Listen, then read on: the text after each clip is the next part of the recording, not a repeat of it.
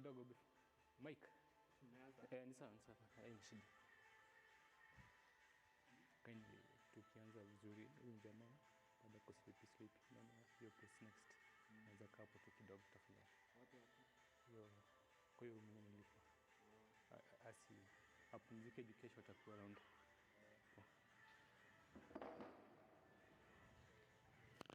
So tumeanza. Mwenye anaombesha anaweza. Yeah, come. Gitonga. Shikilia.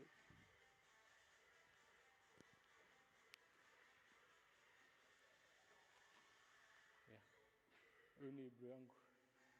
Huyu ni bro yangu mdogo. Mdogo but ndio mkubwa. Huyu anaitwa Coach George. Sawa. Yeah. Najua usingizi ja kutoka but yeah. After you unaweza enda upumzike, si ndio? Karibu. Hawezi sitendo ulale kidogo at least. After hii uende tu. So karibu. So, are you okay? All right, let us believe for a word of prayer. Heavenly Father, we just come before thee right now, Abba Father. We come by your word, O God, for the Bible says that we can do everything through Christ who strengthens us. And Lord, right now, Father God, we come to thee by your word. You shall give us this strength, Father God, to carry on, Father God. You know the purpose and the reason why, Father God, we are here is to, Father God, bring all the lives together, Jehovah God. And we are here, Father God, to celebrate you. In Jesus' name, we pray this, believing and trusting. Amen. Amen. Amen. Amen. Amen. Amen. Amen. Yeah. Thank you, Coach. Ready? You talk about it? Ready, bro? Yeah, I'm ready. Cool. Yeah. Yeah. So.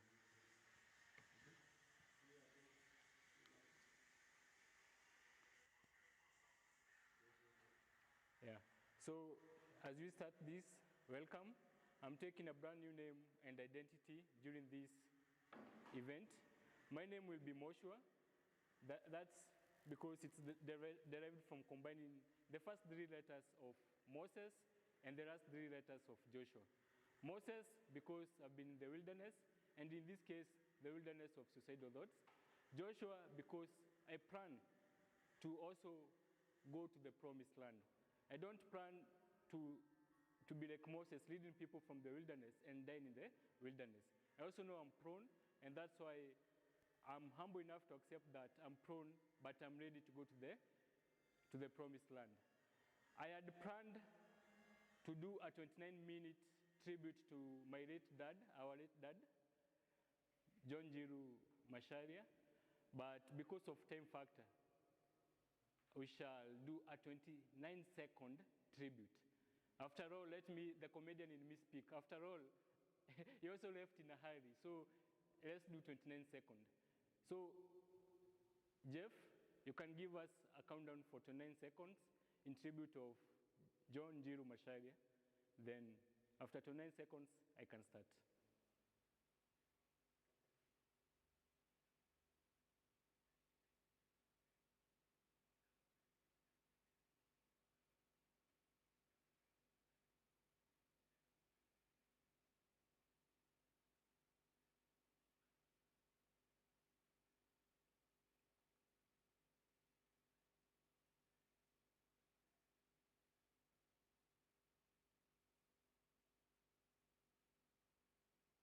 Twenty seconds of silence.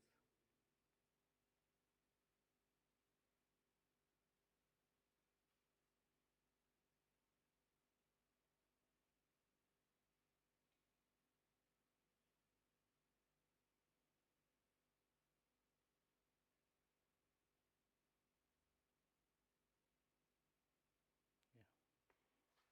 I got this. So, thanks, bro.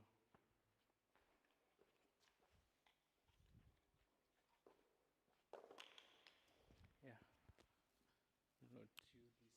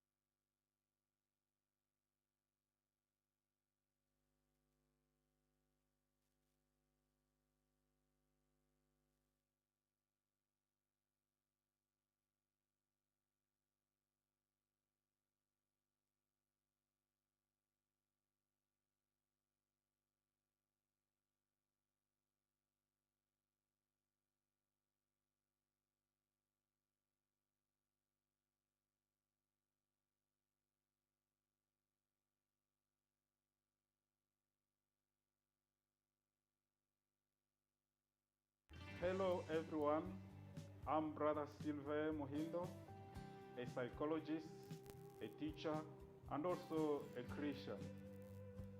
I am author of books, Beautiful Lips, and Anger Medicine. I'm founder, Writers Academy, a platform where we mentor fresh authors all over the world. Those who wish to be authors and even feel that they may not be, we have the capacity to mentor them through our Impact Writers Academy. I am director of Watoto wa Lwanga Center or St. Charles Lwanga Project in Kibera and Nairobi, and I'm grateful to be with you. Thank you. Thank you very much and welcome.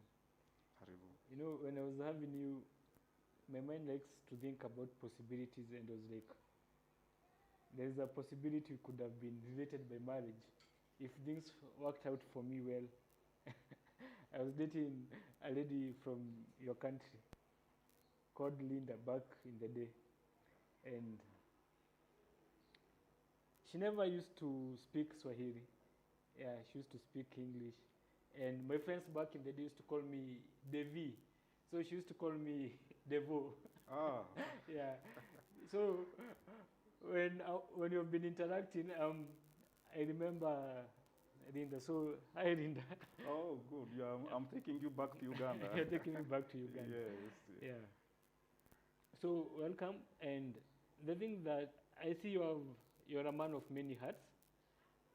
And the thing that I'm so curious about is what made you write a book called Anger Medicine? Wow. Yeah. I never even thought anger has a medicine. There are people in Swahili, they say, mi nakuanga hivyo. I'm just like that. Actually, recently, I took one of my books to a pharmacy, and the pharmacist put it among the medicine, the drugs. To my surprise, after like 1 hour, a patient bought the book instead of buying the conventional medicine. He bought my book, and he said he gave feedback that the book really helped him. Yeah. So how did I come to write this book, Anger Medicine? I was inspired by a Kenyan high school boy. By then I was working in Kampala in a place called Bugolobi. This high school boy came to me. He was disturbed by guilt and shame because he had boxed a stepmother who loved him dearly because of anger. And the stepmother, blood flowed, and she was hospitalized. But luckily, she recovered. So I journeyed with this boy for a number of sessions. Along the way, I decided to refer him to bookshops in Kampala to go and look for a book on anger management. And he went and looked for the book. He did not find one. So I realized it was an opportunity for me to fill the gap. And I had to figure out, and I started writing the book. That was way back 2013. I wrote it passionately. I took time, and I was able to come up with that book. Why? This boy was filled with guilt and shame on how he almost killed the stepmother. So the guilt and shame was disturbing him. He almost planned to do away with his life. But my sessions with him, the 4 sessions I had with him, he was able to regain the serenity. He was able to be helped. So that is the source of my writing of this piece, Anger Medicine. My other motivation to write this book is one of my family members from my nuclear family is short-tempered. If he starts shouting, I think if the house has rats, Some of them can die because of the shouting. And even when he's around people in the home and comfortable, I talk to myself that I don't want to be like this family member. I want to be the different person. So I ventured in studying about emotions. So those two stories of the high school boy who wanted to end his life because of guilt and shame because he had boxed a stepmother who oozed the blood and hospitalized. And then one of my family member from my nuclear family who is short-tempered. When he starts shouting, everybody's uncomfortable. Even the walls can almost end up shaking. So I said, no, I have to be different. And that is the source of my passion on emotions. Thank you.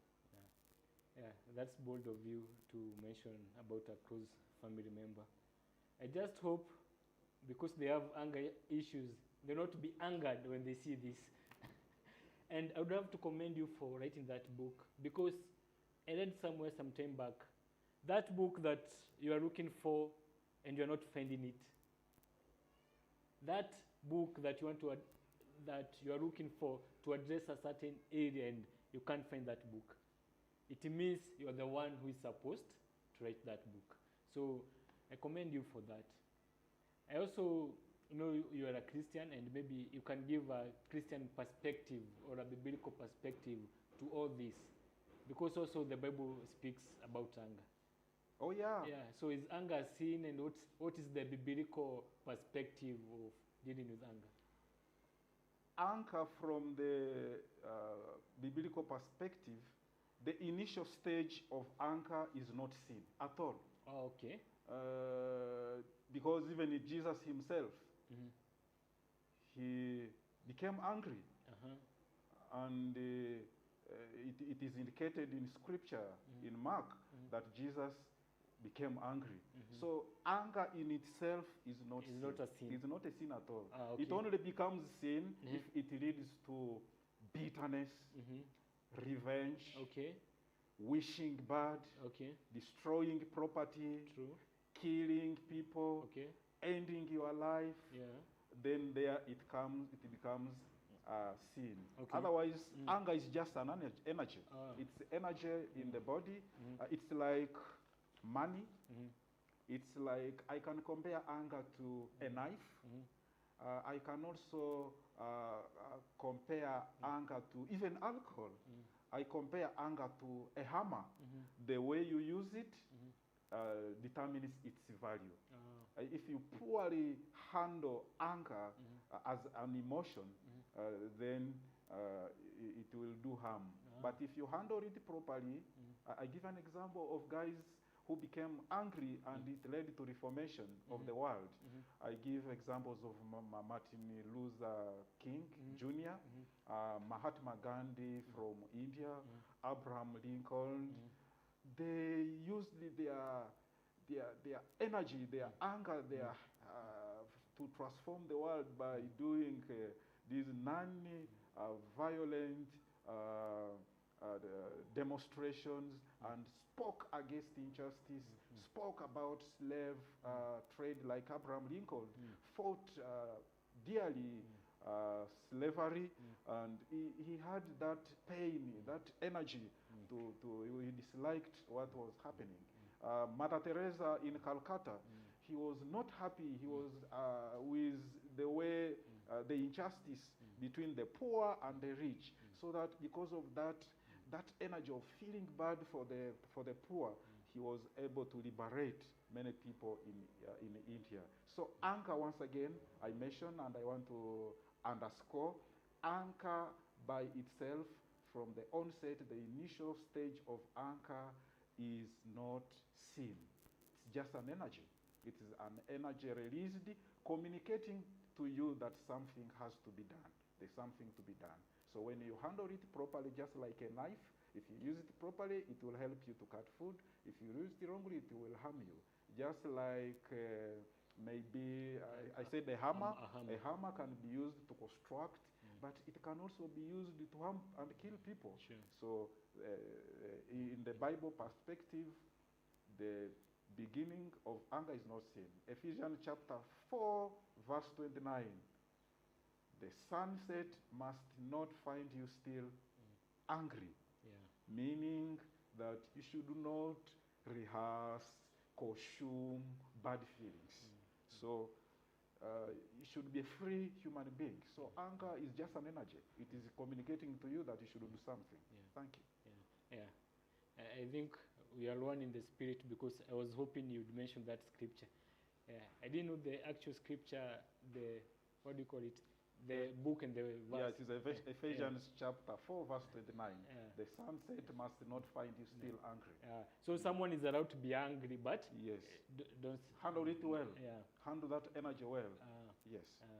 I like the examples you have given, like people who used anger well, like Martin Luther King was angry about the injustices that was happening. Mother Teresa was angry about the economic injustice and all that. Yeah.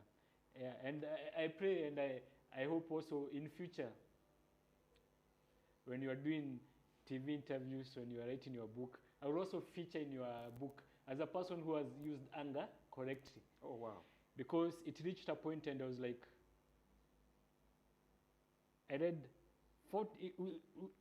within every 40 seconds, we lose a life to suicide. A person takes their life. In Kenya, on a daily basis, we lose 4 people because of suicide, and that number is underreported. Yeah, because I was talking to other speakers and I was telling them some people have creative ways of taking their lives. Some people will go drink and start driving and go under a truck, and it will be reported as an accident. Then in some cases it's underreported, so even the number is high.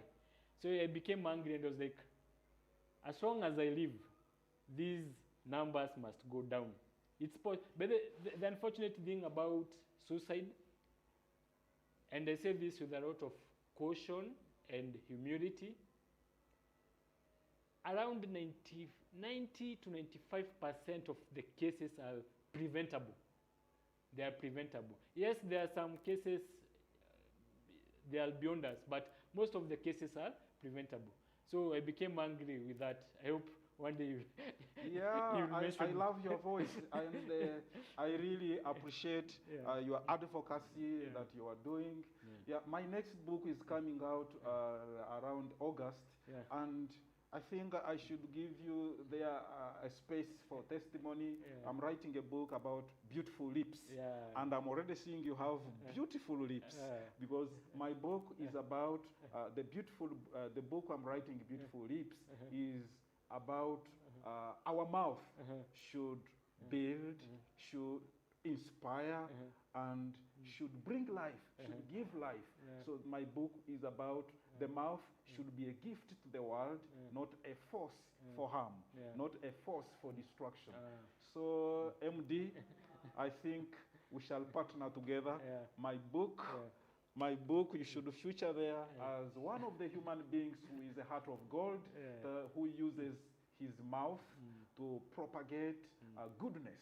And my next book, Beautiful Lips, is intentional on how your lips can be a gift, not a demon in quotes, because your mouth can be a demon instead of a gift. So welcome, and we partner together. Thank you for that. So now that you have established that anger is not a sin, the initial stages and all that, let's go to we go deeper and ask ourselves, what causes anger? Wow. What causes anger? And after that, maybe you can even tell us, how can we handle? Okay. Yes. By definition, anger is a mental response to a perceived threat. It is a strong feeling of displeasure. It is, I can also call it an arousal within someone that communicates. It is a defense. So anger is a mental response to a threat. Now, what causes this anger? One of the causes of anger is violent environment. Anger can be learned. You can learn to be always angry. For instance, if you are born in a family where couples always fight, you tend, unconsciously, you tend to think fighting is good, is normal maybe. If you are found in yourself in a family where there are abusive language, you will find yourself always abusing people. So environment can also teach you how to be easily angered. You can imitate your parents, your siblings. So that is one cause of anger, hostile environment. The second cause of anger is guilt and shame. You can feel strongly guilty of what you did. Maybe people did not expect you to do that, and you keep feeling a lot of shame, and it can increase your anger. Like the example of the boy who came to me for counseling, he was feeling guilty because he boxed the stepmother, and he was feeling angry and wanted to finish his life. Another cause of this emotion called anger is injustice and prejudice. You are in a family, and among the family members, you are discriminated. Maybe you don't perform well at school, and these parents are ever rewarding the other person because he was number one in class, and for you, you were number last. So the parents don't praise you, so you can feel angry. And so injustices in the community can provoke anger. Another cause for anger is ourselves setting unrealistic standards. And for instance, you make a party and you assume that every friend of yours will come to attend your party. You are setting unrealistic expectation. That you are inviting yourself to feel bad, like, because it's not possible that all your friends will come to your party. So when you always set unrealistic expectations, you are inviting anger to yourself. Then stress and anxiety. Stress and anxiety can also provoke anger. So it is always good to manage anger. To manage your stress. I would recommend to all my viewers on stress management a wonderful book by Joyce Meyer called The Overload. It is a very good book. So that, because a stressed person can easily be irritated by anybody. So really I would recommend that people know how to handle their stress.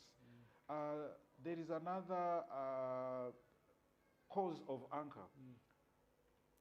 Have you met some people who have the desire to rule and control people? Wherever he is, he wants to rule, dominate, and control people. You cannot manage to control people. You can only control yourself.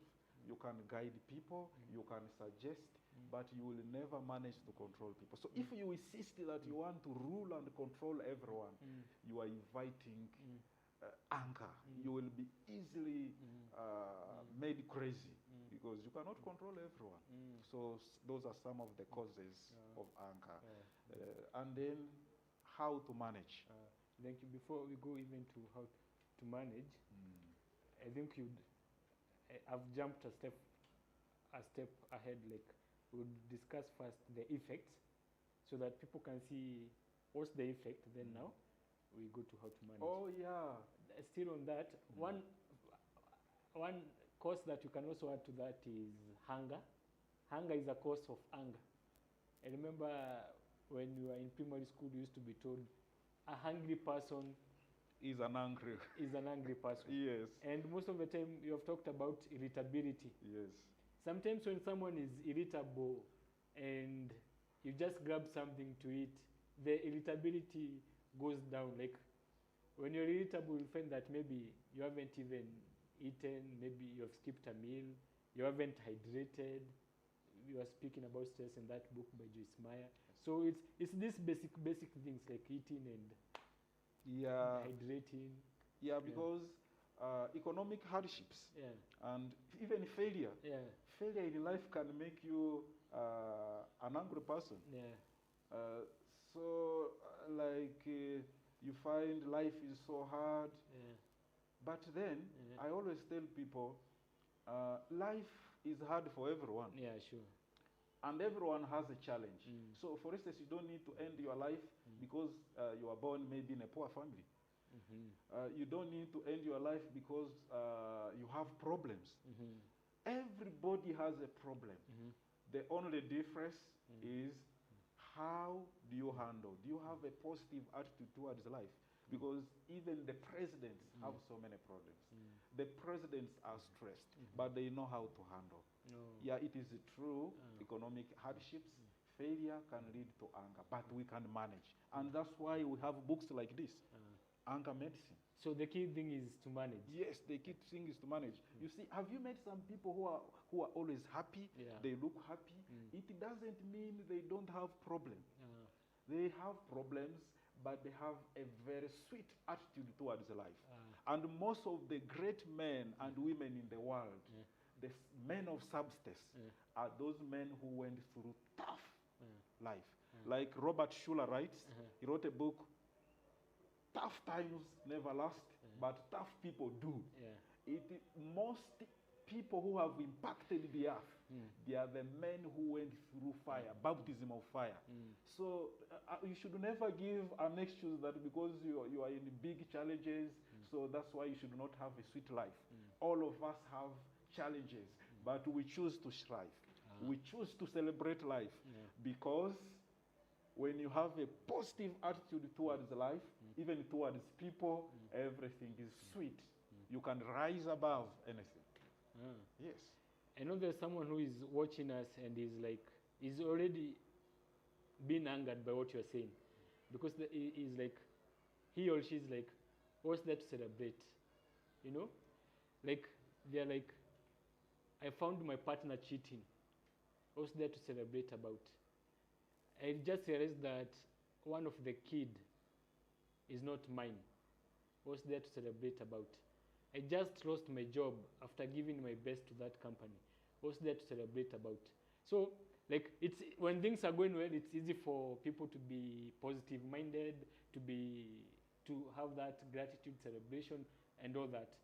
But you know those anger moments that happen at the spur of the moment. You walk into your house and you find your wife with someone else. Then things turn chaotic. The person ends up taking the wife's life and taking their life. And these things are reported in the media daily. So what can you say about that? Oh yeah, as I said, that challenges are always there, and actually challenges are motivation to life. You imagine if there were no challenges, the life would be ugly. Allow me to cut you short. Yes. Sorry to interrupt. Yeah. Challenges are a motivation to life, Yes. but some challenges are better than others. Yes. Like, for example, if maybe there's someone who has a challenge maintaining maybe his 10 million car, that's a good challenge. Someone else is wondering how to maintain his mansion, that's a good challenge. But the challenge of finding your wife cheating on you, you know, there's these programs called the loyalty test and all that. I don't know if you've seen them. Okay, I also cut you short. I've understood what you want. Yeah. Now, I have found my wife cheating on me. Yeah. I still have a choice. Okay, I want to discuss something. Yeah. Each time negative energy is thrown at me, I have three choices on how to handle. Yeah, sure. The first option, I can consume that energy. When I find negative energy around me, I can consume it, I own it, I feel bad, I over-rehearse and harm myself more. But there is another choice that we always have to reflect back the energy. You can consume the energy, you can reflect the energy, that is revenge, but that will again harms you the more. consuming the energy of somebody and reflecting back the energy still harms you the more. You're already in a problem, but you want to harm yourself the more. But there is the third option. I have said we have three choices. Each time negative energy is thrown at us, you either consume it, you either reflect it, and those two, they still harm you the more. But there's the third one. You raise above the energy. It is called transforming that energy. It doesn't mean the pain is not there, but you can choose to have a good attitude towards life despite the evils done around you. You can feel the pain, but you can raise above the pain. I can make better choices even when I find my wife cheating. I'm not condoning cheating, but I should not hurt myself the more because I love myself so much. In this book, I wrote 10 pages on how to practice daily self-love. From page 68, I have written 10 pages on how to practice self-love. If somebody chooses to do harm to me, I don't need to harm myself. He has harmed me, she has chosen to cheat, but I can rise above that energy so that I don't harm myself the more. That's what I meant. That you can still choose to have a positive attitude towards life. And nobody can take away my positive attitude towards life. You can cheat on me as my wife, but you cannot take away my peace. I can rise above that and see how to handle. In the last chapter, the last paragraphs, I talked about managing anger also involves confronting some problems. You don't just keep quiet that my wife is cheating on me. Yeah, I indicate it in this book on how one of the ways of to live a good life is to confront some problems on the onset. Yeah, so I think I've answered your question. You can still have a good attitude towards people and life, even when you are surrounded by negative power. You can rise above the power. So you have three choices each time negative energy is thrown at you. You can consume, you can choose to own somebody's pain. You can choose to reflect it back, revenge, but there is a game changer. You can transform, turn the lemon into lemonade. Yes. Allow me to put you on the spot. It has just hit me now. I will digress a bit, but still on cheating. From my own research and study, and it's out there, it's evident. Rarely, I'm using the word rarely, will you find a woman taking their life because a man cheated on them. Rarely, but it happens.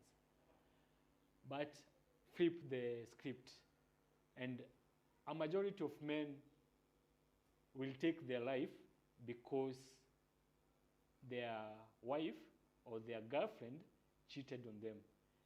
Could you possibly maybe have an explanation to that, why men take their lives when their significant other cheats, but women somehow tend to... You see that masculinity. We have that masculinity and that being the head of the home, the owner of the home, and now somebody else has come to belittle.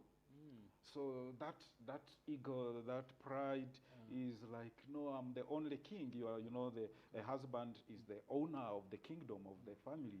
So I think that is one of the reasons why we feel, no, this is undermining me. Yeah, I met one of the soldiers. There's one soldier who met the wife cheating. He had gone for a mission. As he came back, he finds the wife and the boyfriend, the how are they called? Not the husband. Cheating. The boyfriend now. Yes, ready-handed. So what this soldier did, anger was too much. He did not think twice. He just told the man, the one cheating, he told him, we are told by the reporters, put on your clothes, I have no problem with you, and go. Yeah, because the problem is not you. So he said, put on, don't shake, don't shiver, put on your trousers and go away peacefully. In the private part, I witnessed that lady on the road as I was walking with my mother. We are going to the garden to dig. We found when they displayed that lady on the road for viewing. But it was because this soldier could not imagine. So he just shot the wife, released the boy to go because he said, for you have no problem. This is the man who, the lady who invited is not faithful. So the best is to end her life. So, but I'm still saying that we have three choices. You can transform the pain. You can rise above that pain and still live healthy. It is just practice. It is practice. Practice on how to be happy despite evil things around you. You can choose to rise above negative energy always and still live a joyful life, a happy life. Make choices on how to handle. Yeah. Thank you for So I think the masculinity is what makes men end their lives faster than ladies. But some ladies have also ended their lives. Which is not good. We still have you. We still need you. You have a lot to do for the world. Despite that energy that has happened, but you still have a big mission. So you don't need to kill somebody or kill yourself. You still have a mission. I'm glad you gave an example with, in your example, you mentioned a soldier. Yes. I don't know, does it go with professional something? Because also you find that most of the cases that happen in the news about someone ending the life of another person and sometimes the life of their colleague, and in that mix sometimes even their own life, most of the time it's the police officers and the soldiers. Is there a link between anger and being a police officer and being a soldier, or what happens? Okay, it also happens with civilians, but the cases are more among the... You see, I still indicate in my book, Anger Medicine, that sometimes we have accumulated and suppressed anger. We have not expressed it well. So it just looks for an opportunity to erupt like a volcano. Those are just the fertile grounds to release what has been suppressed. They are in the past. They have accumulated some scenarios that made them suppress and pile up the bad energies, the angers they did not express. So that could be. So it's because of the suppression? Yes. They don't know how to. And some people don't know that anger is part of us. Anybody can be angry. Not can be everybody will be angry. But how to handle anger is now up to us. You can handle anger and use it for good. Yes, everybody, you like it or like. There was this student, he was being told by a teacher to step aside because she was late.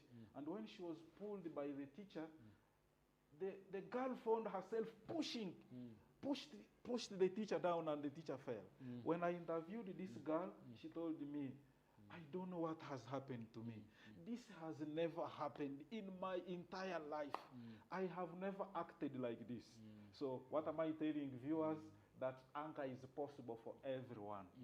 You better learn the best way of handling this emotion because it is part of us. You cannot dodge it. You cannot say, that for me, I'm not an angry person. I don't need that knowledge. No, anger is part of us, but we can take advantage. We can harness it and be productive. Yes. When you have said anybody is prone to anger, my mind has even gone to now the higher being. And for a minute, it has taken me through a journey. And I'm like, the God of Old Testament is really angry. Like I can give several stories. Like there is a guy who was told when the brother died, he was told to impregnate the wife of the brother. But he used to withdraw and not do that. So God himself murdered that guy. Then there's the story of Sodom and Gomorrah. God sent fire. Then there is the story of Noah. Like the Lord almost wiped out the entire world, save for Noah and his family. Then there is the story of some people who are rebelling against Moses. Then the world opened, swallowed these people, and then it closed. Like, I don't know. And I know this might sound sensitive, but I don't know. The God of Old Testament was, I don't know, he was quick to anger and punishment was instant. And I thank God that we are now living in the New Testament, because if he was that God of instant justice, maybe even me now started mentioning who the God of, maybe would have struck me at the moment. But I thank God now that, I thank God for him now that he has changed, and now we are in the era of Jesus Christ, the era of grace and all. Yeah. Anyway, to continue, you can tell us the effects so that you can see what are the effects of uncontrolled anger and Oh yeah, and now here we are talking about uncontrolled anger. Uncontrolled. Uncontrolled anger, one, it can make you not to sleep. Insomnia. You find you are not sleeping because you are rehearsing bad things, so you'll find yourself not sleeping, and not sleeping even can lead to other illnesses. Yeah. These sicknesses, anger is also associated to sicknesses like stroke, sicknesses like high blood pressure, Okay. heart attack, these simple headaches, how are they called? There is this term, migraine. Yes. Migraine, yeah. Yeah, if you find yourself, you are ever having simple headaches constantly, one of the things you should first check is stress or anger, whether you have episodes of anger. It is not the only cause of that, but one of the causes of these headaches is stress, anger. Me, I found myself, I rarely have a headache. In the past, I used to have headaches, but now when I started learning about life, I rarely become, I rarely get things like headache. But mind you, anger can lead to diseases. Yeah, like I've told you, high pressure can increase quickly if you are ever angry. Anger can also lead to loss of lives, like the examples we have given. Yeah. You find you are angry, you like the boy who boxed the stepmother, and the stepmother was unconscious and was hospitalized. But thank God, this boy became remorseful and came to me for counseling. So anger, uncontrolled anger is deadly. Maybe to mention, in my book I mention that each time you are angry, you are temporarily mad. You can do exactly what insane people do. So each time you find yourself angry, make sure you control the anger, because uncontrolled anger can lead to, you are temporarily like a mad person. You can find, like the girl I told you, she said it has never happened in her life. She pushed the teacher down because the teacher said step aside. She found herself when she had pushed the teacher down. Then she told me, I don't know how this happened. It has never happened in my life. I wish she had come across a book like this. She would know that anger is part of us.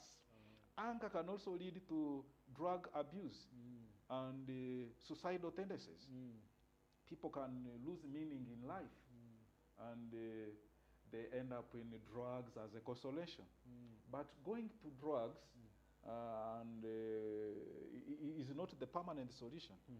Those challenges are still there. When you learn how to manage anger, that is better. Yeah, because when you go to those options, you are still harming you. You are still harming you. By the way, if you nurse anger for months and months, it can also lead to depression. When you nurse anger for months and months, you can be depressed because you are entertaining bad feeling about somebody, about a situation, about economic, about a scenario, about justice, injustice. So you are harming yourself. So anger has many bad effects. But the controlled one can lead to good things. Like the examples I gave you of Martin Luther and the friends. Anger can also lead us to destroying relationship, fighting, destroying people. you become a burden to the society. When you're in a society, people know you as a bad person. You are not a bad person, you just had anger. So learning how to control it would be the better option. So those are some of the effects of anger. It can make you social misfit. Do you know, becoming a social misfit because you are easily triggered. Like I told you about my relative in our nuclear family. My nuclear family where I'm born, there is this relative of mine whom I love, but he's too short-tempered. Each time he's around the house, everybody's uncomfortable. If he starts shouting, even the neighbors can hear that the guy is shouting. I always give an example that if that house has rats, when he starts making noise, I think the rats can die. So anger makes you a social misfit. Like if you're a parent who is always short-tempered, shouting, when you are not around, your family, they are happy. They're happy. When they hear mommy or daddy has come, they take cover, they shrink. So you are making life unpalatable for other human beings. So those are some of the undesirable effects of anger. Like if you're a parent and you are short-tempered, you shout at everybody, you make life not sweet. You have children, your wife, they are not happy when you are around, and yet you are supposed to be their friend. So those are some of the causes. If you're a boss and you are always... If you are a boss and... there is a place I worked. I found there a boss. That boss was a terrorist. When you were working for Shabab. Was a real terrorist. All the workers, they would shake entering her office. So why should you reach a level where you are a terrorist? You are supposed to be a workmate. Even when you're in a higher office, you are a workmate. Don't forget, you are a human being like anybody. You are prone to challenges, so you need even the help of those people you are suppressing, the people you are intimidating. So this angry boss, you are a boss but good for nothing. I don't respect you for being so violent. You don't deserve my respect for being a violent boss. You don't need to be crazy for performance to be on. So those are some of the effects of anger. Maybe to remind you something we had discussed off camera about anger leads to imprisonment. Yes. Like when... But most of these cases, they're linked to relationships. So you find... And I'll go back to that point. You find maybe your significant other with someone else, or you hear rumors, you take their life, you know. Also, there are people who are just naturally angry. Like they just want someone to step on them and they want to start a fight, you know. No, they are not naturally angry. They learned it. They learned it. They learned it from the environment. Like if my teachers, my parents are ever violent, I unconsciously, I take it on. So you have polished your shoe for 30 minutes and I step on it like this. You have already told me, bastard, stupid.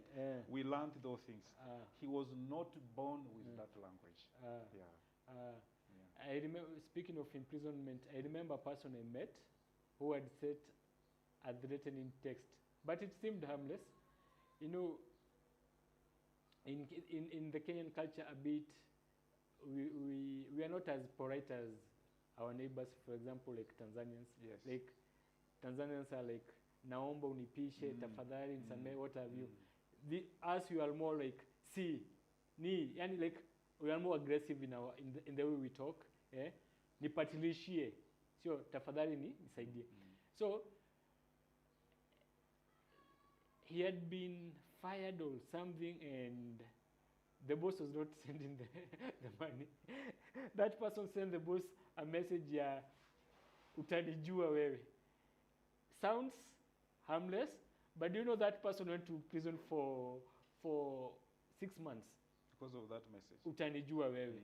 And I was wondering even how many people out there send messages that are full of anger.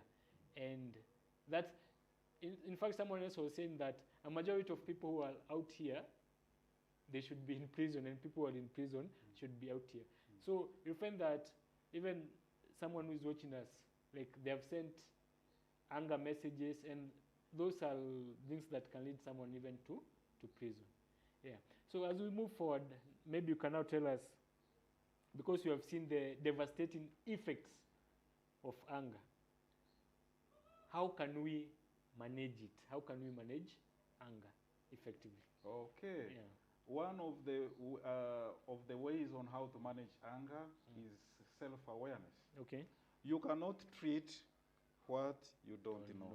Sure. So the more you become self-aware of your emotions, like it is good to know yourself. Yeah. In my book, I write about how there are many people who struggle a lot to learn about others. There are many people, they struggle to learn others, but they forget to learn themselves. So one of the ways is self-awareness. Know what triggers you, and you will always be able to recognize and handle. Then the second way on how to manage anger always when you're already anchored is to, if somebody's talking to you and you're angry, pause, Sure. reflect, True. respond calmly and wisely to show wisdom. Pause. Who you are shouting, is barking, is very violent. Now, one way of maintaining your cool is pause, reflect, respond calmly and wisely. That is one of the ways of managing. Yeah. Or another way of managing anger is decide to take a break. Yeah, you feel so wretched. Somebody has annoyed you so much. One of the ways of relaxing and reducing that pain is take a break, maybe have a walk. Walk away from that scenario and move a distance of like 3 kilometers. By doing so, it happened to me. Some guy annoyed me seriously and was my subordinate. He was so arrogant. But I discovered I was very annoyed. I chose not to reflect the energy. I walked away for some kilometers. I walked for around 4 kilometers. By the time I came back, I had relaxed, and now we handled the case in a mature way. Because if I did not walk away, maybe I would have fought. I would have embarrassed myself before my subject. Maybe this subject would have put me down. So I would have lost twice. Yeah, sure. So one of the ways of managing these harsh moments is to walk away. And also... Good point. Yes. Although now, someone might be asking, it's at the middle of the night. Maybe someone has angered you over dinner. It's 9 p.m., it's 10 p.m. Oh, what I mean... So... Like if it is, you have nowhere to go, it's at night. What I'm meaning is have some pause.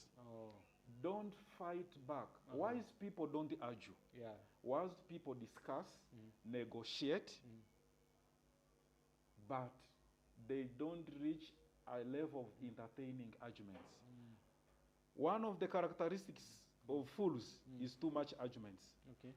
If you want to know whether you are wise or you are in a category somehow a fool, if you are an expert at arguing, you always want to win every story.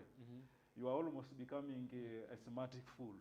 Yeah, so the wise people, what they do, they don't argue so much. They don't fight to win.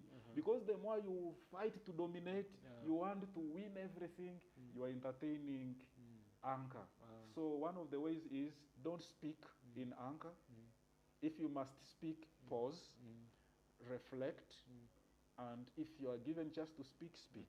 If you discover it is wastage of your energy, the other person is not understanding, you can decide to also use silence. And this takes me to what I already discussed. And I think I want to underscore this and emphasize. Each time negative energy is thrown at you, you have 3 choices. The first choice is consume that energy. The second choice is to reflect the energy. The game changer, the best option is to transform the energy, rise above the energy. Yeah, so this takes me to another way of managing anger. Be a prayerful person. You can also pray. You can ask for wisdom. Even when somebody has come to you and is mad, you can whisper to the Holy Spirit. You can whisper to God. God, give me wisdom. You can be always asking for divine power, supreme power. So I encourage you people, dear viewers, that never underestimate the power of prayer. Yeah, when you pray, it is one way of releasing those bad feelings. Even in my book, there is a story of a guy called Kule. I demonstrate how Kule prayer life saved him from many things. So one of the ways of being a peaceful person, composed, centered, is to emulate what God says. You pray, you even ask him, God, give me wisdom, God, help me, God, help me to be peaceful.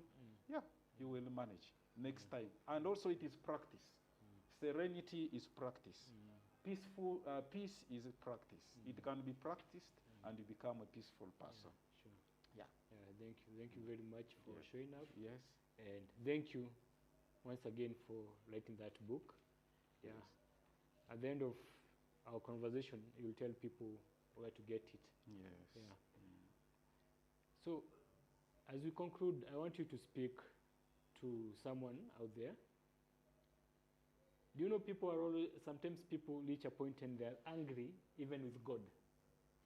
You know? So that person is out there, they're angry with God.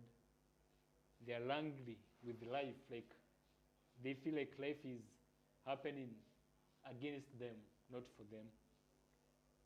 They're angry with themselves. People are angry with their families. People are even angry with the leaders, and there's so much to be angry about.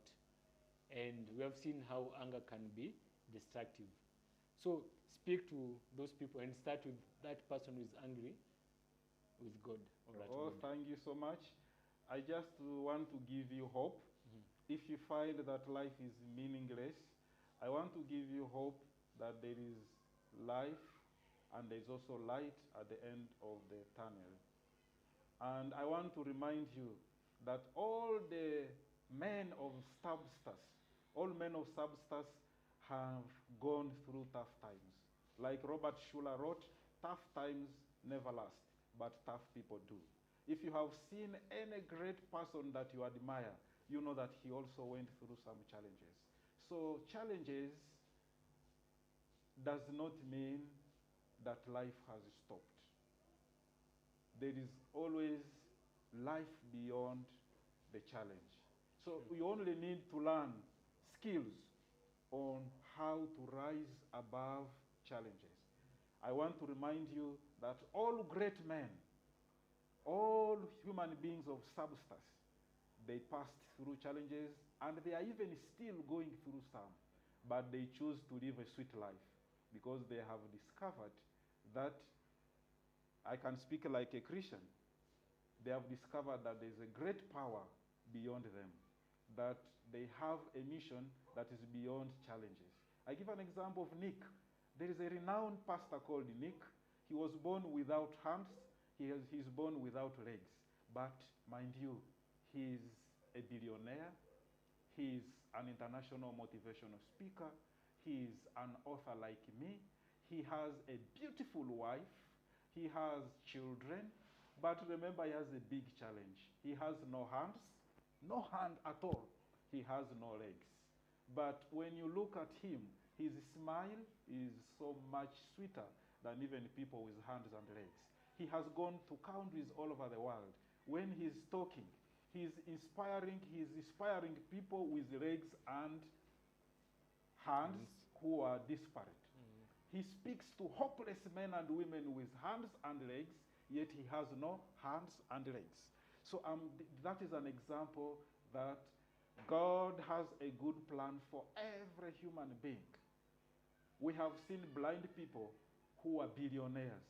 We have seen lame people who are more rich than people who are not lame.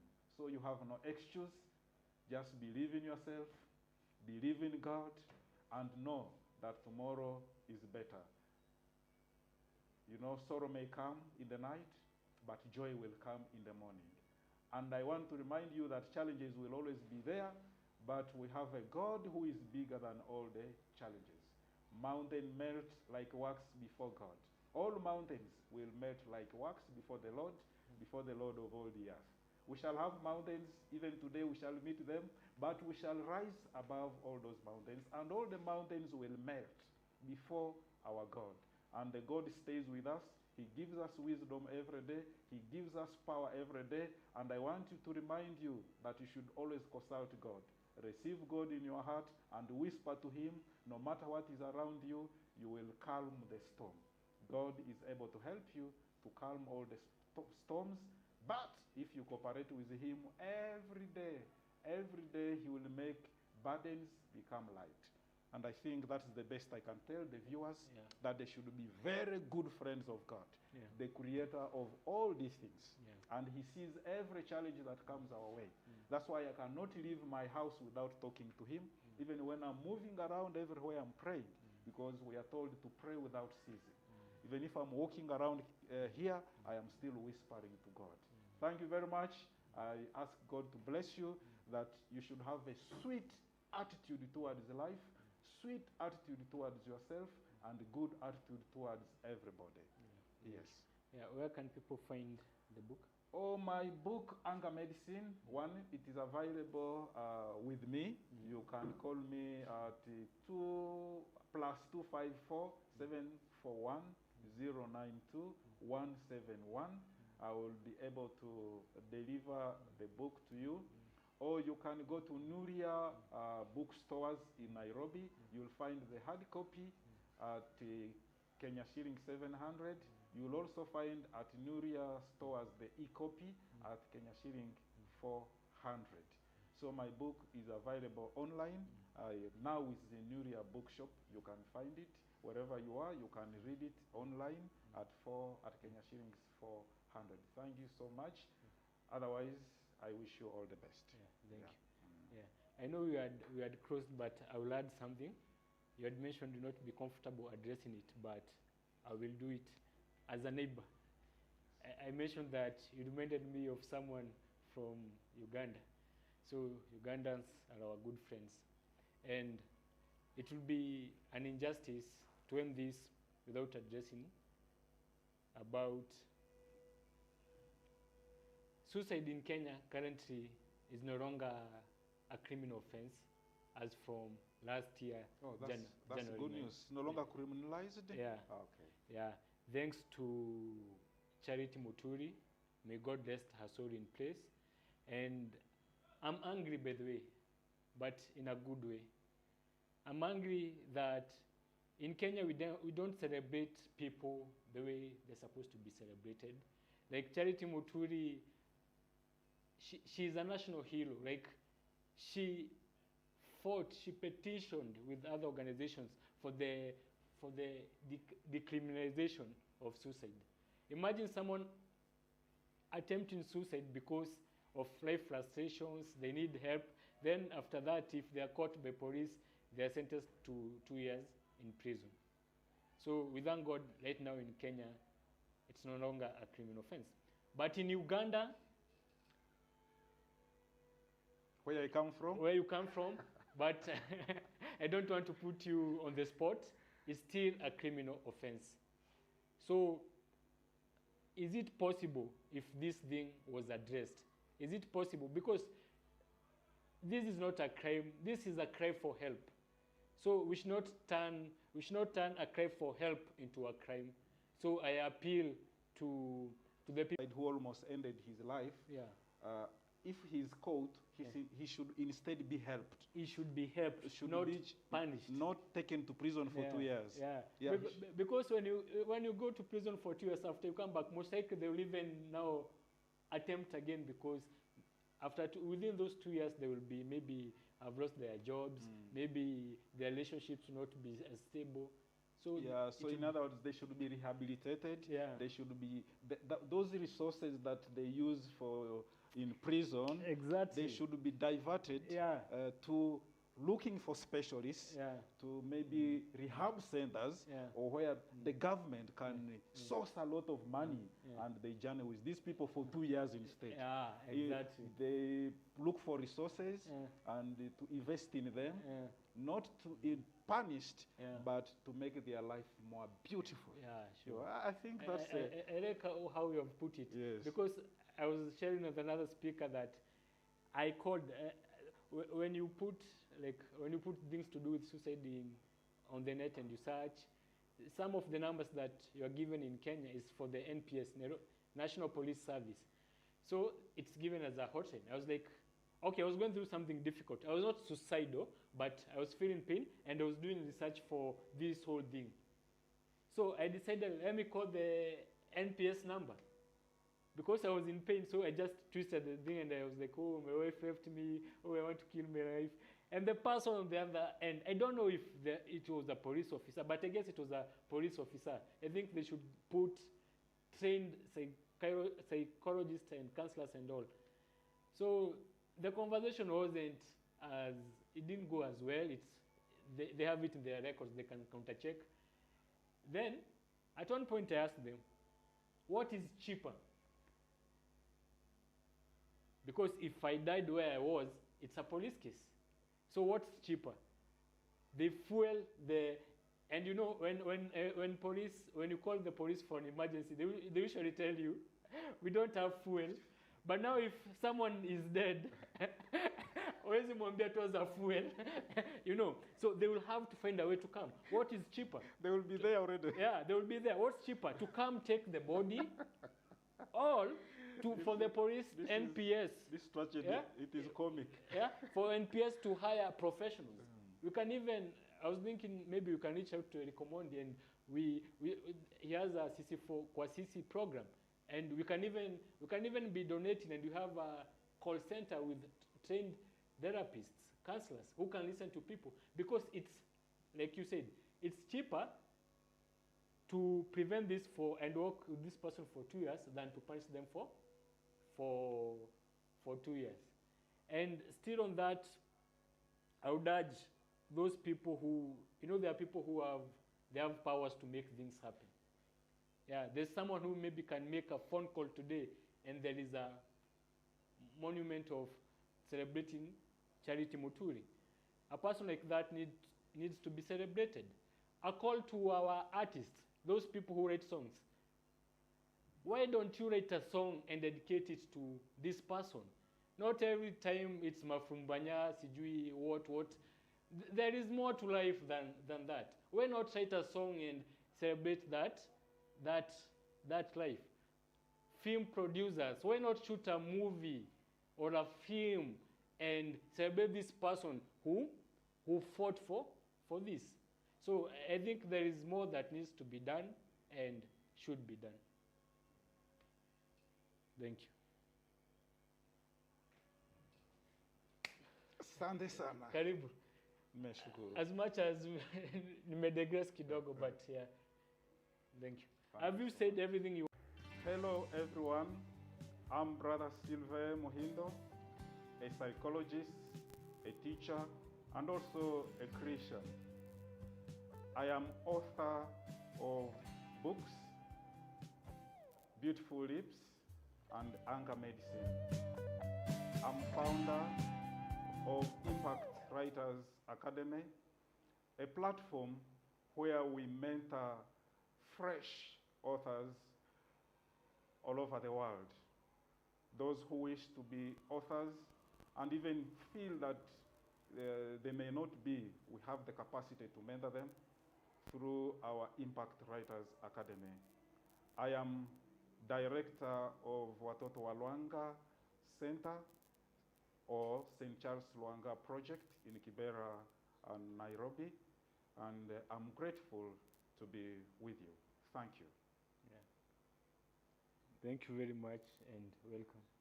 Haribu. You know, when I was having you, my mind likes to think about possibilities, and was like, there's a possibility we could have been related by marriage if things worked out for me well.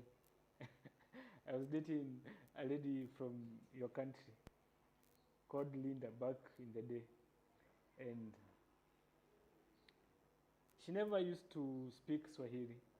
Yeah, she used to speak English. And my friends back in the day used to call me Devi. So she used to call me Devo. Ah. Yeah. So when you've been interacting, I remember Linda. So hi Linda. Oh, good. Yeah, I'm taking you back to Uganda. You're taking me back to Uganda. Yes. Yeah. So welcome. And the thing that I see you're a man of many hats. And the thing that I'm so curious about is what made you write a book called Anger Medicine? Wow. Yeah. I never even thought anger has a medicine. There are people in Swahili, they say, mi nakuanga hivyo. I'm just like that. Actually, recently, I took one of my books to a pharmacy, and the pharmacist put it among the medicine, the drugs. To my surprise, after like 1 hour, a patient bought the book. Instead of buying the conventional medicine. He bought my book, and he said he gave feedback that the book really helped him. Yeah. So how did I come to write this book, Anger Medicine? I was inspired by a Kenyan high school boy. By then I was working in Kampala in a place called Bugolobi. This high school boy came to me. He was disturbed by guilt and shame because he had boxed a stepmother who loved him dearly because of anger. And the stepmother, blood flowed and she was hospitalized. But luckily, she recovered. So I journeyed with this boy for a number of sessions. Along the way, I decided to refer him to bookshops in Kampala to go and look for a book on anger management. And he went and looked for the book. He did not find one. So I realized it was an opportunity for me to fill the gap. And I had to figure out, and I started writing the book. That was way back 2013. I wrote it passionately. I took time, and I was able to come up with that book. Why? This boy was filled with guilt and shame on how he almost killed the stepmother. So the guilt and shame was disturbing him. He almost planned to do away with his life. But my sessions with him, the 4 sessions I had with him, he was able to regain the serenity. He was able to be helped. So that is the source of my writing of this piece, Anger Medicine. My other motivation to write this book is one of my family members from my nuclear family is short-tempered. If he starts shouting, I think if the house has rats, some of them can die because of the shouting. And even when he's around people in the home and comfortable, I talk to myself that I don't want to be like this family member. I want to be the different person. So I ventured in studying about emotions. So those 2 stories of the high school boy who wanted to end his life because of guilt and shame because he had boxed a stepmother who's the blood and hospitalized. And then one of my family member from my nuclear family who is short-tempered. When he starts shouting, everybody's uncomfortable. Even the walls can almost end up shaking. So I said, no, I have to be different. And that is the source of my passion on emotions. Thank you. Yeah, that's bold of you to mention about a close family member. I just hope, because they have anger issues, they'll not be angered when they see this. And I would have to commend you for writing that book, because I read somewhere some time back, that book that you are looking for and you're not finding it, that book that you are looking for to address a certain area and you can't find that book, it means you're the one who is supposed to write that book. So I commend you for that. I also know you are a Christian, and maybe you can give a Christian perspective or a biblical perspective to all this, because also the Bible speaks about anger. Oh, yeah. Yeah. So is anger a sin, and what is the biblical perspective of dealing with anger? Anger, from the biblical perspective, the initial stage of anger is not sin at all. Oh, okay. Because even Jesus himself, Mm-hmm. he became angry. Uh-huh. And it is indicated in scripture, in Mark, that Jesus became angry. So anger in itself is not It's sin. not a sin. It's not a sin at all. Ah, okay. It only becomes sin if it leads to bitterness, revenge, Okay. wishing bad, Okay. destroying property, True. killing people, Okay. ending your life. Yeah. Then there it becomes sin. Okay. Otherwise, anger is just an energy. Ah. It's energy in the body. It's like money. It's like, I can compare anger to a knife. I can also compare anger to even alcohol. I compare anger to a hammer. The way you use it determines its value. If you poorly handle anger as an emotion, then it will do harm. But if you handle it properly, I give an example of guys who became angry, and it led to reformation of the world. I give examples of Martin Luther King Jr., Mahatma Gandhi from India, Abraham Lincoln. They used their energy, their anger, to transform the world by doing these non-violent demonstrations, and spoke against injustice, spoke about slave trade, like Abraham Lincoln, fought dearly slavery, and he had that pain, that energy he disliked what was happening. Mother Teresa in Calcutta, he was not happy. He was with the way, the injustice between the poor and the rich. So that because of that energy of feeling bad for the poor, he was able to liberate many people in India.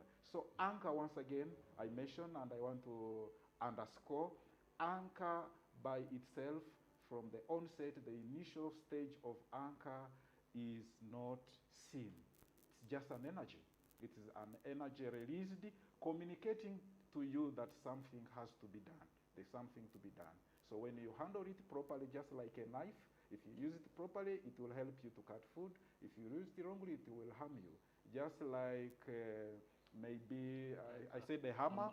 A hammer can be used to construct, but it can also be used to harm and kill people. Sure. So in the Bible perspective, the beginning of anger is not sin. Ephesians chapter 4, verse 29. The sunset must not find you still angry. Yeah. Meaning that you should not rehearse, consume bad feelings. So you should be a free human being. So anger is just an energy. It is communicating to you that you should do something. Yeah. Thank you. Yeah. I think we are one in the spirit, because I was hoping you'd mention that scripture. Yeah. I didn't know the actual scripture, what do you call it?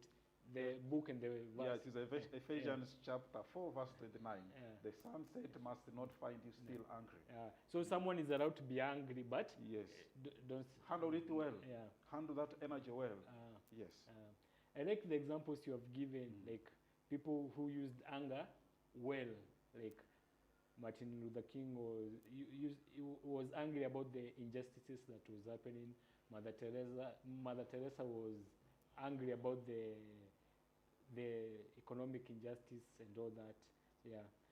And I pray, and I hope also in future, when you are doing TV interviews, when you are writing your book, I will also feature in your book as a person who has used anger correctly. Oh, wow.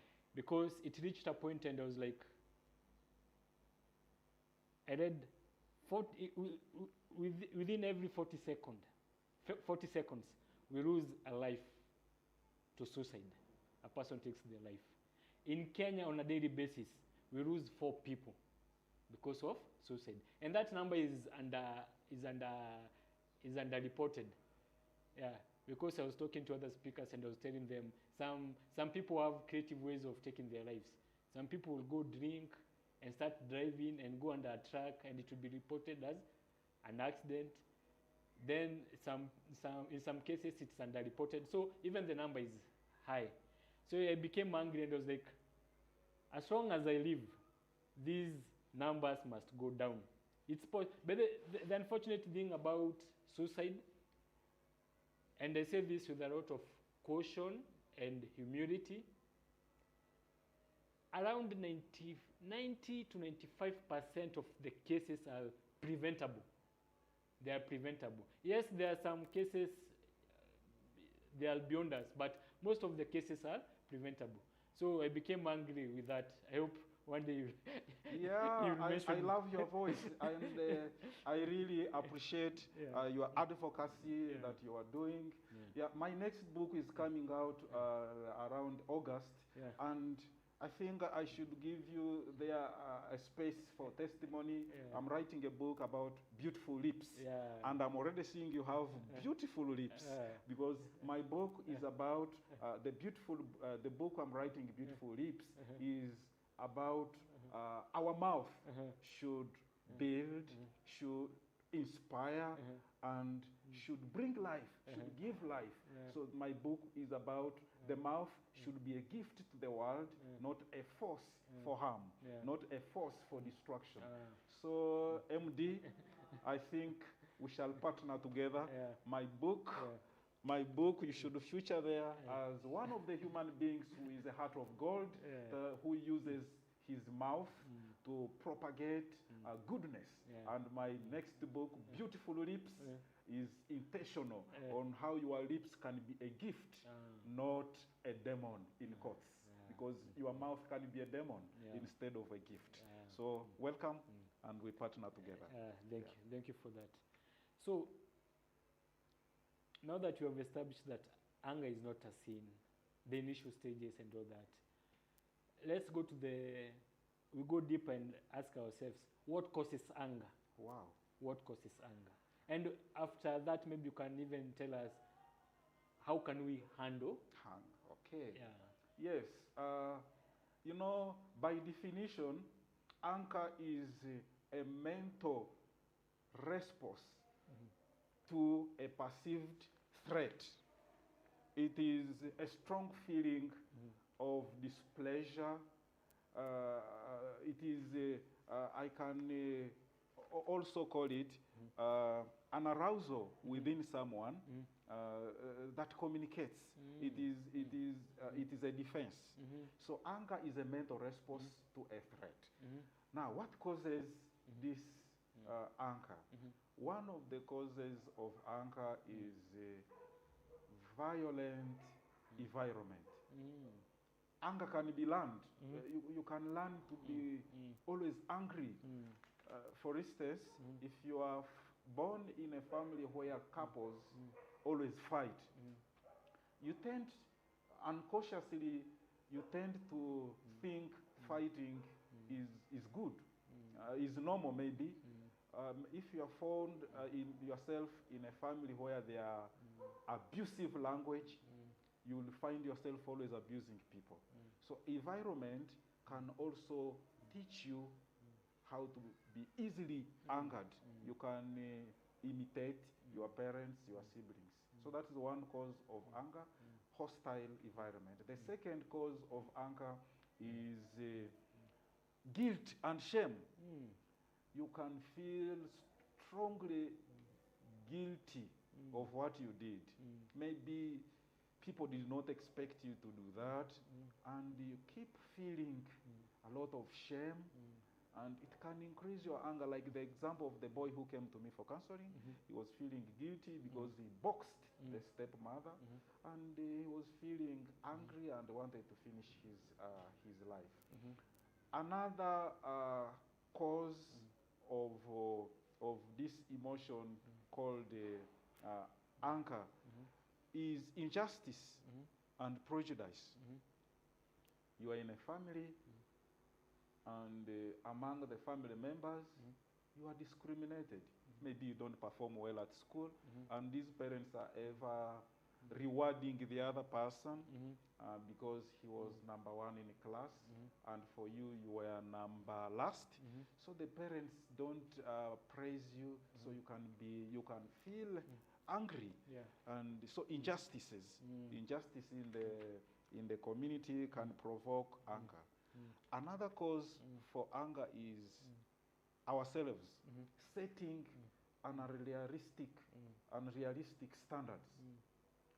And for instance, you make a party and you assume that every friend of yours will come to attend your party. You are setting unrealistic expectation. That you are inviting yourself to feel bad, like, because it's not possible that all your friends will come to your party. So when you always set unrealistic expectations, you are inviting anger to yourself. Then stress and anxiety. Stress and anxiety can also provoke anger. So it is always good to manage anger. To manage your stress. I would recommend to all my viewers on stress management a wonderful book by Joyce Meyer called The Overload. It is a very good book. So that, because a stressed person can easily be irritated by anybody.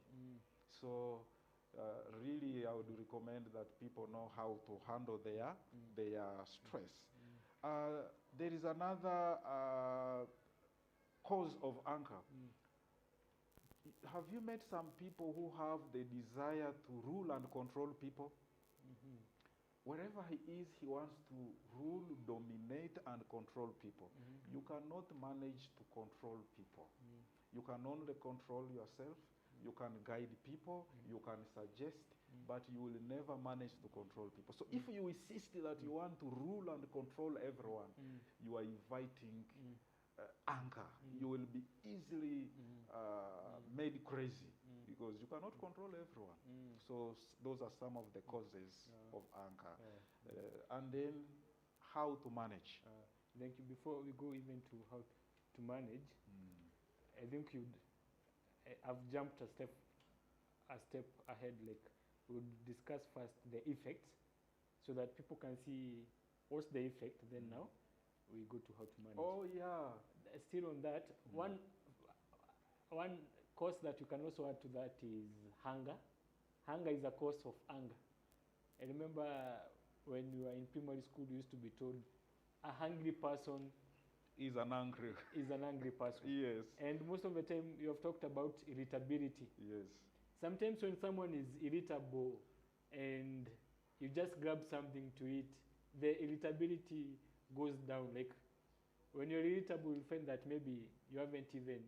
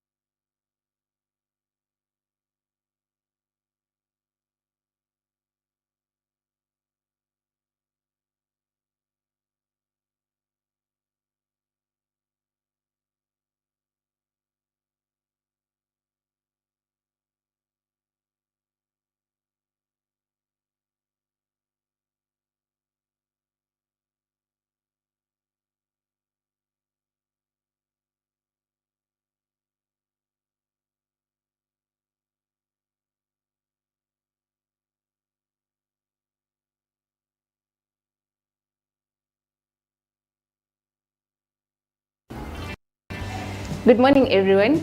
My name is Arindo Nyango, and I'm very happy to be here. First of all, I love humans, and to be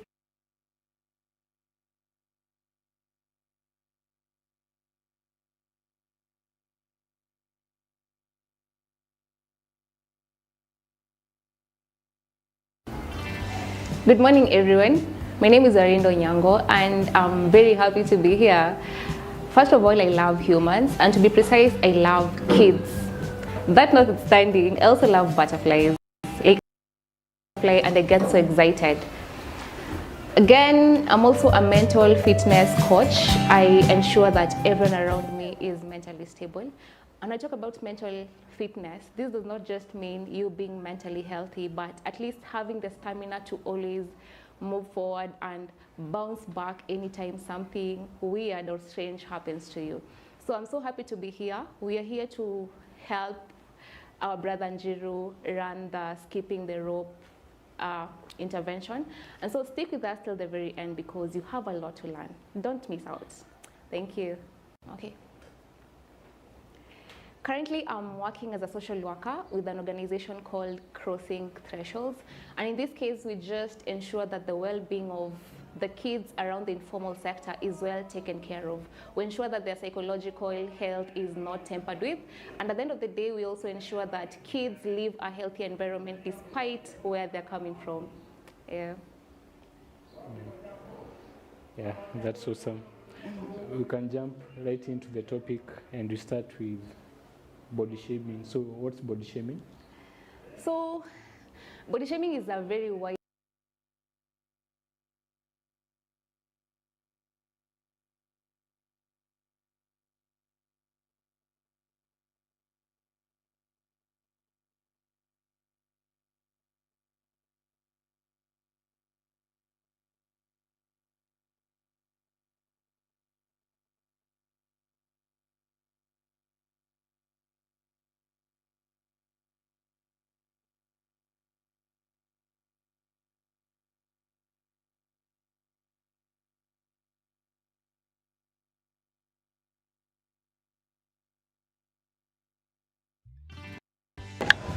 Hi, my name is Devi, and I'm MD's friend.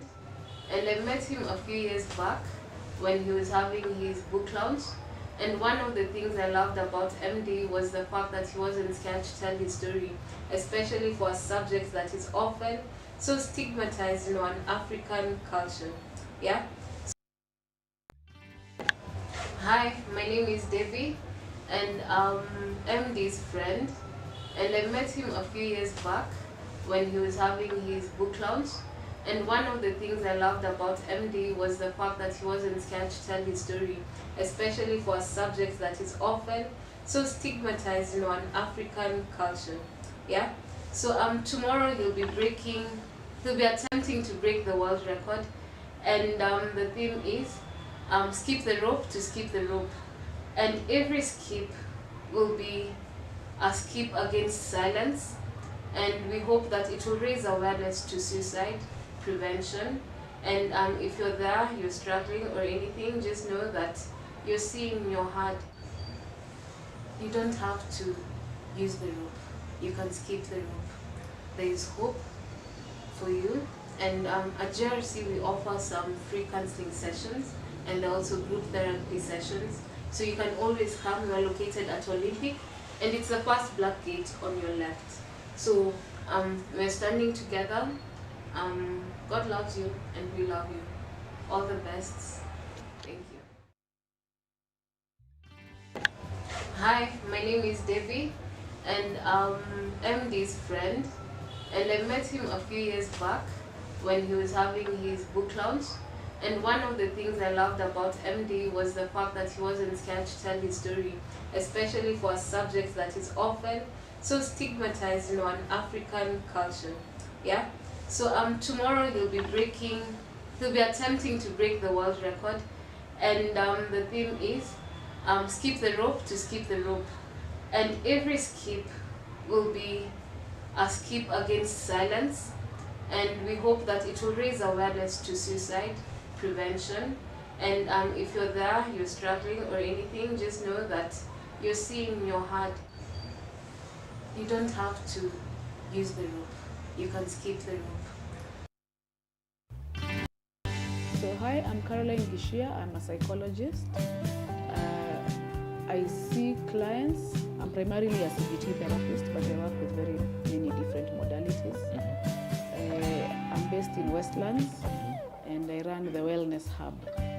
Then we also run a foundation called the So hi, I'm Caroline Gishia. I'm a psychologist. I see clients. I'm primarily a CBT therapist, but I work with very many different modalities.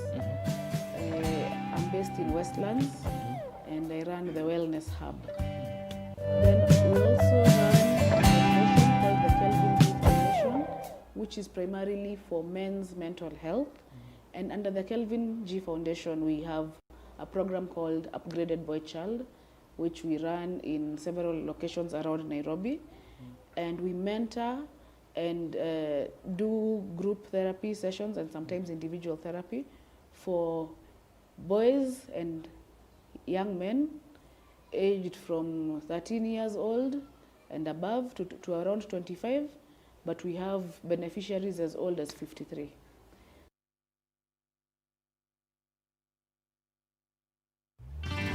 So hi, I'm Caroline Gishia. I'm a psychologist.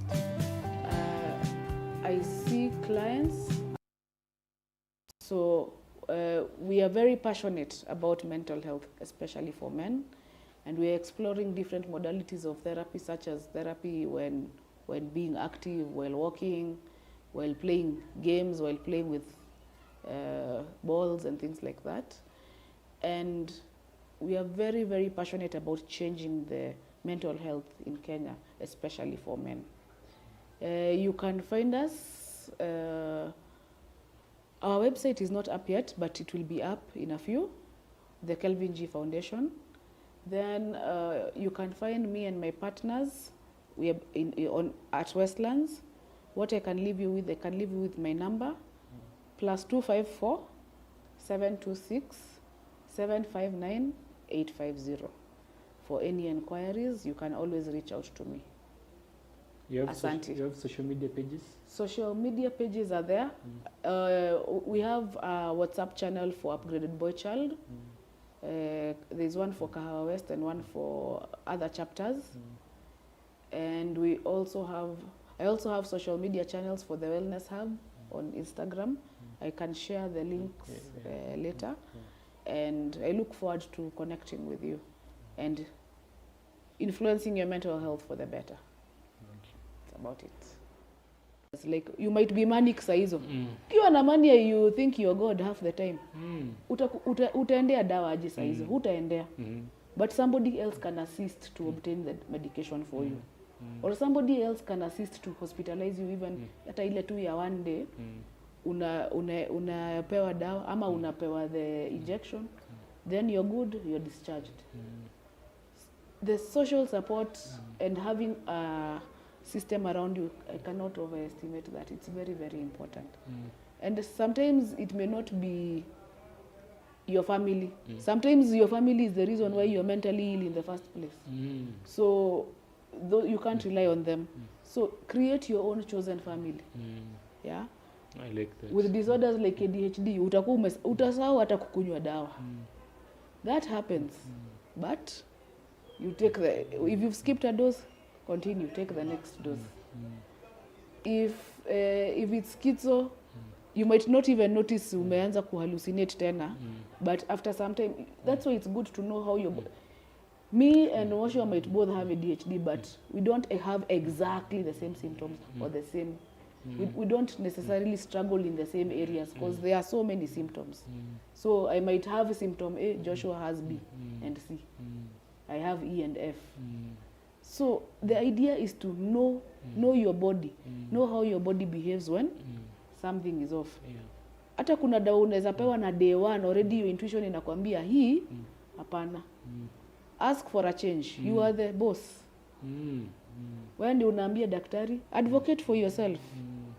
If you find yourself, you had an episode, sana ni mania is what gets people hospitalized a lot. Depression also sometimes gets people hospitalized, especially if you get to a point where you have a suicide attempt. If you find yourself hospitalized, there are things to do. You can even prepare for hospitalization. Like there are some you can feel in your body. This one is a big one. Going to Ushago for 3 days won't sort me out. You can check yourself into hospital. And when you do the checking in yourself, haungojei mpaka umefika point your brain has gotten damaged and you'll need more interventions, more medication, more therapy to counteract it. If you can get ahead of it, ni kama umeona tsunami inakuja and you know it is going to break on the shore, but wewe umehamisha nyumba yako, you've made sure your family is safe, you're going to be okay. It's easier to deal with the aftermath. Not we wait until the whole episode has come through. By the end of the episode, you've lost all your money, you've sold your properties, you've lost your wife, your husband has left, your kids are not even in school, they're out of school, hawajakula 3 days. Like, don't wait for that to happen. Get a handle on it before. You can call somebody you trust to watch your kids. You can make sure somebody you trust maybe gets you to hospital. You can advocate for yourself beforehand. Because some of the things you do when you're not yourself, even when you have an episode where now the schizophrenia has gotten very, so you're not exactly yourself. So you're not able to even make decisions at that point. So make your decisions before. Have them written with people you trust and who can also advocate for your care. So that if you find yourself in a hospital, you can ensure, you can now be in a position where somebody will tell even the doctors, no, this one does not take this drug. Huyu akunywangia amitriptyline anakunywanga hii. Huyu hii inampatia a skin rash reaction. Because again, drugs have reaction, medication has reactions, but you want to be as well treated as possible and with as little side effects. Because me and you can take the same medication, but I cannot tolerate it at all. But for you, it is perfect. It's given you your life. The same case even with cologne and all that. Yes. Unakuta cologne kwa huyu itanukia tofauti. The same cologne. Kwa huyu mwingine itanukia tofauti na it's the same. Kabisa. Speaking of side effects, unakuta some of the medication, the side effects of the medication, unfortunately, ni suicidal ideation. Yes. So ikifika hiyo level, what happens sasa? Okay, notice you go back to your doctor and una make sure akubadilishie. Because watch hata, it's not only hii psychoactive medication inaweza kuwa na hiyo side effect. Hata drugs za vitu zingine unaweza kuwa una treat kidney disease. Ama una treat okay, I talk about blood pressure a lot because it's very avoidable. Blood pressure, diabetes. Even you might be on a drug that's supposed to treat obesity. Lakini hiyo drug venye ina interact na mwili yako, it now you start having ideations or you have what we call obsessive thoughts. Yeah. So you should immediately go back to your doctor, have it changed. And the doctor can advise you, stop it right now. Ama atakuadvise, don't stop. Take a quarter, mix it with this other drug. Hivyo, mpaka you get off it. Acha nionekane nimekuwa a good student. So hizo drugs zina affect your neurotransmitters. Yes. So that's the word to use. Alafu sasa kidogo ndio unakuta unakuwa hiyo suicidal ideation. Yeah, that's exactly how it happens. So when you are speaking, kwa hiyo medication, like when umesema when you see a tsunami coming, you prepare, you move your house. I think inafaa ifike level ya being self-aware. Yes. And kidogo, I think as we grow older, kidogo age pia inasaidia kidogo. Like it depends. When you are, the more una mature, the more unakuwa a bit more self-aware. Oh, yeah, age helps with self-awareness sometimes. Yeah, but you know, growing old is mandatory. Growing up is optional. Yeah, sure. There are times nimefika kwa life yangu na feel hizi tu vitu ulisema and they seem simple but they're not easy. Na feel nikiendelea hivi bila kulala on Wednesday, it's on a Monday, but hiyo weekend nini sijalapo, nikiendelea hivi on Wednesday I will be irritable. Yes. Unaona? Ama nisipokula by June I know I'll be irritable and maybe I'm going for a meeting or something. So let me share a small personal story real fast. So at the recording of this, I'm living at the office that I for the company I work with. So nilihamisha tu vitoto wangu, nimekuwa hapo. So the place that we used to live last year, the place that I lived for 4 years, we were evicted by the county government in conjunction with Guinness. We lost vitu, then kidogo we... Wapikatani? Woodley. Woodley. So we lost vitu, then me and a neighbor of mine, who is now like a friend, a brother, tukashikana tukarent kanyumba kengine place pamoja. So tunaishi wawili. And I'm one person who loves my own privacy. But though I like that for mental health, try to live with people. Yeah, sure. Yeah. So ikafika place sasa venye niliingia kwa organization na work nayo kidogo nikajificha, so nakanga kwa office hata it's not known, watajua wakiona hii video. But I still used to pay ile how. Yeah. Then I lost most of my things. Me hata saizi this is part of my richness, like suitcase na peace of mind and a healthy body do my richness for now. So you're wealthier than most people. Yeah, and I feel so wealthy. Yeah, so I've been paying that house. Kwanza I've been paying it on time. That's what says that I'm making that I'm getting much money, but I pay it every month. At one point I was like, ama wacha niache kulipa. But this is what happened. See, I turned the office into my home. So sometimes during the day I feel I need to take a nap, but I can't. So I have to wait watu watoke kwa ofisi. There was even a day niliambia watu tutoke. Nikajifanya natoka, ndio tukatoka, nikarudi afu after it was not 5 yet, nikalala kidogo. So when I was this whole thing for preparing this whole thing, like the even the physical preparation, it takes a physical toll on you, a mental toll on you. Then you're in the group, you're speakers, so you are dealing with so many people.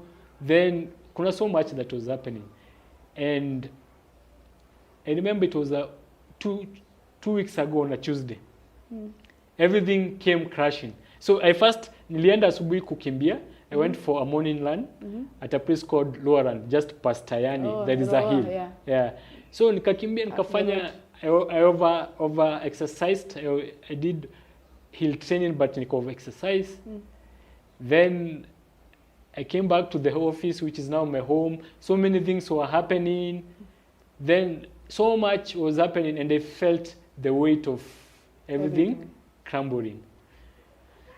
So place niko naishi, I remember tapping. Juu hata bed yangu time nilikuwa tunavictiwa, mtu alichukua ile part ya mbele akaenda nayo, and I had to sell the other part. So nilitap to mattress. Nikajiambiaje, sitarudi hapa until I do this and this and this. So it's a promise I made to myself, and I decided to keep it. So for many months I've not been sleeping there. But so on this, hutarudi hapo until you do what? Like that's certain things I mentioned I need to do.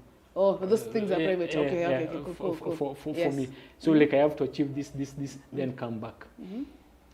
So on this Tuesday when everything was crashing, I didn't care what time it was. It was around midday. I didn't care ati sijui boss nini. Nilijiexcuse hata siko na nguvu. Niliambia tu a colleague, let me nini. I went to sleep on this Tuesday. I went to sleep hiyo Tuesday. Nikalala from saa saba na nusu. Nikapinduka hivi, it was 6 p.m. And I woke up feeling energized, feeling like I have a new lease of life.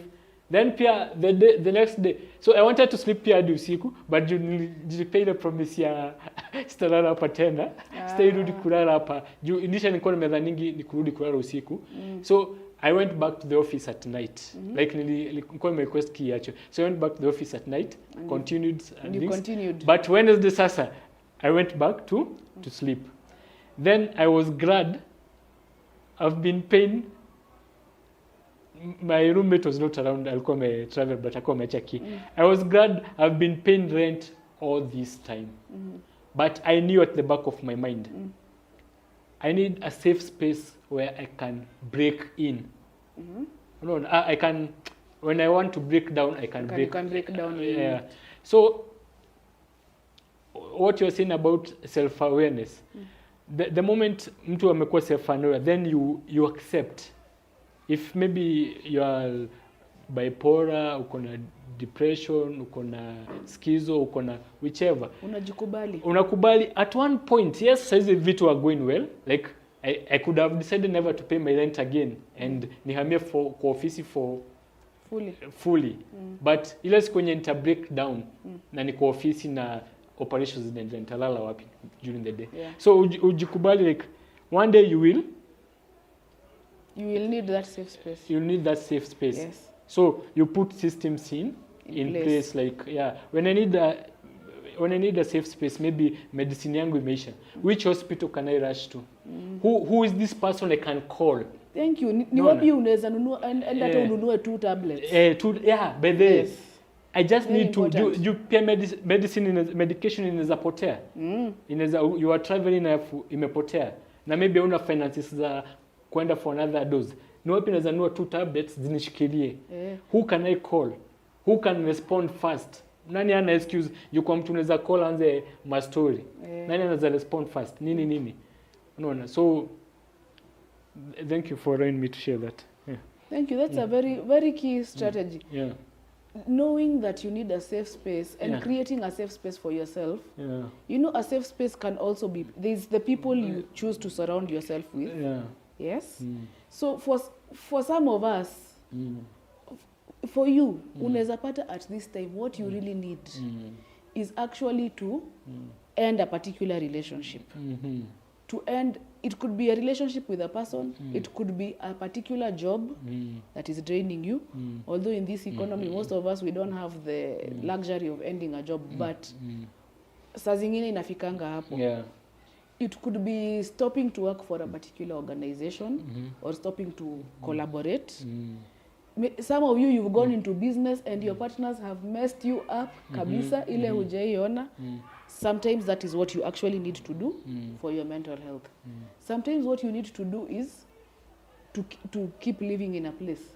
Sometimes what you need to do is to move out of that place and have sometimes what you need to do is to live with a person. And sometimes what you need maybe to live alone. Yeah, live alone. Although generally I'll always advocate find people or someone you can live with. Yeah. Especially if you have a serious mental health condition. Even if it's depression, by the way, is one of the serious ones. Depression, bipolar, try have somebody. Schizophrenia, kwanza having somebody you live with is very useful. Because you can easily ask them, is that dog there or not there? They can tell you so that you piece together what your brain is telling you and reality. It's very socially supportive. And again, you choose the person or the people you live with, people who are safe and supportive for you. If you don't have that, it is better to live alone. Sometimes it's setting boundaries. Maybe you are married and your in-laws are always in your business. Or your in-laws are draining you. Maybe kutoka the day you married, you're always sending money to her family. Umedevelop huko, umesahau kwenyu. And then, you know, there are those situations where it becomes almost, let's call it draining. Not necessarily abusive, draining. Maybe that's the boundary you need to set. Because a lot of times, what makes mental health illnesses worse, or what can even trigger them, is the problems we refuse to face. Uko na vitu za kufanya, but you're not addressing them. So that's really, really important. Yeah. When you're talking about sometimes you have to leave a job or sometimes... Or a place. Something came to me. Sometimes, now this is for university students and college students. Sometimes you have to defer a semester. Correct. Although now sasa, hapa ndio kizungumkuti ina happen. Inakuja. Like someone is like, I want to graduate by next year. But you're in the middle of all this and I feel, if I continue this same, things will go haywire. but you want to graduate nini, but you can always come back to school later. It's the, but and if you promise yourself you're deferring one semester, you defer one. You keep that promise to yourself. There are hard decisions, but sometimes they have to be made. They have to be made. Yes. It's hard sometimes to defer that semester because we are having cases of each year, especially graduation karibia, utasikia cases of university students taking their lives. Yes. Sindio? So which is better? Ukae university, but ukufia university. There's no need. Ukae kwa relationship, ukufia hapo. Ukae in a particular organization, sijui, because nowadays we associate ourselves na so and so this organization, ukufia hapo. You drive a particular model of car, you maintain a certain lifestyle, live in a certain neighborhood, but ukufe, which is better ati maybe lifestyle ya mtu ilikuwa ya Lavington, but things changed. As they afford Lavington, can they move to Lower? But you've refused to accept. Yeah, they moved to Lower Lavington, Kawangware. So which is better? Marehemu alikufia Lavington, ama you are just to Kawangware. That's the thing. You've hit the nail on the head. Kujijua na kujikubali. Yeah. Then there's something else I wanted to mention about relationships, managing relationships. Sure. Kitu moja with when you have a mental illness, even by the time you get diagnosed, or even, as Ed said, most of you have not been diagnosed yet. Most of us. So, by the time you get there, even by the time you understand yourself, umekosea watu wengi, you have done wrong to, you've wronged so many people. And learning to swallow your pride and put your ego aside. And apologize and own up to mistakes and actually show up to correct them. That is one of the key life skills you can develop. Because one of the things that really kills people is that pride, that ego. Juu kozile za watu watasema nini? You find yourself getting more and more stressed. Stress, again, it changes your brain. And it makes mental illness worse. That's something that's really not worth it. Manage your relationships. Learn to apologize. Learn to communicate. Can I interject? If you need, learn to not be right all the time. So speaking of pride, even I've written somewhere kwa book yangu about pride, venye pride inafanya watu, they take their lives. I remember I shared with you my story of camera. Nikakwambia how I dared God. Yes. Like when I jump, kwa hiyo dam. Catch me. So I was like, I want to meet with God himself. But God, sasa God kimomba sisi wote tuna expect to meet. Atakuwa in how many places. So God, before I reached, I met with an old friend, friend wa kitambo, and we really talked.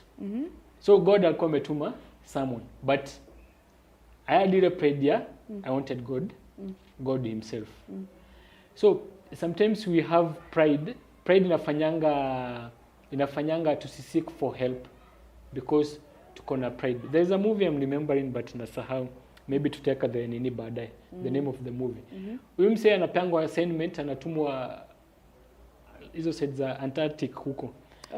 Alafu venye tu ana land hivi. Anakuanga realize ana make mistake, but analeza ame make mistake, but akona pride hizi ambia pilot hapana turudi na wewe, because the organization ilikuwa imempay assignment na alikuwa amesema lazima ajiprove, but ameleleza ame make mistake. So pride inafanyanga we don't accept that hapa nikiendelea hivi it will nini. Yeah, that's true. Yeah. So a key life skill is accepting imperfection. Yeah. Knowing you're not perfect. I used to have a lecturer who used to keep telling us, shout out to Dr. Stella, you are not Jesus. Yes. You're not supposed to sacrifice yourself for everyone. You can't save everyone. True. No. Accept your limitations. Know that you're imperfect. Know that you will be unique. And know that nobody actually has it all together. People just seem like they have it all together, but they don't. So as you manage your relationships, think about that. Skill ingine muhimu ni kitu tunaitanga emotional regulation. That's why I advocate for therapy. Because therapy helps to teach you emotional regulation. Emotional regulation ni ile you are able to sit and feel your emotions and process them without getting overwhelmed. So the point of kujiregulate, and you see these other things help us with emotional regulation. Exercise, social support, listening to music, something you enjoy, good food, things like those. The thing with it is you can take your emotion as a messenger. See, you don't have to become it. Because I'm feeling shame. Shame is one big thing we talk about in therapy. Just because I'm feeling shame doesn't mean I am a failure or I am shame. I don't get lost in that shame. I ask myself, this shame, what is it trying to teach me? Is it perhaps trying to show me my limitations? Inaniambia nini? If I feel fear, what is it telling me? Is it telling me red light, stop? Is it telling me orange light, wait? Is it telling me go, but proceed with caution? So just learning to integrate our emotions and accept them. Hiyo ni one of the key things we can learn as human beings. Yeah. Then kitu ya mwisho nilikuwa nataka kuongelelea ni spirituality. If you will allow me. Yeah, sure. So spirituality is something that we have as human beings, all of us. Even, and I'm not talking about religion here, even if you're an atheist, there's a spiritual side of you that wants to connect with what is beyond. Yeah. So what I would say, when it comes to managing mental illnesses, pick a spiritual practice, pick spiritual practices. For somebody, one person, a spiritual practice is feeding children here in Kibra. For somebody else, a spiritual practice is walking, meditative walking. There are even those monks who do those meditative walks. Yeah. For somebody else, a spiritual practice is hiking. For somebody else, a spiritual practice is prayer. For somebody else, a spiritual practice is praying now in the community. Unaenda pale kwa mosque, you have the community prayers. Or you church, temple, wherever you worship. Those are all spiritual practices. Meditation, mindfulness, sitting down and just observing a flower. And just thinking about it. Sitting down and just observing that is a cliff or a mountain. Spirituality is something that is usually very protective when it comes to mental health. It's useful. It's like there's expression in it, there's healing even to some extent. Yeah. Now the caveat is on the other end, there could, of course, there are extremes in everything. So there is also religiosity. And one of the relationships you might need to end, as we had talked about before, maybe your relationship with your particular religion or your particular church. Move. Directly face it, move to the next chapter. Go where there is that support, there is that peace, there is that safety of you can break down there. Yeah. I think that was my parting shot. I like how you have ended that religiosity, because you find now when people in these scenarios, they desperately need hope, tangible hope. And sometimes that's where cults come in. Yes. And also these people who are leaders of cult, like they are good in offering tangible hope. They prey on. And now they manipulate these people, and you find maybe we have now these cases of people, the Shakahora massacre and all that, because this person desperately needed hope. Then they are manipulated. Yes, now that is very detrimental to mental health. Yeah. Yes. But spirituality? Yeah. Spirituality is really, really useful. Yeah. Yeah. So I think that's it for me. Tumefika sa promotion. Before tuingie, okay. Physical health is also taken care of. And this is important through diet, exercise, kunywa maji, hydration, whether it is, what else, medication that you need also for that physical health, whether it is herbs that you need, whatever route it is that you take care of your physical health as well.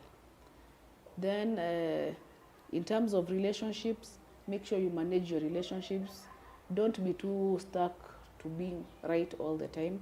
It is okay to be right and still apologize. Then I think I would say finally, take care of your spiritual health as well, your spirituality. Focus on it as well, mind it. I think there's other things I may not have mentioned before, but spirituality, financial health, if you have medication, try to make sure your finances are catered for so that you're able to take care of the rest of yourself. Try to make sure you have a spiritual practice that you engage in, even if it's every 2 weeks, yeah, that keeps you close to the divine or to whoever is beyond us, keeps you close to God. Very important, whether you are an atheist or not. Then also, I think what I can tell you is survive today. Nothing is permanent. Tomorrow can always change. Sure. You have the power to change. True. You have the power to end the life you're living and actually start living a different life. Ending the life you're living doesn't mean you have to end yourself. Sure. Yes. I think that's my parting shot. That's perfect.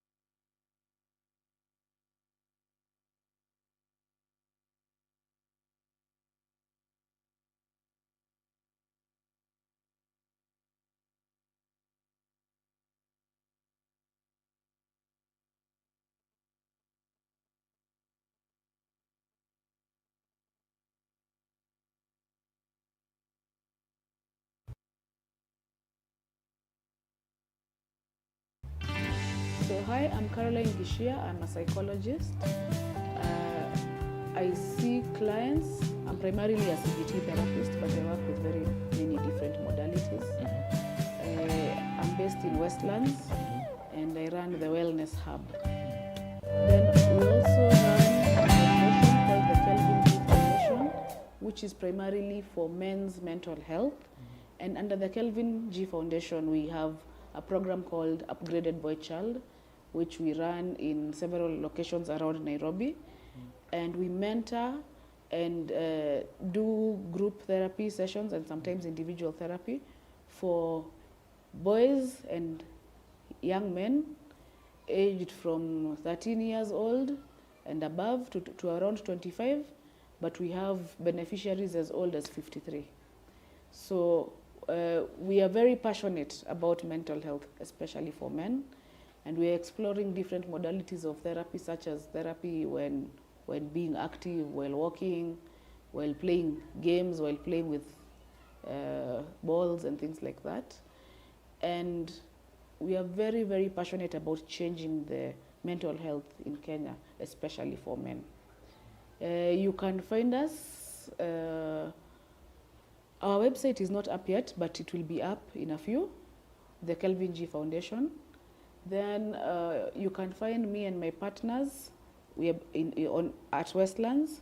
What I can leave you with, I can leave you with my number, +254 726 759 850. For any inquiries, you can always reach out to me. You have social media pages? Social media pages are there. We have a WhatsApp channel for Upgraded Boy Child. There's one for Kahawa West and one for other chapters. And we also have, I also have social media channels for the Wellness Hub on Instagram. I can share the links later. And I look forward to connecting with you and influencing your mental health for the better. That's about it. It's like you might be manic saizo. Ukiwa na mania, you think you're God half the time. Utaendea dawa aje saizo, hutaendea. But somebody else can assist to obtain the medication for you. Or somebody else can assist to hospitalize you even hata ile tu ya one day. Unapewa dawa ama unapewa the injection, then you're good, you're discharged. The social support and having a system around you, I cannot overestimate that. It's very, very important. And sometimes it may not be your family. Sometimes your family is the reason why you're mentally ill in the first place. So you can't rely on them. So create your own chosen family. Yeah. I like that. With disorders like ADHD, utasahau hata kukunywa dawa. That happens. But you take if you've skipped a dose, continue, take the next dose. If it's schizo, you might not even notice umeanza kuhallucinate tena. But after some time, that's why it's good to know how me and Moshua might both have ADHD, but we don't have exactly the same symptoms or the same. We don't necessarily struggle in the same areas because there are so many symptoms. So I might have symptom A, Joshua has B and C. I have E and F. So the idea is to know your body, know how your body behaves when something is off. Hata kuna dawa unaweza pewa na day one, already your intuition inakwambia hii hapana. Ask for a change. You are the boss. Wewe ndio unaambia daktari, advocate for yourself. If you find yourself, you had an episode, sana ni mania is what gets people hospitalized a lot. Depression also sometimes gets people hospitalized, especially if you get to a point where you have a suicide attempt. If you find yourself hospitalized, there are things to do. You can even prepare for hospitalization.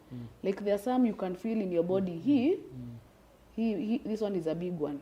Going to Ushago for 3 days won't sort me out. You can check yourself into hospital. And when you do the checking in yourself, haungojei mpaka umefika point your brain has gotten damaged and you'll need more interventions, more medication, more therapy to counteract it. If you can get ahead of it, ni kama umeona tsunami inakuja and you know it is going to break on the shore. But wewe umehamisha nyumba yako. You've made sure your family is safe. You're going to be okay. It's easier to deal with the aftermath. Not we wait until the whole episode has come through. By the end of the episode, you've lost all your money, you've sold your properties, you've lost your wife, your husband has left, your kids are not even in school, they're out of school, hawajakula 3 days. Like, don't wait for that to happen. Get a handle on it before. You can call somebody you trust to watch your kids. You can make sure somebody you trust maybe gets you to hospital. You can advocate for yourself beforehand. Because some of the things you do when you're not yourself, even when you have an episode where now the schizophrenia has gotten very, so you're not exactly yourself. So you're not able to even make decisions at that point. So make your decisions before. Have them written with people you trust and who can also advocate for your care. So that if you find yourself in a hospital, you can ensure, you can now be in a position where somebody will tell even the doctors, no, this one does not take this drug. Huyu akunywangi amitriptyline anakunywanga hii. Huyu hii inampatia a skin rash reaction. Because again, drugs have reaction, medication has reactions, but you want to be as well treated as possible and with as little side effects. Because me and you can take the same medication, but I cannot tolerate it at all. But for you, it is perfect. It's given you your life. The same case even with cologne and all that. Yes. Unakuta cologne kwa huyu itanukia tofauti. The same cologne. Kwa huyu mwingine itanukia tofauti na it's the same. Kabisa. Speaking of side effects, unakuta some of the medication, the side effects of the medication, unfortunately ni suicidal ideation. Yes. So ikifika hiyo level, what happens sasa? Okay, notice you go back to your doctor and una make sure akubadilishie. Because it's not only hii psychoactive medication inaweza kuwa na hiyo side effect. Hata drugs za vitu zingine unaweza kuwa una treat kidney disease. Ama una treat okay, I talk about blood pressure a lot because it's very avoidable. Blood pressure, diabetes. Even you might be on a drug that's supposed to treat obesity. Lakini hiyo drug venye ina interact na mwili yako, it now you start having ideations or you have what we call obsessive thoughts. So you should immediately go back to your doctor, have it changed. And the doctor can advise you, stop it right now. Ama atakuadvise, don't stop, take a quarter, mix it with this other drug. Hivyo, mpaka you get off it. Acha nionekane nimekuwa a good student. So hizo drugs zina affect your neurotransmitters. Yes. So that's the word to use. Alafu sasa kidogo ndio unakuta kuna hiyo suicidal ideation. Yeah, that's exactly how how it happens. So when you are speaking, kwa hiyo medication, like when umesema when you see a tsunami coming, you prepare, you move your house. I think inafaa ifike level ya being self-aware. Yes. And kidogo I think as we grow older, kidogo age pia inasaidia kidogo. Like it depends. When you are the more una mature, the more unakuwa a bit more self-aware. Oh, yeah, age helps with self-awareness sometimes. But you know, growing old is mandatory. Growing up is optional. Yeah, sure. There are times nimefika kwa life yangu na feel hizi tu vitu ulisema and they seem simple but they're not easy. Na feel nikiendelea hivi bila kulala on Wednesday, it's on a Monday. But hiyo weekend nini sijalapo. Nikiendelea hivi on Wednesday I will be irritable. Yes. Unaona? Ama nisipokula by June I know I'll be irritable and maybe I'm going for a meeting or something. So let me share a small personal story real fast. So at the recording of this, I'm living at the office that for the company I work with. So nilihamisha tu vitoto wangu nimekuwa hapo. So the place that we used to live last year, the place that I lived for 4 years, we were evicted by the county government in conjunction with goons. We lost vitu, then kidogo we Wapikatani. Woodley. Oh, Woodley. Yeah. So we was close to me too. Then me and a neighbor of mine who is now like a friend, a brother, tukashikana tukarent kanyumba kengine place pamoja. So tunaishi wawili. And I'm one person who loves my own privacy. But though I like that for mental health, try to live with people. Yeah, sure. Yeah. So ikafika place sasa venye niliingia kwa organization na work nayo kidogo nikajificha so nakanga kwa office hata it's not known watajua wakiona hii video. But I still used to pay ile how. Yeah. Then I lost most of my things. Me hata saizi this is part of my richness, like suitcase na peace of mind and a healthy body do my richness for now. So you're wealthier than most people. Yeah, and I feel so wealthy. Yeah, so I've been paying that house. Kwanza I've been paying it on time. That's what it says that I'm making at I'm getting much money, but I pay it every month. At one point I was like, wacha niache kulipa. But this is what happened. See, I turned the office into my home. So sometimes during the day I feel I need to take a nap, but I can't. So I have to wait watu watoke kwa ofisi. There was even a day niliambia watu tutoke. Nikajifanya natoka ndio tukatoka nikarudi afu after it was not 5 yet nikalala kidogo. So when I was this whole thing for preparing this whole thing, like the even the physical preparation, it takes a physical toll on you, a mental toll on you. Then you're in the group, you're speakers, so you are dealing with so many people.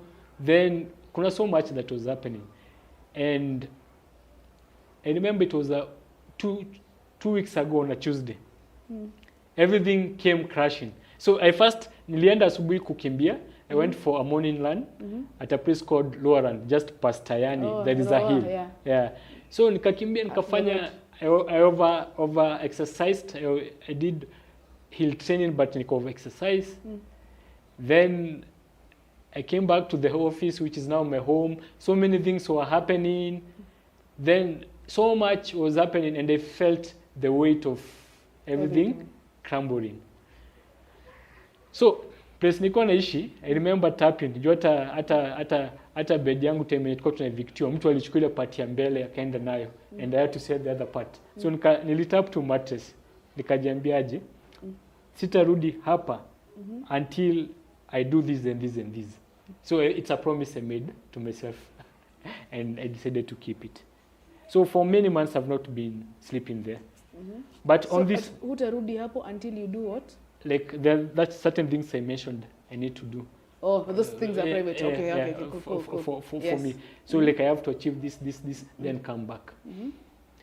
So on this Tuesday when everything was crashing, I didn't care what time it was. It was around midday. I didn't care ati sijui boss nini. Nilijiexcuse hata siko na nguvu. Niliambia to a colleague, let me nini.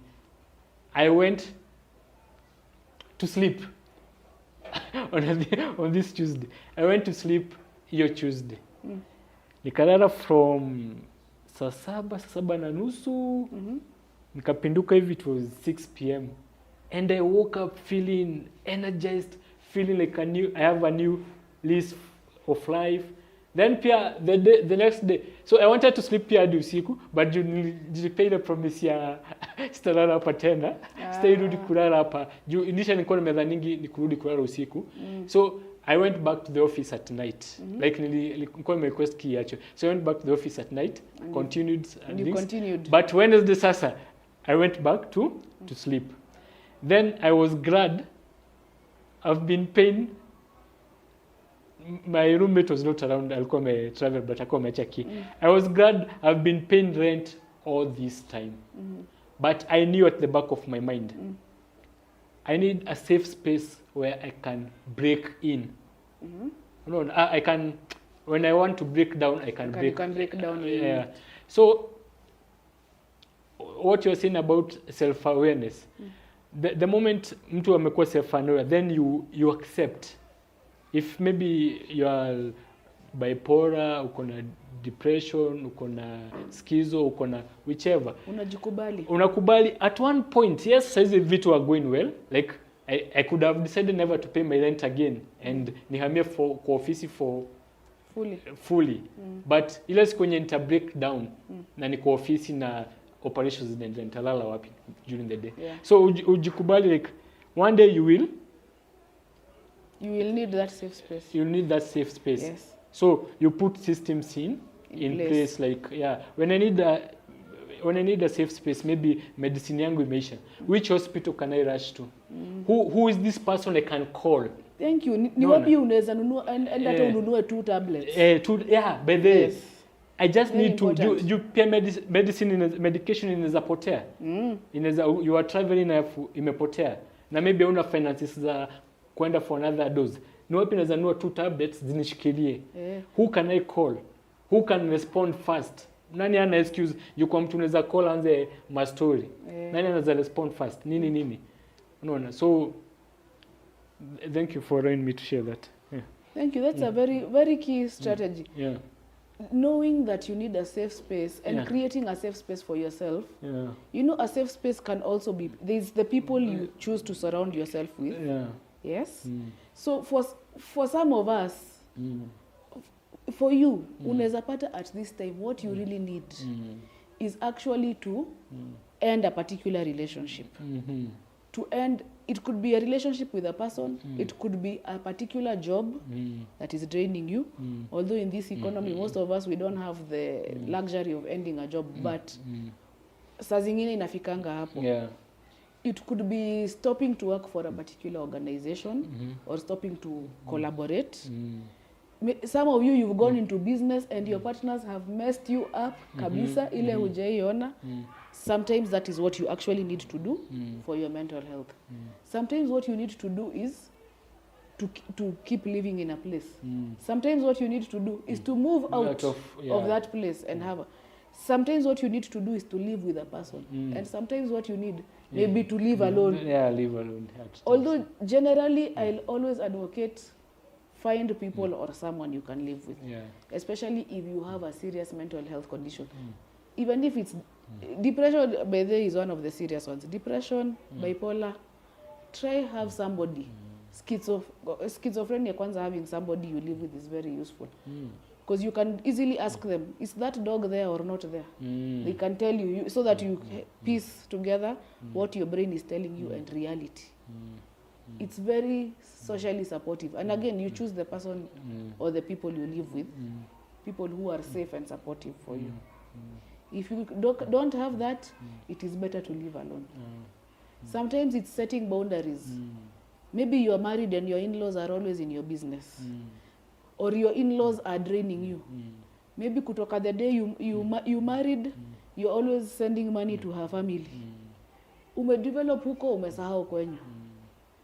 And then, you know, there are those situations where it becomes almost, let's call it draining. Not necessarily abusive, draining. Maybe that's the boundary you need to set. Because a lot of times, what makes mental health illnesses worse, or what can even trigger them, is the problems we refuse to face. Uko na vitu za kufanya, but you're not addressing them. So that's really, really important. Yeah. When you're talking about sometimes you have to leave a job or sometimes or a place. Something came to me. Sometimes, now this is for university students and college students. Sometimes you have to defer a semester. Correct. Although now sasa hapa ndio kizungumkuti ina happen. Inakuja. Like someone is like, I want to graduate by next year. But you're in the middle of all this and I feel, if I continue this same, things will go haywire. But you want to graduate nini. But you can always come back to school later. It's but and if you promise decisions. yourself you're deferring one semester, you defer one. Yeah. You keep that promise to yourself. Yeah, they're hard decisions, but sometimes They have to be made. They have to be made. Yes. Yeah, it's hard sometimes to defer that semester because we are having cases of each year, especially graduation karibia, utasikia cases of university students taking their Suicide, lives. yes. Sindio? So which is better? Ukae university, but ukufia university. There's no need. Ukae kwa relationship, ukufia hapo. Ukae in a particular organization, sijui, because nowadays we associate ourselves na so and so this organization, ukufia hapo. You drive a particular model of car, you maintain a certain lifestyle, live in a certain neighborhood, but ukufe, which is better ati maybe lifestyle ya mtu ilikuwa ya Lavington, but things changed. Haizi afford Lavington. Can they move to Lower? But you've refused to accept. Yeah, they moved to Lower Lavington, Kawangware. So, which is better? Marehemu alikufia Lavington, ama you are just to Kawangware. That's the thing. Yeah. You've hit the nail on the head. Kujijua na kujikubali. Yeah. Then there's something else I wanted to mention about relationships, managing relationships. Sure.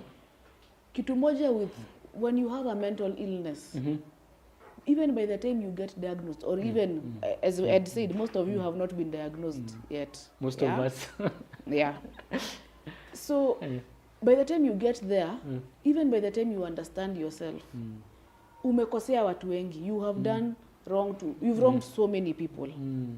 And learning to swallow your pride and put your ego aside and apologize and own up to mistakes and actually show up to correct them. That is one of the key life skills you can develop. Because one of the things that really kills people is that pride, that ego. Juu kwa zile za watu watasema nini? You find yourself getting more and more stressed. Stress, again, it changes your brain and it makes mental illness worse.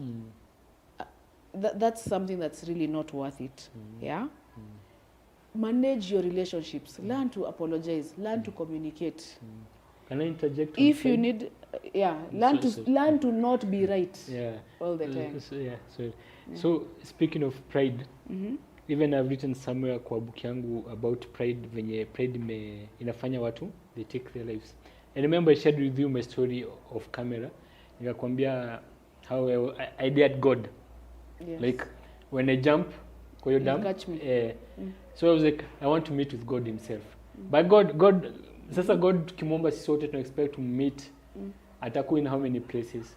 So God, before I reached, I met with an old friend, friend wa kitambo, and we really talked. So God alikuwa ametuma someone, but I had a prayer. I wanted God himself. So sometimes we have pride. Pride inafanyanga to seek for help because tuko na pride. There's a movie I'm remembering but nasahau. Maybe tuteka the nini baadaye. The name of the movie. Huyu msee anapangwa assignment, anatumwa hizo side za Antarctic huko. Alafu venye tu ana land hivi anakonga realize ana make mistake but ana realize ame make mistake but akona pride hizi ambia pilot hapana turudi na wewe because the organization ilikuwa imempay assignment na alikuwa amesema lazima ajiprove but ameeleza make mistake. So pride inafanyanga we don't accept that hapa nikiendelea hivi it will nini. Yeah, that's true. Yeah. So a key life skill is accepting imperfection. Yeah. Knowing you're not perfect. I used to have a lecturer who used to keep telling us, shout out to Dr. Stella, you are not Jesus. Yes. You're not supposed to sacrifice yourself for everyone. You can't save everyone. True. No. Accept your limitations. Know that you're imperfect. Know that you will be unique. And know that nobody actually has it all together. People just seem like they have it all together, but they don't. So as you manage your relationships, think about that. skill ingine muhimu ni kitu tunaitanga emotional regulation. That's why I advocate for therapy. Because therapy helps to teach you emotional regulation. Emotional regulation ni ile you are able to sit and feel your emotions and process them without getting overwhelmed. So the point of kujiregulate, and you see these other things help us with emotional regulation, exercise, social support, listening to music, something you enjoy, good food, things like those. The thing with it is you can take your emotion as a messenger. See, you don't have to become it. Because I'm feeling shame. Shame is one big thing we talk about in therapy. Just because I'm feeling shame doesn't mean I am a failure or I am shame. I don't get lost in that shame. I ask myself, this shame, what is it trying to teach me? Is it perhaps trying to show me my limitations? Inaniambia nini? If I feel fear, what is it telling me? Is it telling me red light, stop? Is it telling me orange light, wait? Is it telling me go, but proceed with caution? So just learning to integrate our emotions and accept them. Hiyo ni one of the key things we can learn as human beings. Yeah. Then kitu ya mwisho nilikuwa nataka kuongelelea ni spirituality. If you will allow me. Yeah, sure. So spirituality is something that we have as human beings, all of us. Even, and I'm not talking about religion here, even if you're an atheist, there's a spiritual side of you that wants to connect with what is beyond. Yeah. So what I would say, when it comes to managing mental illnesses, pick a spiritual practice, pick spiritual practices. For somebody, one person, a spiritual practice is feeding children here in Kibra. For somebody else, a spiritual practice is walking, meditative walking. There are even those monks who do those meditative walks. Yeah. For somebody else, a spiritual practice is hiking. For somebody else, a spiritual practice is prayer. For somebody else, a spiritual practice is praying now in the community. Unaenda pale kwa mosque, you have the community prayers. Or you church, temple, wherever you worship. Those are all spiritual practices. Meditation, mindfulness, sitting down and just observing a flower. And just thinking about it. Sitting down and just observing that is a cliff or a mountain. Spirituality is something that is usually very protective when it comes to mental health. It's useful. It's like there's expression in it, there's healing even to some extent. Yeah. Now the caveat is on the other end, there could, of course, there are extremes in everything. So there is also religiosity.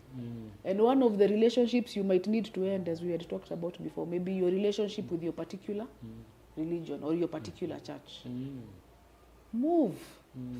Directly face it, move to the next chapter. Go where there is that support, there is that peace, there is that safety of you can break down there. Yeah.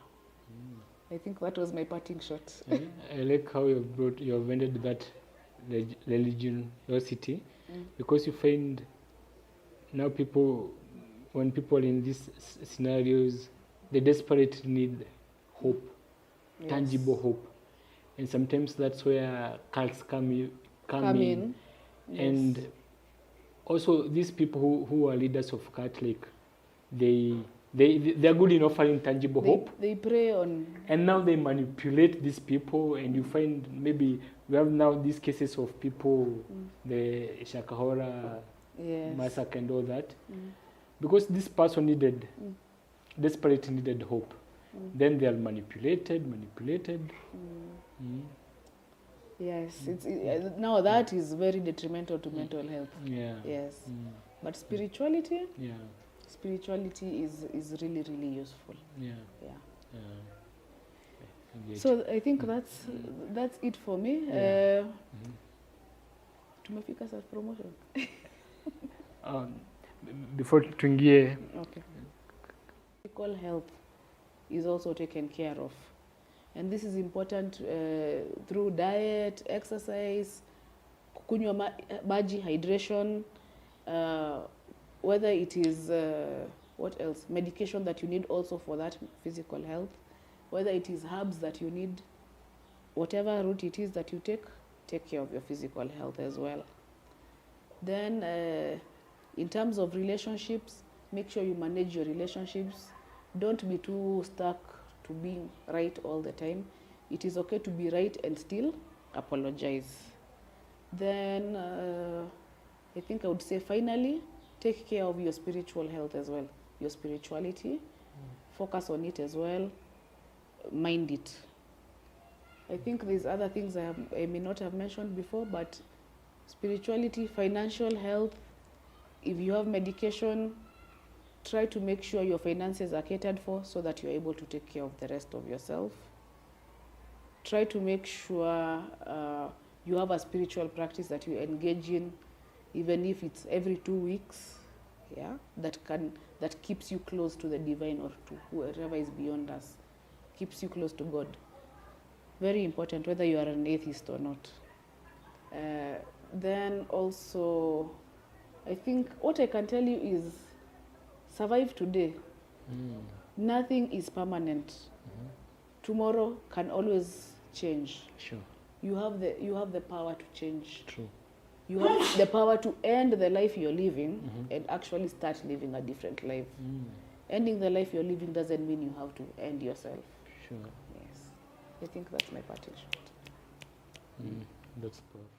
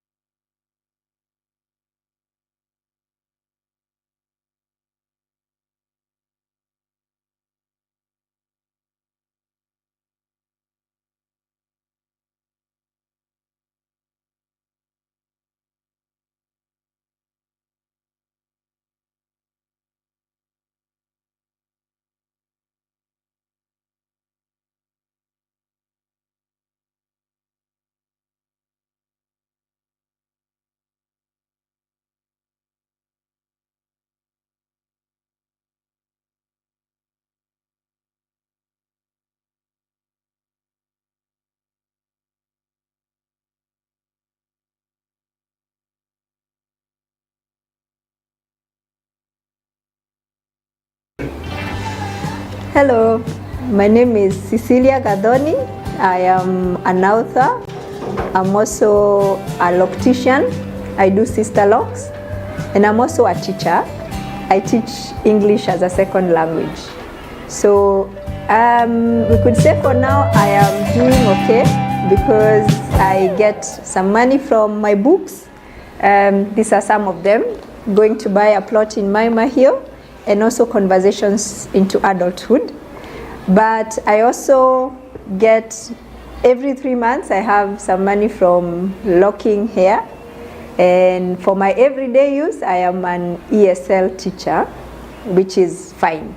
But it wasn't always the same, because 6 years ago, there is a time my friend was paying my rent, and she did that for, I think, 4 months. Life wasn't great. And just to go back a bit, I'm going to talk about the frustrations of life and how to cope with them, how not to give up. I've had many frustrations in life, but I've learned to cope. I've learned to deal with them. And if I was to go back to one of the things that really frustrated me was immediately after high school. So my background was I was a bright student. And my family expected that after high school I would go straight to Nairobi University or Kenyatta University. But I got a B, which was a B on the wrong side. So I was on the cut line. So the first disappointment came when I couldn't get a direct admission to university. My family was not amused. But to help myself, I started a business. I started selling samosa. And I wasn't getting any profit. I was just going around the estate selling samosa. And then I got a job as a promoter in a supermarket. They pay you 200 per day. And I did that for a few months and it didn't work out. So I decided I'm going to walk around Nairobi, dropping my CV everywhere. I finally got a job as a receptionist in Isli, in a company that was providing internet, and they were paying me 4K, which would end up would all end up by the end of the month because of transport. So I got another contract with a newspaper. I just walked into a newspaper office and I told them I can write stories every week. So they gave me a column. So I was doing a column. I was doing the receptionist work, and then I decided to pay for journalism classes. I was doing journalism classes, I think it was like 3 nights a week, and life wasn't very great. So during that time, I decided to look for my father. My mother was a single parent, and when life got hard, I was like, hey, I need to find this dude, where is he? And when I searched without giving anyone an idea that I was looking for him, I finally found his family name and I emailed him. I knew he was not in the country, so I emailed him, and the response was terrible. He didn't want anything to do with me. In fact, he said what happened between me and his mother, and my mother was just 2 people that couldn't keep their hands off each other, and he wasn't interested.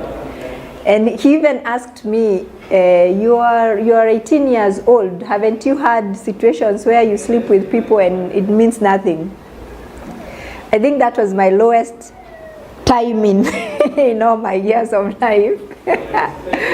But it became, I was like, okay, he doesn't want me. It was very frustrating for me. I know I've had people ask, why do you want to look for your father if he didn't want you anyway? But the truth is, if you don't know part of your life, you will look for it. And I wanted to know. And not that I wanted anything from him, I just wanted to know who he was. So that frustrated me very much, that I started getting late for work. I started delaying my column. I would write only twice a month. And so my income went down. And at work, something happened. During this time, my aunt died. And I was very close to my aunt. So when I asked for permission to go for the funeral, I was denied. Then I came back and I got fired. And then I had to quit journalism school because I didn't have the money. Then the editor from the newspaper wanted me to give him a child. I wasn't going to do that. He had a wife, but he wanted a child from me. So I also quit that job, and then I was at home stressed with no money. So I was about to start another phase of life, and that is when my aunt decided to pay for my college. So she took me to business school, even though I was terrible in maths. So it was very, very stressful. I used to walk from town to Upper Hill? Not Upper Hill. It's the other direction of Aga Khan to college. And I managed the first year very well, but the second year we had quantitative analysis, which I could not understand because it was about probability. I failed. My aunt wasn't amused, so I sort of dropped out and I started working in a bakery. I was getting paid 100 bob at the bakery. But during that time, I was also not very okay because we had 3 deaths in the family. Like my aunt, and then my uncle died. And I was close to this uncle because he was one of the people who used to really get me. Like when I was in Form 2, he taught me Taekwondo because he said you need to know how to learn, you need to learn how to protect yourself. So he taught me how to fight. Then he dies. So 3 people died and I didn't know how to deal with it. So I was feeling very low. I didn't have a job and now I'm in college. I have dropped out. I managed to get a sponsor to sponsor my journalism studies again. And I went to another country. I went to Asia. But the sponsorship was only 1 year long and I had 3 years to do. So the second year, I tried to get some scholarship within the school, and somehow I did, but after the second year, the school also got tired of some late payments, and they started making my visa only 2 weeks long. So I was writing online and getting paid 80 cents per 500 words so that I could get my food, and then I was staying with friends. So at one time my visa came back and I had 2 weeks and they said they could not renew it anymore. So I went to the embassy and I tried to get some money because I knew that you could get some money for tuition. Actually, you could. But because I had such a late payment, I couldn't. They said the only thing we can do is pay a percentage of your ticket back home. I sold my laptop, I sold some things and got the ticket, came back. My family did not understand how I could come back without finishing my degree. They were saying, why didn't you go to Dubai? Why didn't you go to the UK? But I couldn't explain to them how disappointed I was, that I went thinking I'll come back with a degree and I'm going to do journalism. So I came back and went to the village for 6 months. And I could say I was depressed for the 6 months until my mother and my cousin forcefully took me back to the city. They said I can't stay in the village anymore. But when I was in the village, I was writing for a mother tongue newspaper in Nyeri town and they were paying me 400. I came back to the city and I got another magazine, a business magazine that was also, they were paying me 2,000 per article and I was doing proofreading for them for 2,000. So I had, like per month I would get like 5,000, which was hardly enough to do anything. And now that is when another phase of my life came, where I tried to get a job in Nairobi and I could not get any job. Like, I don't have the right papers, I haven't graduated from anything, and I'm trying to get a job. I have the skills, but I can't get a job. And it was very frustrating because you go for an interview, they tick, tick, tick, tick, and then they ask for your papers and you don't have papers. So I walked around Nairobi looking for a job. And I know that's what most people do. Like, you're looking for a job, you're looking for employment, it's not coming.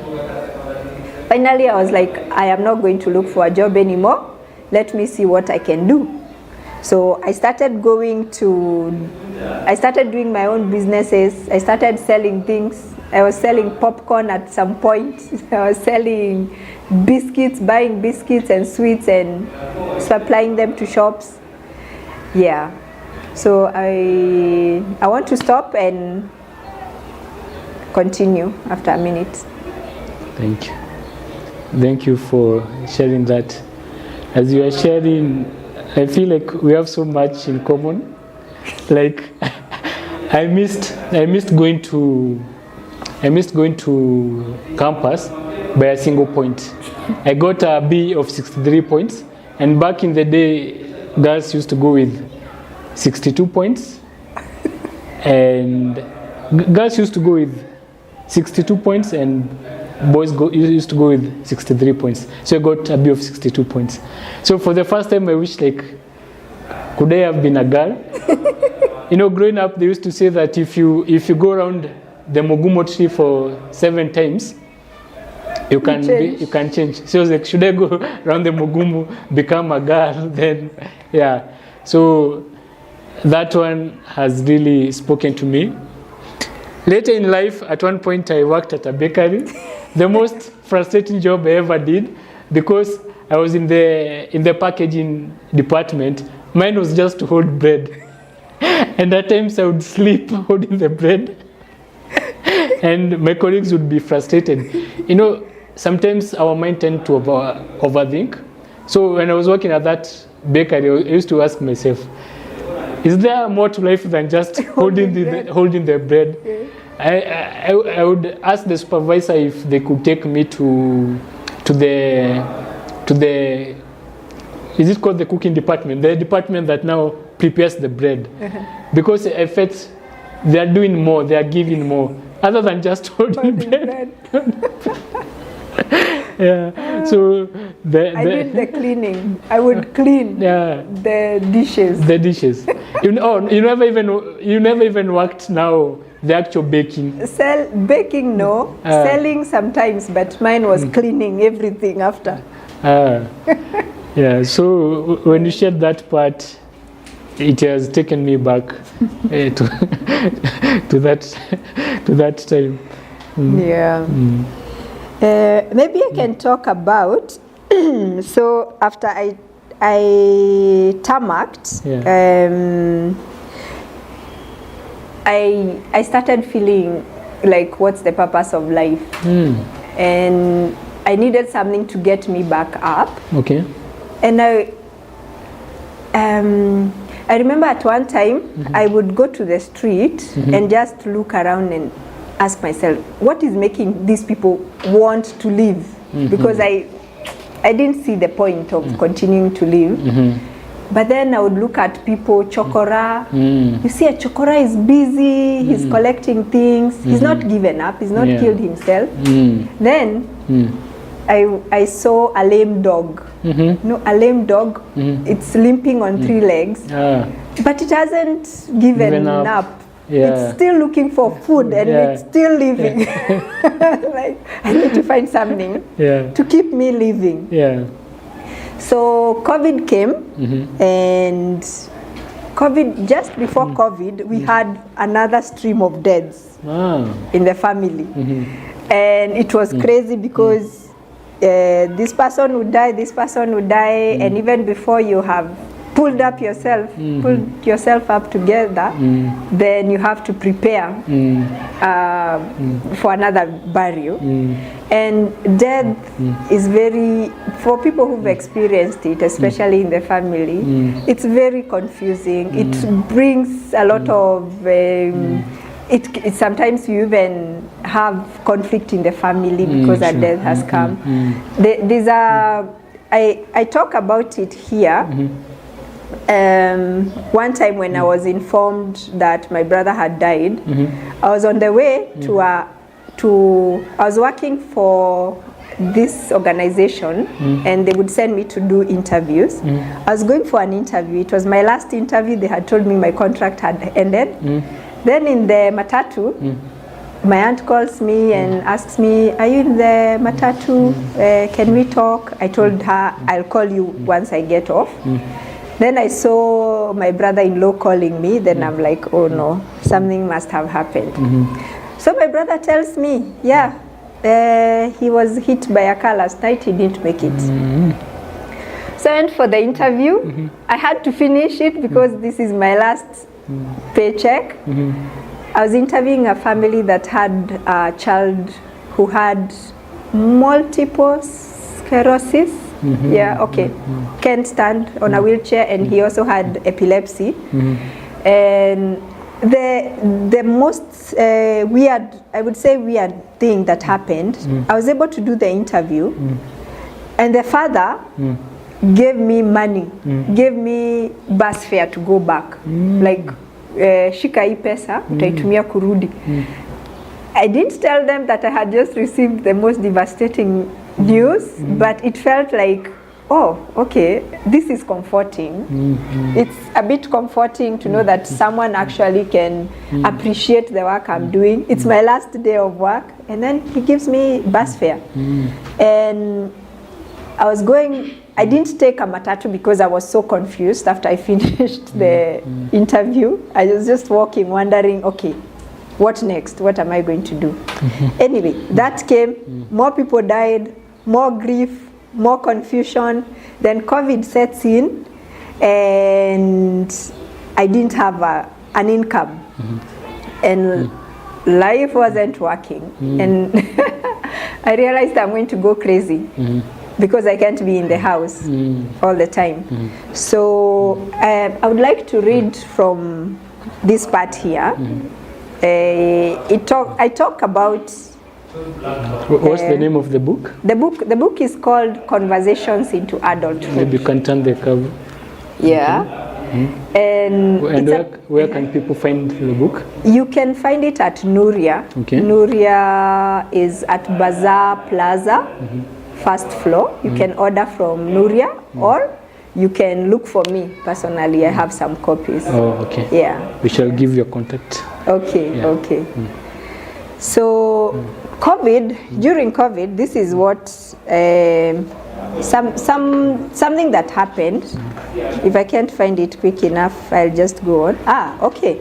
So I went and looked for a job in a salon. Not a job. I wanted them to teach me how to do salon work. So I will read. Okay. Okay, let me start here. Applying for jobs and hoping to get an interview is harrowing. Then the day comes and you don't have bus fare. If you have bus fare, it's exact. It means you can't even print a colored CV to take with you. I've walked to job interviews several times. Just start early and walk slowly so you don't sweat. So I was slowly getting out of the desire to be employed. I borrowed money from my aunt, 4,000 shillings, and started selling shea butter. Then a friend of mine said, if you get the jars, I'll get the shea for you. So I did. Then I started making wigs and learning how to crochet hair. I got a few customers. But then my mother died, and you know how it is with death. My mother died just before COVID. I suspect it was COVID actually, but it was before it was announced. So death reels you into a crack on a cliff, and for days and months, you're just dangling there waiting to plummet into the deep. I was there for a long time. I was in such deep mind fog. When I came to, I got this urgency to go. A friend of mine got me a place in her friend's salon to work as an apprentice. And I was there every day doing manual work, taking out trash, running to the shops to buy lunch, braids, coffee for both customers and hairdressers. I didn't even have money for lunch. I helped hairdressers to divide the hairpiece. Very robotic work that can make you fall asleep standing up. you're holding bread. I'd get 50 shillings per client, but I learned with all my eyes and hands and started earning from helping hairdressers to finish braiding. I got so good, other hairdressers started noticing and would give me piecework to take home. The earnings per pack got to 300 shillings. The most I ever made on a good Saturday was 3K. Then COVID happened and the salon owner split. Yeah. So, I would like to talk about the COVID, but it's not so important now. Maybe what I can talk about here is what I learned. Okay. What I learned after that. Yeah. So I was in the salon for 2 years. 2 straight years. Yeah, 2 straight years. Okay. But in different salons. Oh, okay, okay. And the first one was where they taught me how to do braids. Then the second one, they taught me how to do locks. They were Rastafaris. And the break was they go smoke some weed, come back. It was such a chilled place. Did you join in the breaks? Second hand smoke. Which is even more high grade. I hear. So I did that. Then I went to another salon. And here they taught me now how to do artificial locks. So I became thoroughly trained. Something that had never occurred to me. And this is how I started getting my confidence. If I was to go back to when I finished high school, I lost a lot of confidence because my friends all went to campus and I was at home struggling to do things. Before that, I was very confident. But now going to the salon and learning how to do salon work, it brought back my confidence. I started getting my own clients. I started having my own bookings. I was on demand in other salons to go and do sister locks because I became really good at it. And I went on, like for 2 years I was okay. COVID came and went, and then I became now a loctician, like a proper loctician. I was even training other people to do that. But then I went down in 2023. 2023, out of the blue, I was, you know what is being love bombed? Yeah. So someone was interested in me and he love bombed me, and it was very exciting because Aliku Ilan. Yeah. Aliku Ilan. Yes. And I was like, oh, yeah. But then, just when I was getting interested, he ghosted me. I didn't know what that was until I googled. Okay, this is ghosting. Oh, this is love bombing. Okay, this is how it works. And it has never happened to me. I've never thought that you can go crazy because of someone.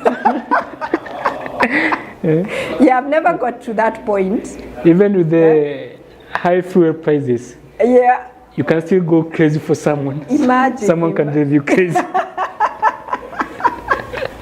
Well, it would be a good replacement. Well, not the best. 3,500 times 3 was not so much money. That's 10,500.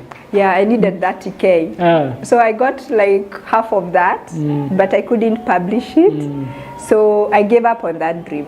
But after I did this one, and it got a good response, I was like, I have some more poetry.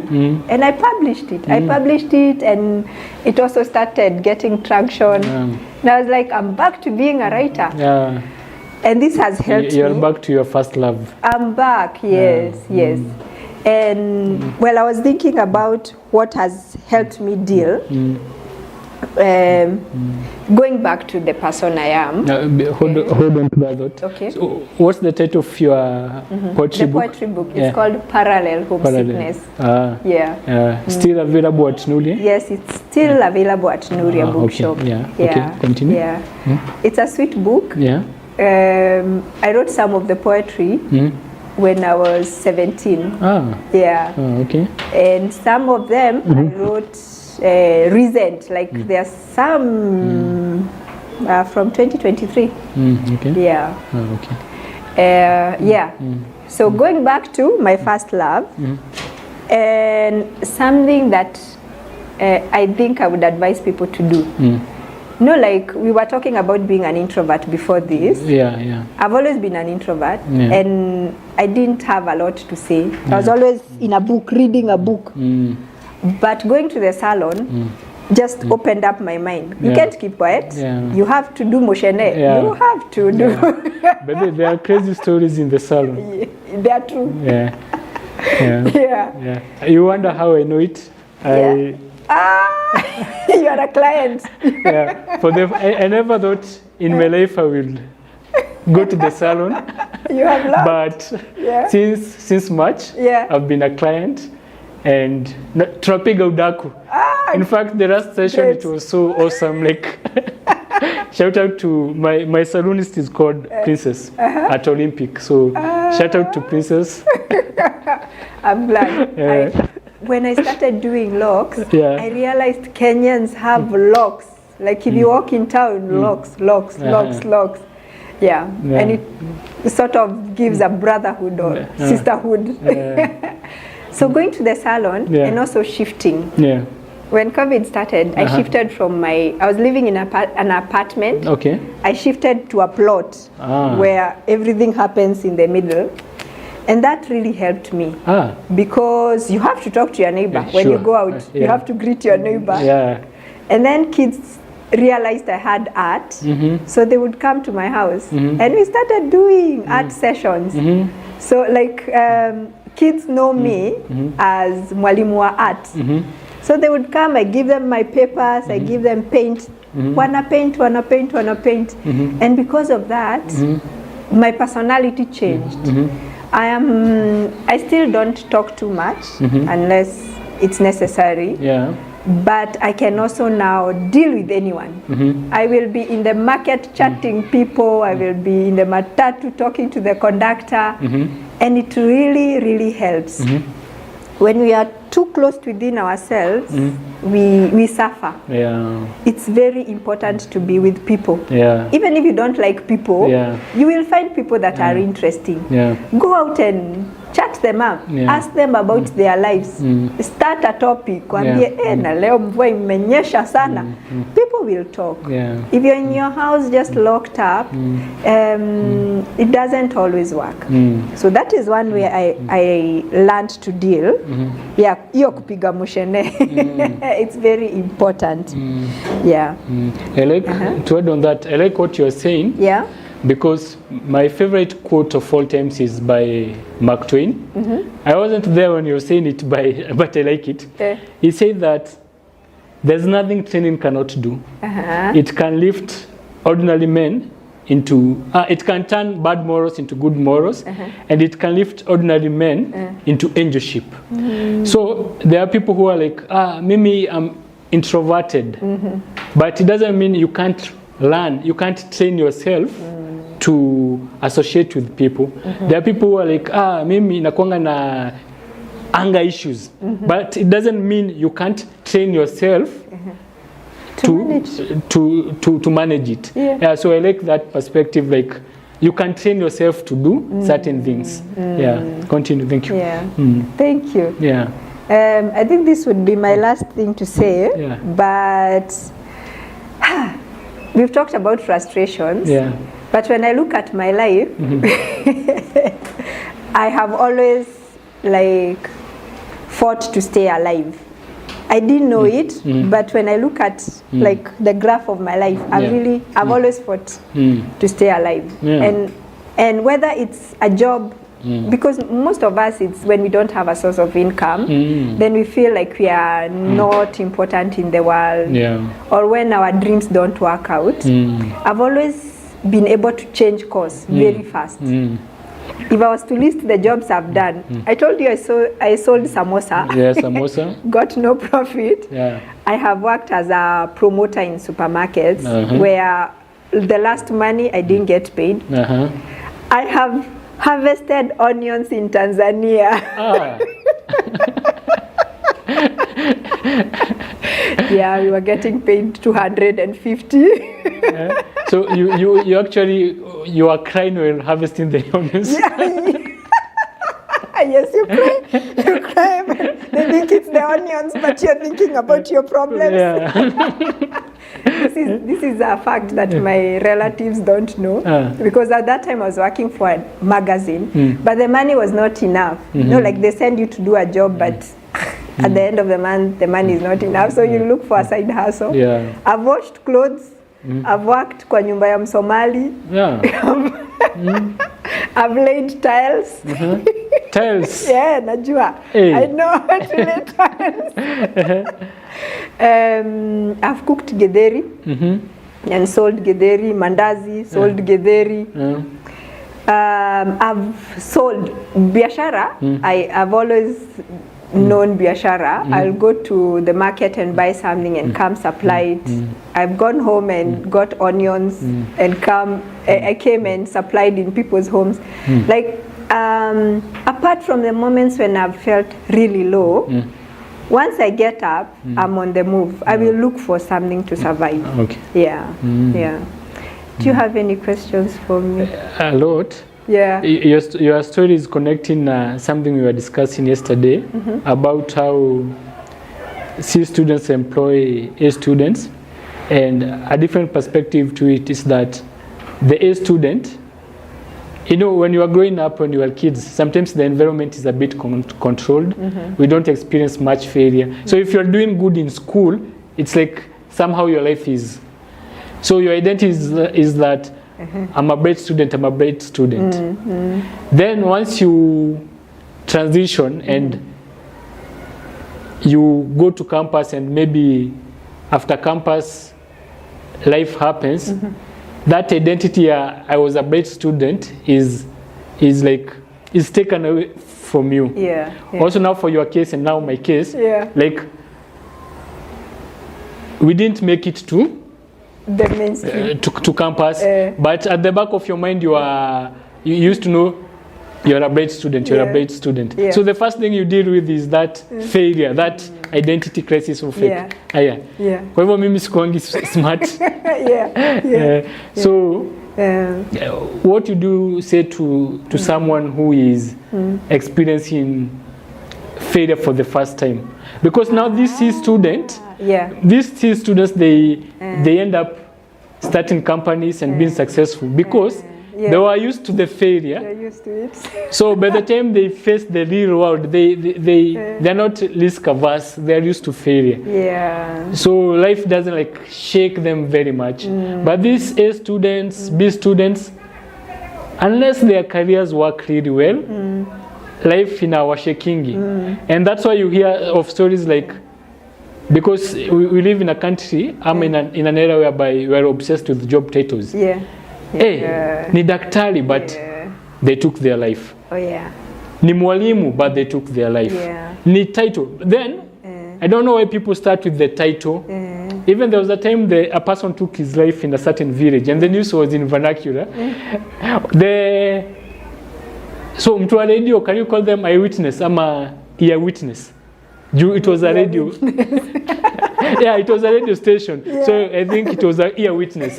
Akasema aje, huyu mtu na venye ni tajiri. Your identity first is not wewe ni tajiri. It's ni binadamu. So we associate like, so maybe ni tajiri, yes. Amekuwa kipata success.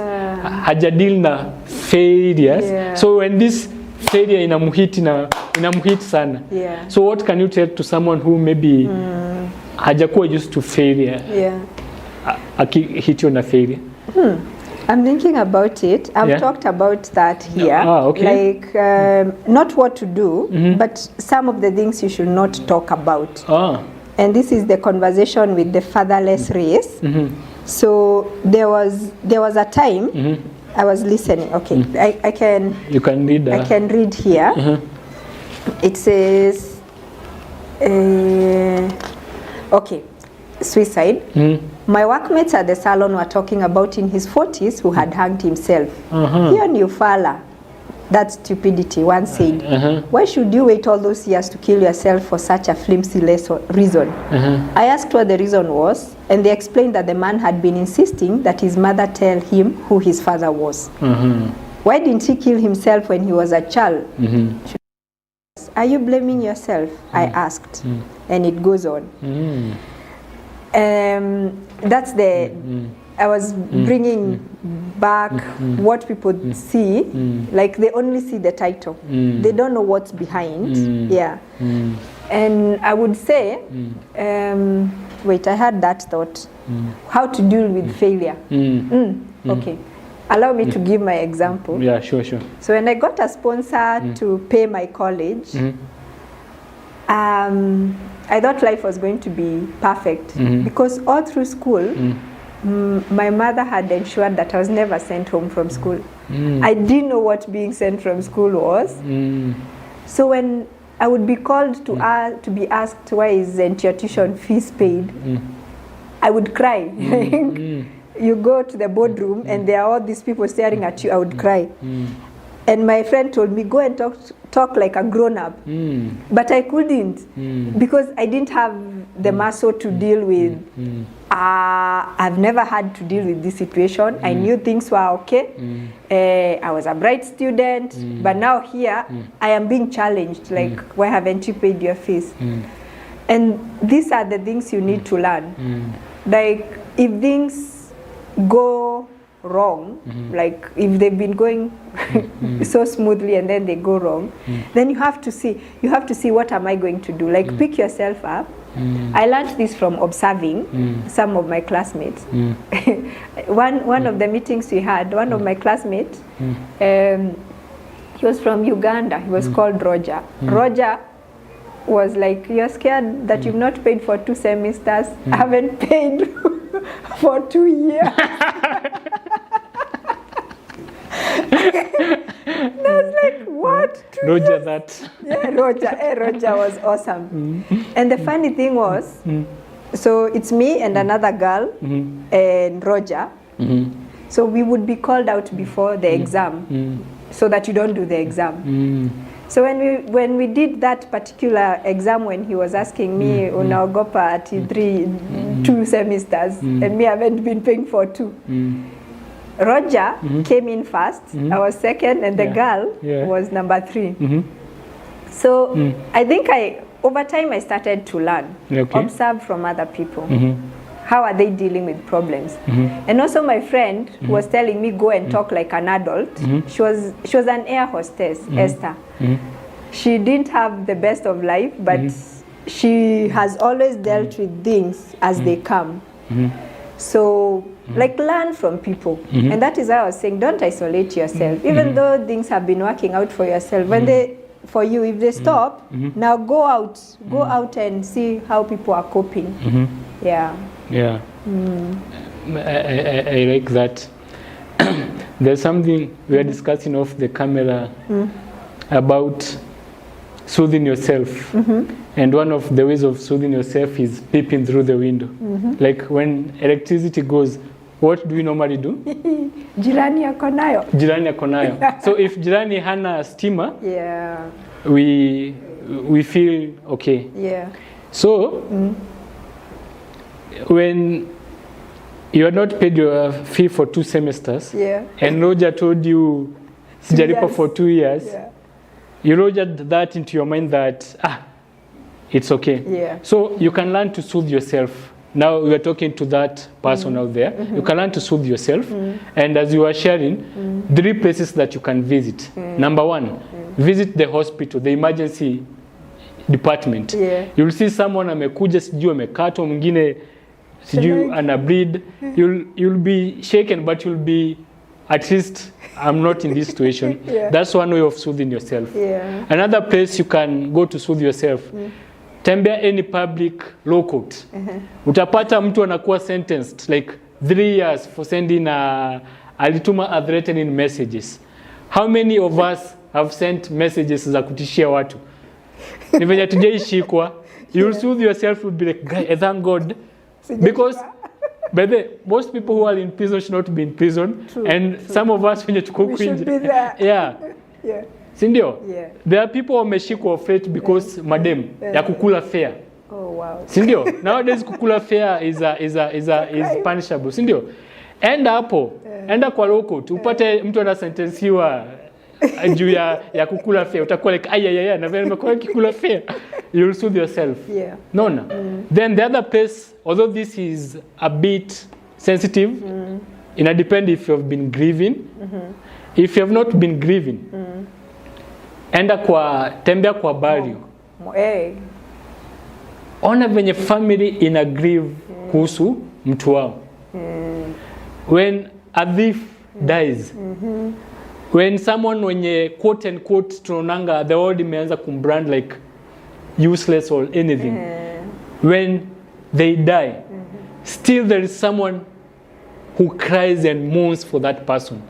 So enda kwa burial, then start imagining kwa hivyo saizi nikikufa hivi ndio so and so atanililia.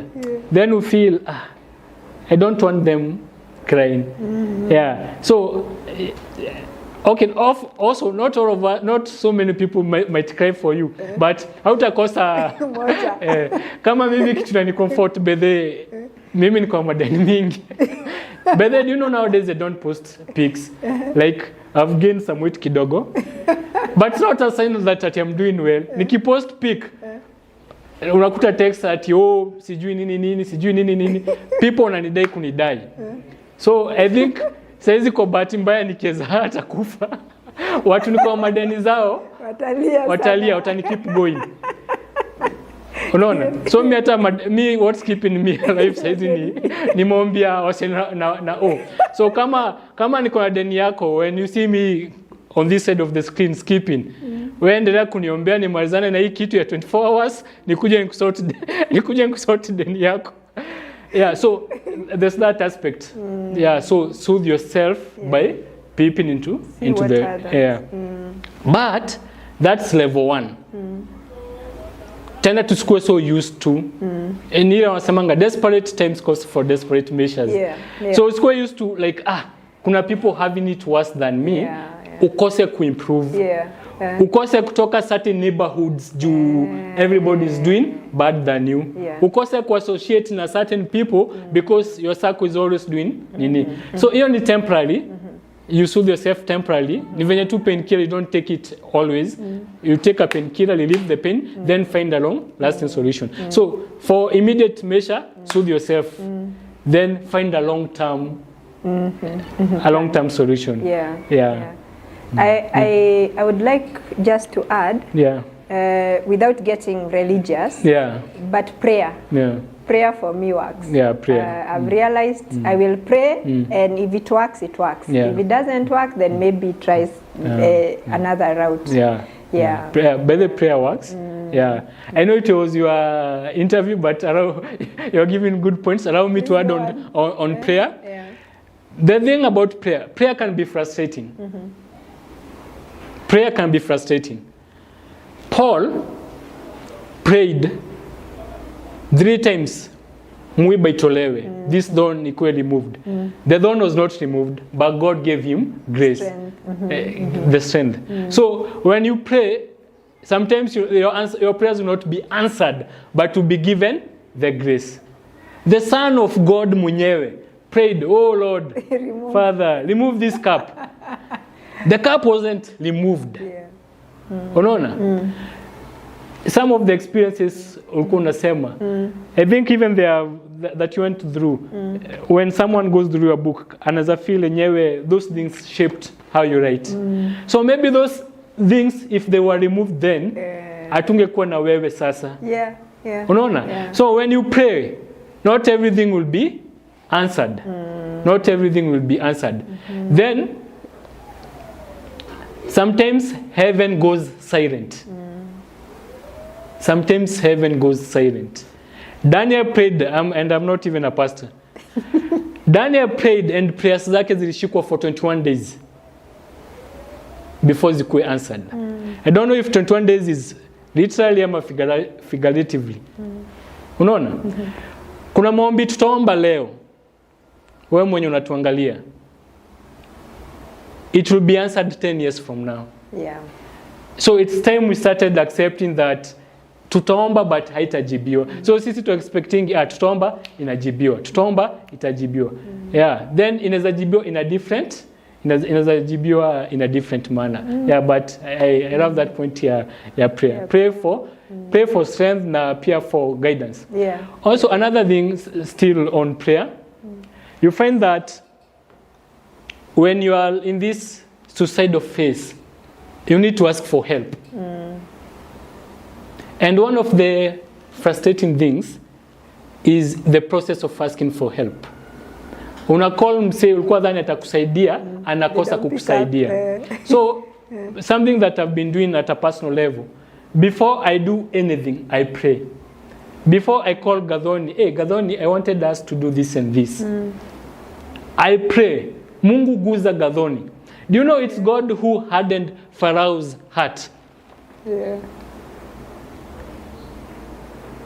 So God anaweza harden roho ya Gathoni na Gathoni asikuje this interview. So Gathoni being here is answered prayers. Ametoka Nakuru. You are recording in Kibra. Yeah. Unaona? It's God who had to guza hati yake. Otherwise mimi na nguvu zangu kidogo ningefanyaje? So God ask when you are praying also before asking someone for help. Ambia God, pe huyo mtu yo mzigo. Ndio akunini. But ukienda tu ku ask someone for help na ajeko yo mzigo yako, hata kusaidia, then you'll be frustrated. And you can just talk to one person na life yako itani. Yeah. So ambia to God, send the right people wanisaidie kubeba hii mzigo. So prayer is important and it's also the belief in something higher. Yeah. When some of the frustrations come when we try to solve problems by ourselves. Yeah, sure. But when we believe that we can give that problem to a higher power, even if we can't see it physically, then it lightens us a bit. Yeah. Umenikumbusha kitu. A stand-up comedian by the name Tega Shira anasemanga, there's a joke anasema ati the problems that we have in Africa, especially in Kenya, we can't afford even to be atheist. Like we can't afford. Shout out to Tai. So we can't afford. We need sisi. Then there's another post ati mtu ameenda majuu anasema sasa watu wakienda majuu they become less religious because prayer points zetu huko ni systems. The systems zina work, so their prayers are answered. Yeah. Wow, thank you so much for the opportunity. Yeah. And I hope that everyone that watches these videos will be encouraged, will feel strengthened. Because even for us, we still haven't solved everything. But through our daily experiences, we are getting stronger. Sure. Like I could say, like you said, if it wasn't for the things I've gone through, I wouldn't be who I am. And it's true. If I haven't experienced these tough situations, I wouldn't have courage. Right now, I'm not scared of anything. I am ready to face whatever because there's nothing to lose anyway. And I've seen that things can go wrong, kabisa. And I've seen that things can also work out. So when you're frustrated, don't think that it's the end of you. It's going to get better and you will come out stronger, you'll come out with more knowledge and you'll have more courage. Let's say you'll have more courage. I like that aspect. You reach a point where you have nothing to be scared of. And also now that brings the point of, I have 2 points on that. The point of connecting to a higher being. I had a pastor who preached na kasema aje, even if people now kill me, Now the pastor, not me, don't kill me guys. The pastor, I will go to a better place. So your pastor, your servant of God, wezi mtisha, anajua hata the soul, you can't touch the soul. So tukifika hiyo level ya nothing can. Yeah. Also for someone who is at the verge pale mwisho kabisa. That's a power in itself. So umefika mwisho, uko like I can take my life. Sindio? But let's say watu wasemanga the number one fear ni public speaking. By the way, people fear public speaking over death. So tuseme umefika mwisho and you have never done public speaking. Sindio? I like that. Si uamue siku moja uende tao upreach. I like Sindio? that. Umefika mwisho, una feel you can throw yourself from the top of a building. But ujaiongea na crush wako. Si umtumie tu text. I like that. Umefika mwisho, you want to take your life, but you have never written a book. But most people fear writing their books at what will the world say. So publish, sio mengi, moja tu uachie the world wa criticize now.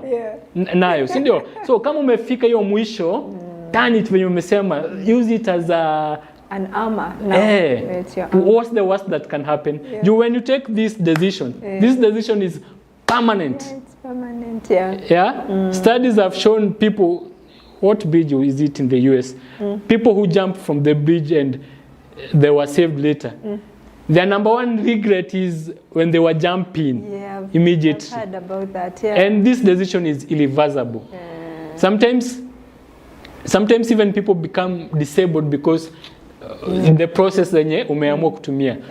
So mbona usijaribu tu kitu ingine? Other scary things. Then you see how it goes. A point of clarification, I think I had so much in my mind. I got a B of 63 points. 63, Girls were going to campus with 62, and boys were going with 64. So ndo nikawish. I think you had 63 because I had 62. I had 62. So it depends on the year because our year the cut line was 62. 62. For boys. For girls. 62, but you didn't make it. You needed to do 63. It was 63 in our year. In your year? 63. Because I won't ask the year. I had or you are comfortable sharing the year? 2002. Oh, 2002? Yeah. It's a long time ago. Better than in 2012. Mine is 208. 208, the cutoff for boys was 64. For girls, it was 62. 62? I could have made it. Also, you see how things shift. Like, says, imagine, back in your year, it was later on ikakuja ikapungua time yetu. Saizi hata saizi hata C plus na nini. So imagine if maybe you and me we lost our lives due such a thing. Na siku hizi hata people wanaingia even with such low grades. Even I think after this year, tuko 2026. After 2027, the 844 system inaisha. So it not even matter about the grade and nini. Imagine tungesaurika yet. Hata system yenyewe inaisha. We were still smart, it's just the exams. Baby, it's just the exams. Then hii kitu ya kukua smart, identity pia ni kitu ingine. I'll say this for the first time, I've never shared with people. Do you know I knew sasa nilikuwa nikigrow nikijonga mimi ni smart nini. Then nikafail hivyo, nikaanza kufunza watu. I even taught people as private candidates and they went and did the exams. Then I was like, if nafunzanga, see I can go fanya exam. Okay. I did an exam again. But sitaki kujitetea, I made a mistake. So when I started doing my CPAs, but you mentioned about quantitative analysis. Pia hiyo ilinitoa nje. Was it neck? CASNEB. Nilikuwa fanya CASNEB. So when I started doing my CPAs, the booklet iko inasemangaje, this course you should do it in 18 months. Yeah. Section 1. So me nilienda nika combine 1 and 2 because I wanted to prove to myself, not to anyone, I'm smart. So I combined 1 and 2 part time. So nikaanguka QA and nikaanguka FA and cost. Then I was to combine 3 and 4, but I didn't have the money. I did 3. Nikapita and 3. Most people were failing FM and FR. FA I passed. So nikasema kumbe bado I'm still smart. So nikafanya QA, nikaenda section 4. Section 4 nimeanguka so many times hata siwezi sema. So I think life ilikuwa hata kuni humble nionyeshe you're not as smart as and nowadays hata nimelearn that I'm just open to learning. Easy at all, sijui I'm smart, I'm nini. Doesn't matter. It doesn't matter. Yeah. And I can say something about that. For someone who feels they've lost their identity because they are no longer smart according to what they grew up. Yeah. Learn something else. Go try something totally different. And like hair, when I did hair, I didn't know anything about hair and makeup. The teacher used to look at me and wonder what's wrong with this one because you draw an eyebrow, it's not working. 3 weeks you're still drawing an eyebrow. It humbled me completely. But now when I started working as a hairdresser and doing makeup, I really appreciated that I was able to do that. So I don't do it with the confidence that I would do other things. I have to be very careful of what I'm doing. And it gives me a good feeling when I do a good job because I want to do it properly, knowing that this is not naturally me. So try something else. Go lay tiles. Something that changed my I love that. Something that changed my perspective in life was a book by Carol Dweck. I hope that's the name. Ilikuwa inaitwa Growth Mindset, Fixed Mindset. Like we tend to, sasa if even in school, I'm good with history. So you study history a lot. I'm not good with maths. So utaki but now you're not good with maths, you have to uipangi nini. So once you start changing your perspective, like nothing is cast on stone, and you have that good mindset to collect.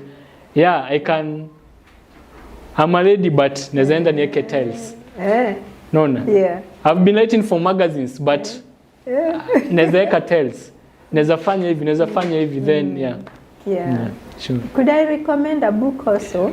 Sure. It's called Don't Sweat the Small Stuff. So there are many. Don't sweat the small stuff with family. Don't sweat the small stuff for women. It's very short. They are very short pages, but it really helped me to just be a kawaida person. Because part of the problem is wanting to be a high achiever. So just be a kawaida person. You can do great things. Well, I've been able to do books, but I'm not trying to compete against anyone. Sure. Still on book recommendation, have you read The Subtle Art of Not Giving a Fuck? No, I've read the summary though. I also feel it ties up to whatever you're saying. Like, I've read. I think he has a blog, so I used to read. I used to read his blog, and I read the summary of the book. I feel like we give too many Fs about everything. We sweat the small stuff so much. What watasema nini? Just raise a middle finger. Sure. Also, speaking of writing, maybe you can share from another's perspective about like the way you have said that you're not competing with anybody. Sometimes we become fixated with the process, with the outcome. People are fixated with, I want to write a book. But this book, and also I think you have given people too much hope. You wrote that book with 1 year, 1 month. This one. Let me issue a disclaimer. You wrote this book with 1 month. I will issue a disclaimer. Yeah. She has been writing since she was 17. Yes, yes. So, Yeah.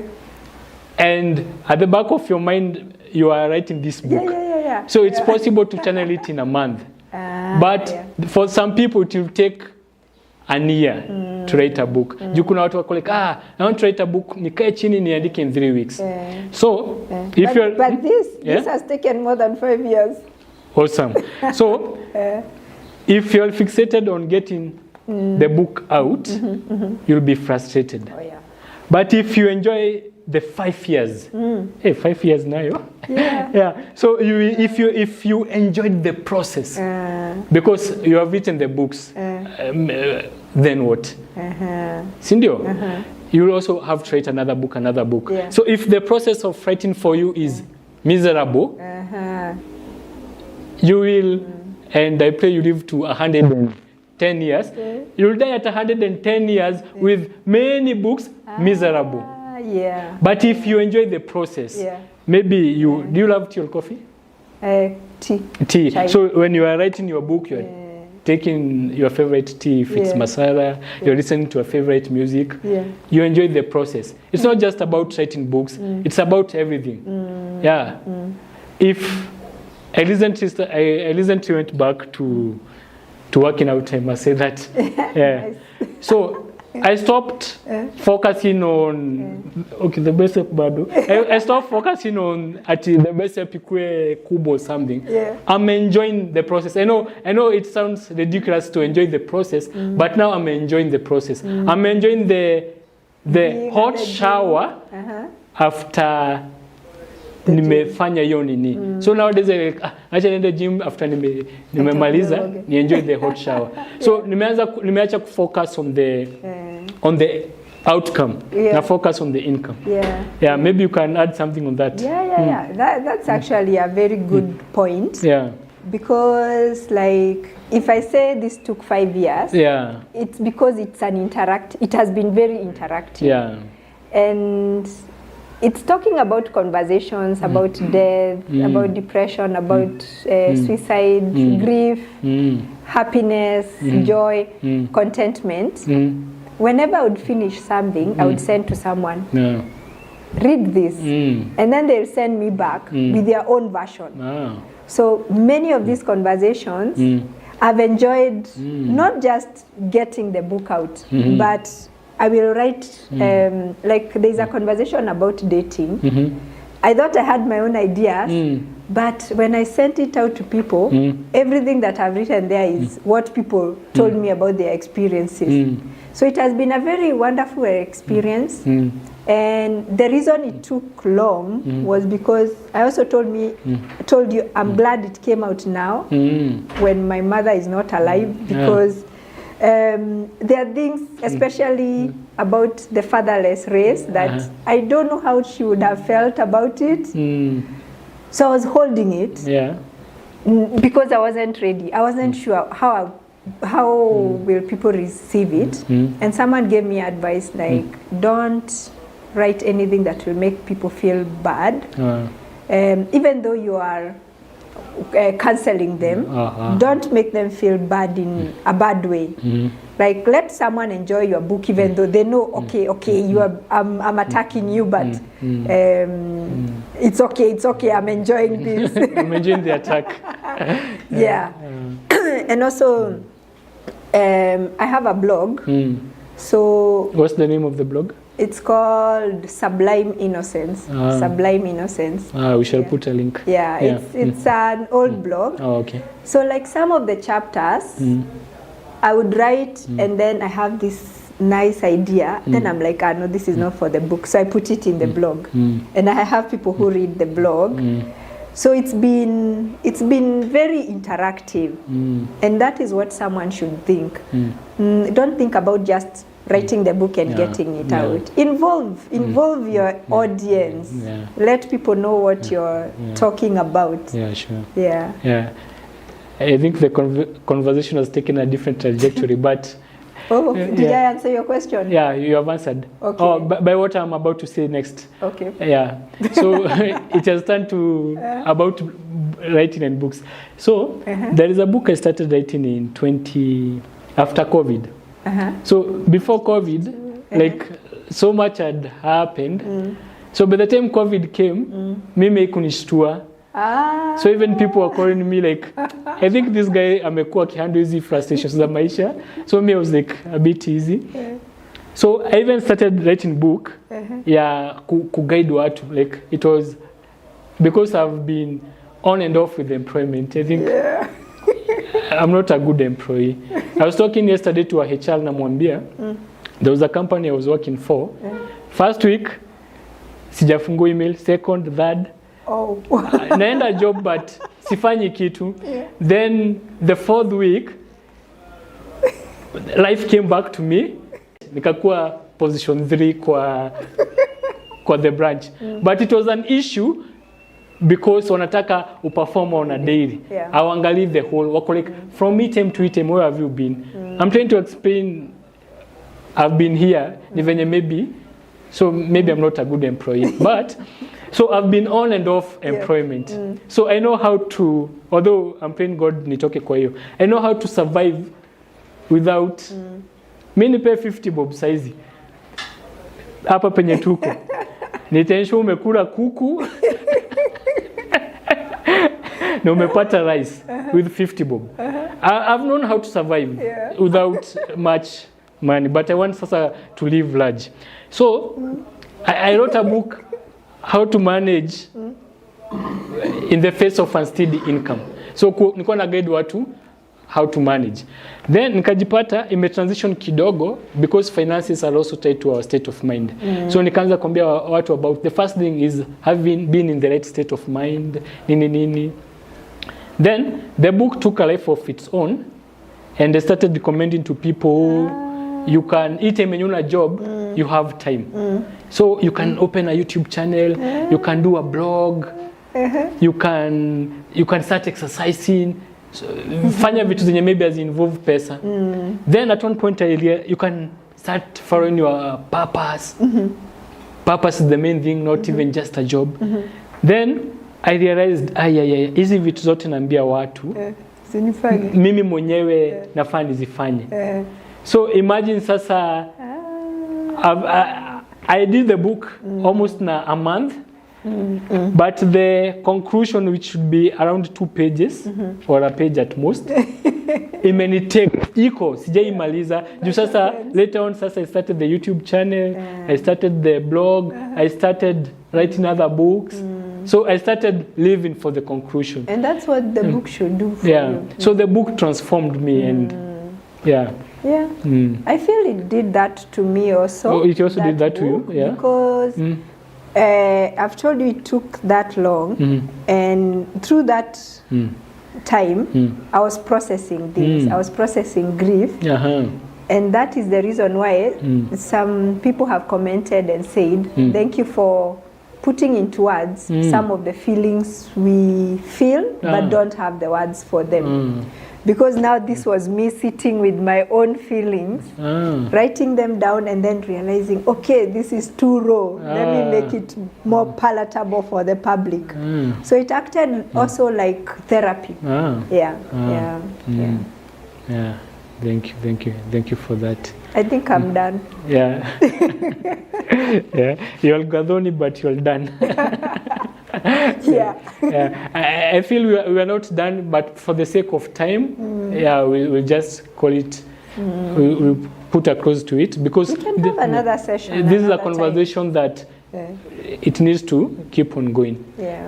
So as I release you, I want you to talk to that person who life has frustrated them, and one imemfrustrate kwanza na mapenzi. Someone was saying, if maybe like love is a strong antidote, if maybe you are loved properly, you are in love, you can handle anything. So maybe mapenzi imemfrustrate, masomo imemfrustrate kama kwa shule, job hazipatikani, na kama kwa job yenyewe imemfrustrate, mdosi appreciate oni Kenya nafanya. Life too, yani, you know, there's a time too in your life. There's a saying in vernacular, I hope I can remember it. ati kuna season 2 itafika hata kwa maisha yako hata mbuzi tu inaweza kuuma. Like there's a time life inakupiganga tu hapa cut. You know? Unaacha mbwa hapo unaumwa na mbuzi. Yeah. Mtu hata nagongo na I saw a guy being hit by a vehicle in Kabiria. Yeah. He was a tall man, maybe 6'3" hapo. But gari kumgonga sana, ilimguza. But venye alianguka, that person must have been carrying so much in life. Like, I don't know how to explain this. I was with a colleague, but nikamwambia, this person wants to die. I don't want even to say maybe it was intentional, but I don't know. But akuwa ataka kukufa. Like, you know, there's a way like someone fights, you know? Anyway, so mtu tu maisha imemchapa tu ana feel Then there was something we were talking about, passive suicidal ideation. Kuna mtu ataingia kwa mat, anaomba hii mat ianguke. Yeah. Because hataki yeye mwenyewe kutake life. Kuna mtu anaomba tu kiroli kitoke na huko tu kikuje kimemgonga, juane hiyo courage ya kujirusha kwa roli. Kujirusha yeye mwenyewe. Unaona? So mtu tu maisha imemfrustrate. Imemfrustrate, imemtwanga tu vizuri. Talk to that person. Okay. You said we start maybe on love. What I've learned that there are so many different types of love. And sometimes you just focus on romantic love. And maybe you have ukona beshte yako, your friend who will do anything for you. And they love you kabisa kabisa. Accept that love. Also, as I've grown up, I realized that in African society, we sometimes are not sure of what love is. And now I'm recognizing that my grandmother loved me in her own way by buying us sausages. My mother loved me in her own way by making sure the house was clean and making sure that our clothes were ironed. And I'm realizing my uncle loves us very much because he will say, kwani mlisahau njia ya kurudi nyumbani. So accept all forms of love that you can find. Don't just focus on that one romantic love. Yeah. And also, I'm not an expert on that, but that's what I would advise someone. Focus on other forms of love. You know, like some people say, I've found my one person, I am deleting all my friends. But what I've realized, sometimes people get that one person, get married the first year, happy, you've blocked all your friends. Then 2 years, let's say, 2 years later, you start looking for your friends because you still need that connection with your friends, with your family, with other people. So don't just focus on that one love. About education, now speaking about a teacher, speaking as a teacher, I tell my students every day, as long as you've given your best, don't focus too much on, I failed an exam. If you can retake the exam, fine. But if you've done your best completely, exams are there to just sometimes frustrate you. So even if you're doing a course and maybe it's not working out, someone told me that he was taught to be an average student. An average student is very comfortable, he's not always competing, and he will even be able to do much more than just focusing on studies.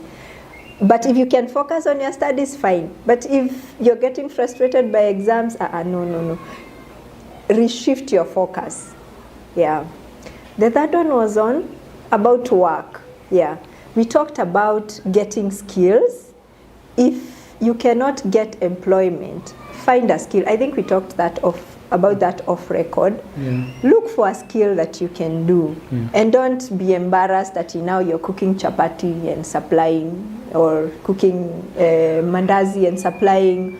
It doesn't have to be chapati or githeri or food. Learn a strange skill. Like one of our friends was telling us, they've now learned how to make juice and they are supplying juice. Learn how to mend shoes.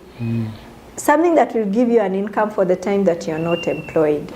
Just don't say, okay, enough, this is not my life, I'm going to stand on the road and hope to get hit. Yeah. What was the next thing? Frustrations on work, love, education. life in general, like sometimes even life. Oh, life in general. Yeah. This is very important.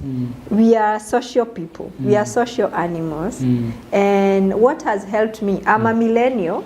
And one thing that people say about millennials is that we even love our friends more than our family. It can be argued.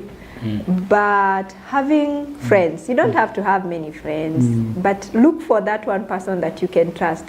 If you don't have, it's sometimes harder to get friends when you're older, but they don't have to be the same age. It could be someone 70 years old and you're 35.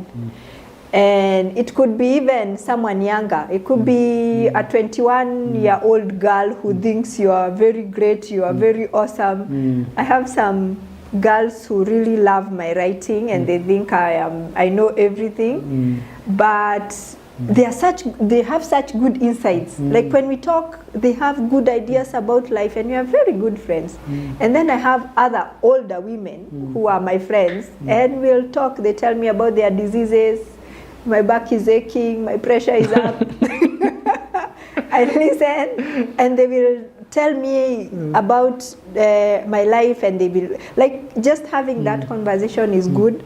Yeah. And also because I wouldn't say friends, but my salon, my people in the salon, I work in a salon where it's mostly men, and they will talk about football. So now I know about football. I know when Barcelona is playing. I won't remember next week, but we are talking.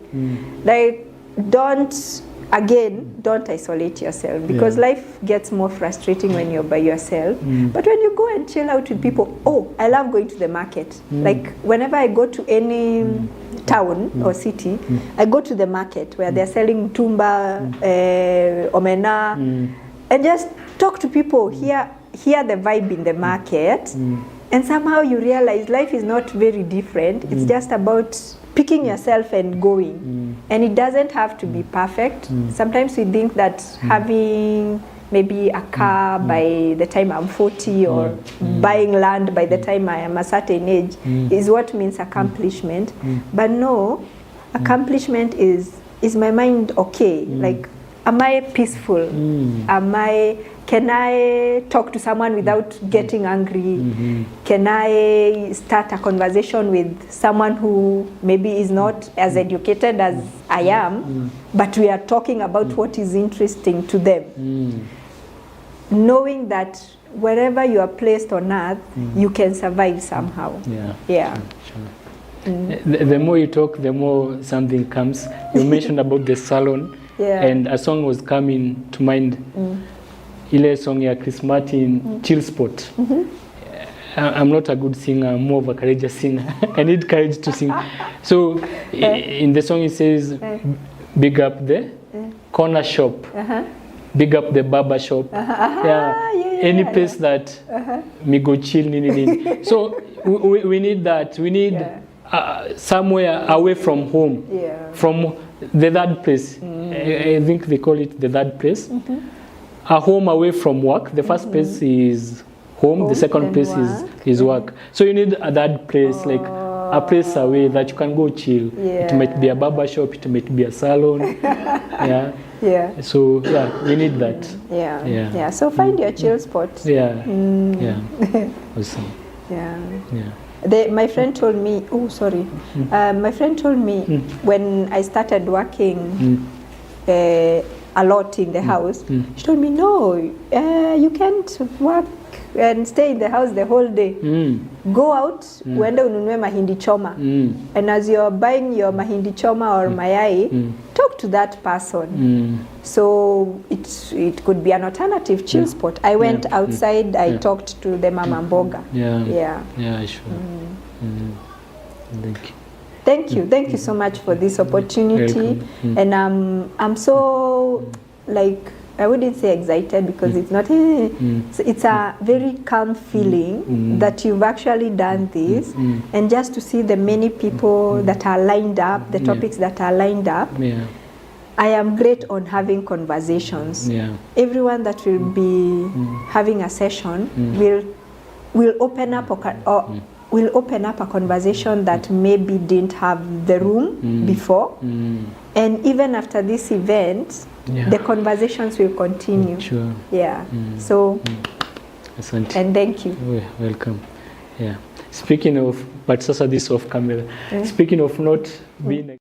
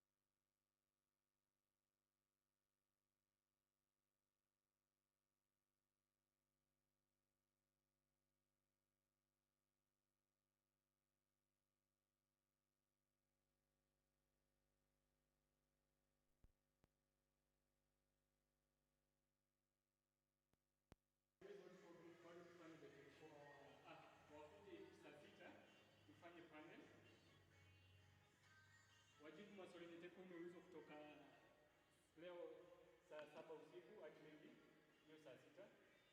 Okay, so this is a panel of the willing. Sawa. Wakuje tufanye live stream wakijibu maswali. Maybe saa 6 hadi 4. Then uweze kama kuna wasio kwa willing pale mwisho maybe mtu mwenye hata mind kutoka akuje maybe 10 p.m. to 1 a.m.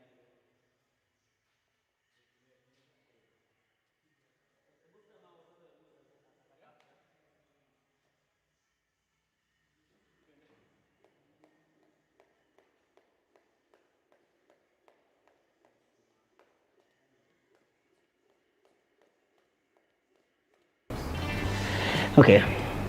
What if the person who is thinking of taking their life is not planning to die? What if this person just wants to escape pain? What if this pain is not the pain of today, but is the pain that has accumulated and compounded over the years? My name is Colin Sowiti, a counseling psychologist and a public health nutritionist, very passionate about holistic approach. Okay, what if the person who is thinking of taking their life is not planning to die? What if this person just wants to escape pain? What if this pain is not the pain of today, but is the pain that has accumulated and compounded over the years? My name is Colin Sowiti, a counseling psychologist and a public health nutritionist, very passionate about holistic approaches and healing-centered approaches on mental health in underserved communities. Today, I'm going to talk about something that many people do not like talking about. Even myself, I don't like talking about it. Pain. Thank you. So Collins, you're talking about pain. So if I'm to ask you, what is the kind of pain you're talking about? Yes. I'll say it in the words of Gabo Mate, that when he describes trauma, he said that trauma is what happened, is not what happens to us, but what happens inside us because of what happened to us. I can give an example with a story, and this is how I'll put it. What happened to us when you're growing up? You as a child, did you get something? Were you sure of love? Were you sure of consistent hearing? Were you seen when you were young? Were you seen when you were young? Did you have the safety and security guaranteed to you? Or as the environment keeps us, we need to show up every single time, So that's how Gabo Mate tried to explain trauma, but I'll give it as a story. Some 2 years back, or 3, I don't know, I came across this story of this beautiful girl called Abigail from the coast, from a Kumekucha Quest book. And Abigail was a very beautiful lady. Everyone, just as any other lady growing up in an adverse area, very difficult environment. Abigail was going through a lot of issues in her. But every single time Abigail went to somebody to talk to, the elders, just as hey, manze, I'm stressed today, the elders will say, wewe uko na stress gani kama mtoto? Wewe ni stress gani sahi uko nayo kama mtoto? The story of Abigail, because we grow up in the community whereby you have to be strong, you have to show up, you always have to be available when needed. So Abigail, what happens to Abigail is Abigail decides that now I will show up how people want it. How did Abigail decide to show up? She decided to show us the white side of the paper. I am happy. I am strong. I laugh with everyone. I'm that queen in the earth. But what was running inside Abigail is totally the opposite. She had a lot of unanswered issues. She had a lot of unanswered questions. She had a lot of pain. She had a lot of so many things going inside her. Am I really wanted in this community? Am I really wanted in this environment? That was the biggest question that was going through Abigail. But what the best thing is, or the worst thing is, Abigail did not know what she was going through. And that's the difficult part of life when you can't name what you're going through. Abigail was going through trauma. Okay, so Collins, if I'm meant to understand, you're talking about trauma being the things that basically did happen to us. Can you also look at trauma from the angle where the things that did not happen to us also led to trauma? When you talk about the thing that did not happen to us leading to trauma, what do you mean? Pardon? What do you mean?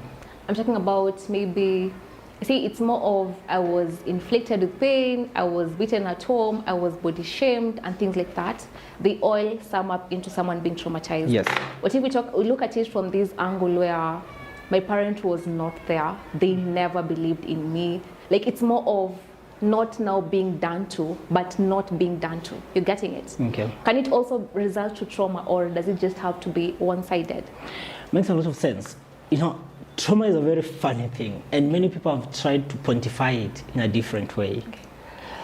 And a long time ago, people described trauma as an event. Trauma is never an event. Trauma is the imprint of my parents telling me. I grew up in Kibera, Okay. and several times you have to be strong. You know, my parents telling me, wewe ni nini kama baba yako. Okay. You know, and I start behaving like my father, or I start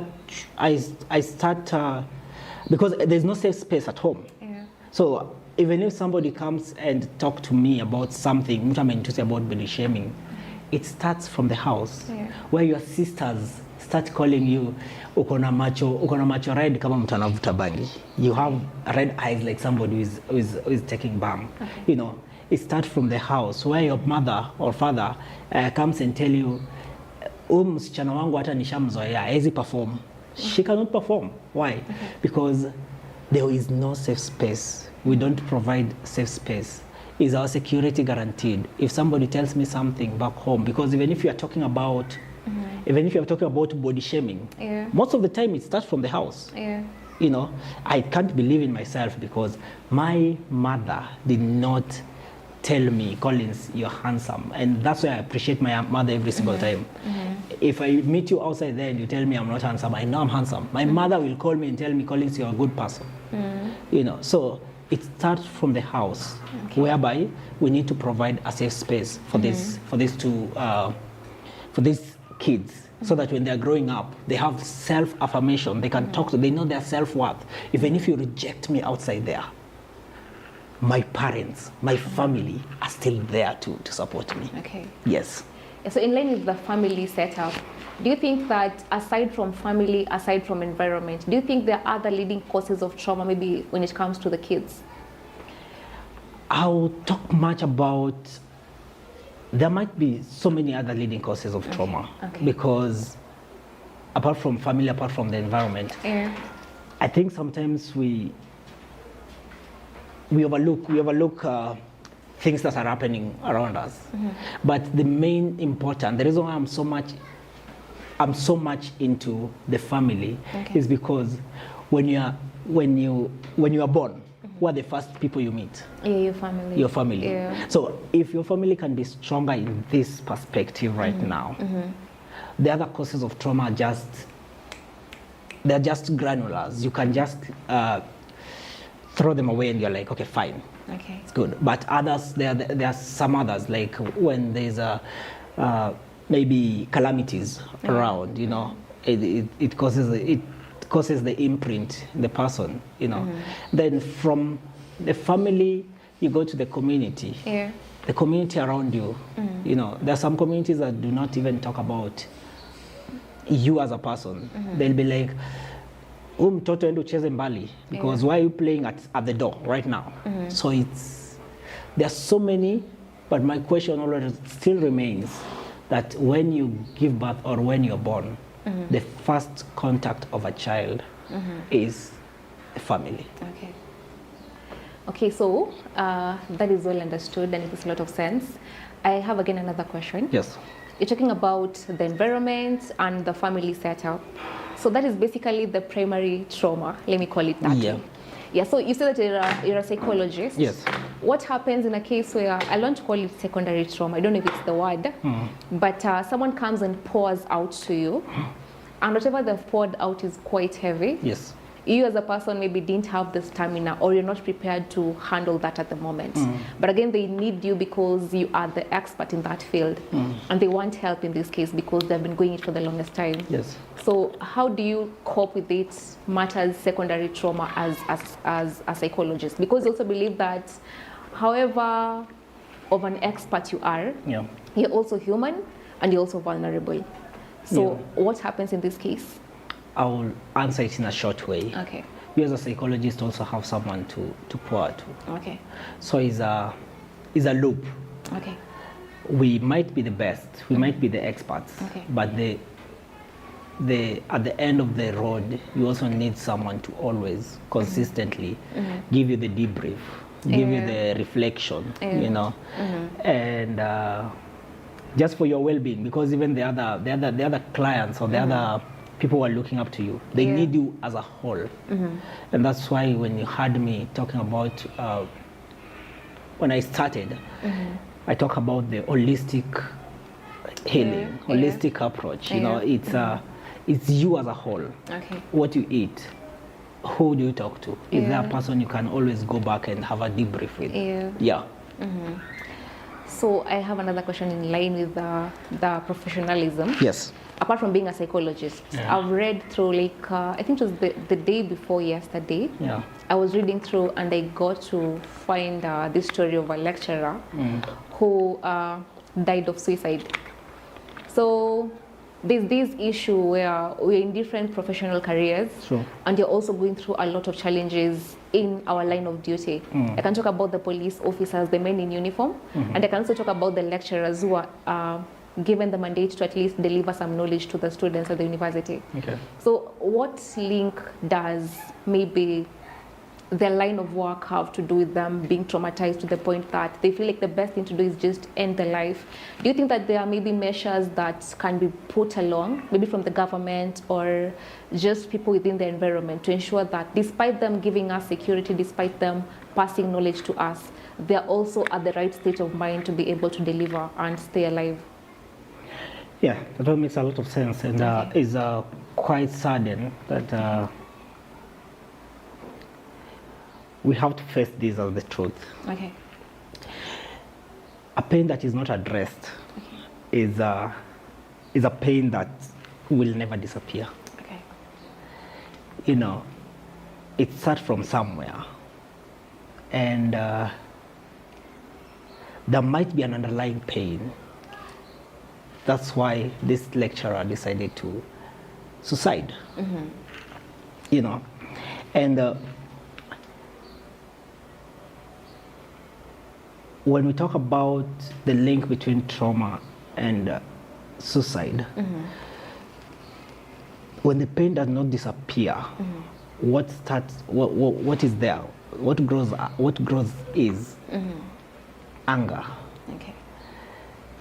What comes up is we have anger, we have anxiety, we have emotional disability. Yeah. We can talk about loneliness, and this one is very bad because when you have pain, and many of you will attest to it, people are watching, when you have pain, you can be lonely even when you're in a crowd. Yeah, sure. You know, it comes with thoughts. Okay. And one of the major thoughts that comes with this thing is, maybe the world would be better if I was not here. Okay. Maybe the world just don't need me, you know, so it's better when I get out. Okay. And so with these thoughts, you start thinking, okay, how can I now leave the world alone? And what happens is, because if you listen to even the lecturers complaining around the world, around Kenya, basically, is the geographical area that I know. Yeah. That probably they're not being paid. Yeah. These people have families. These people have families. These people have people depending on them. Yeah. So what happens is the environment we are growing in forces us to be men, and the only way a man is defined is by providing, which is so sad. Okay. And so what comes into this lecturer's mind is, since I can't provide, the world does not need me. Okay. And the world here is the people around. Yeah. Yes. Okay, we've talked about men being the providers in the society, Yeah. and if they are not in a position to provide, then for them they feel like the best thing to do is just to end their life. Don't you think that this has a relation to do with the relationships that we choose? Because I feel like the world is us, we are the world. So if I've chosen a partner maybe who is not understanding, who can't come through for me when it comes to paying bills, I hate the notion of 50-50. I don't know what you feel about it, but for example, you're having this partner and it's gotten to a point, because some things are not permanent. Maybe I had a job today and tomorrow it's not there. So you're there in the house with your wife. Maybe your wife is just doing the casual jobs to put food on the table. But as a man, you're also trying to do all that it takes to ensure that your family is stable. But things are not like so smooth as they used to be. Do you think it comes from the point of choosing your partner right to avoid some relatable troubles that comes in the future? Or do you think it's just a matter of people changing while they have already gotten married? Is it so underlying from the point of choosing our spouses, or is it just the world shaping us into what they want us to be? Yeah, first of all, maybe I'll just have to add something. Okay. That when these kind of thoughts come, means that you're not weak. Okay. What it means is that you've been strong enough, Okay. but you did not have the right support during this period. Yeah. And what happens is, I mean, the issue of 50-50, I don't know. I can't What's talk your take about about it. I can't talk about it, honestly. Why? You have a contrary opinion. I'll be crucified. But No, it's a safe space, trust me. But what I think is that we're having a problem of partners. Okay. Because sometimes we get our partners when things are good. Okay. So we don't get time to understand each other at all. Okay. If maybe I can just ask a quick question. Okay. How long did it take you to understand if you have a partner, to understand your partner? Just dating. That is just dating. Okay. And so, because most of the time we are so much into the marital, premarital counseling. Okay. And people just get into the marriage without knowing this is what my partner is, or this is what my other partner is. Okay. But I'm always advocating for the thing of predating counseling, Okay. because when you need to understand who you are getting into your life with. Okay. Marriage is an institution, and all the institutions have exams. I'm not in a position to give an advice about marriage, because I'm not married yet. But all the institutions have an exam. If you're going to school, you know that the timing should be this and this. Yeah. If you're going to church, you know that we have church services starts from 1, 2. Yeah. If you're going to even to a football club, even people who are going to the club, they know that the club starts from 1 to this time. Yeah. And so is marriage. It's an institution that people, before you get into that institution, there's some pre-qualification that needs to be done, which is predating counseling. Okay. And before you get into premarital counseling, being taught on how to stay in the marriage or whatever, or whatever thing they feel in marriage. So I believe that we really need to work on understanding our partners. Okay. We really need to work on understanding our partners, because this thing does not only depend on the boys only. Even girls, some girls feel disappointed after marriage. Okay. You know, because some boys also just go to to the relationship of marriage because there's something that that girl cannot provide. Yeah. So the question is, the description of why do you love me comes in. Okay. Yeah. Then now you Okay. start understanding more. Okay, get it, and thank you so much for that. And if I want to go back to my question, do you think there are measures that the government can be able to put on board to ensure that people of given professionalism or career fields can be able to get some therapies or some form of education in line to help them sustain their well-being? Makes a lot of sense. I hope the government will not come for me after this, but the government have the policies. Okay. The problem is the implementation. Okay. It's been there for forever. Okay. But I don't blame the government. Okay. I want to come to us because you need you. You need yourself. And so when there's some little things that you can talk about. Okay. You can have you, and there are some things that are going on around the world or around the globe. Yeah. And we have the internet, we have the technologies. So which means you need you to find you. Okay. Because if you depend on the government, right now the fuel is so high, so everyone is crying. Yeah. Imagine the government bringing the technique of how you can have your well-being, then the fuel is high. Yeah. And that's why I'm talking about the holistic approach Okay. on well-being. Okay. Yes. So the measures for you, you feel like they have to come from our own point of understanding first who we are? Yeah. What if it gets so overwhelming that you can't take it and you don't have someone that you can pour into? It's very good. It's very important. The thing is, I want to talk about what colonials did to us. Okay. One thing what they did was to destroy Okay. the community thing that we had in Africa, I think so. I don't know about Asia, but they ensure that this thing disintegrated. Yeah. Because we need a strong community. It's all about the community. We need a strong community, whereby even if our government do not care, but the community still care about the well-being of the person. Yeah. And I do say this, sometimes it's always very difficult on how, or maybe it pains me on how we describe the informal settlement. Okay. But I can tell you, I've tested both the informal and probably a different place. The informal settlement has that community thing. Okay. You can borrow salt. you can cook and take to your neighbor. Yeah. You can tell your neighbor, nitatoka leo nioshe mtoto wangu. And they'll take care of the kid. You can tell your neighbor leo sina kitu, but mimi naweza kuwa njaa, but mtoto wangu afanye nini?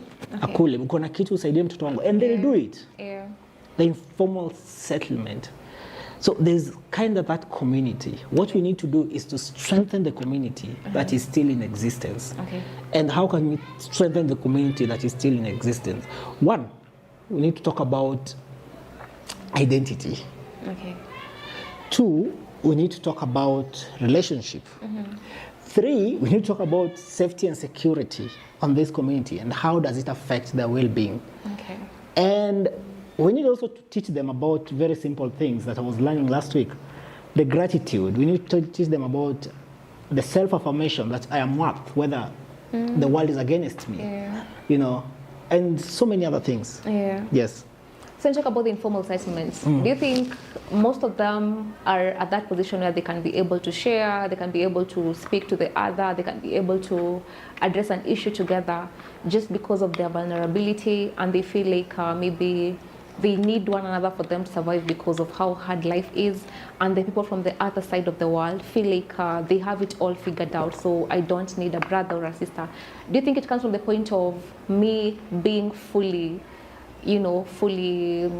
rounded to the point that I feel like I don't need someone to be there for me, and like the informal settlement where maybe they are vulnerable to the point that they feel like if a brother does not chip in, then today I'm going to sleep hungry? The informal settlement is, on the other side, they're not happy. They're not it's only happy. that all of them are ego. Okay. They're not happy at all. Okay. But in the informal settlement, it's about us for us. Sisi kwa sisi. Okay. It's about us for us. Okay. So if we don't protect ourselves, those other people are not going to protect us. Yeah. So I believe that even in the other side of the world, Yeah. they really need people to talk to. Okay. It's only that everyone just feel like we are there, we already, we finished. So it's very difficult for it to. Yeah, but in the informal settlement, it's us for us. Us for us. Yeah. Okay. Thank you so much. They can't escape that. If they escape, because maybe I just need to make it clear. It is by design that they are there the way they are. It's people feel like the government is against them. Okay. They feel like the whole world is against them. But who didn't feel that way? That's the question. Yeah. Yeah, if Okay. you can't afford the basic, your well-being is destroyed. Okay. Yeah. So how can you relate trauma to suicide? What is the correlation between the two?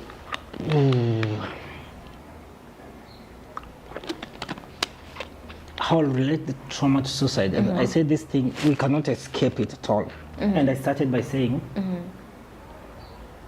a pain that is not addressed is a pain that will never disappear. Yeah. And I made some statement here. I said, when you talk about the pain, how does this pain come out? The pain comes out as anxiety. Okay. The pain comes out as anger. The pain comes out as rage. The pain comes out as loneliness. And the pain comes out as thoughts. That's why I said at some point that, look, at some point you just wish that the world does not need me. Okay. The world does, no one wants to talk to me. Yeah. And I said this and say it again, that every single time you think about these things, you're not weak. Yeah. You've been strong enough, but probably you've never gotten the best way of handling it. Okay. Yeah. So its relation, if I got you right, is the fact that the pain has not been healed. So you're working from a lot of unhealed pain. Yes. And so it takes us back to the definition of the trauma. Yeah.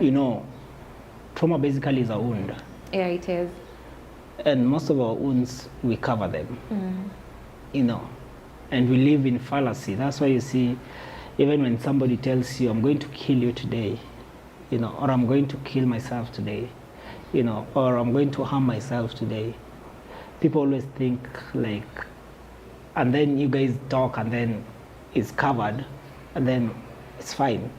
And it's a characteristic of a wound, because the wounds, what happens with the wound is that once you don't address it so well, it forms, I don't know the name, but it forms the hard part. Yeah. But inside it's still the pain. Yeah. So we need to address the pain. We need to remove the hard part. We need to look at a way or hygienic way of addressing that wound for it to be processed. Okay. Yeah. Thank you so much for that. And in a case where the thoughts are so constant in someone's mind, and the person feels like they cannot be able to take it anymore, so how can someone go about it? Oh, that's a good question. One thing I believe is that when a pain has no language, it is always very difficult and it's unbearable. Yeah. If you don't know like when I make a joke sometimes, when you get into the office and ask someone, how are you feeling? And then they tell you, na feel sijui aje. Yeah. No, you don't know what you're feeling. Yeah. It becomes unbearable. You have a lot of things in your mind because you can't name it. Yeah. You can't talk about it.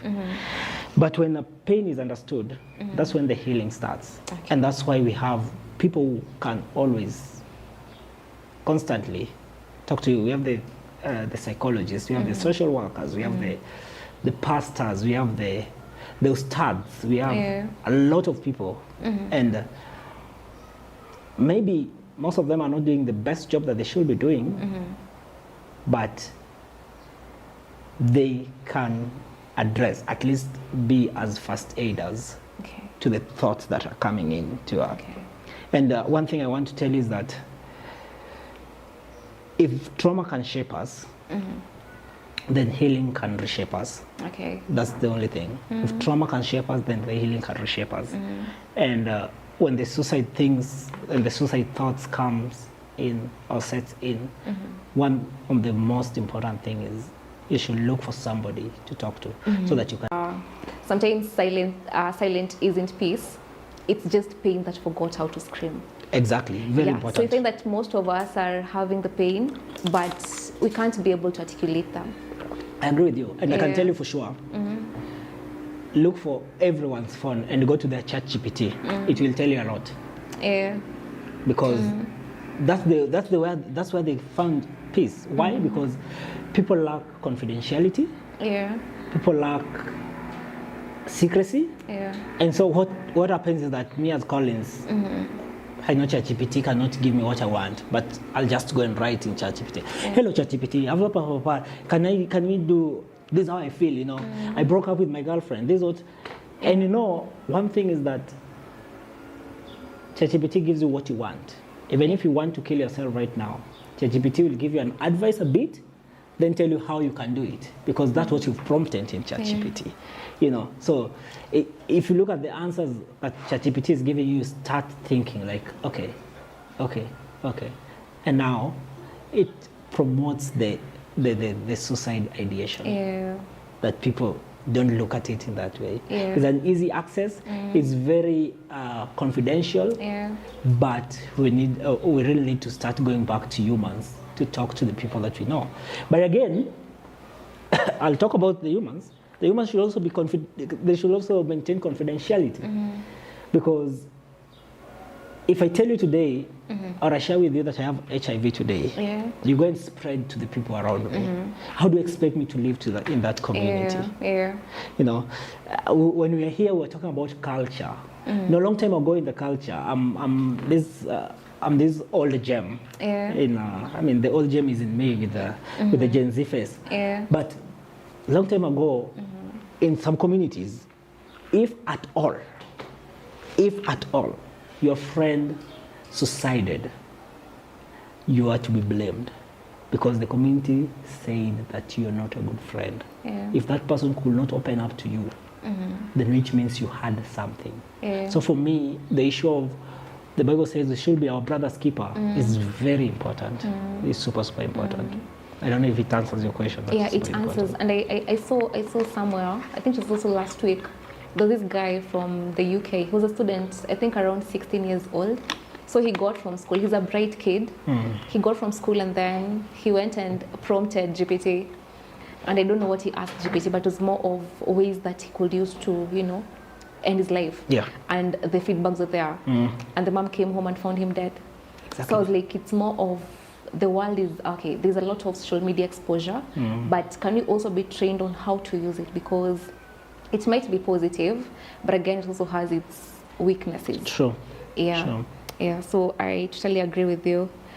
And if I'm to ask for some maybe practical solutions, for example, I say that it's not all about the stigma or people being scared of what the world will say. I think it's more of us just losing the human touch. Most of us have lost the aspect of humanity. True. Because I come and open up to you on something very delicate, I open up because I trust you.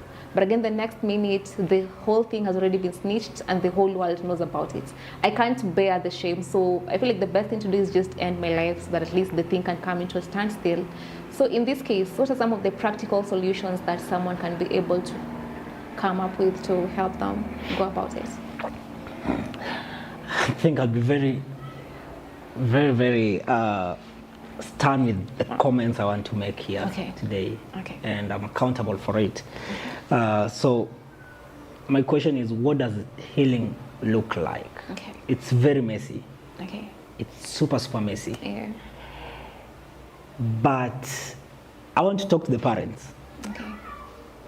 if you're hearing me today, put it in your mind that you are the first safe space when your child is born. Yeah. You are the first person to give your child a guarantee to security. I heard MD talk about the short guy. I've forgotten his name, but Brad Williams. yeah, Brad Williams. And I also listened to the joke, and I can tell you for sure, if you listen to him talking about the parents, it shows that the parent is the first safe space. I am short, yes. My son is short, yes, but it's not your fault to be short. Yeah. You know, if we talk about body shaming, our parents are the first people to know. Yeah. And I can tell you for sure, for the parents, it's not about the intensity of love. You know, I've been buying for you this, I've been buying for you this. No, it's how you show up with that kid when that kid wants to talk to you. Do you agree? Can we talk about marriages that have ended up people suiciding, or people killing each other, or people harming themselves? If you ask them, most of them will say, my mom made me stay here. My dad made me stay here. So for me, I'll talk about the safe spaces, which is the mother. Okay. And sometimes it starts as it's very tricky, but it's always a very simple thing. And I'm very happy that we've talked about the ChatGPT and its effect. You know, talking to someone. But the question that will come is that, you know, people are not trusted very easily nowadays. So what will happen is that we need people to know, you as yourself, somebody who is supposed to talk to this person, you have to instill confidentiality. There are some things you have to say, there are some things you don't even have to say. When someone shares with you anything, you know, you know, it's about, when you talk to someone, what you do is you try breaking the silence. What is running inside you. Honestly, one of the biggest causative of suicide is the silence. Yeah. You know, this thing kills you even before you take action by yourself. So that's breaking the silence. And we can talk about the communities. You know, can the community explain or take that safe space? Can they provide that safe space? Yeah. You know, maybe what I refer to most of the time is the group, how is it called in the hospital? There are some groups that maybe if people are having non-communicable diseases are kept. Is it? The word? No, they have been kept in the groups. Okay. I've forgotten the name, but but in those groups, they talk about how they survive. You know, how when the high blood pressure goes up, what do they do? How many times did they maybe take the recordings of the blood pressure? What are they eating? What the behavior they notice during the week? These groups are very important. Okay. Because now in those groups there's something very important and dear to my heart. Is storytelling. Storytelling. There is healing through storytelling. Okay, nice. When I'm here and talk about my story, in fact, the story of Abigail changed a lot of people in the area where she grew up. Okay. Everyone was like, who is this Abigail? Can you tell us about the story? And that's when that area knew that even a child can go through a stress. Even a child has something that is disturbing them. It's not only stomachache or it's not only something like that. So, and then I'll talk about writing, journaling. Please journal something, you know. Journal something. Talk about how you feel today. And this one will come with authenticity. Speaking the truth, always, you know. You said, I'm not beautiful. Yes, I'm not beautiful. Thank you so much. But that is up to you. You said, I'm I'm maybe chubby. It's up to you. Yeah. I can give an example. I've not been going to the gym, and if somebody tells me today you have big stomach, I say, yeah, I need to go and give birth, because that is up to you. Yeah, Is true. not what you are what you are feeling is not what I'm feeling. You know, because sometimes you might body shame someone. Yeah. You might talk about someone in a ill way, but you don't know what they are going through. Yeah. I've talked about authenticity, because I feel like what you expressed can be processed easily, and what is processed can begin as a healing process. Okay. That's what I would say about. Okay, thank you so much for those practical solutions. Before we end, I wanted to ask a question. Yeah, please. For the longest time, we've always had the notion that men are supposed to be strong, and not. So what's your take in line with trauma as far as the society projecting men to be these strong beings that are not supposed to portray any level of weakness, they're not supposed to cry, they're not supposed to need a shoulder to lean on? Do you think there are ways that we can be able to at least tweak a bit the thinking of the world and make them know that it's not about the gender, it's about us just being humans? I'm a man, yes, but again, I'm human. So what's your take on that? What can be done to ensure that at least we pass it through for the men to also have the safe space to do what they can and just be themselves? Wow. That's very important. I remember one day I was having some coffee with the men's group that we have. Okay. I mean, lunch or coffee, I don't remember very well, but Yeah. it was men's day that day, and we took our coffee or whatever that we're taking, and then now we just made the general conversation. Yeah. But when we were still there, I think I asked my crew, hey guys, are you really okay? Are you really okay? Okay. You know, and it was so emotional, or it was, for me, I felt, because we were just leaving, we were paying our bills, leaving. Then, out of almost 3 or 4 men, all of them broke down. Okay. All of them broke down. Everyone had an issue that they were that was going through their mind. Yeah. Oh my God.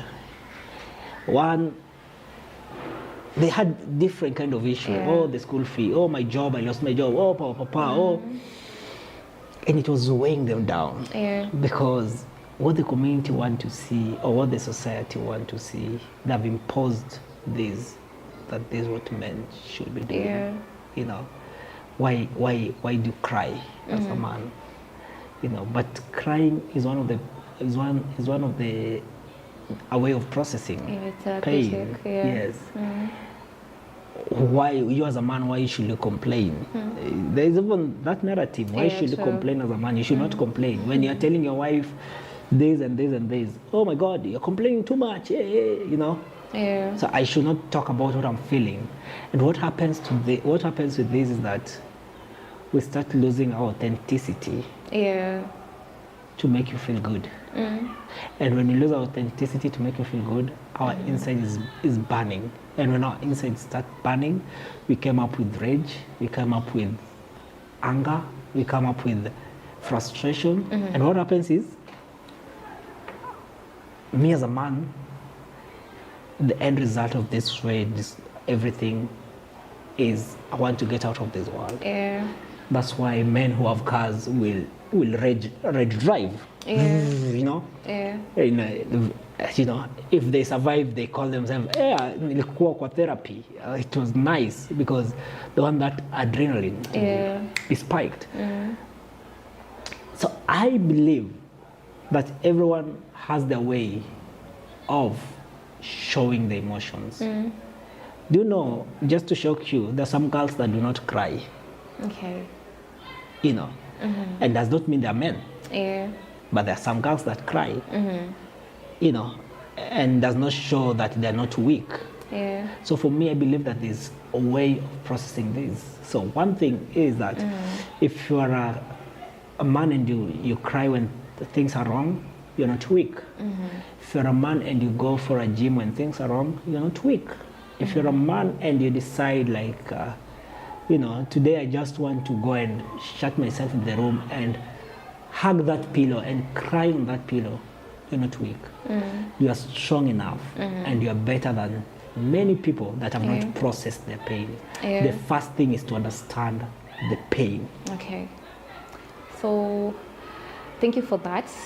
And then let me just ask you one bit of the final questions. Yeah, okay. Let's talk about trauma in relation to infidelity. Yes. There's an issue of you having your girlfriend or your wife, but again, you feel like there's so much of a pain in the ass, you can't control them. And so you get to seek comfort somewhere else. And this brings about the issue of infidelity.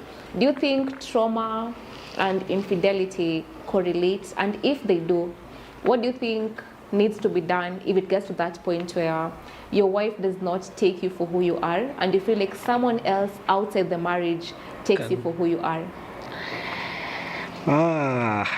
Good question. I think, is it trauma? Might be yes, might be no. Some people want to cheat to hide behind trauma, which is wrong. But what I can say is that one thing that you can ask a lot of people, when people don't validate you, they don't just lead you. Okay.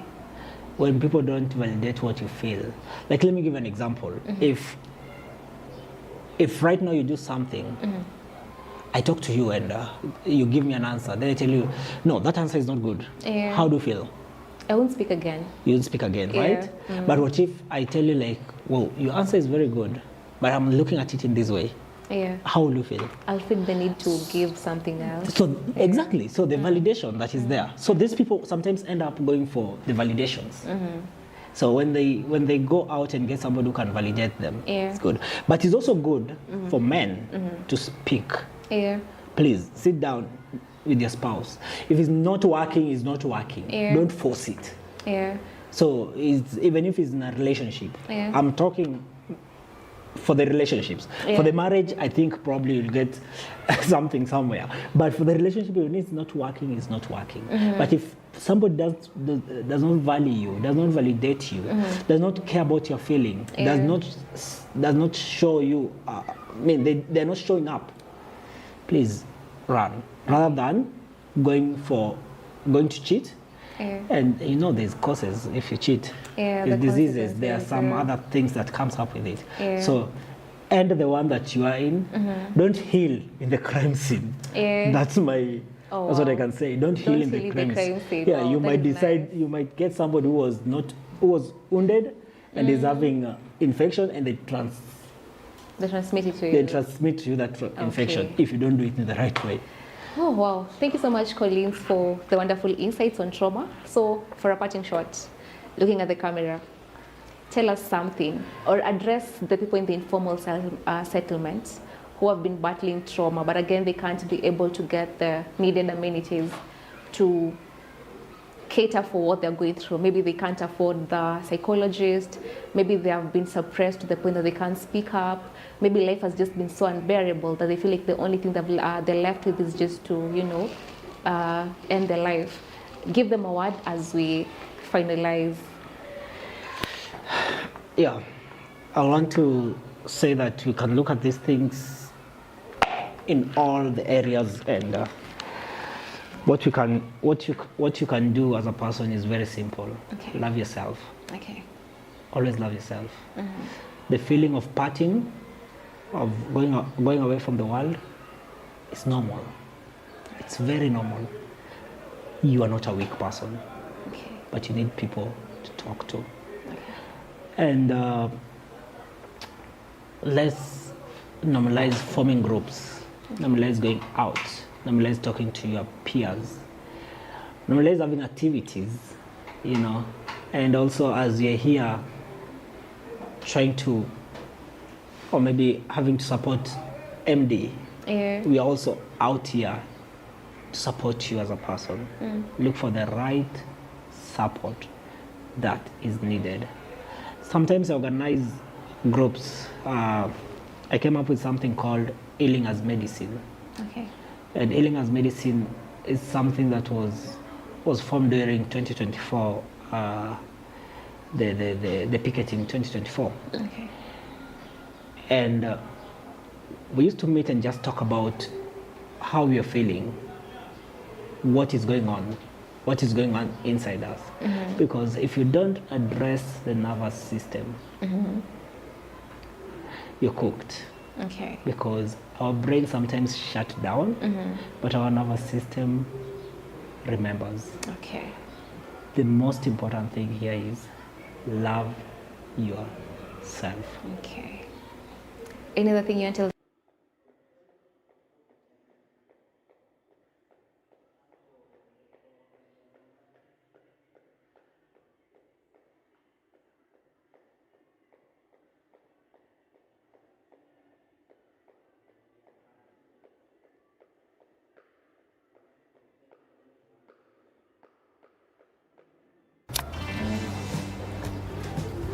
Hi, Liz. Hi, how are you? Good to see you after a long time. Yeah, glad to see you. You know, when I see you, all the beef that you have with each other, I love them. I once went for an interview and I thought I did very well. And that HR asked me, if you are this good in your former company, where did they let you go? Then I told them, was this position vacant or there was someone else before? Is it a new position or there was someone else before? They said it's not a new position. I asked them, if this company is as good as you claim to be, where did the person leave? Then they smiled at me the same way you're smiling, and they told me they'll get back to me. Oh, definitely. They will get back to you after 10 years. I'm still waiting for it. How many years ago? That was 2018. Wow. Yeah. You're almost clocking a decade. So a decade is still get up. I need to be patient for 2 more years. It's a virtual. Yeah. But I apologize on behalf of HR. They should have given you feedback. Yeah. Yes. I remember some time back we did a video, and I remember you were talking about it's not only about human resource, it's the human in the, what was it? It's the human part when managing resources. Because basically employees are resources. Incoming employees, outgoing employees, and even employees on board. They are all resources. So you turn the aspect and show the human face. Because after all it is done and said, the human bit is what counts. How did you make people feel? How comfortable were people when they were under your hands? Were they interviewing? Were they just seeing you? What did you make them feel like? Even on your deathbed, that's something that you will always remember. XYZ treated me. XYZ gave me a chance to do that. And funny thing, HR happens to meet over, the research was done that you happen to meet 80,000 people in your life. And HR actually happens to meet more than the one person. So when you're in your deathbed, that reflects, you see that picture you play, that my life started here, it went here, it went here, it went here. So that's what we'll actually play, and that's why HR is such sensitive as a teacher. Yeah. I read somewhere that dating HR is a pass. They walk you through, even if it's a breakup, they put you on PIP.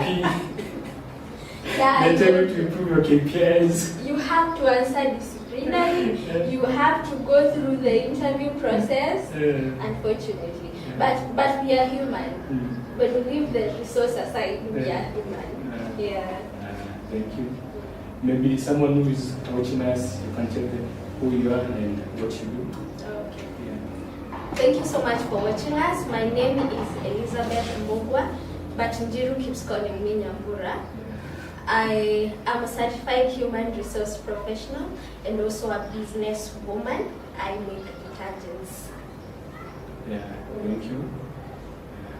So, out of all the topics that we could have discussed, why did you pick this particular topic?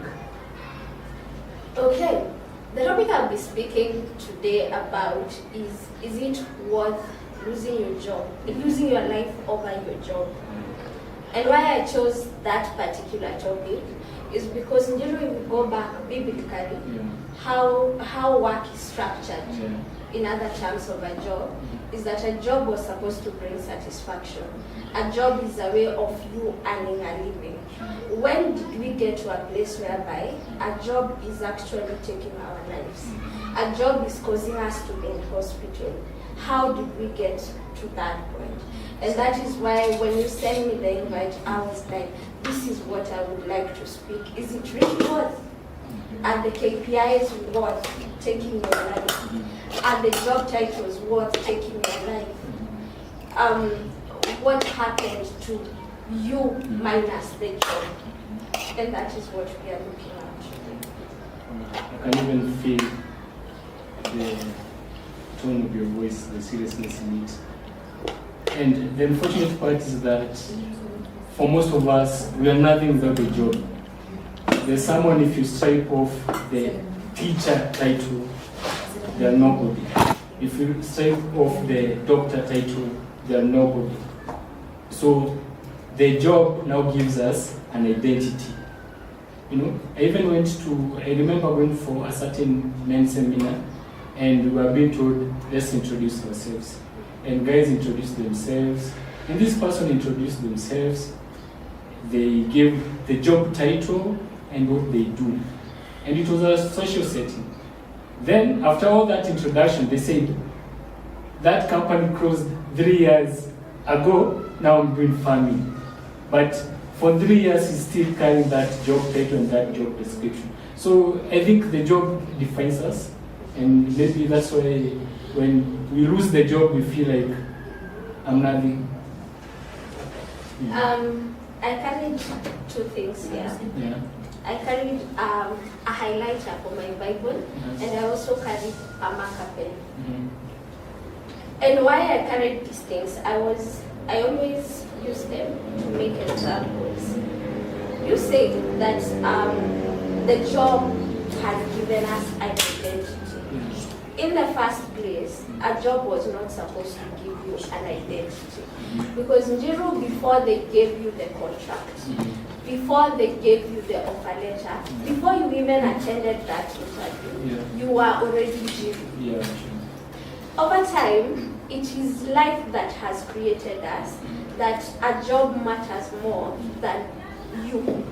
And I want to fix this as the job Njiru or the job Liz, and I want to put this as Liz at 541. This person comes to work and work 8 hours.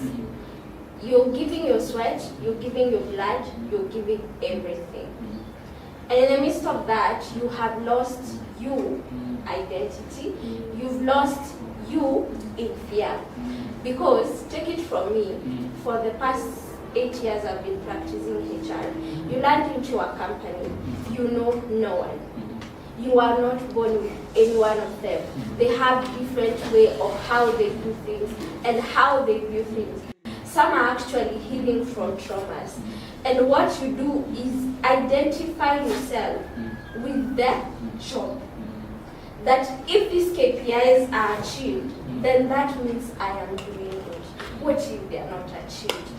If this budget that I was given is achieved, then that means I am doing good. What if it is not achieved?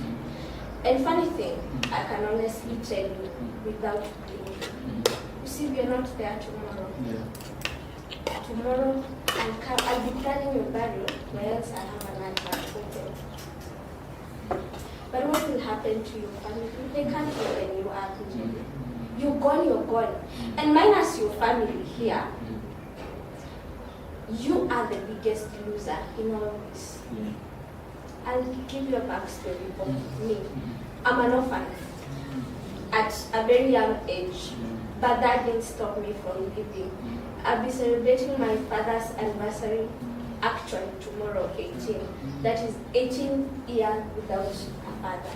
My dad died not because of suicide, our conversation today, but did I stop living? Nothing stopped living. Actually, it's a day like any other. So the biggest loser in all this becomes me. So let's look at character 2. Liz, after 501, after the title, after that corner office, after that KPI, who are you? Who do you think you are? Do you know that you're a sister? Do you know that you're a brother? Do you know that you are a mother, a son? Who are you? Do you like walking or skipping rope like you?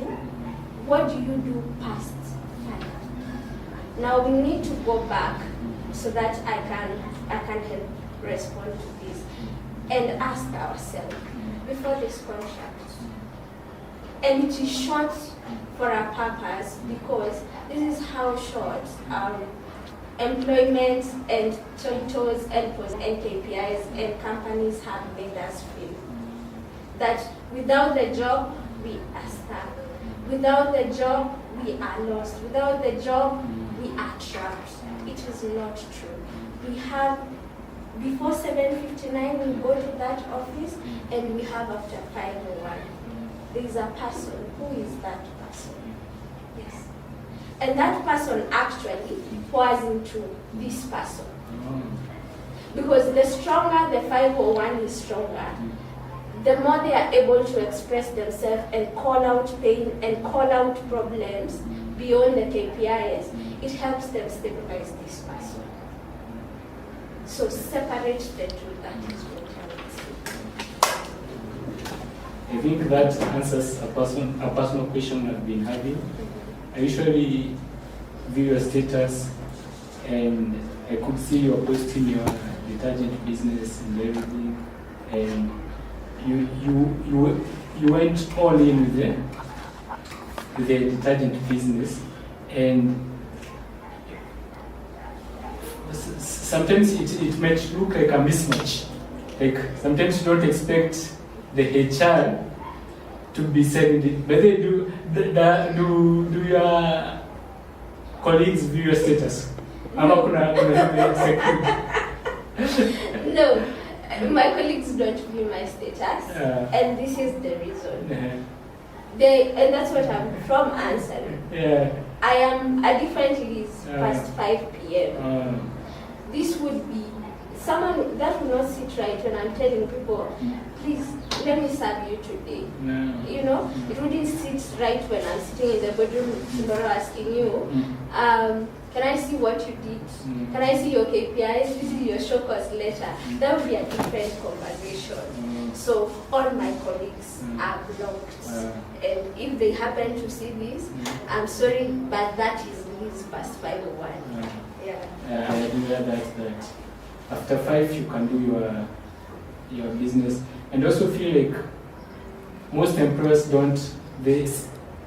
secretly they don't want you to have other side hustles. They don't want you to advance so that maybe you can spend all your time and energy for their projects. So yeah, that's something. I thought this conversation would take a more HR perspective, but you have responded in a more personal manner. Why is that, Chick? Pain.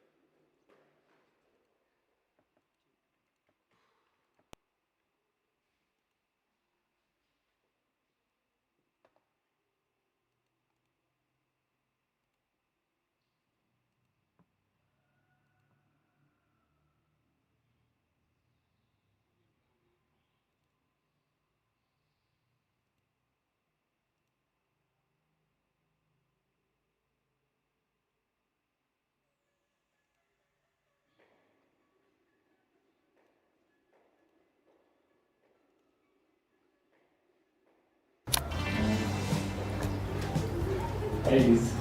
Hi, how are you? Good to see you after a long time. Yeah, glad to see you. Issues in a way that are not breaking this employee in the name of stretching, you know? And so when this employee happens to be in pain and they are overwhelmed, they are going through harassment, because I've been in HR, it happens. They are going through humiliation.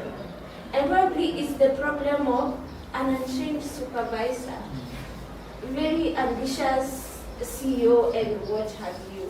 When that comes, it is not formal. I can sit here and tell you, oh, you see our KPIs need to be aligned with the end of year budget. No, pain does not knock doors. It's very informal. And so I will sit here as an inspirational leader. I'll be unfair to that person going through a rough road at workplace. I'd be very unfair to that person who is like, you know what, I don't know who I am at this level. I feel trapped. I feel that I am the problem. Because let me shock you, sometimes even that employee is not the problem. The company is. You know how? How? Number one, they have very unclear communication channel. Okay? And so they expect you to be Jesus and read through their minds and interpret what should have actually been done. So you will do a project, and then your supervisor will tell you, this is not what I expected, and they won't actually give you a solution. So who is first? You. You'll do a project again, no feedback. Someone goes quiet. You just mentioned a case study. You did an interview. No one even bothered to tell you, you know what, you are not successful. Not even the ChatGPT thing. You pull and paste, hide you are not successful. Period. Go. That's their problem. Their JD, they have very ambitious budgets that rocket science cannot even achieve. They have untrained supervisors. What is your problem with that employee? You have no problem. They are self-created organizational problems that are now, the ripple effect is had by the employee, by the end of it all. So I can't sit here and go again and be formal, be the normal HR, live good vibe, drink grass water. And the people are going, no, I'll be doing it justice. It's a HR thing. And the big water bottle. I don't know why. You don't? I don't. When you've talked, two things have come to mind. I will pour them into and you will handle them. Especially the ambitious targets. I once worked for a company, and in my mind, I knew the company was doing poorly. Because, in fact, I was on PAP. Like, my performance wasn't that good. I entered PAP, then I came out, then I entered Ikazama. But when we went for the end of year party, do you know, I was surprised that profits were $1 billion plus what? And our target as a company overall was 52-54%. In fact, I was not doing that badly. I even comforted myself. I was 65%. So so I used to feel like at 65, okay, there's room for improvement. You see? So at 65, I was still in a power pressure, yes. Yes, lazima tuko pressure, but the company is performing at 54%. But it may post crazy amount as profit. But bado watu wana skuma. So maybe that in relation to the crazy ambitious targets. Then another thing I read somewhere that in some organizations, and I think this applies all over, they create positions for someone to blame. and you'll be given a project, and this project maybe will not even be funded. There will be no proper communication channels because they want someone to blame when things go wrong. And maybe you can speak about that. Let me start with the first list of crazy, ambitious dreams of the company. Yeah. The way the corporate is structured. Have you seen, there's a video that always circulates of if you want to feed a cow, unaweka majani mbele yake, and then you keep moving. That is how corporate is structured. There is no day that a corporate organization, and even NGOs, will ever sit and say, actually we have had enough. That day will never come. Who needs to put a full stop? It is you as an employee. This is how far I can actually stretch. Because the corporate engine is always running. Always inakayai.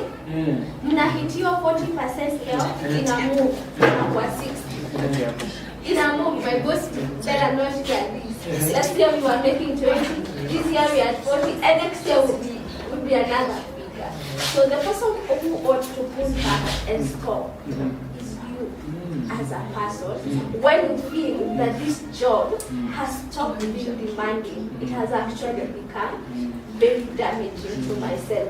I'm giving too much than actually I should be giving. Okay? Number two, about blaming the other person. The organizations do not know what to do. Okay? Most of them. I work in an actuarial firm. I can tell you for fact, I know nothing about actuarial. I only had about IFRS 17, something like that. So if I hire you today as an actuarial analyst, I expect you to do the job.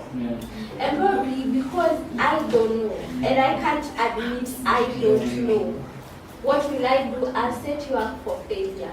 Now when I'm coming to review you, I will be saying, you failed. But if you fail, no, I actually didn't know what to do. So I set you up for failure. And that is why I say, you can't entirely blame yourself and tell yourself the lie that most people tell themselves, that I failed. There is a place for that. But in corporate, you have to go deep and look what was the root cause. Was it actually my problem or the organization problem? And I can tell you, 80% of mental wellness or unwellness in the organization, it's on the company. It's on the company. I fear risking my job, but I can tell you, it's on the company, it's not on the employee. I hope your detergent business is doing well. I hope so too. Yeah. Should you be sent an email? Show cause. Show us why you say that. Should you be summoned? I hope the detergent business is doing well. It has to work. Speaking of which, you have mentioned about mental health, the wellness or the wellness is linked to the workplace. Can you kindly elaborate more on the, also in regards to the work pressure and now our mental health as humans? As humans. The wellness or unwellness of the workplace, I say it is based on the organization. But then, you remember my two examples? There is you 8 to 5 or 9 to 5, whichever you do. And there is you 501 and 7:59.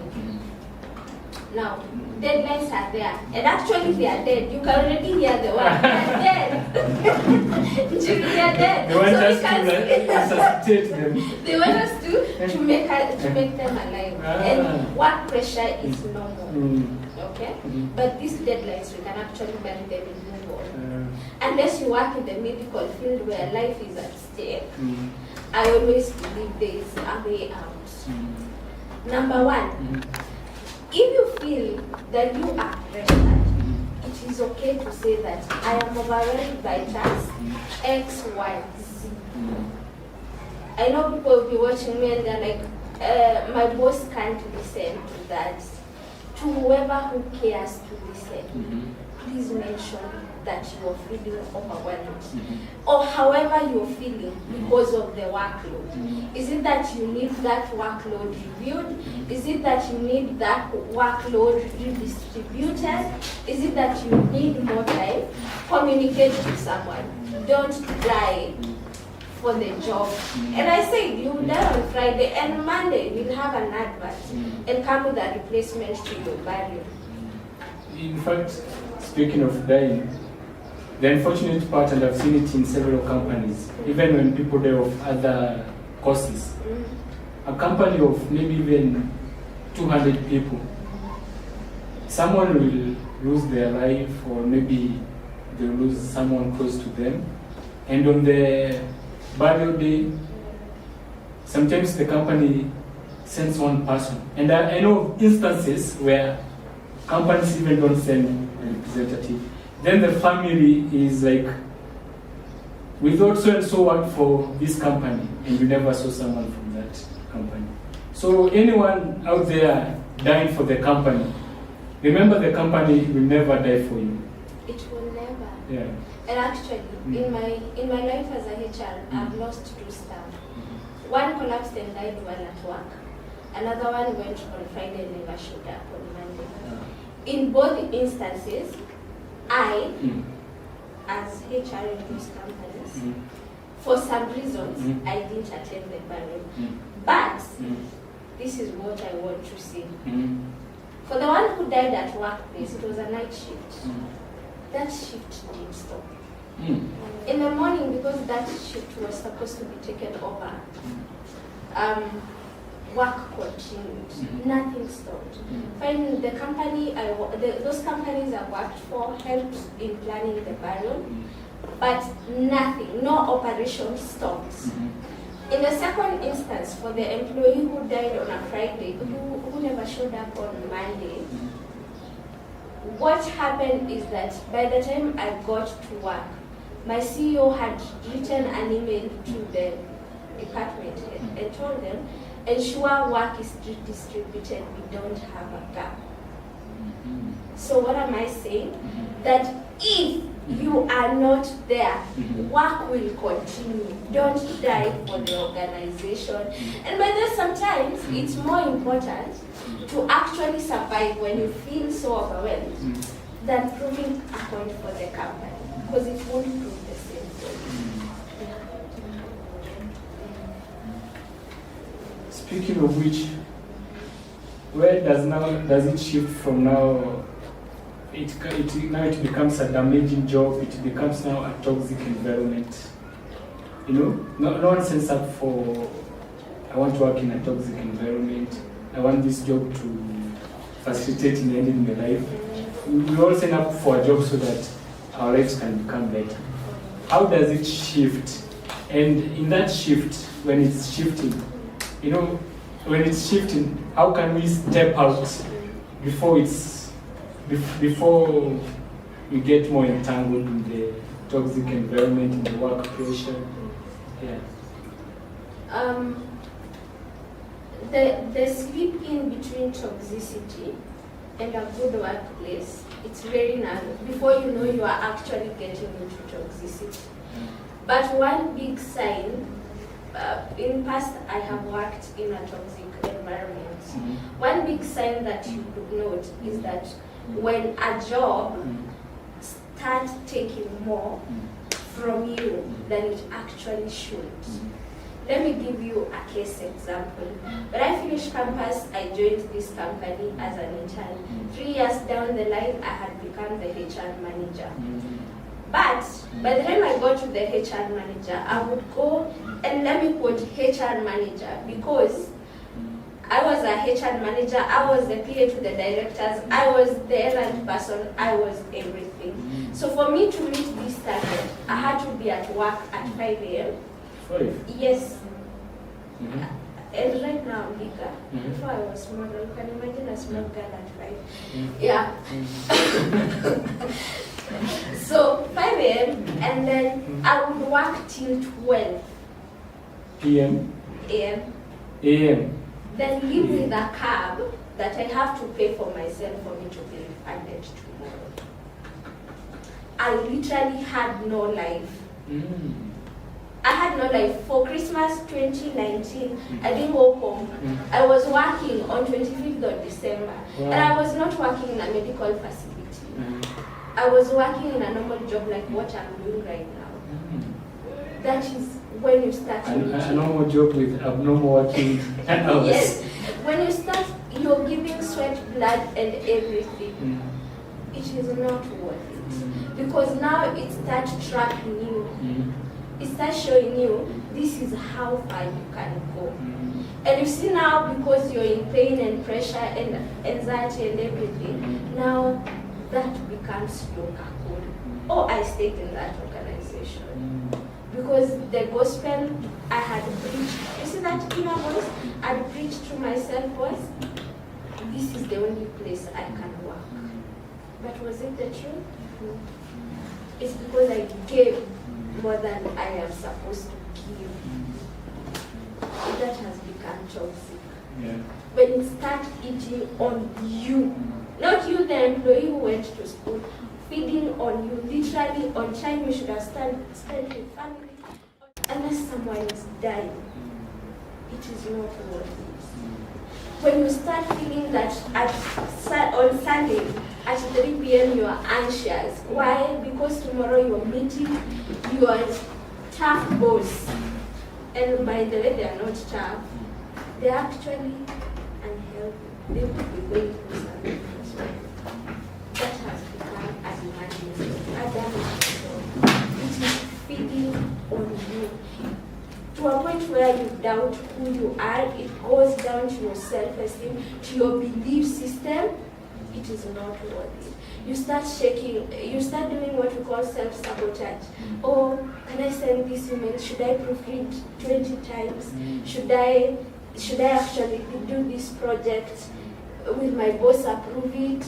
You doubt who you are. It has fed on you. Leave if you have to. Yes. Yeah. Not to digress, there are two things that I've picked. So I'll start with the sabotaging one. I also worked in another company. It was a bakery. I was in between jobs and kapata ya kushikilia sasa. So we'd always be reminded how many people are applying for that job. So like you're always reminded, like, and I think in a way your self-esteem goes down because you're always reminded, like, ukitoka, someone else. So you want to prove yourself, Then you've mentioned something about if I leave. So there's a meme. You know, nowadays our point of reference is memes. Yeah. I also think even, God speaks in many ways. Yeah. In the past, he manifested in form of a crowd, thunder, still voice. I think in the present day, he manifests himself also through a meme.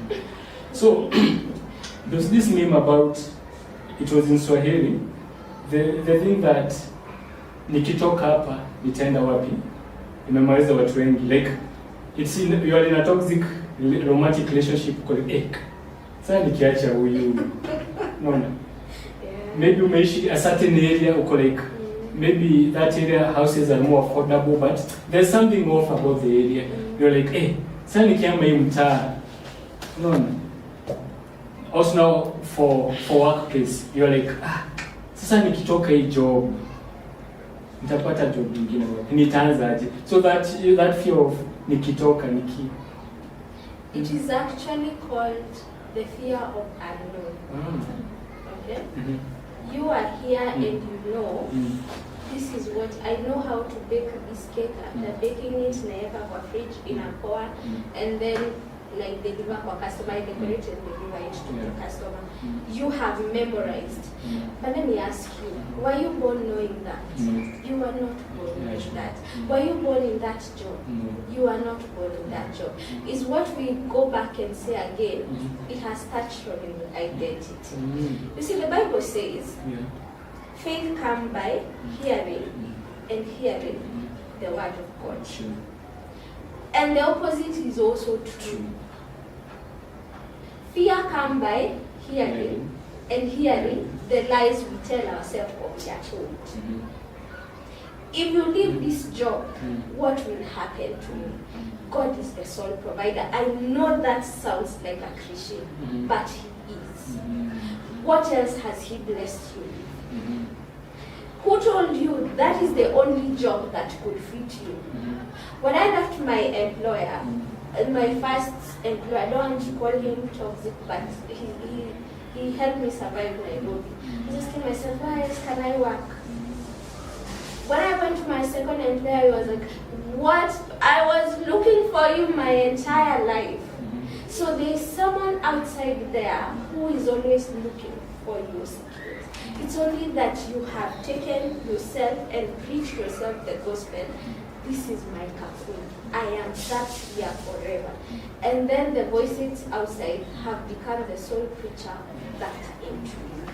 There's always a better tomorrow. And that is where we put what we call hope. As if you die, you are the loser. Please choose to stay. If you die, you're the loser. So you can't die in that job. What makes especially the high performers feel not be able to ask for help? There was a case of a certain person who was working, it was in the media, working in one of the audit firms, and he threw himself from a building. But when I was following up the story back then, I realized he was even a high performer. He was the guy that wengine walikuwa na issues za wataka wasaidiwe, he's the guy who does that. So what makes it that these people who are high performers don't ask for help? There's another case, I know this is sensitive, but these issues, they must be addressed, they must be talked about. Is it last year, but one, we lost a medical intern in one of the hospitals. From the media, the information from the media was that the same person had worked for 36 hours. I've never been to a medical school, although I have a very terrible handwriting. I think I was pre-qualified. But I guess in the medical school, people are taught, they should be taught that maybe rest is important. So the supervisor, whoever, I'm not blaming anyone, I'm trying to see what transpired. Like, how could they leave someone to work for that 6 hours? Also that person, not to blame, but why is it hard for them maybe to ask for help? Like, nimefanya shift ya 12 hours, acha nipumzike maybe 2 hours after nirudi. Why is it hard to ask for help?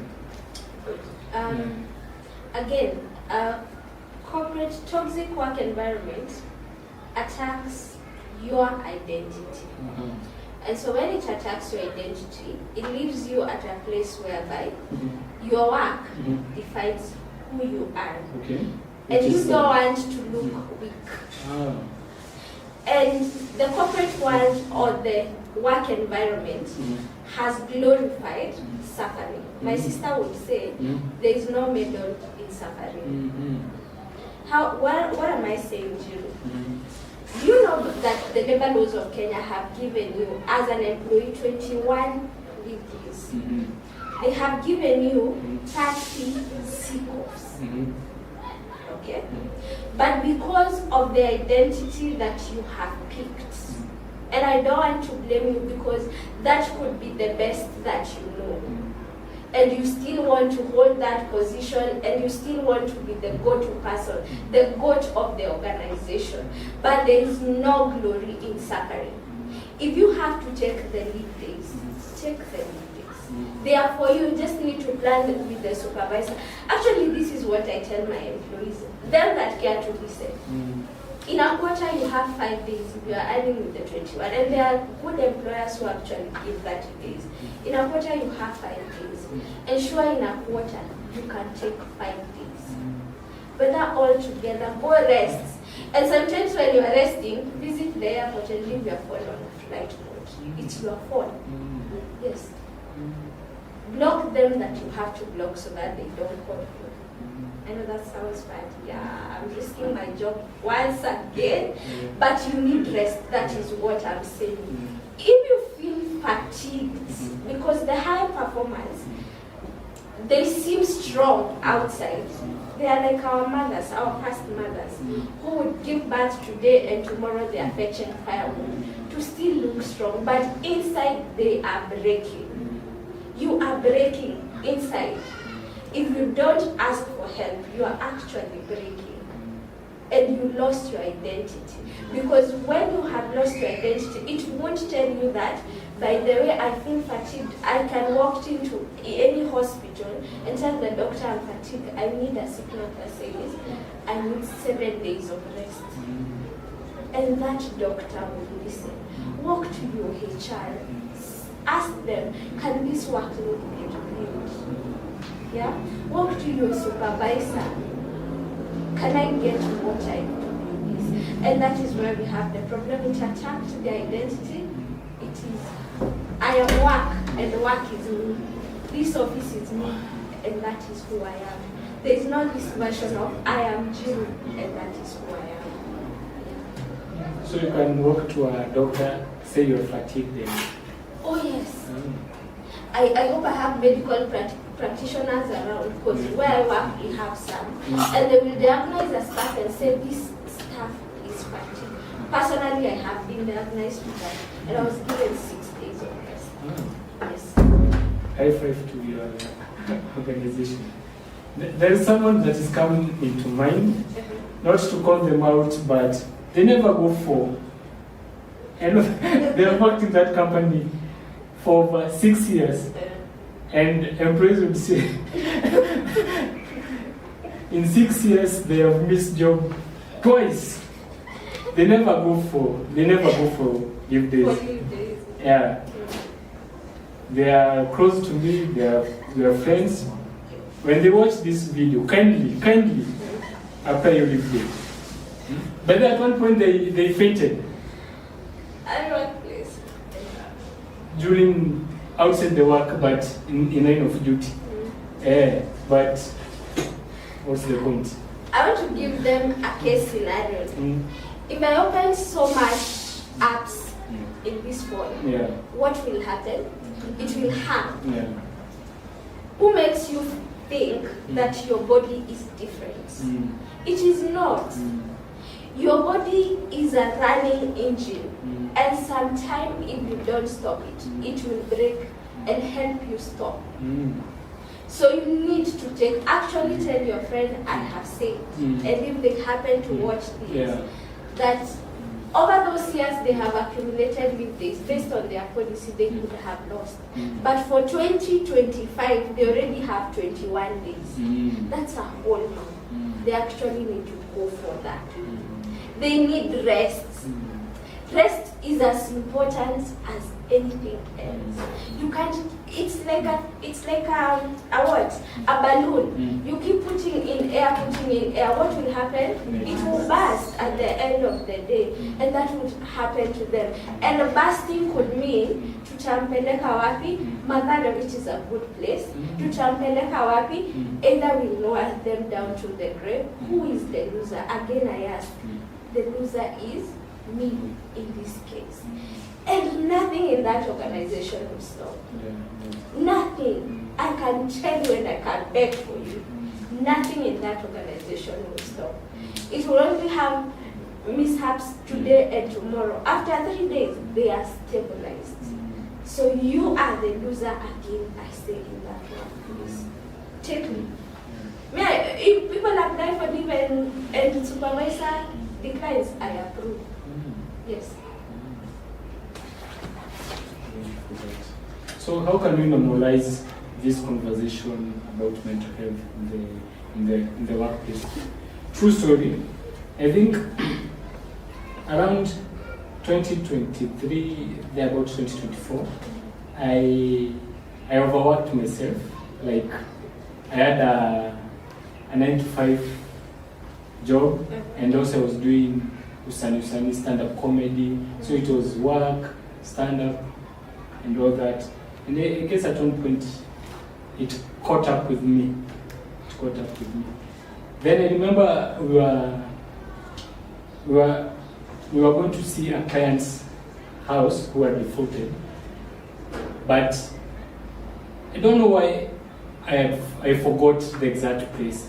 Then I mentioned that, hey, squeezing a sahau. Then I was told, then this job is not fit for you. But it was on a lighter note, but nikastik na nikajua so since end up open up niseme hey, squeezing na sahau because itani cost job. So at what point do you start discussing with your HR, your manager, your supervisor, unamwambia hey, nasikia ni kama I'm a bit depressed and I feel it's like I'm becoming more anxious. At what point? Let me first start with the first question. Yeah. How do we normalize this conversation at the workplace? Yeah. First, it is what we are doing here. Telling people that it is okay to be unwell. Yeah. It is okay for someone to say, and they're genuinely saying, because also we have the other flip of the coin. It's genuinely okay for an employee to come and say, I'm overwhelmed. And in the organization level, the management ought to empower the people who are in the management, say the supervisors, the head of division, that you need to be able to take this through training, through mental health awareness champions. Then I will find wisdom on how to respond to that problem. Naming is numbing, by the way. It's kind of eases the pains. So at that point, when you know this is the problem, you won't go to HR. I feel my whole life is breaking. You go with, I feel that my supervisor is humiliating me. A good human resource or a therapist, there are good companies that have therapists, will be able to walk you through and know this is the root cause and get back. They might not have 100% solution, but at least you spoke, it was halfway solved, as English people would say it. Okay, that is one of the ways that I could give. Number two, and I think I had someone mention it, is write it down. Some people have been lost so much, and you're scared to tell someone. Journal it down.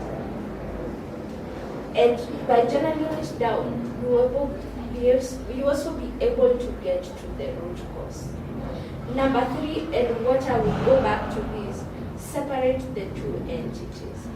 Separate the position from you, the workload from you, the company from you. In fact, you find watu wengi sasa, let's say you work for company Y. So you find that jina yako atakuwa Truecaller inatokeanga Liz Y. Oh my God, I have heard this. Like there was a company I used to work for in 2017. So, but I was more in the sales and marketing team. So I guess I gave so many people my number and they saved me, David, that name. Then, so it was David, that company. Then I moved on to another company and I used my Airtel number. So Truecaller ilikuwa kuja na hiyo jina. So I think at your separation sometimes inakuwa it is important. It is actually important when you're telling people about you. Some practical example I have had to do, because people used to call me Liz X. I have had to tell people when you're saving, and one of you is you, when you're saving my name, please say Elizabeth Mbogwa or Nyambura Mbogwa. Yes, and either of them you will remember, and then how you can put the company. Yes. So that I am not carried away by the company. That company could close down. What happens to you? I will live beyond the company. I will live beyond that title. I will live beyond the appraisals and my supervisor. Yes. You know, before that KP story,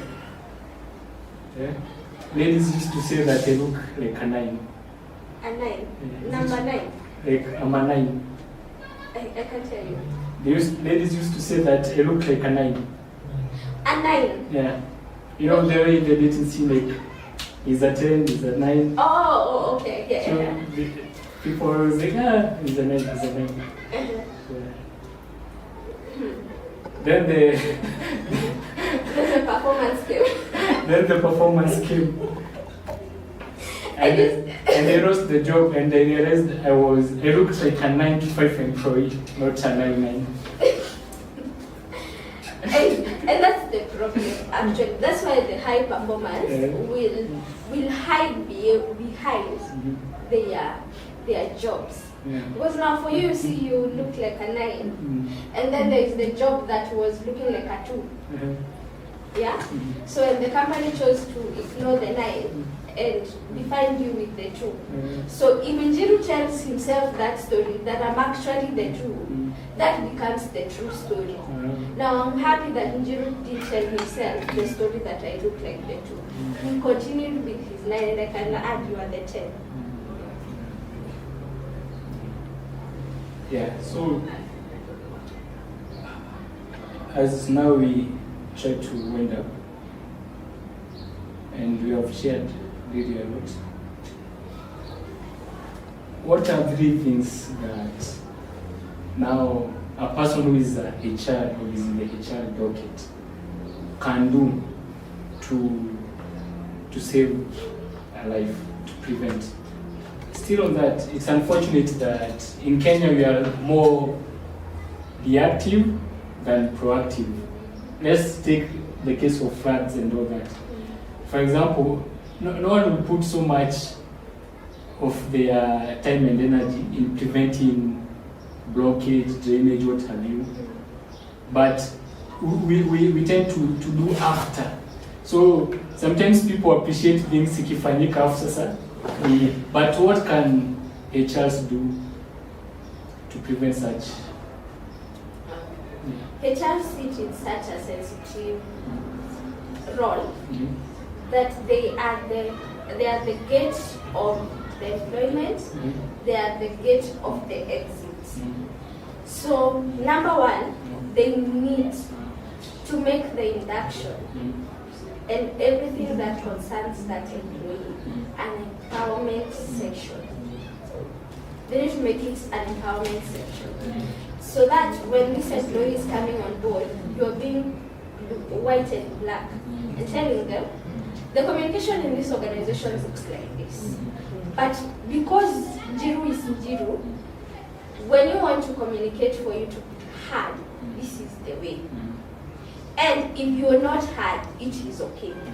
Empower the incoming employees, the current employees, and the outgoing employees in a way that they can stand for themselves and they won't lose themselves in the bed of employment. Number 2 is to train the heads of department, empower them to handle people. Because as HR, if you have 1,000 employees, 2,000 employees, you can't handle them all. But then you have HR for non-HR, empowering these people in that they can handle these things. Number 3, day-to-day in things, review the JDs. We actually, the way the organization is structured, if you are the HOD, you come up with the JD and the KPIs are reviewed.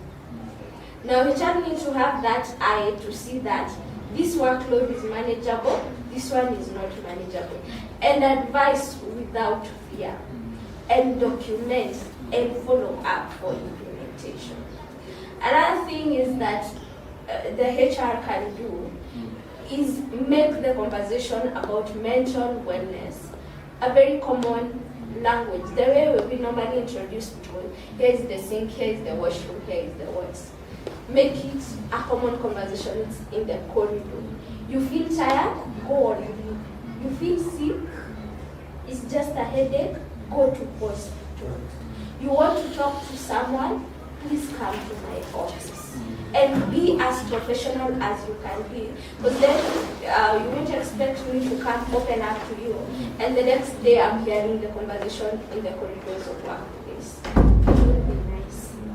So those are just some of the things. And some companies and some management even cares to add therapies as part of their medical package. Like my employer, I applaud him because yeah, he has included that in our. We have therapy as part of the package. So they can push for things like that. So that if I feel overwhelmed, I have a place to empty. Because then HR cannot carry everything on their shoulder. They are equal human beings. They empower both sides and they also look for management of the other side. Speaking of which, when the HR is now overwhelmed also, because everybody now comes to the HR, where does the HR go to? Number one, HR is a person. Yeah. It's a human being. I will state my case example. I go for therapy, and I'm not ashamed to say that. I have to. It depends how I am feeling. So, for me, I thank God I can afford that. There are some, it's actually a conversation we were having with a friend the other day. There are some who can't afford that. So speak to the next HR or the next person in management who cares to listen actually. Because then the position we hold, if I came to you as a junior employee, I'd be like, really? But people who can help, there are forums that have come together to support the HR community. There are mentors out there. There is always someone who cares to listen. They are your friends, even if they are teaching, like my friends, they will care to listen. So there is always someone outside there who cares to listen. Don't keep quiet, even in the HR space. Speak out. Yes. This is a recommendation. I hope you in the HR department and others watching, they can work on it. I think we have learned to generalize everything, like school starts at 8, so everybody should wake up at 8, work starts at this time, you know. So I'll give from a personal perspective.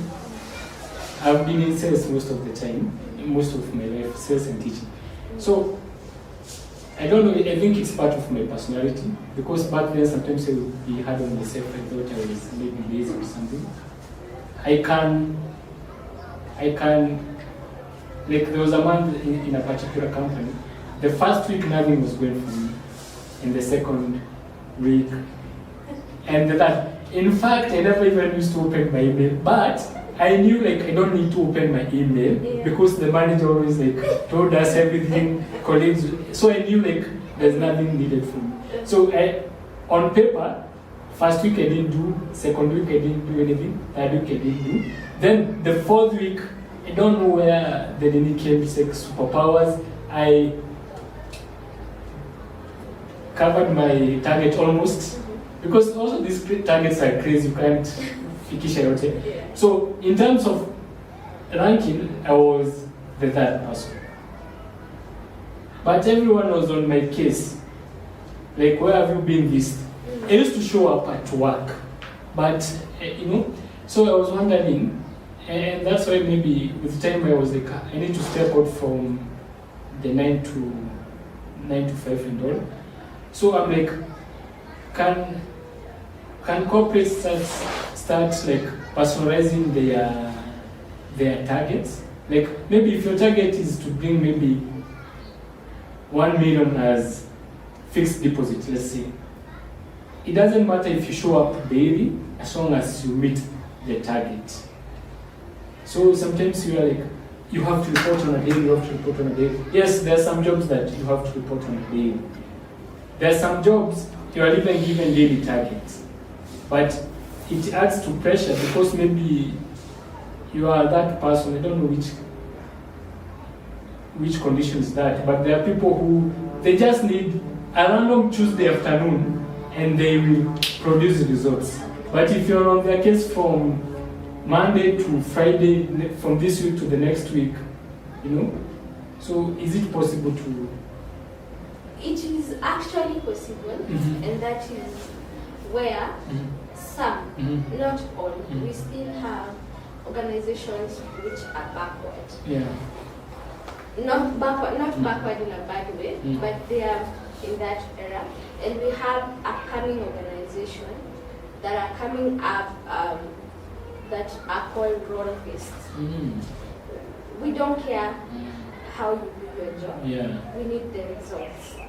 And that's creating actually a very safe space for people who are not like others who can work for 8 hours. It's gonna take us some time before we get there, but we are in the right track towards that.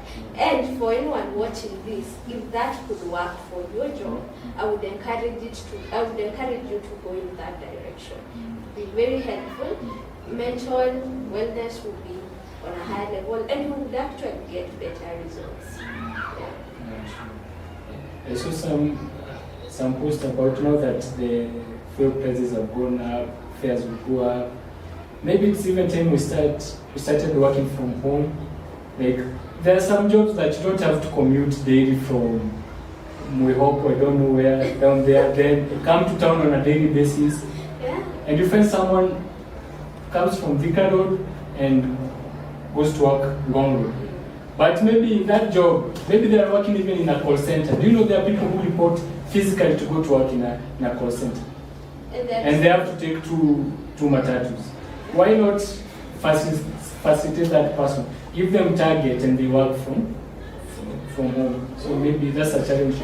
To the employers, look at your jobs, look at what can be done on site. And I always say, apart from the hotel industry, that has to be in the workplace, and medical facilities, because you can do surgery from home.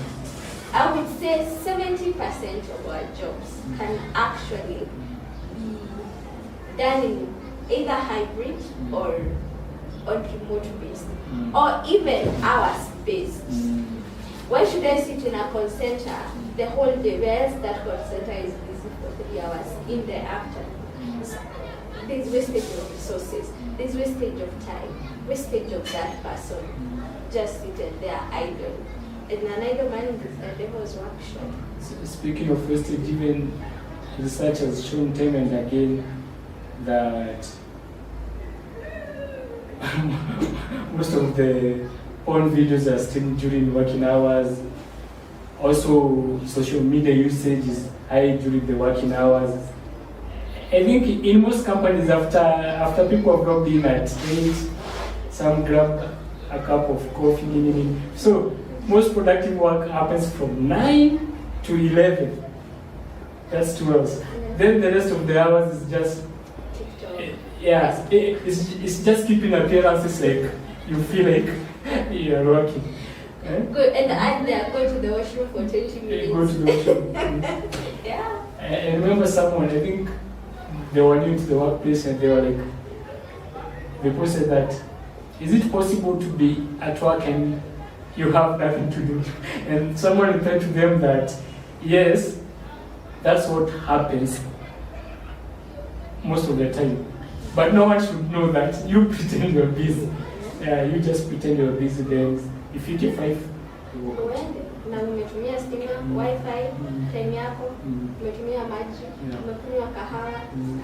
There's so much cost that employers could have. But borrowers professor anakuona, they are happy. Like, and they'll be like, did you clock in at 8? Yeah. Did you clock back at 2 p.m.? Yeah. And at 5 you clocked out. Perfect. Whereas you've been doing nothing the whole day. Yeah. As we wind up this interactive and insightful conversation, What's the one thing that an employee should take from this talk? And what's the one thing that an employee should take from this talk? Awesome. Yeah. Let me start with the employer and tell them that move beyond performance and become a people manager. When you move from performance targets and KPIs and you start managing, how is this person showing up at work? How is their wellness? What is the channel that, in case they face the challenge, where do they go? That is when you find employers starting aligning their structure, their communication, the way their job is done, and so much more. And they will create a thriving working environment. It starts from, when you hear so much about a thriving working environment, it's because we move from the job to the person. Because the person will do the job. If they are okay, they will do the job. If they are not okay, the job won't get done. Period. So move from resource management, move from performance to resource management. To the employee outside there, I want to say that your life is more worth than your job. In your absentia, that job will be done. A statistics was done by WHO, and it said out of 1,000 employees in a company, one commits suicide. And between 200 to 300, they are either contemplating or thinking about it. This is my call to you. Do not become a statistic. Choose to live.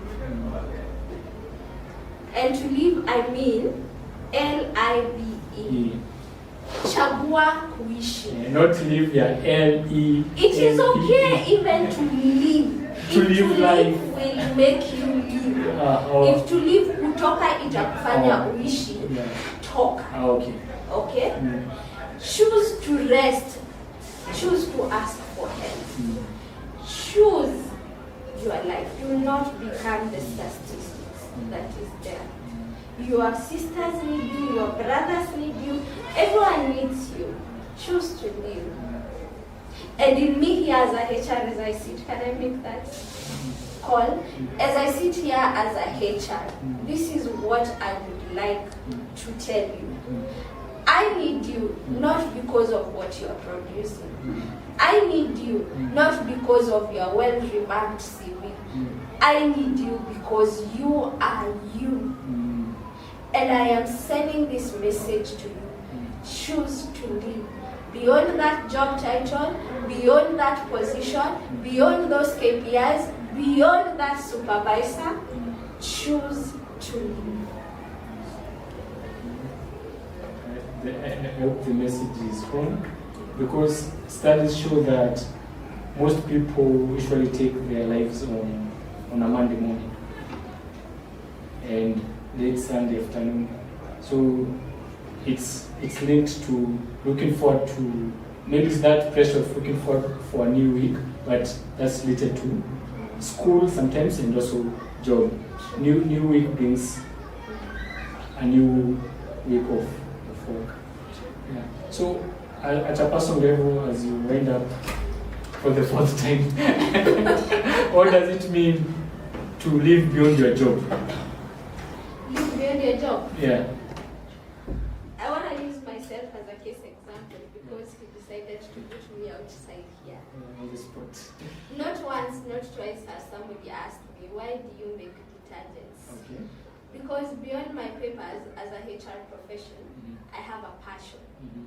Beyond sitting across signing contracts, I have a passion. And that is to make things out of something, to make something with my own hands. So you can find me making soap at 12 a.m., but you won't find me preparing your contracts at that time. Follow your passion. If you are into reading, please take time to read. If you are to cooking, I hate kitchens, but if that is you, please go ahead and do those things. Things that are distraction to your work, not to bury what you're feeling, but to actually bring out the person you are supposed to be. Because you can't tell me God created you for 8 to 5. There is something in you that makes you and that keeps you. If you're a preacher, well and good. If you're a writer, if you're a stand-up comedy like Jiru, do something that if 8 to 5 is overwhelming, what keeps you going?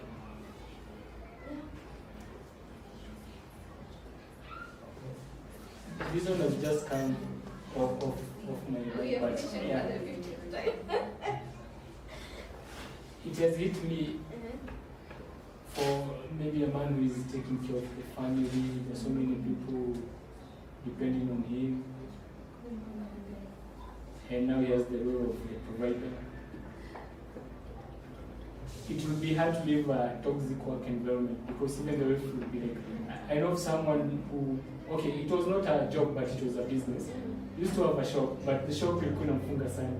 Then he married. After he was like, I want to go back to my passion. Alikuwa mtu wa soil engineering, what have you. So akachana na soil shop. So even the in-laws called, the mother-in-law called like, mbona ulifunga duka sijui nini. So when you have people who depend on you and you're like, hey, nikitoka hii job now, what happens to these people? Yeah, quickly. Okay, this is what I want to say. I'll take you back to the example I gave. I always imagine when I'm doing something and I'm doing it for other people or for the responsibility around you. What if I was not there? Would this still run? No. I gave you an example. My mom passed when I was 1 year. My dad passed when I was 12. My life has never stopped. So if you are not leaving that job because what if you are not there? What would happen? And sometimes these are the conversations we need to have even with our families. Sit your wife down and tell her, look, this job is taking away from me. Can you start something on the side that could help bring something in as I figure out what will happen? Can we downgrade life? Can we even go back to the village for peace? If you happen to have, can we take our children to public school?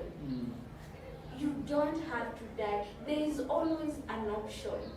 It's only that we have taught ourselves this is where we are and we can't move from here. Yeah.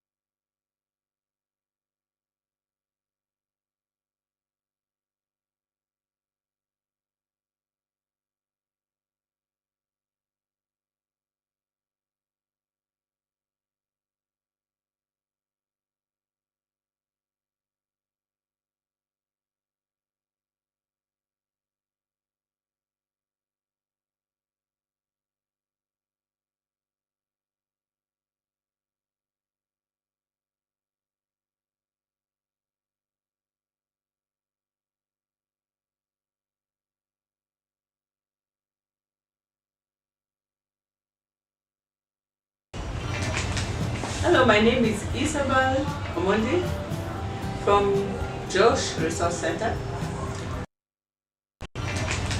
Hello, my name is Isabel Omondi from Josh Resource Center. Josh Resource Center was started in 2024 in memory of Joshua. Joshua is my son, but unfortunately, he ended his life he was a very talented young man. So he suffered depression for quite some time, and I think he gave up and just threw in the towel.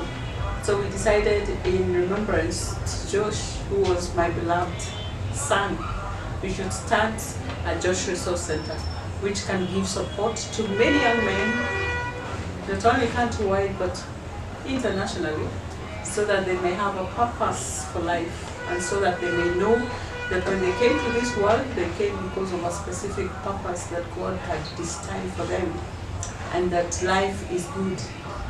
We find that in Kenya there's so many young men who are actually suffering depression and stress because of economic pressure, and also because of family, family dysfunctioning, and also because of relationship. There's so many things that make young men, fall into depression and stress. And also we find that also societal expectation of the young men, can be really weighing so much. How a young man is, when a young man comes up from a family, the expectation from the family can be so heavy. And also issues of father and son relationship. Sometimes when it's dysfunctional, we find that the young man also bears a lot of weight. So we decided to form the Josh Resource Center so that it can help many young men to make kind of like a safe space where the young men can come and just experience a safe place where they can talk about themselves, where they can, do train on computer, do entrepreneurship, and also explore other things, other skills that they can explore so that they can become marketable, And Josh Resource Center has helped many young men in Kibra.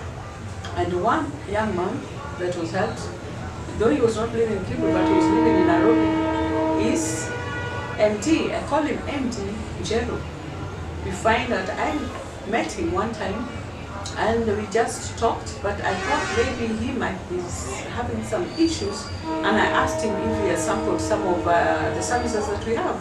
That was counseling, and he got intrigued, and he started now coming in, and he started going for therapy, because we always have occasional counselors who come to the center, and they give out pro bono services to the young men. We also have group therapy. So MD is one of the people who have really benefited from counseling from the center and also the services that we've given here. And I'm so happy because he's blossomed. He's now becoming a champion, not only in Nairobi, but countrywide on prevention of suicide. He has discovered his purpose, that there is more to life than give or throw in the towel. So he skips the rope in order to skip the rope.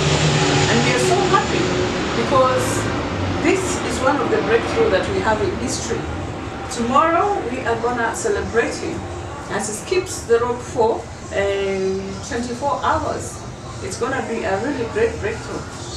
We find that Josh Resource Center is actually under African Health and Community Program, which is the mother umbrella. It's an NGO that was started way back in 2005, and there are so many other programs under it. One of the programs is education.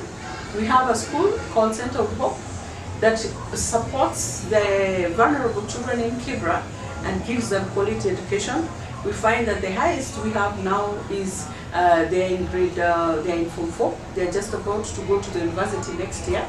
We have about 240 children now, from play group 3.5 years old to now the Form 4. We are so happy, we are so blessed, and we thank God. Of course, we are looking also for partners who can come in and help sponsor children, take children to school, sponsor young man, so that the young man can finish completely a computer course and soft skill opportunity. Maybe take the young man into entrepreneurship courses, maybe baking or something like that, so that the young man can be self-sufficient and stand on their 2 feet. So I'm just very pleased. It was 2 years ago, I was not able to talk. You know, I was wounded. My heart was grieving. But I thank God because He has softened my heart. He's given me a purpose to prevent also suicide and to tell other people that there is hope in life. There is support system that we can give them so that they can soar and do good in life. And we have helped many young men in Kibra, more than 100 young men. But we want to go further and help many more. And even establish gym whereby they can come in the center and just do exercise and just keep building themselves as they empower themselves in skills that will make them employable or even do business in life. I believe that everybody was created for a purpose. I believe that everybody given the support, they can soar and they can become very great people in the community. My message here is that everybody is important. The young men are suffering today because they lack supportive system. Ours is to support them, to help them, to build them up so that they can stand on their feet. There's been so many supports given to the young girls. Until nowadays, the young girls now are doing better than the boys. But this time we are saying, even the boys, the boy child matters. The boy child is important. The boy child should be given the hand and support and be led so that they can be the leaders because they are our leaders tomorrow. So we are saying we prevent suicide, we empower the young men because they are our future leaders. Thank you very much. Asanteni sana.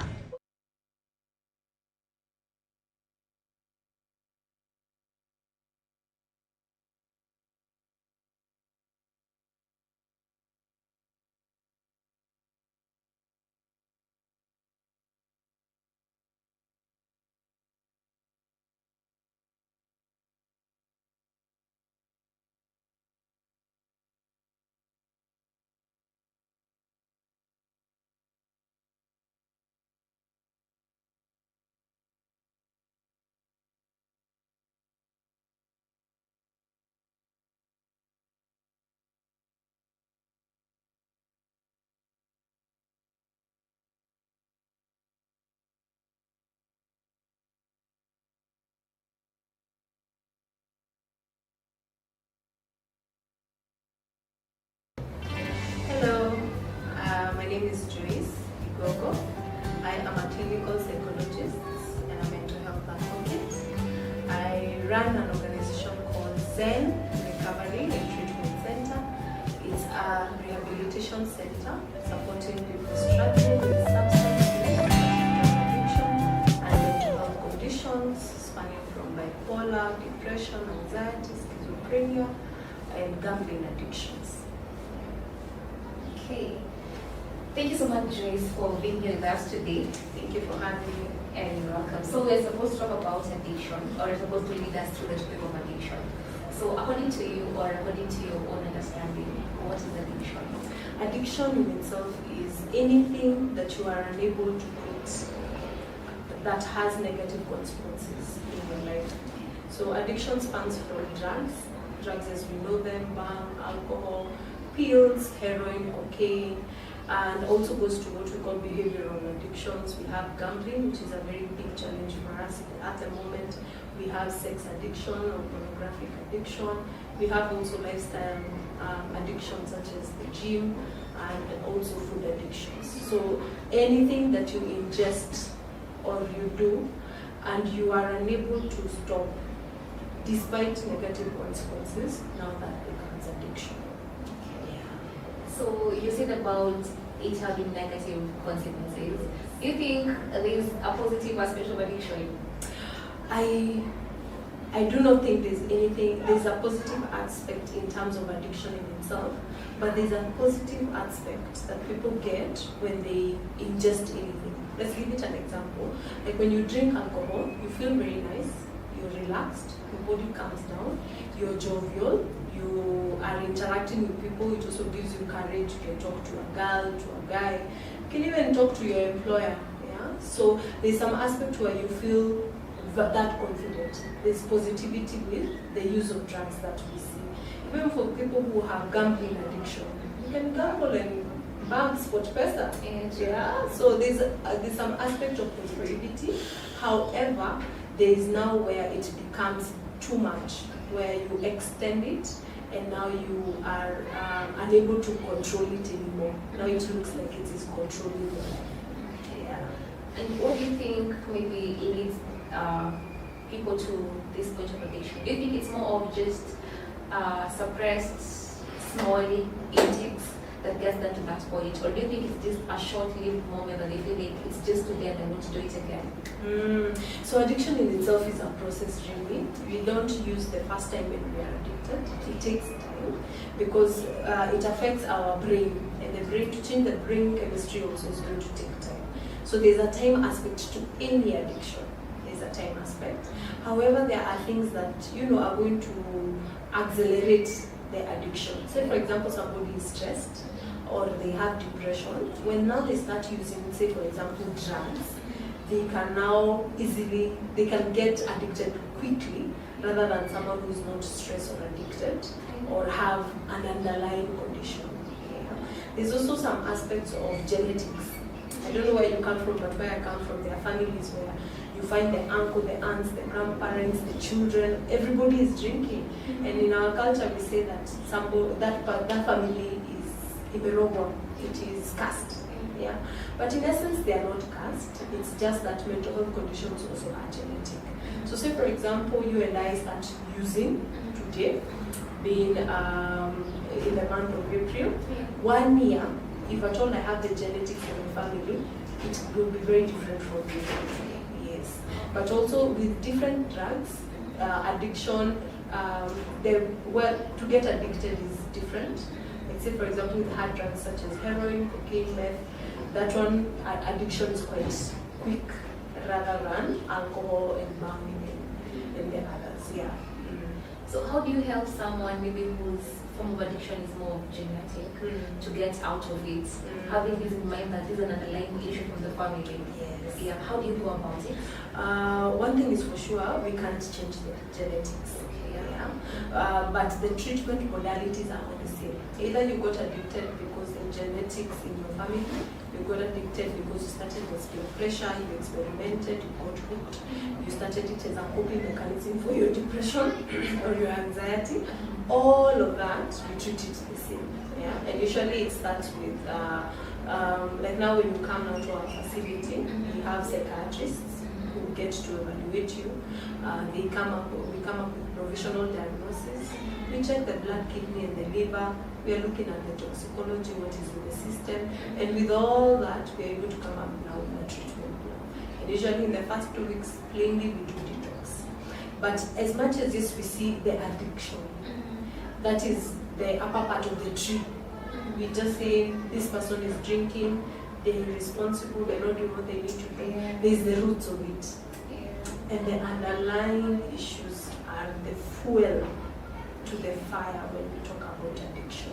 Because you'll find people go to rehab, they come back, they use, or they relapse. It's because the underlying issues are not dealt with. And that is where therapy comes in. Counselors, clinical psychologists, medical psychologists, all those guys, they come in out to help and solve these underlying issues. Maybe it is childhood trauma. And maybe it is workplace-related stress. Maybe it is depression. Maybe it is heartbreak. Maybe it is our current state of the economy. You can't bag a job, so you end up drinking. So you get to address these underlying issues so that when the roots are clean, you stand a better chance to remain sober. Yeah. So all these now are things that we are able to provide. So when you're talking about rehab and counseling, do you think minus that, maybe let's go to the spiritual aspect. Yes. Do you think someone can just be an addict and based on their spirituality they get to the point where they're no longer addicts? Is it workable or? Absolutely, absolutely. I have people who have come out of alcoholism or addiction, and they're doing very well for themselves. So it is a very big possibility for someone to be sober and have a very different life from the life that they were living. But then again, there are some things that we advocate for, or things that make that successful. One of it being the will to have that other life.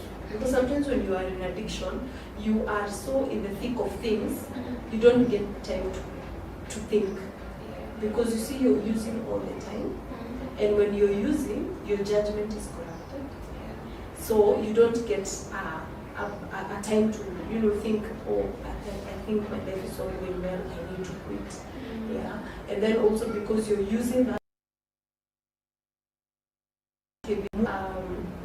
your mood is altered, your cognition is altered. So because of all those things, you are unable to get clarity. But we say, first of all, you need to want that sober life for yourself. Because there are some people who are so addicted, they have never envisioned their life in any different form. Even when you tell them that, you can get sober, you can have a job, you can have a family, they don't see it as a possibility because of how addicted they are. Can someone be freed out of addiction? If someone goes to church and I would say yes, because there's a spiritual aspect to addiction. And in our treatment modality, we have what we call the 12-step program. The 12-step program is a spiritual program that advocates for you to have a relationship with the higher power. Because you see, in addiction, whatever you're addicted to, is it the alcohol, the bang, becomes your God. So we need you to find another person or thing that you can hold on to, that can replace this addiction. So there's that spiritual element to it. And then also in our culture, we are very spiritual as people, and that in essence now gets to support us. Like when you know God got you, when you know that God is going to help you remain sober, it feels very encouraging. You also are encouraged.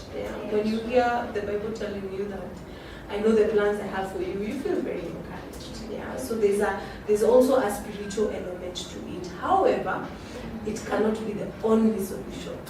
So we need to have the medical bit taken care of, and also the spirituality as a treatment modality.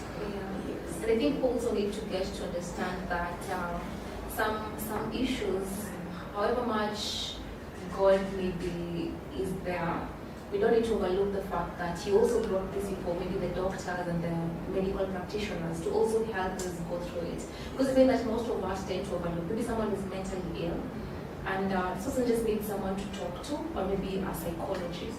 But again, they'll be praying for him time and time and time, nothing is changing. I believe it also comes from a point of understanding that some things also need some level of expertise. God is there for you, yes, but again, you need help. And God is the one who ordained this person to be there to give the help to you. So we need not to overlook the fact that this book can help us get out of some addictions or something.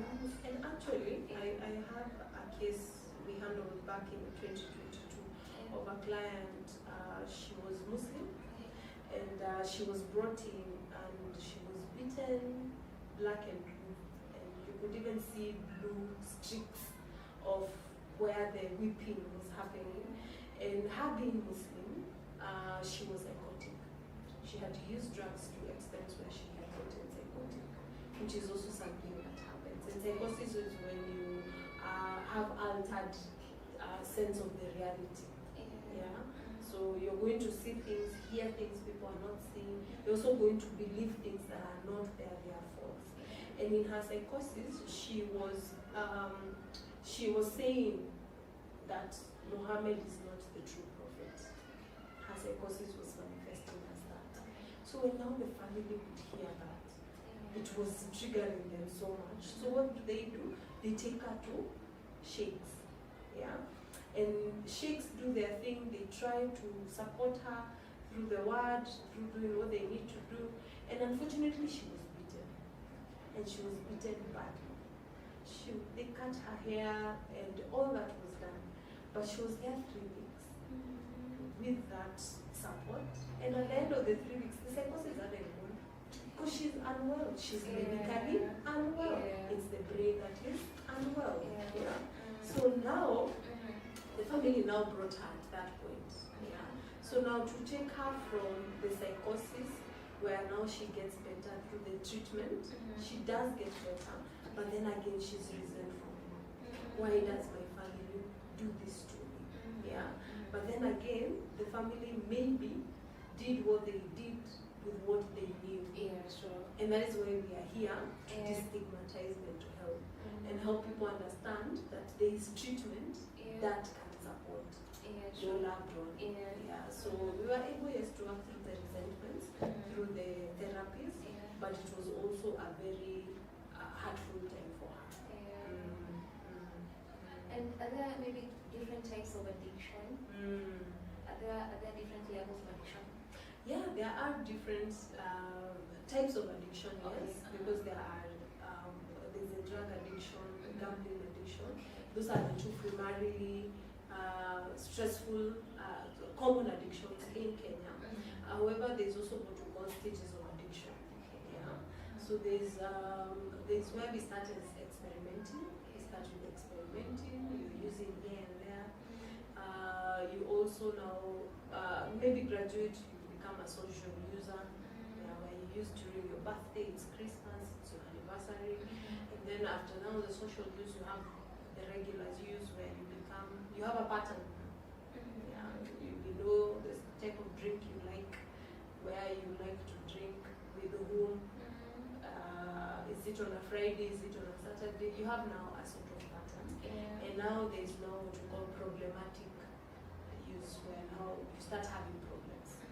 And this is now where we get now to see the stages of addiction. Because there are people who have problems, and then after the problematic use, we have now addiction itself. And those are two different things. Yeah? Problematic addiction would be, I still have a job, I still go to work. However, lazima nitoe loka asubuhi ndio niweze kuingia job. I'm still paying rent, I'm still paying some school fees. However, I'm sleeping dead. Yeah? I still have my family in my house, we're still living together. However, I am abusing them, either verbally or physically, because of my mood issues that are altered because of the alcohol.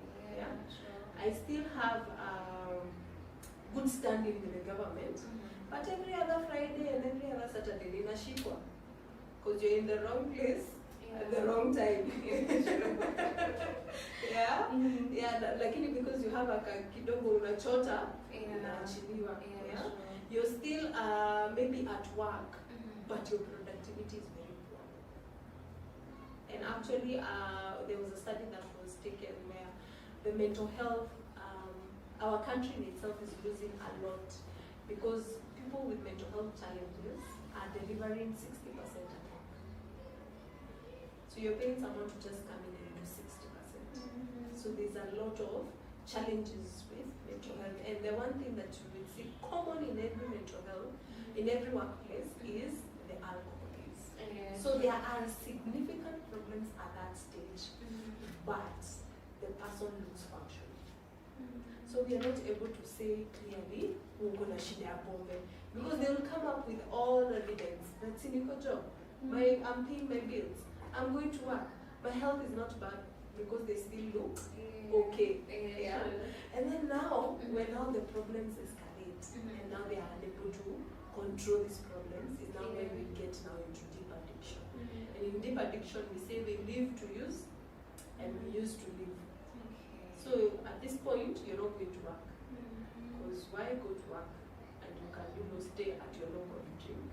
Yeah. Familiar, if they decide to up and leave, they can as well go. At that point, it is not a big concern. Yeah. So if at all you have financially, you have Mshwari, branch, and what have you, at this point they've even called your pastor. You don't care. You don't really care. Yeah. If at all you had rent issues, at this point, your house has maybe been auctioned, all of it. You're now even maybe homeless. You're sleeping every other day. You're in your friend's house. Yeah. So now you have become totally addicted. Yeah. And now after that addiction, we only see we have now what you call rock bottom.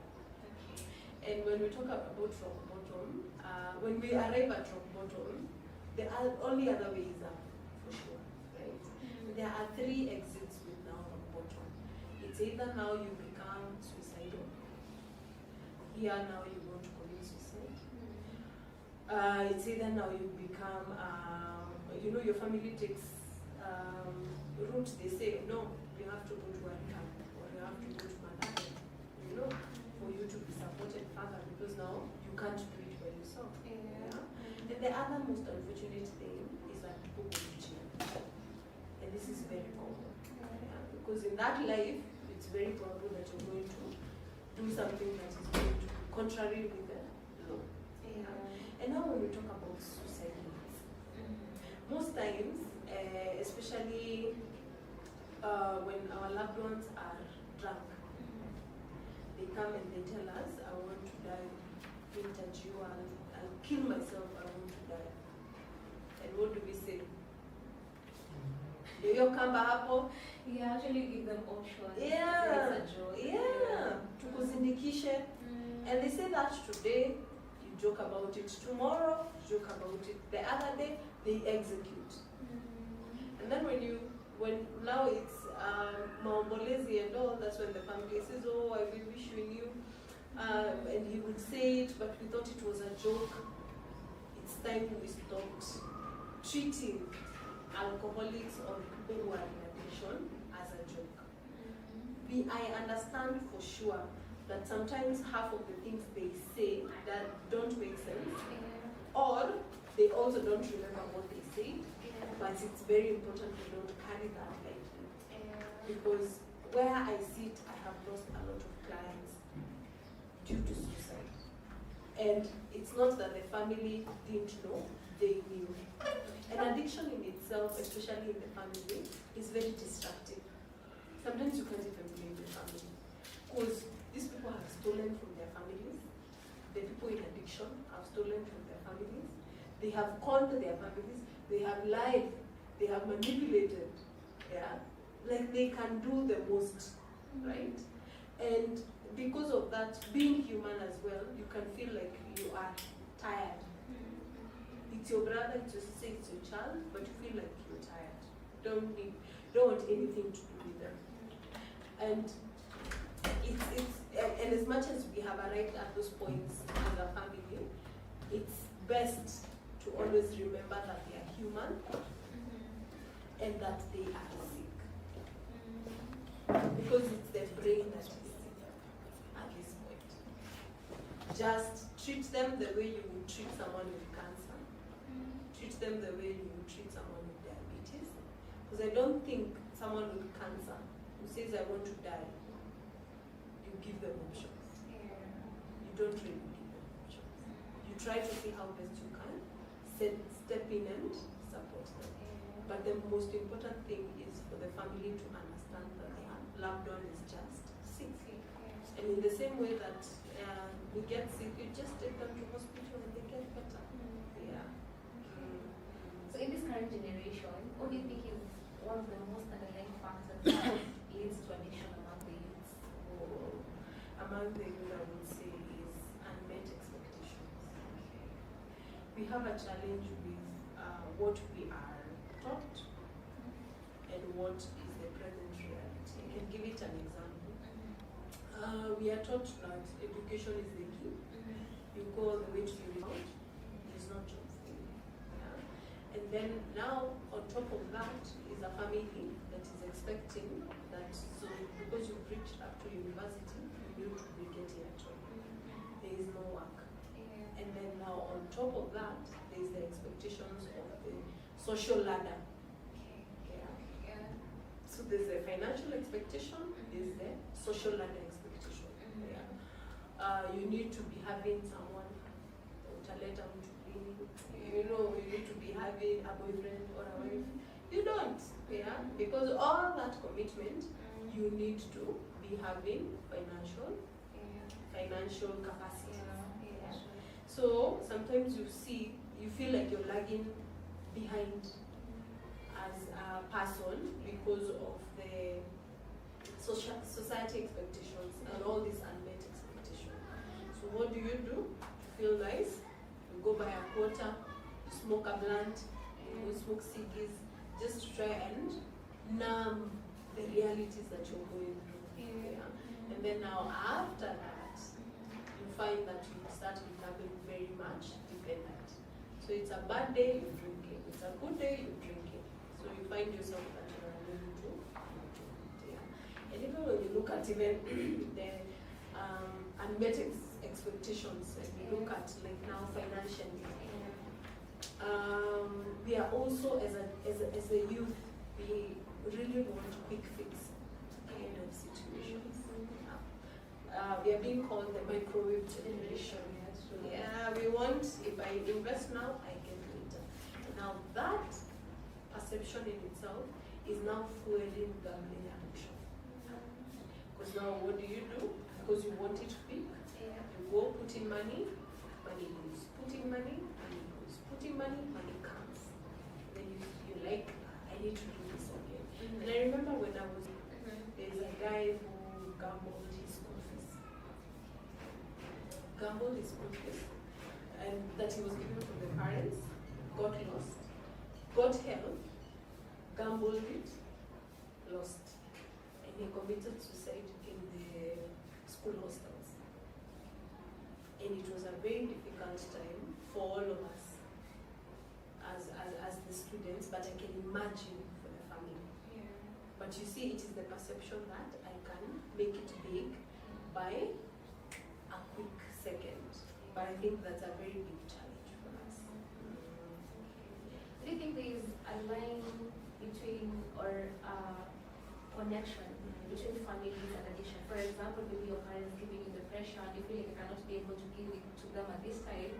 Well, the best thing to do is just drink it off and just run away from reality. What do you think about that? Absolutely. I think that families can be the number one trigger or enabler of use. Because the family in itself, especially because in our culture, family is very central for us, we sometimes would think that, there's a very big, strong influence that the family has with us. Yeah? There's some of us who, our first drink, our first use was our cousins or big siblings. There's some of us who, our first use was in our own house because our parents stock it in the house. And you see, when now you start experimenting at 13, 14, because of your curiosity, and you're having it in the house, I mean, you use, right? And then now we arrive at points where it's problematic, it's addiction, but the family sometimes is not honest enough. And because as a culture, we are always looking for who to point the problem with. Can give it an example. So for example, now with the current state of affairs financially, people are going to say, it's better to drink because even there are no jobs. We've had that several. And even when, a mother is asked, and your son is drinking a lot, they'll say, but there's no work. Yeah? And sometimes you hear things like, say for example, if there's a marriage, and one of the partners is drinking, you hear the parents blame the other partner. But the wife stresses the guy. Yeah? If they are at work, but the work stresses the guy. So he drinks because the work is stressing. Yeah? If it's a man, men drink. So allow him to drink. So there's all those excuses you find in the family that enable the person to continue using. Yeah? And then now you find that it is long gone, it is bad. That's when they are like, oh no, we need to do something here. Yeah. But you see, it should have started somewhere. Yeah. Like say for example, when boys go through circumcision. In my culture, they get drinks from the big guys. They get drinks. They are initiated like that. And you see, that is not the right way to even welcome men into manhood. Sure. So I think there's a very big disconnect to that. And then also now you find like now when they bring them to the family, to the center, for rehabilitation, we have now family therapists after every month. For the families to come, get to understand the diagnosis, get to know how best to support their people, get to also work on their own stigma. Because you find that people in addiction are mostly stigmatized at home. Because you come in and doors are locked, house is locked, you're told you can't come in. Because you smell of alcohol or you steal. Is it that stigmatization? So you find that now we try to work on those issues. And also all the built up resentments that the family has gone through because of this, their loved one. So that those cases of they've been stolen from, they have been, abused. When they're drunk, they'll abuse you.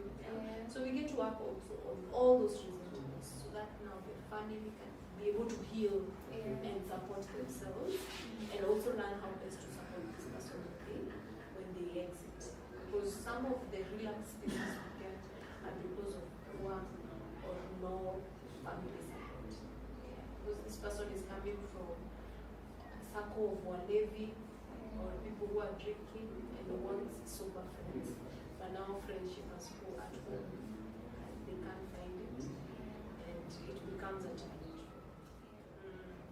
First of all, mad respect to what we are doing and to skip the campaign. Because I feel greatly that this creating this awareness is going to reach out in our country and bridge that gap for us. So there's the awareness creation that is very important. Number two, we need to embrace treatment and destigmatize treatment. We need to destigmatize malaria. We need to destigmatize the drugs, the medicine that is given to people in malaria or in rehabs. We need to allow people to go into treatment. Because sometimes we are the stumbling block to people going to treatment. Because we are saying, let's pray it off. Let's take them to church, let's pray it off. But that is standing in the gap of treatment. Because you see, at the end of the day, when they pray, they don't get somewhere. And we really need to also advocate for, the government to increase treatment centers in the country. Currently, we only have 3 major psychiatric units in the big hospitals. Why don't we bring them to level 4, where every sub-county has a psych or a psych unit? Let's do it at bare minimum. A psych unit, give us a psychiatrist, give us a counselor. And now with that, anybody in Turkana or where, they can be able to go access mental health at that level in their sub-county. So there's a lot of, awareness that we need to do, but also structural and policy development issues around mental health support system for common knowledge. And then also something else that is also a very big challenge with mental health is the cost. The affordability. So if you're here and you are addicted, please accept that your brain is unwell. And just the same way your kidneys would be unwell, your liver, accept that you are unwell. Seek for the right support where you can be able to be seen by doctors. Go through therapy. Try to understand why you do what you do, why you drink, why you gamble the way you do, and try to support yourself from there.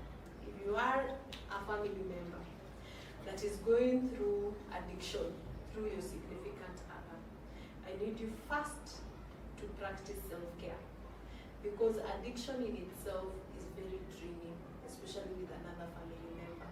and understand that you can never make that decision for them. They have to arrive at points where they decide to be supported in that area. Yeah. But the other thing that you need to do also is to direct them to where they can get that support.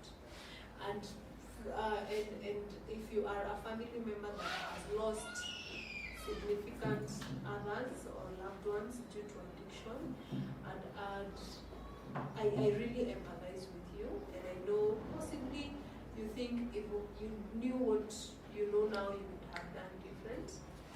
However, there's no one correct way to grieve. We say that we don't get over our grief, we move forward with it.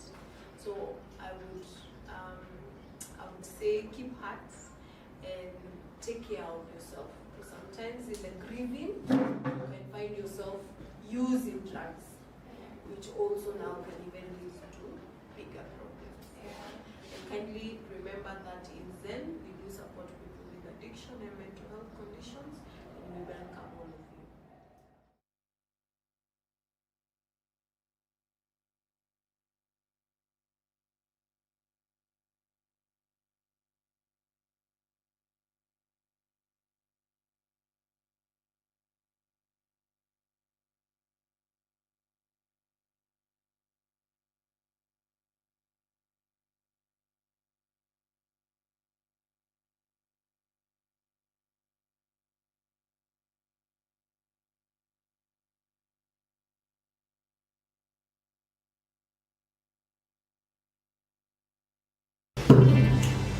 My name is Jason Kabera. I'm a clinical psychologist, and I run a private clinic working on.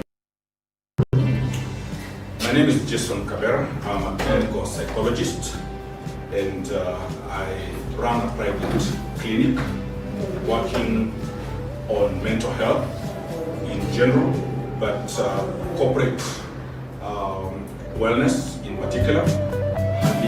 All manner of mental health issues. I'm also a student, registered in my PhD, and I'm glad to be here. Okay. Thank you so much, Jason, for coming through. I'm happy to see you. And just go direct to the topic that you chose for discussion today, the wounded healer. Yes. Why did you decide to tackle that topic, if I may ask?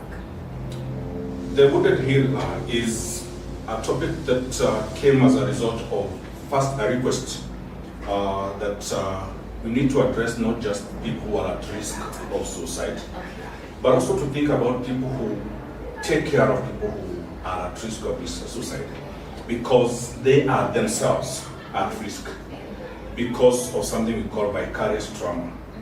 That people who take care of other people sometimes tend to get themselves in the same risk, and oftentimes we are just thinking about those people who are harming themselves and forgetting that there are people who are also at risk because they are helping. Okay, so when you talk about suicide, you say that usually focus on the people who are at risk and tend to neglect those who are, helping them to get better.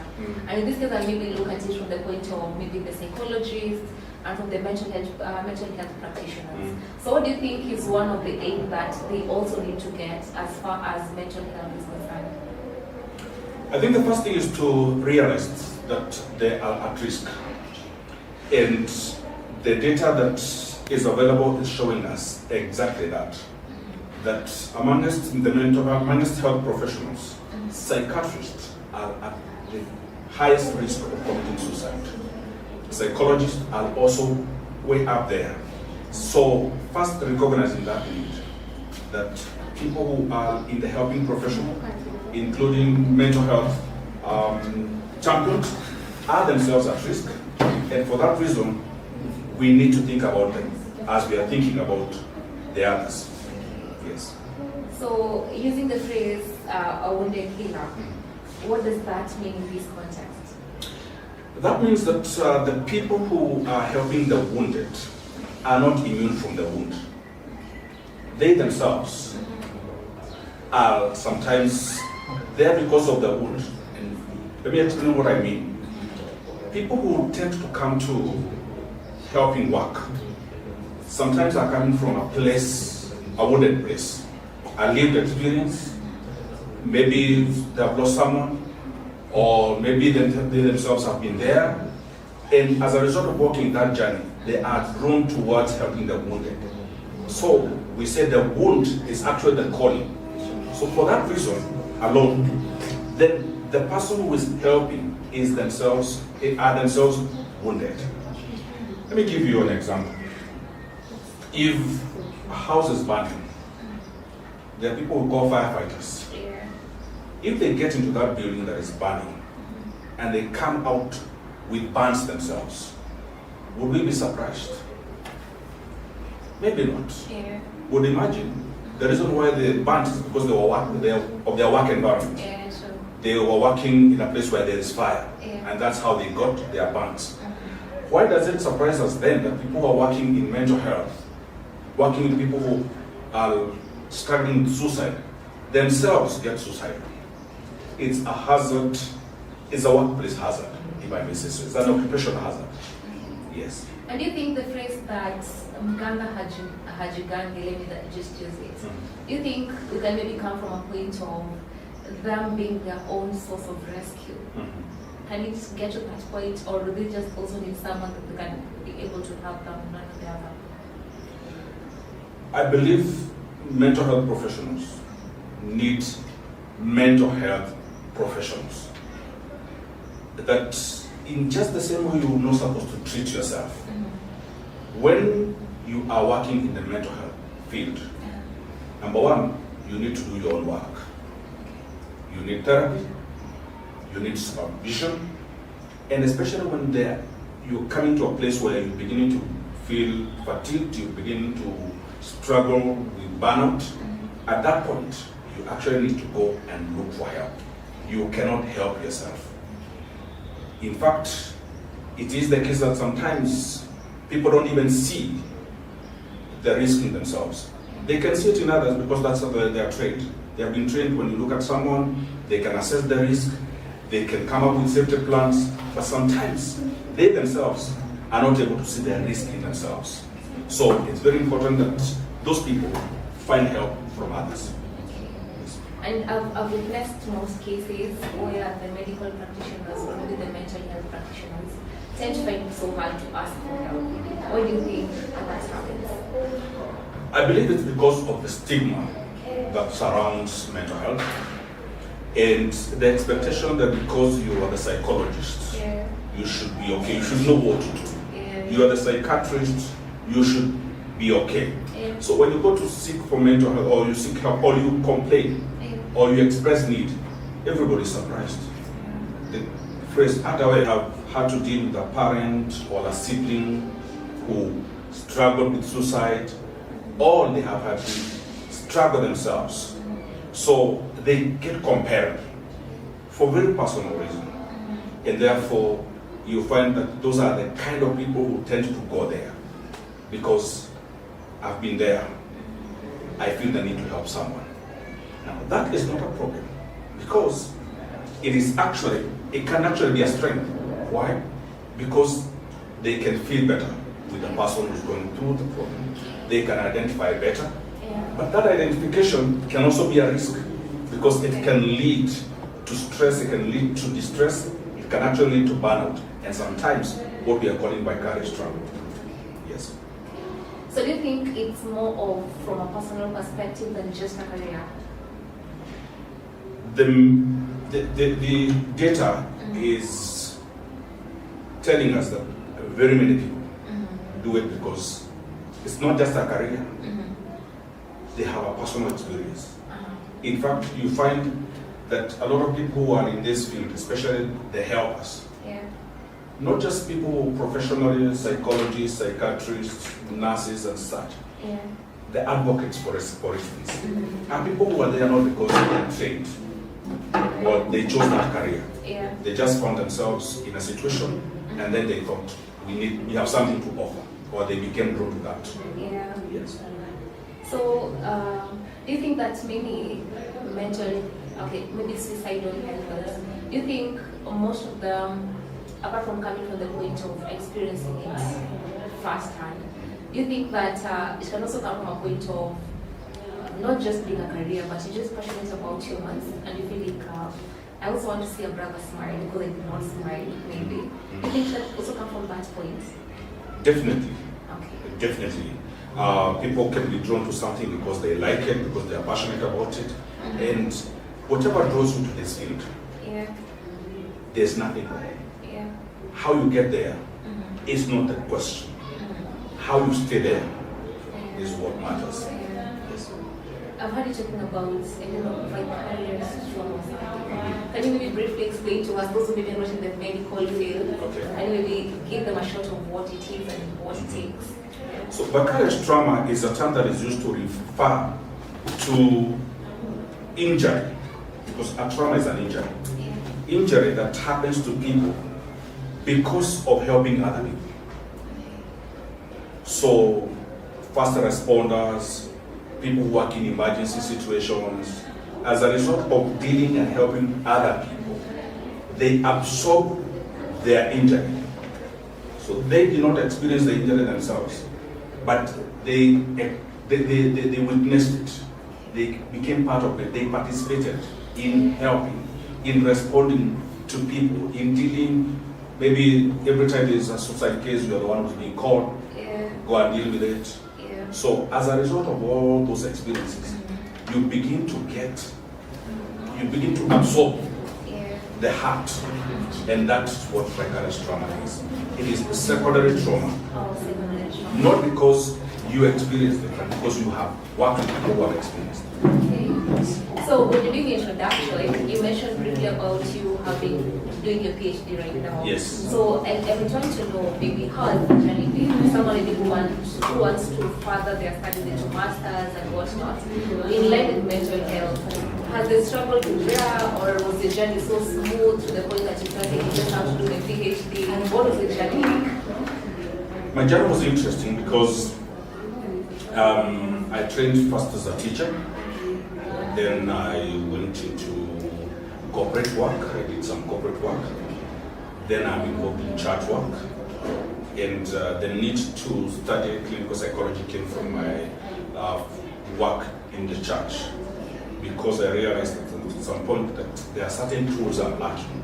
I want to help people, but just telling them let's pray isn't enough. Just reading them a verse in the Bible isn't solving their problems, because their wounds and their problems seem to be deeper. So I needed tools. So when I looked around, I thought one of the best ways to look at those tools is to go back to school. So I went to do my master's in clinical psychology. And after that, then I decided to go on the way and do everything that we need to do. That's it. Become the best. But was there any maybe mental hiccup in your life with going to study, something like that? If you explain what mental hiccup means, then...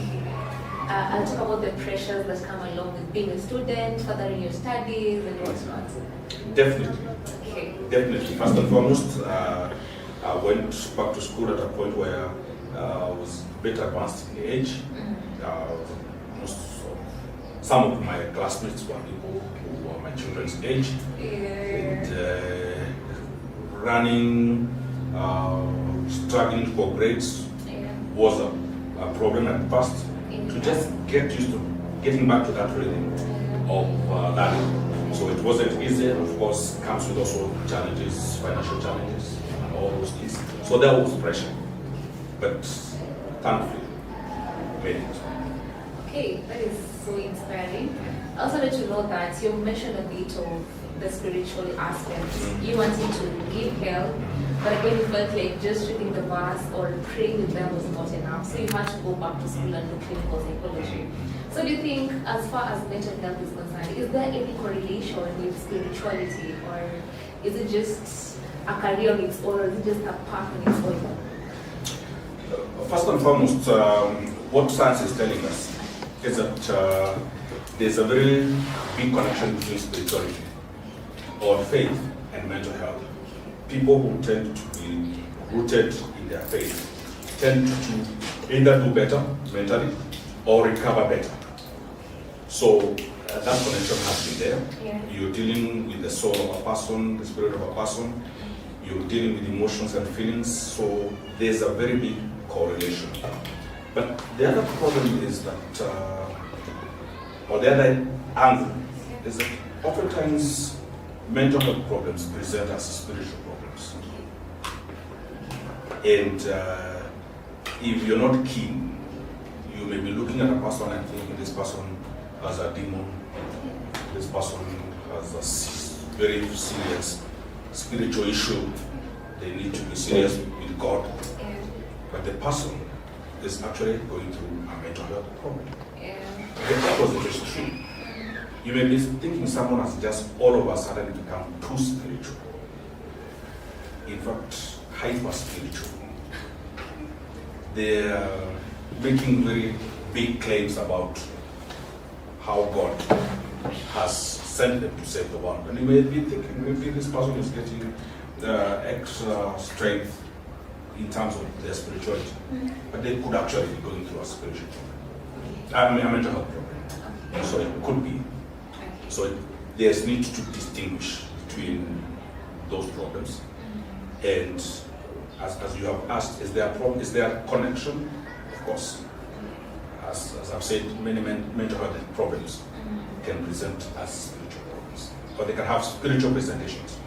Yes. And you think there's need for us to really just speak out to the church leaders or the church at large that maybe someone may be schizophrenic and they term him as maybe someone is possessed or something, but maybe the whole team person just needs help from the mental practitioner.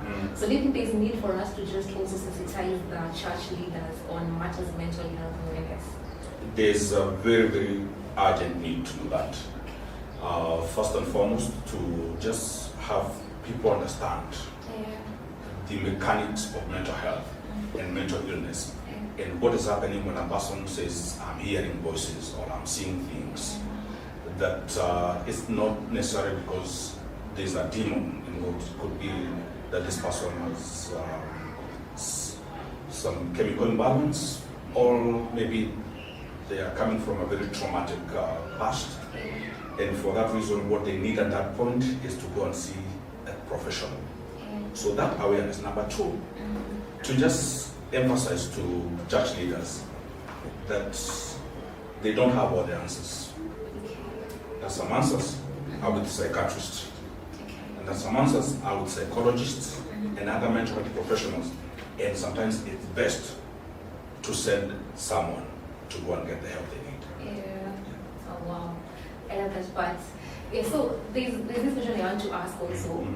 We have had a lot of data or statistics on the people who have been mentally affected or people who are mentally not stable. But then if we forget to look at the other side of it, maybe the psychiatrists, the mental health experts, we don't really have maybe some given reasonable statistics that someone is be able to know.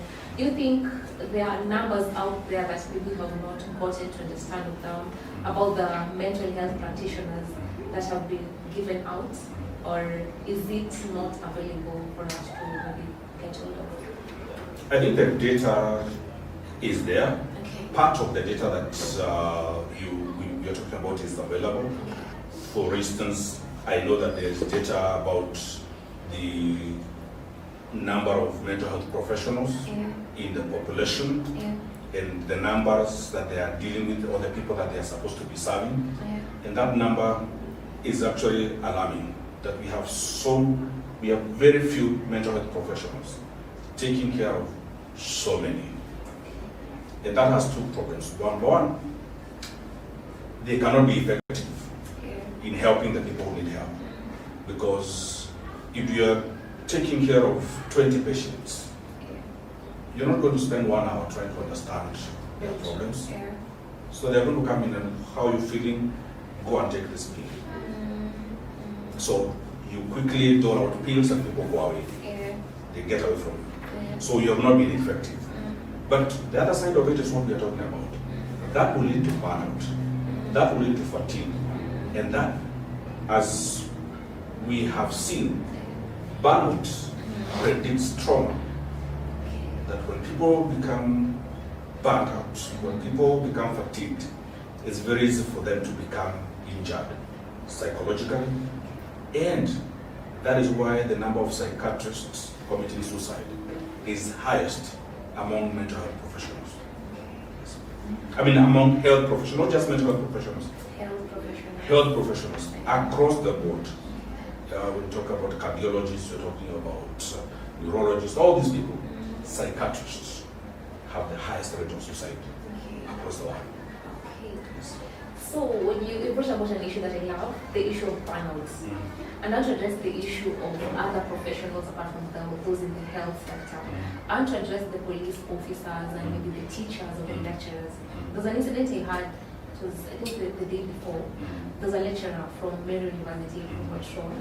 They shot themselves like on the chest, something like that. So do you think there's also the issue of burnout in these other professions, like the men in the uniform and the lecturers, for instance, that has not been addressed just because they feel like these are corporate people who can be able to take care of themselves, they know what works for them, but in real sense, they're also humans who can also be having the struggles. So do you think it's possible for them to also have these sessions, or can the government come up with strategies to also offer help to every other profession or career, for them not to get to this point where suicide is the only option for them? Okay. First and foremost, I think burnout is a real problem in our country, but across workplaces around the world, that people are taking too much. And that leads to them having depleted energy, because burnout is actually depleted energy. Stress is too much work. So the way we differentiate those two is stress is too much work. Burnout is too little energy. And when people do not have the energy to do the too much work, then that leads them to a bad place. So, and that's a problem, I think, around the world. There are programs that can help people. First and foremost, just awareness of it, just creating awareness around it, awareness around self-care, how people should take care of themselves, understanding when I'm getting burnout, what are some of those signs I begin to feel, to understand. I mean, then after you know that you are burnout, then what do you do? What are some of the life strategies? How can you build the resilience? Because that also plays into the work, or into the inclusion of burnout.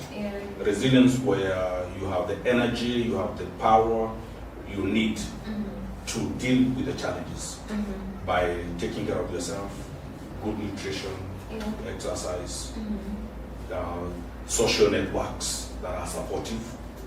So in the absence of those things, in the absence of something like a good social support, when someone gets burnout, they have nobody to talk to. They end up doing things you know, wish they should. So should you say that you're a psychologist or just a mental health advocate? Where should you be? Psychologist. Psychologist. So as a psychologist, what has been that one most defining moment in your life? As a psychologist, one of the most defining moments in my life, I think, and it's not one, it's many.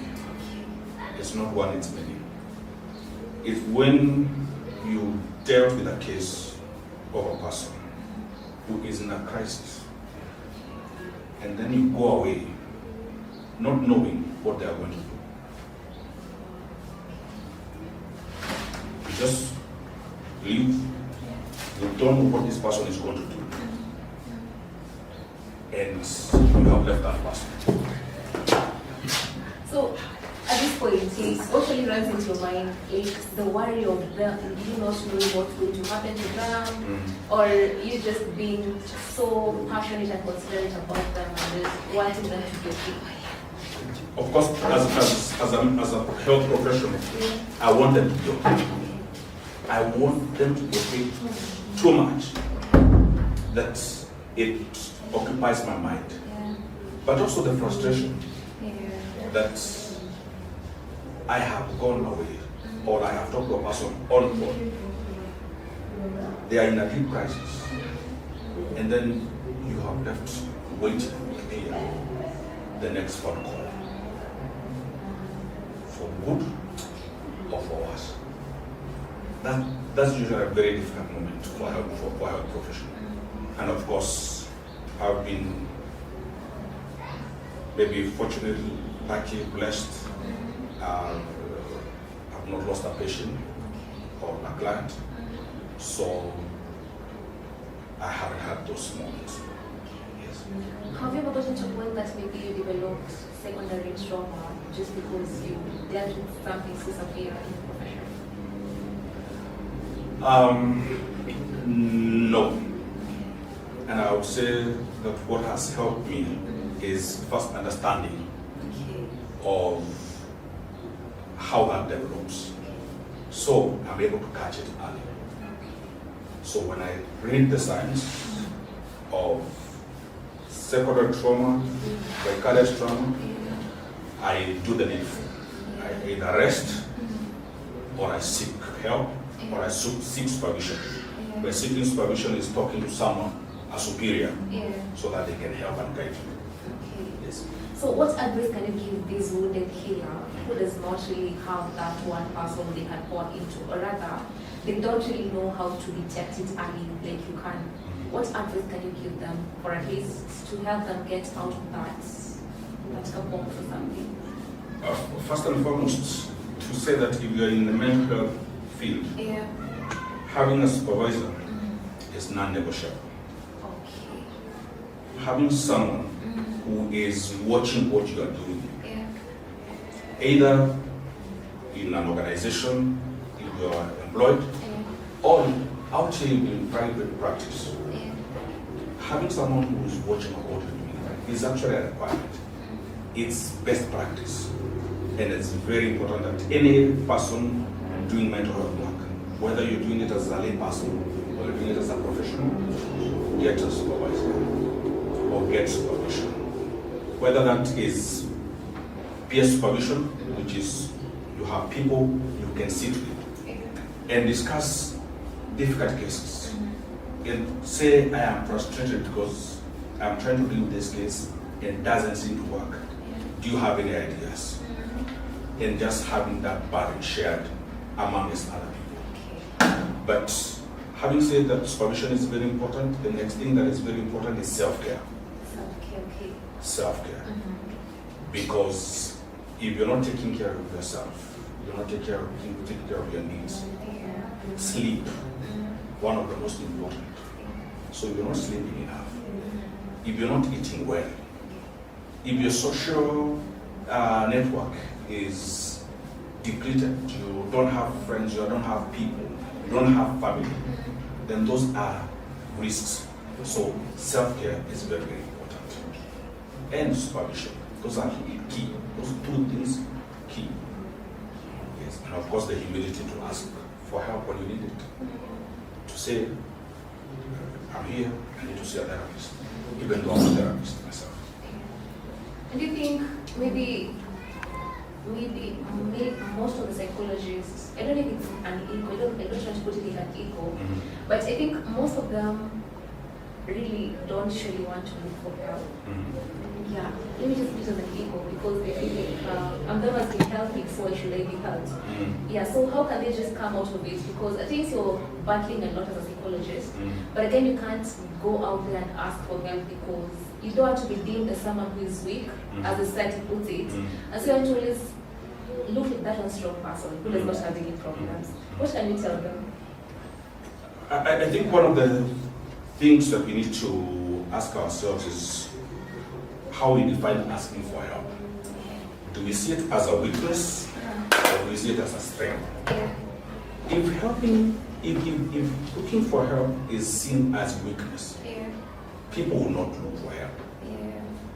If it's not normalized, people will not look for help. But when you define looking for help as a sign of strength and give yourself the same advice you would give your client. Yeah. Because if a client comes to you and say, I am feeling ABCD, you tell them, go and get checked. If they come to you even for psychological services and you think that they have a physical issue, you tell them, go for testing. Yeah. Can you give yourself that same advice? And do it. Because if it is good for your client, it is good for you. Yeah, sure. Yes. Okay. And in your years of experience as a psychologist, can you say you've had more clients? Okay, what gen of clients has been more in your field, like in your area of operations? Can you say the males or the females? Okay.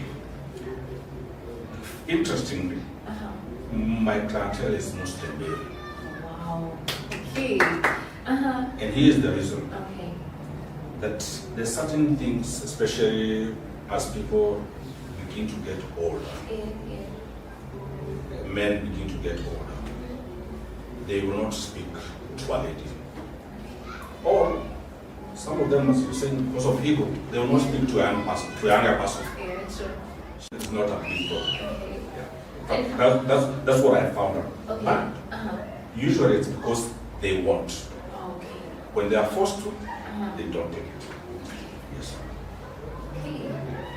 What has been one moment, just finalizing, where you have been so proud of yourself as a psychologist and you said, wow, at least I managed to get this, or at least this guy did this because I was present in their life? Maybe that one phone call just saved that brother. Okay. Yeah. Maybe I have had cases, looking back, maybe a person who calls me because their spouse has packed and they want to leave because of some disagreement. And then as a result of intervention, they stay. And not just stay, they resolve their issues and they get to stay together. So those moments, very good. How do they make you feel? Of course, you feel good, that you feel fulfilled, that you are able to be in their lives. But above just feeling good and feeling fulfilled, it makes you know that the responsibility you carry is big. And therefore, the sense of duty actually increases. So actually, it's making you feel like your sense of duty becomes more clear. Yes. Again, as a psychologist, I'm going to address more often because it's more of a wounded healer. Yeah, so is there a point in time where you felt like giving up? Just feel like this is not working for me. I think I need just to shift my career and just do something else that is not that stressing. Maybe for me, not. And I think first is because I have had other careers. So as I told you, I'm a teacher, I have worked in corporate, I still work in church. And therefore, this is a career that I chose. And I haven't had moments when I have thought that I need to give up. Does it mean that it's not been difficult? No. The difficulties and challenges have been there. But I don't think I've got to a moment where I felt like I want to give up.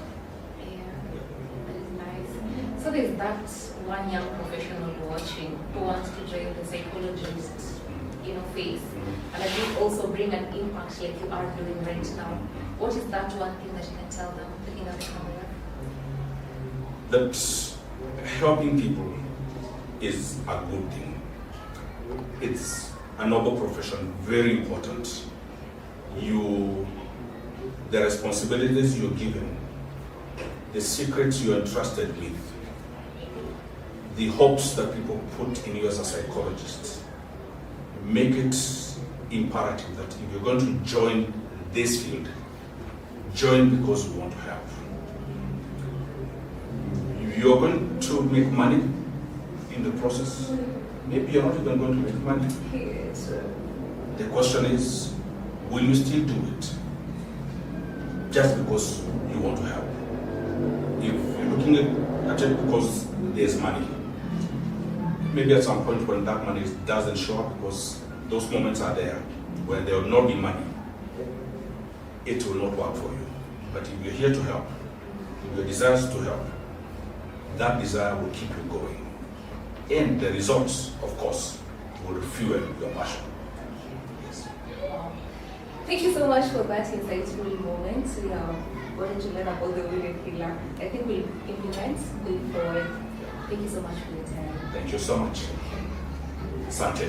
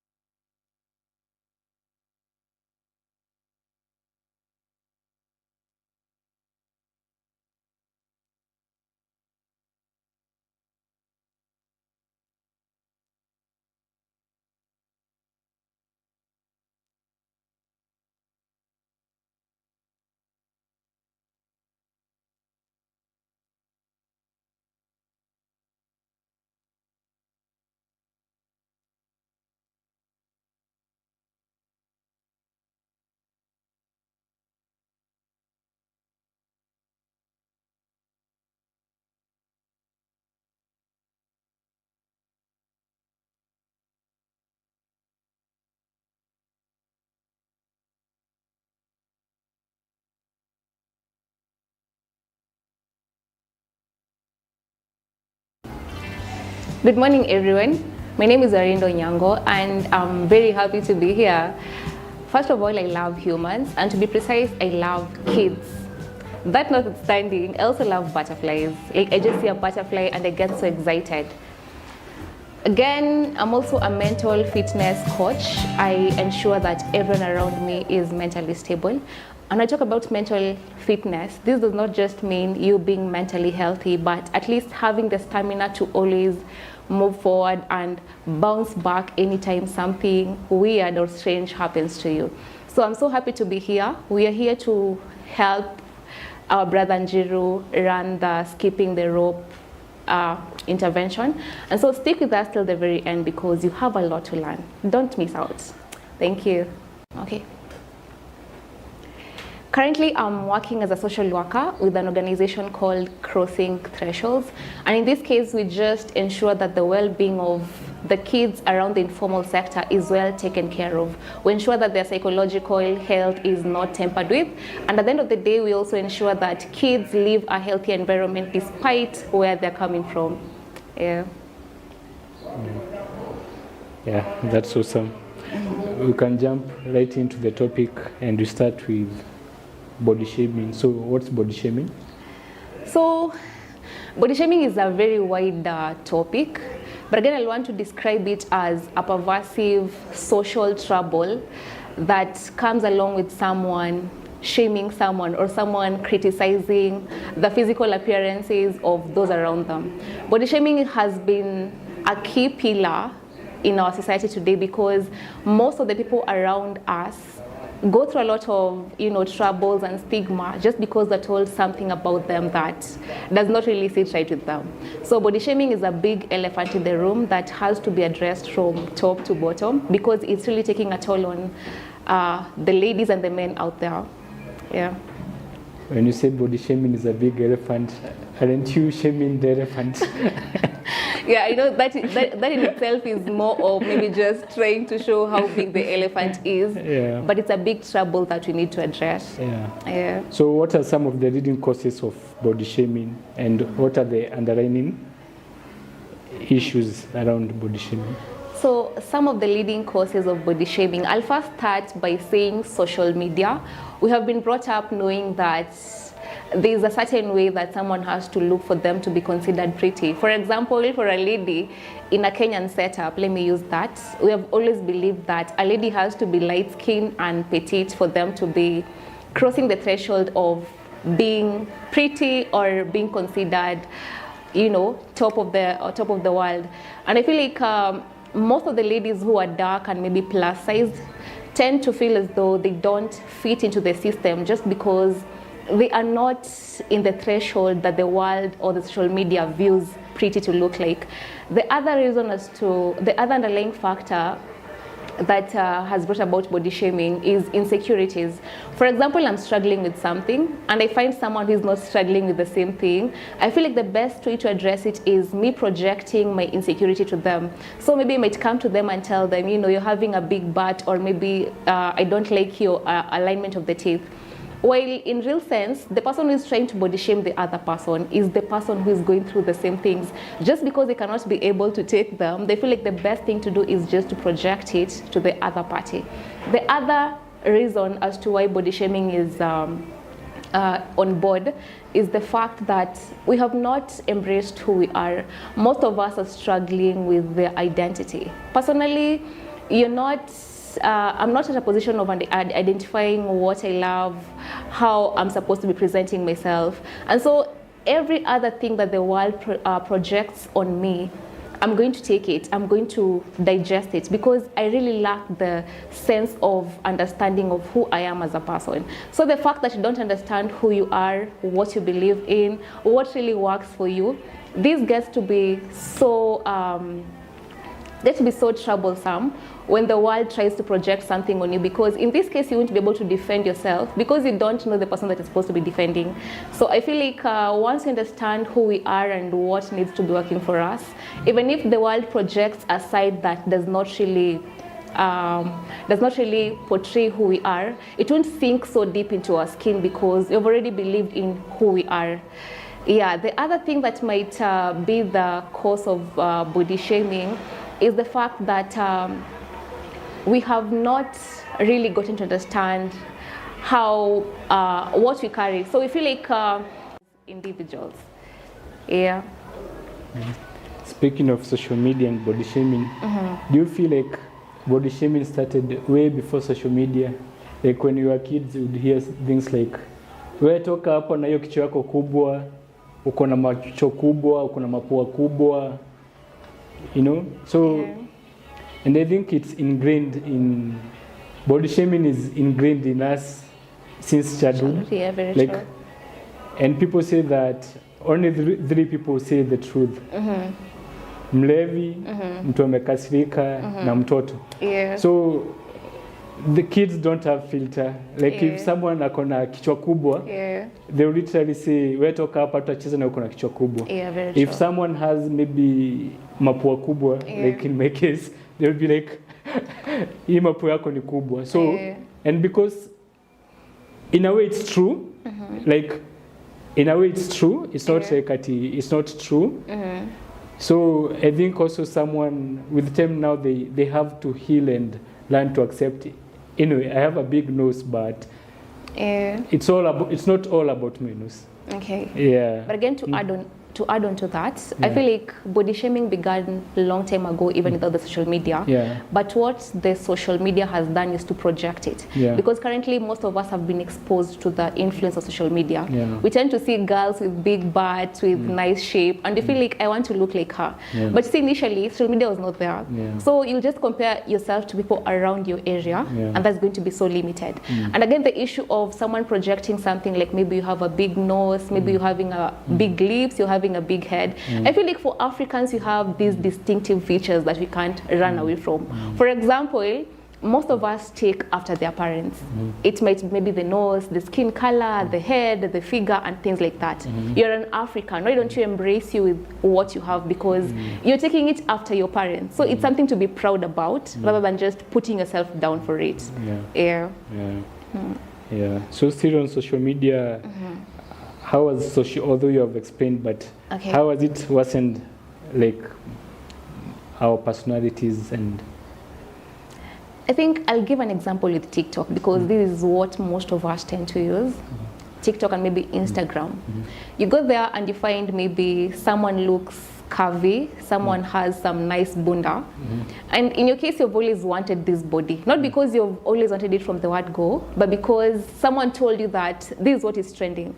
So I feel like it has exaggerated it, because you're having things like for you page, your FYP, there's that synchrony that always comes to you every time and time again. So you feel like because this is what comes into my FYP, then I have to live a life that is exemplary to this one. So it's more of us not doing what we basically want to do, but what has been projected for us to do. So I feel like the best thing to do in this case, or what social media has done that has really brought a lot of crises, I'll say it's just trying to project it to us that this is what is trending, and this is what you need to do for you to be able to fit in into the maybe pretty girl era or handsome men era, something like that. Because I believe like if it was not there, then most of us would just be living. I feel like it has brought a lot of comparison, because either way, every other thing comes from the point of comparison. I can say that beauty is relative and being handsome is also relative. That's why we hear the notion that beauty lies in the eyes of the beholder. Someone might be so pretty, but again, a guy will not choose him and go and choose someone else. So it's quite relative. And social media has made it that I have to have a point of reference. If I want to be petite, then what is inspiring me to be petite? This TikToker who is maybe well known and is doing these vast things outside there. They are there because maybe they did this because of their body. You get it? And then the other thing that I can talk about social media is you find that there's this trend that is coming out. I had someone say that pata pesa ndio ujue kuvaa nguo fupi si usherati. And I was like, people are just there commenting and saying that people are putting on short clothes, and the poor are the ones who are complaining because they're so moral, but the rich are not moral. And I was like thinking about it in a different perspective. Because you can be out there doing your content, but again, you don't have to show your body for you to get a lot of followers. But what has social media projected to us? For you to be able to get more views if you're a lady, you have to show your bunda, you have to show your thighs, you have to show your boobs and whatnot. And if you see those ladies who are doing some of those content, they have a lot of following. You try go there with your sense of, I don't know, you're just trying to speak some sense. You're going to speak there, you're going to be so stagnant. With your sense. With your sense. And it's going to take a lot of time for you to be able to bloom. Yeah, so I feel like it's more of an exaggerated sense of belonging because we don't really know who we are, but we're trying to take more from what social media has brought onto us. Yeah. Yeah. So is there a link between body shaming and the now sensitive topic of suicide and suicidal thoughts? Yeah, there's a very big link. But again, I can say that we're all blessed differently. And then we also carry different levels of thick skin. I can say maybe I have a thick skin. I've been body shamed before, maybe because of my forehead, because of my bunny teeth and whatnot. And someone else has been body shamed because of the same issues. But again, they feel like they can't take it. I got to a point where I understood that this is just me. Despite me having the flaws that the world names as flaws, I see them as part of my beauty. Yeah, so I feel like not everyone can be able to take it. Some don't have the thick skin that maybe I do have. But again, if someone is criticizing you, I believe that we all have something that you're struggling with. It might not be the same level, but I feel like we all have something that is struggling. Even the prettiest person that you see out there, there's one thing that they say that, I wish I had this, I'll be more pretty. As humans, you're never so content. So I got to a point of understanding that it's more of embracing you for who you are, not what the world needs. You're coming from a point of wanting to impress the world that crucified a perfect man. You're not perfect, they won't embrace you. You go change your appearance, you go instill things on your body, you go do everything like that. Tomorrow the syllabus itakuwa imeshakimbia, they'll want some other things. So I feel like if you're at this point where you want to do every other thing because the world is doing it, then it's going to be so messy. But in line with suicide, I'll say that most people, both genders, they don't really know what really works for them to begin with. And that notwithstanding, we also have different levels of tolerance. So if someone is soft-hearted, they can't take things so boldly. Someone has body shamed them for the longest time. Not even a stranger, maybe the family members. They grew up knowing that, I'm plus size, mimi ni kanono. For example, they grew up being told that, when you're mrefu sana, there's nothing that you can do with this height of yours. Maybe for someone who has a thick skin, they're going to venture into modeling. But this person who does not have a thick skin, they'll be like, kumbe nakuanga hivi mrefu. You find that someone is so tall, but instead of appreciating the fact that they're tall, they start walking while bending because they're not proud of their height. Not because they're not proud of it from the word go, because the world told them, you're too tall. So if you're not having a thick skin and this thing gets into your nerves and you can't control it, you can end up being suicidal. Yeah, so it's more of who is it being addressed to? Do you have a thick skin or do you have a light skin? If you're having a thick skin, it's going to be very easy for you to just take it in and maybe just do whatever pleases you. But if you don't have a thick skin, ending your life is not going to be hard because they'll always keep on ringing in your mind. I was being told from when I was young, this and this and this and this and this. So it's more of who are you as a person. Yeah, but it can lead to suicide. Yeah. You know, it's interesting you're talking about having a thick skin, because in the current world, everything can be enlarged. If you need a big nyash, very true. If you need bigger breast, firmer breast, you can have them. True. But speaking of thick skin, if someone has a light skin, as you call it, is it possible to develop a thick skin? And how can that person, or how can a person develop a thick skin? Yeah, if you're having a lighter skin and maybe you want to develop a thicker skin, it's very possible. But it won't be a one-day thing. It's gonna take time. And I'm also meant to believe that for it to happen, it also has to come from the point of you wanting it to happen.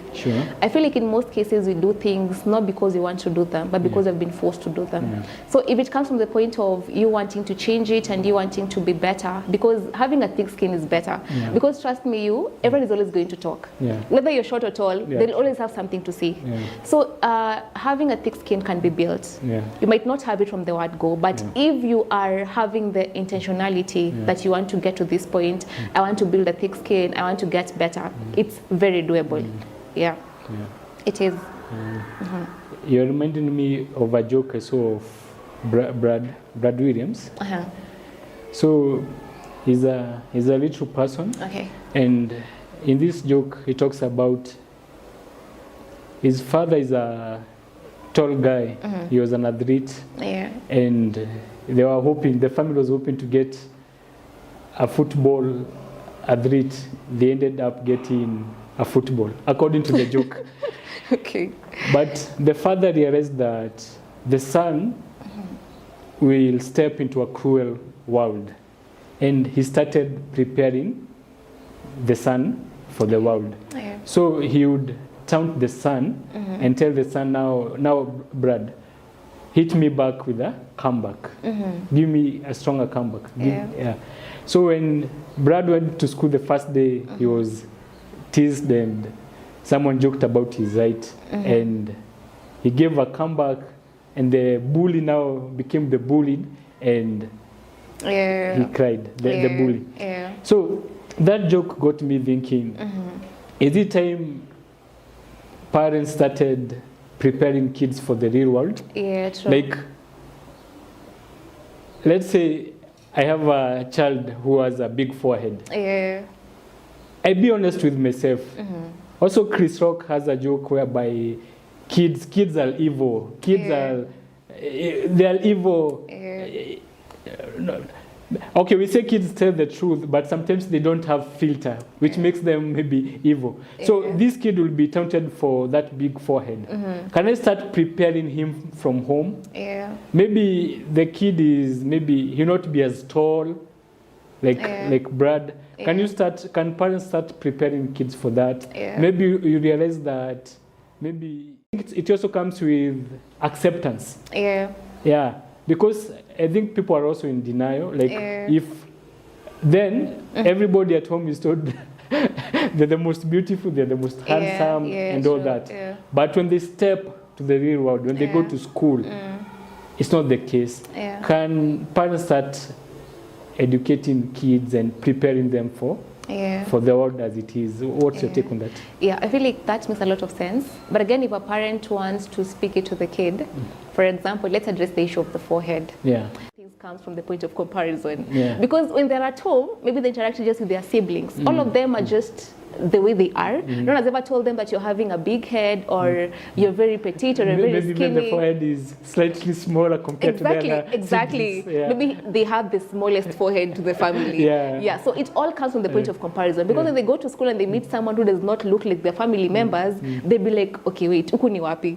You see? So I feel like if we have taught our kids on acceptance, but how do we package the acceptance? Do we just tell them that when you refu hakuna penye cha kupeleka?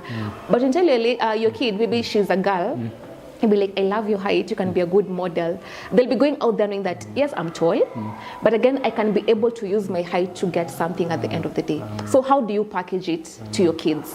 It also matters. And then prepare them psychologically just to know that the world is cruel, yes. But again, they need not to ingest every other thing that the world gives to them. Because the world will always give you something. The world is more of a taker, let me tell you. And in this case, it's going to be, let me say, subjecting things to you, for example, what they want you to believe in, what they want to work for you, things like that. And for you, you're always bowing down to it. They tell you need to be getting this for your body, you go do it. They tell you you need not to be eating. There's a time in our school, ladies used not to eat because they're told that for you to be able to have a flat tummy, you just need to eat 1 meal a day.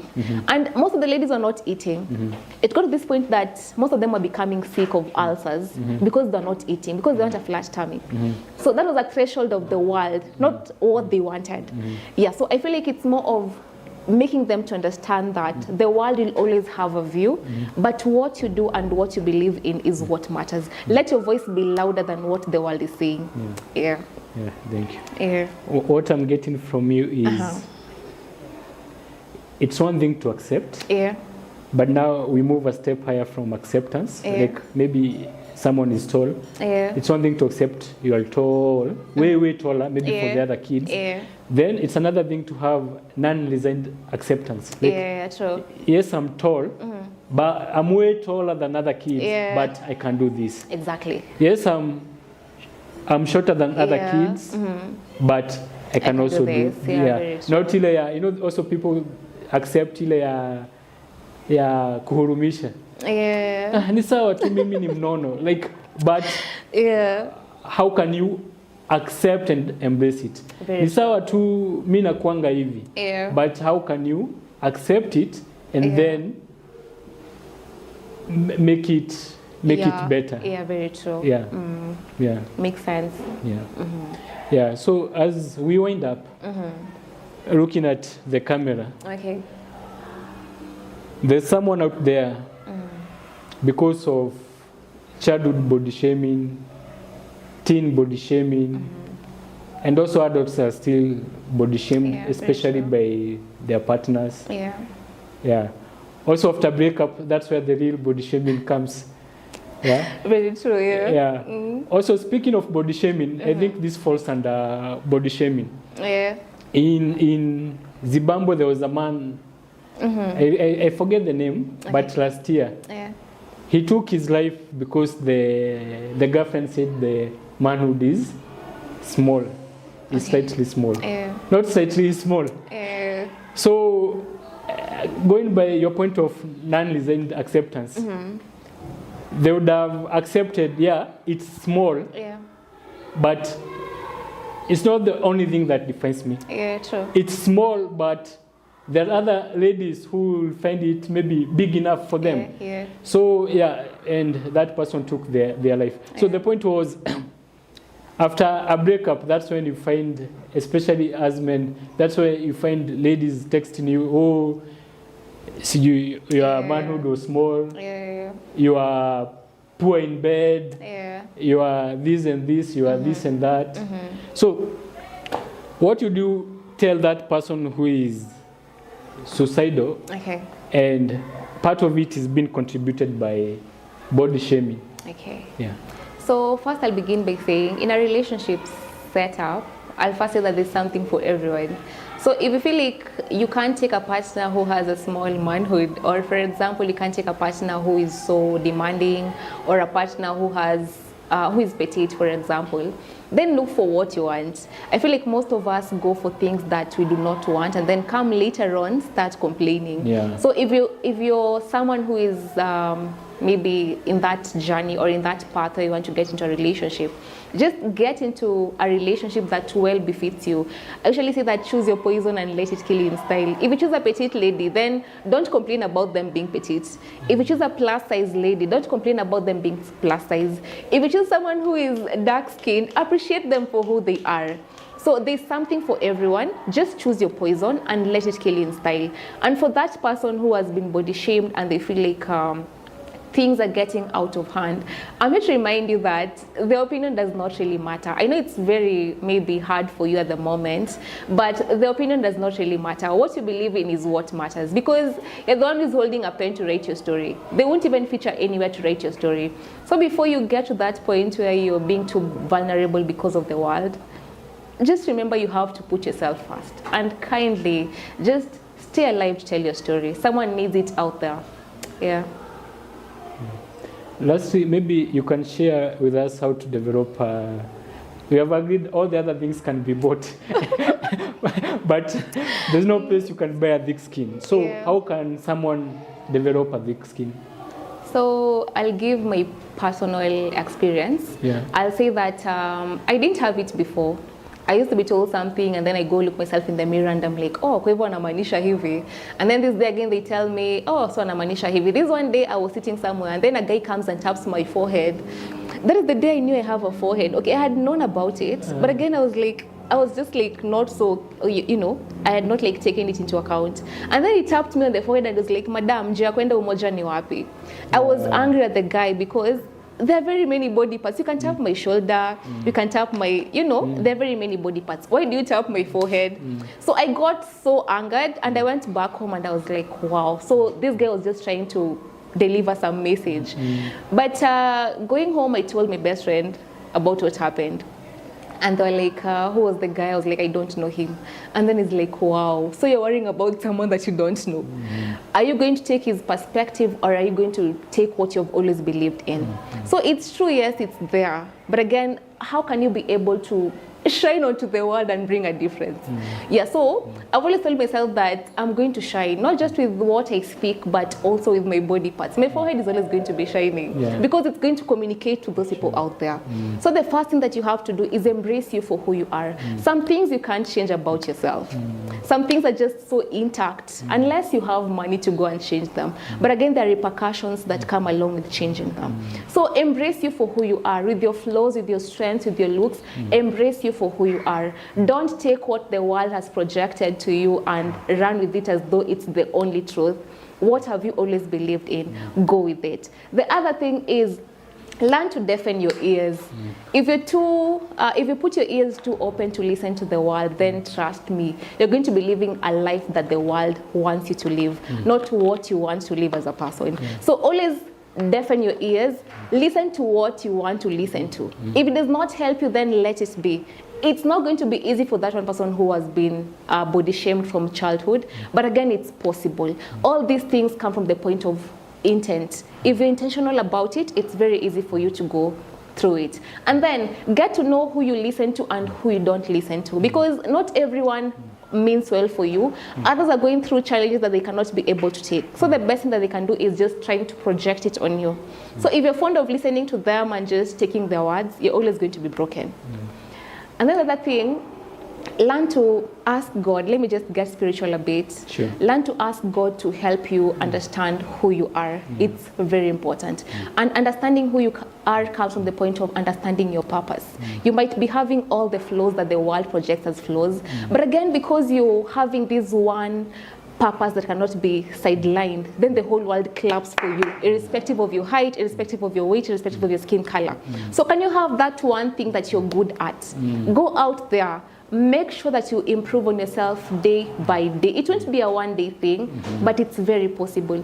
Get better in it, improve on yourself, let the world clap for you, not because of your physical appearance, but because of what you're doing to change the world.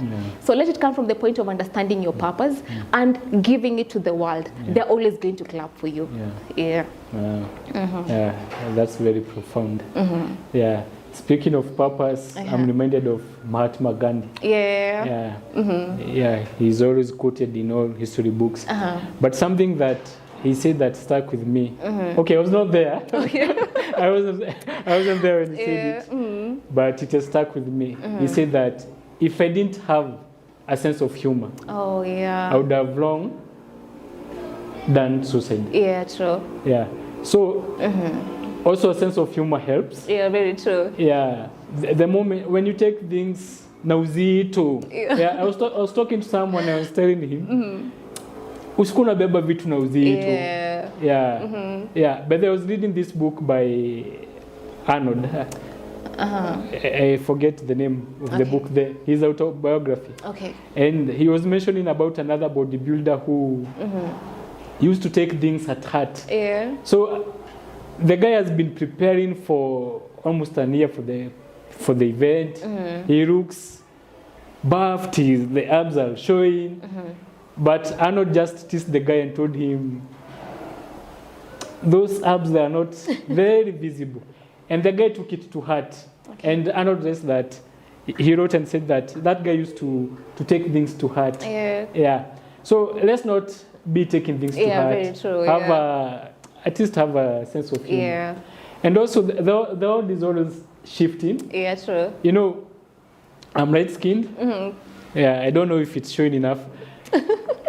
You know,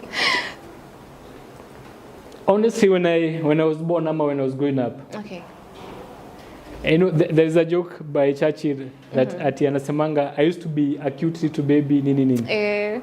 Actually, I was a cute little baby. Like, adults used to adore me, like, hey.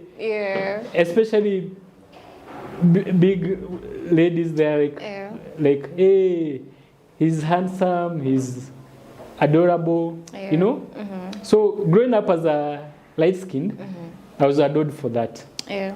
Fast forward when I entered the dating scene, everything changed. Yeah. Ladies are like, oh, we can't date light-skinned guys. Oh, even, so to say this, even the dark-skinned guys. In fact, I have a joke where I say, even the dark-skinned ladies don't want the light-skinned. Yeah. Yeah. But where do the light-skinned kids come from? Like, everybody wants a light-skinned kid. Yeah, very true. But no one wants to date a light-skinned guy. Yeah. So also, this thing of body shaming, you find that, like, growing up in my family, I was never shamed because I'm light-skinned. Yeah. In fact, I was celebrated. But when I entered the dating scene, now it's like a burden at you. Yeah. I'm light-skinned. Yeah, but anyway. Yeah, and then so to add on to what he said, taking things to heart. Just be this one person who does not take everything serious. Yeah. Like at times, just assume that they're just joking. Yeah. However pinching it is, if you can address it, just address it. But again, you see, the world is so cooked. You can't tell everyone that. Don't tell me that next time. Yeah. Some are going to be very aggressive. Yeah. But if you find someone that you can tell, just tell them. But they don't love you pinpointing this and this about me. Yeah. But if it's a stranger who you can't address, just let them be. Yeah. Maybe someone out there is also body shaming them for something. Yeah. So just don't take things so personal. It's never that serious. Yeah, sure. Then I think people just project their issues. I remember a colleague somewhere in a different organization. Yeah, I went for, it was my first time to do like a studio photo. Okay. Then later on, I put it as my DP. Then on Monday when I came to work, the person was like, oh, light-skinned niggers go to to studio and all. Yeah. Then later on, we were supposed to submit some passports for the company. Yeah. And then this guy really had a hard time because he's dark. Yeah. So he took some photos with the phone, what have you, but the HR rejected them. They are a bit darker. But previously, he was shaming me for being light. Yeah. So sometimes it also comes from a place of envy. Yeah. It also comes from a place of envy. Yeah. Any parting shots? I think I just say one that I got to learn the other week. I say just learn to stay alive to tell your story. Yeah, we need you. We need to hear you. Yeah. So don't really focus much on what the world believes in. What do you believe in as a person? Yeah. So don't forget, just stay alive to tell your story. We need it. Yeah.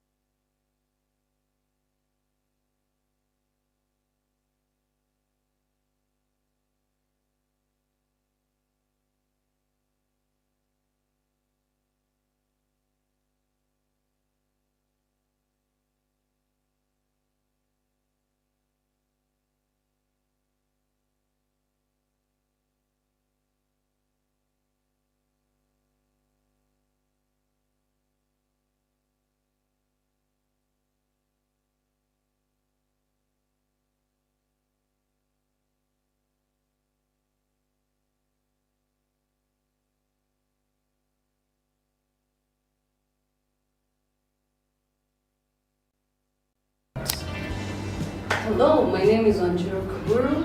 I am a holistic wellness and alignment coach. I am an author of 2 books, Take Your Power Back and The Power of Self-Love.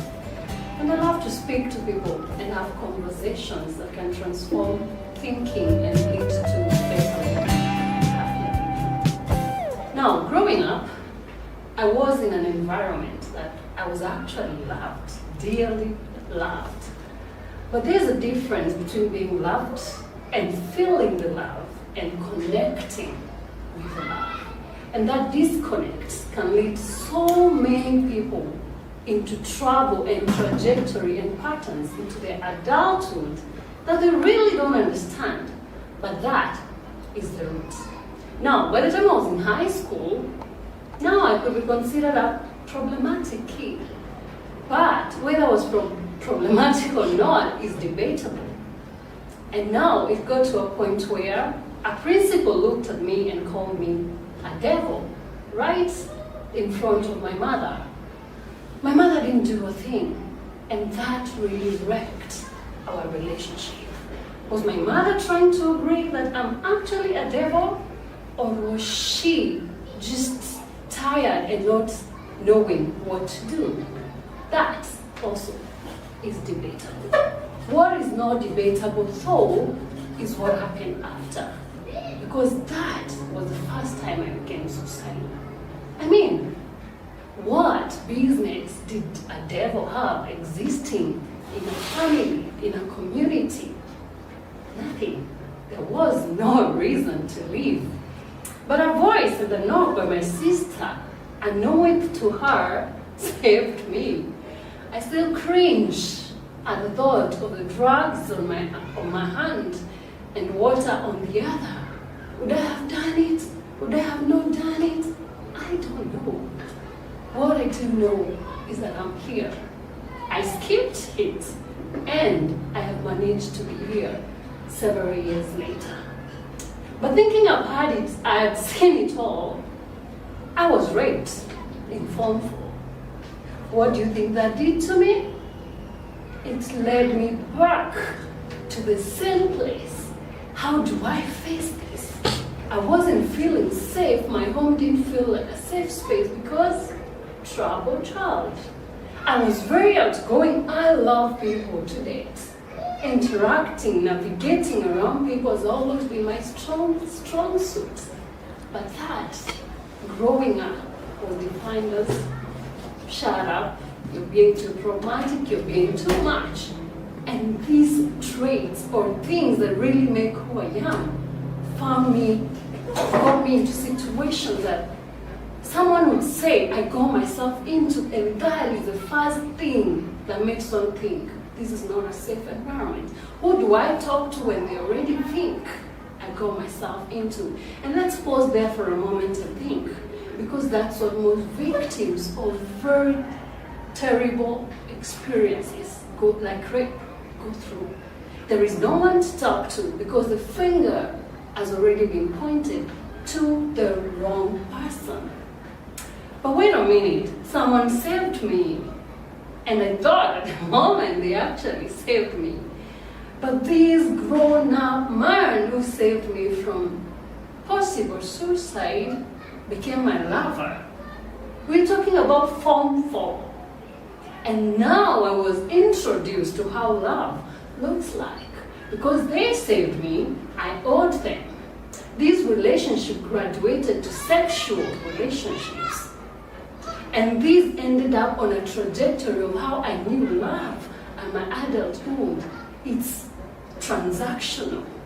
You care, you seem to love me, you do nice things, so you deserve me. It's like I am meant to give myself to you. And this is a pattern that followed me into dating, into how I looked at men, into decisions that I made around relationships and men in general. All these things made me question my worth. And there is nothing as bad as sitting down and asking yourself, starting to debate whether you are worthy to be walking on the face of this earth. And those are the moments that are very defining. They are the moments that lead you to want to take the road. Now, what do we do? Then, I didn't know. But after a process of the tools that are there to help us, like therapy, after going my own journey deliberately, understanding if this is love, then there's an aspect of love missing, and I named it, or I defined it as self-love, and I started on a very, very deliberate journey of loving myself. I like to say I actually put a finger on it, because that's the extent that you might need to go to really embrace yourself, to go through things that you need to go through. And this is what brings me to awareness. Most of us get to situations where we feel we're not worthy, we're not lovable, nothing is working, but we don't know where this is coming from. It may be coming from a point, some words that were said, some names that were called. In my case, devil, form 3. It might look like so far away, so far gone, but it stays with you. It sticks with you in your mind, in your spirit, somewhere deep within, until you're able to call it by name, that this was said to me, and this is how it made me feel. And 20 years later, someone will call you something, or they will look at you in a certain way, and you will connect it to, oh, wait a minute, I am feeling this because of this. Now, awareness in everything is very important, because it gives you clarity. So you're not working or walking in the dark. And then there's something we call accepting and acceptance, beginning with acceptance of self. I like to say that we are like roses. Roses are thorns. We rarely look at it that way, but that's what we are. We have thorns. We're not made of gold. We have our stars, like I like to say, and our scars. I was scarred by rape. I was scarred by comparison. I was scarred by name calling. I was scarred by so many things in my life that led to certain patterns that I had to be aware of and connect to the source, so that I can treat the source and not the symptom. And the symptoms are things like addiction. You're now drinking too much, or you're partying a lot and you think it's fun, this thing we call YOLO, or you're dating just aimlessly and having several sexual relations, and you think, oh, this is who I am, this is fun. No, those are symptoms of something. It's telling you something. So the awareness and acceptance of yourself, of the realities that you are, and how you can move forward can help you. And then now there's the alignment. When these things happen to us, like in my case, there is what we carry. A lot of us don't realize the shame that we carry from certain experiences in our lives. And then it bugs and stays with us. 30 years later, you're seated in an office, and something is said, something is done, and you snap. You're raising a child, and you snap and do things to them. You say the same things to them that broke you, because you haven't identified and healed from what happened. So you continue the cycle. You take and pick up the rope, because what you're aligning with is the lies you told yourself from the experiences that you went through. The lies that you are unworthy, the lies that you're unlovable, the lies that you are not good enough, the lies that this terrible thing, I can't find a job, I can't find a good partner, nothing is working for me, is happening to me because I do not deserve it. Those are the lies. What about you aligned yourself to something like worthiness, my dear brother and sister, is totally non-negotiable. The fact that you're here, living, breathing, you are worthy. You do not need to negotiate your worthy with anyone. So first of all, I would like you to that to stick. if you ever think that I need to grow, I don't deserve it, I don't, no. Your value, your worth is non-negotiable.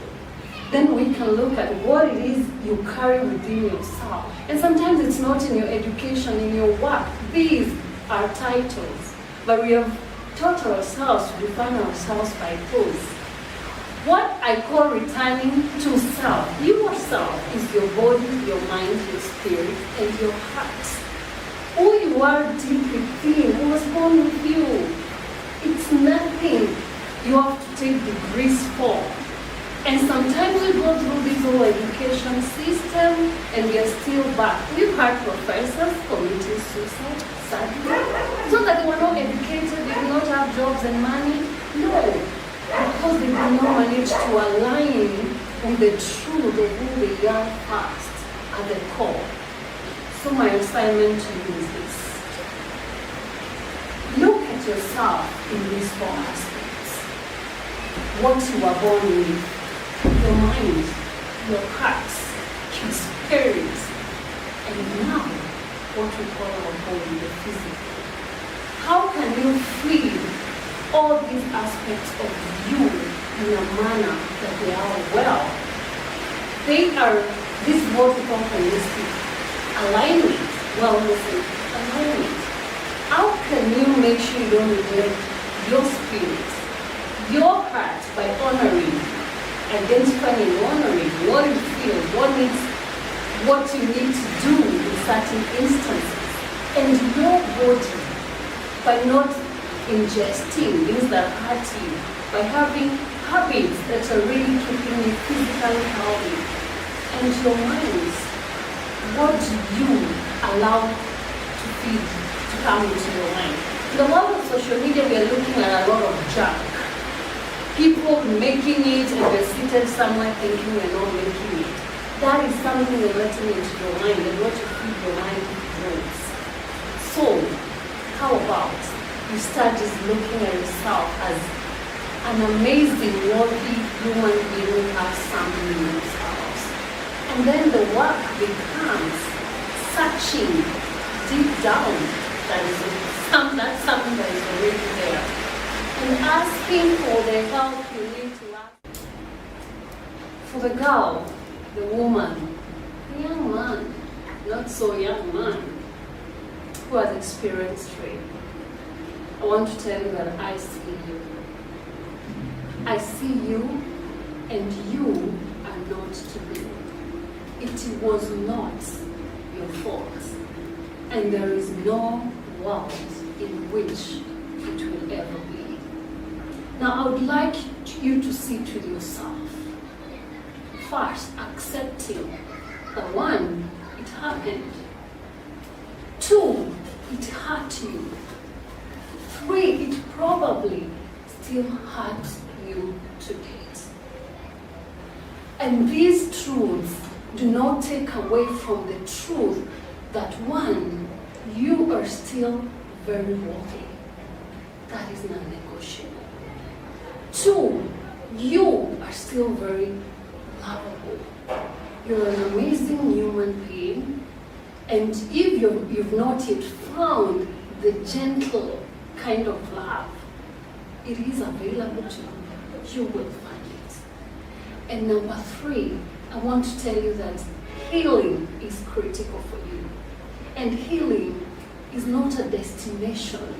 It's a journey. Even I am on every single day. And healing sometimes takes the form of the acceptance of the two worlds. The pain, but also the joy that you are still here.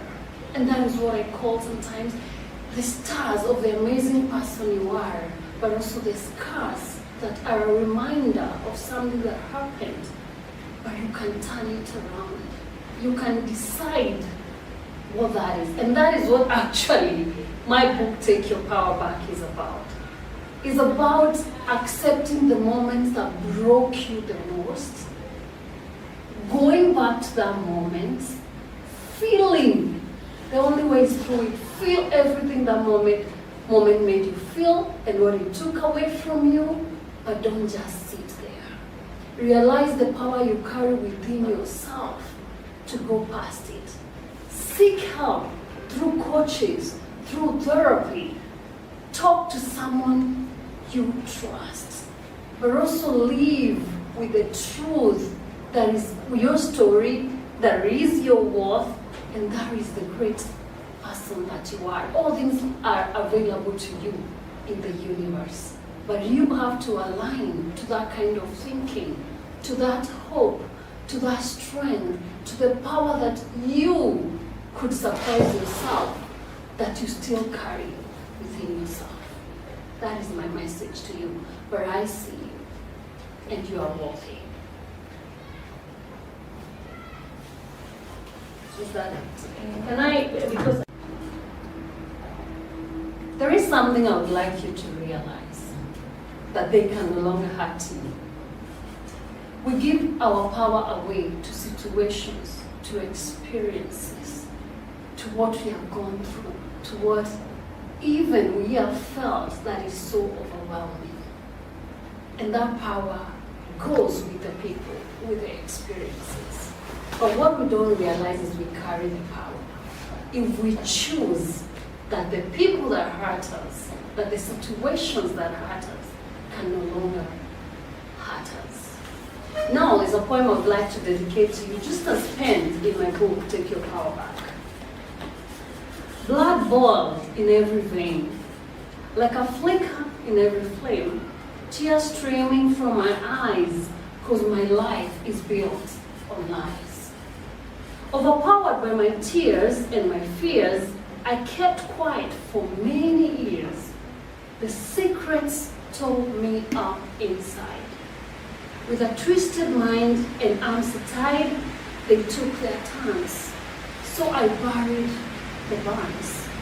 I grew up thinking I was to blame, thinking it was my fault for every rape and every assault. Those dark memories still haunt my brain, and still I feel I'm the one to blame. Every night I lie awake, wondering how much I can take.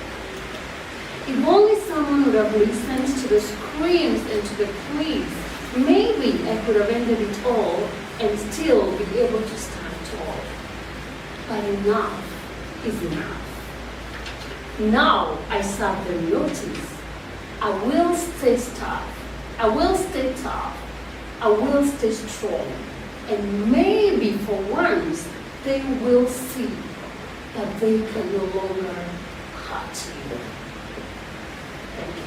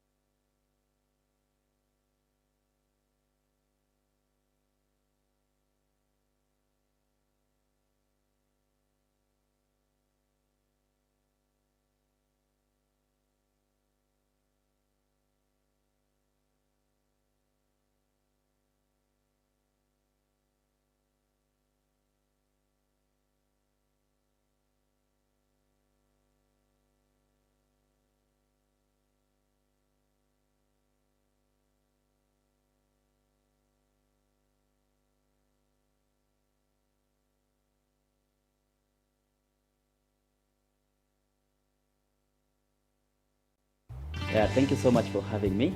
My name is Vincent Oniare. I'm a counseling psychologist by profession, accredited one, and I'm also a mental health practitioner.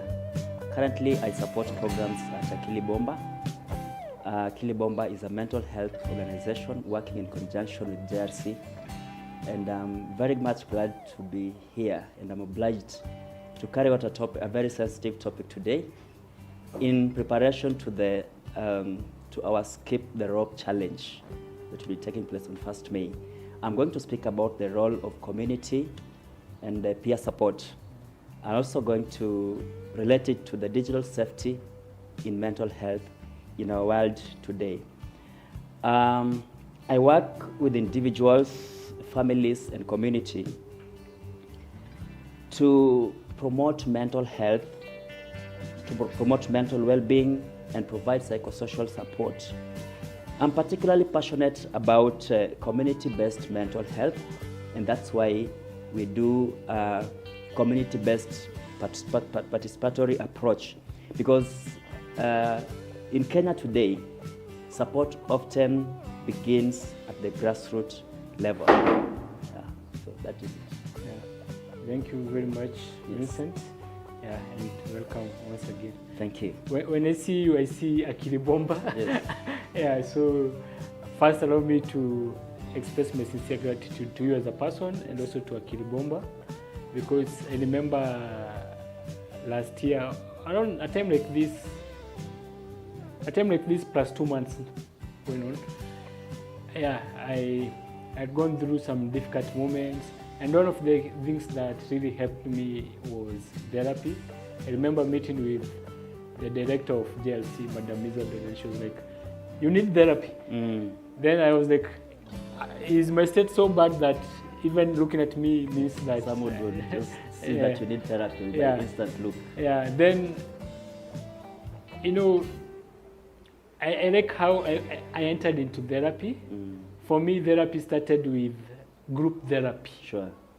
So it was an easy way to get into therapy. And you guys were the ones facilitating. Akili Bomba was the one facilitating the group therapy now at JLC.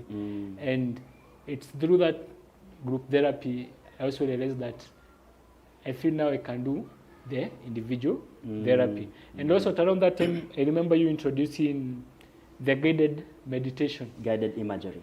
Guided imagery. Yes. Yeah. So those things really played a role. And sometimes we can't, you know, life is made up of so many pieces, but that, whatever you guys were doing there played a role, and at least now I'm good and I'm here.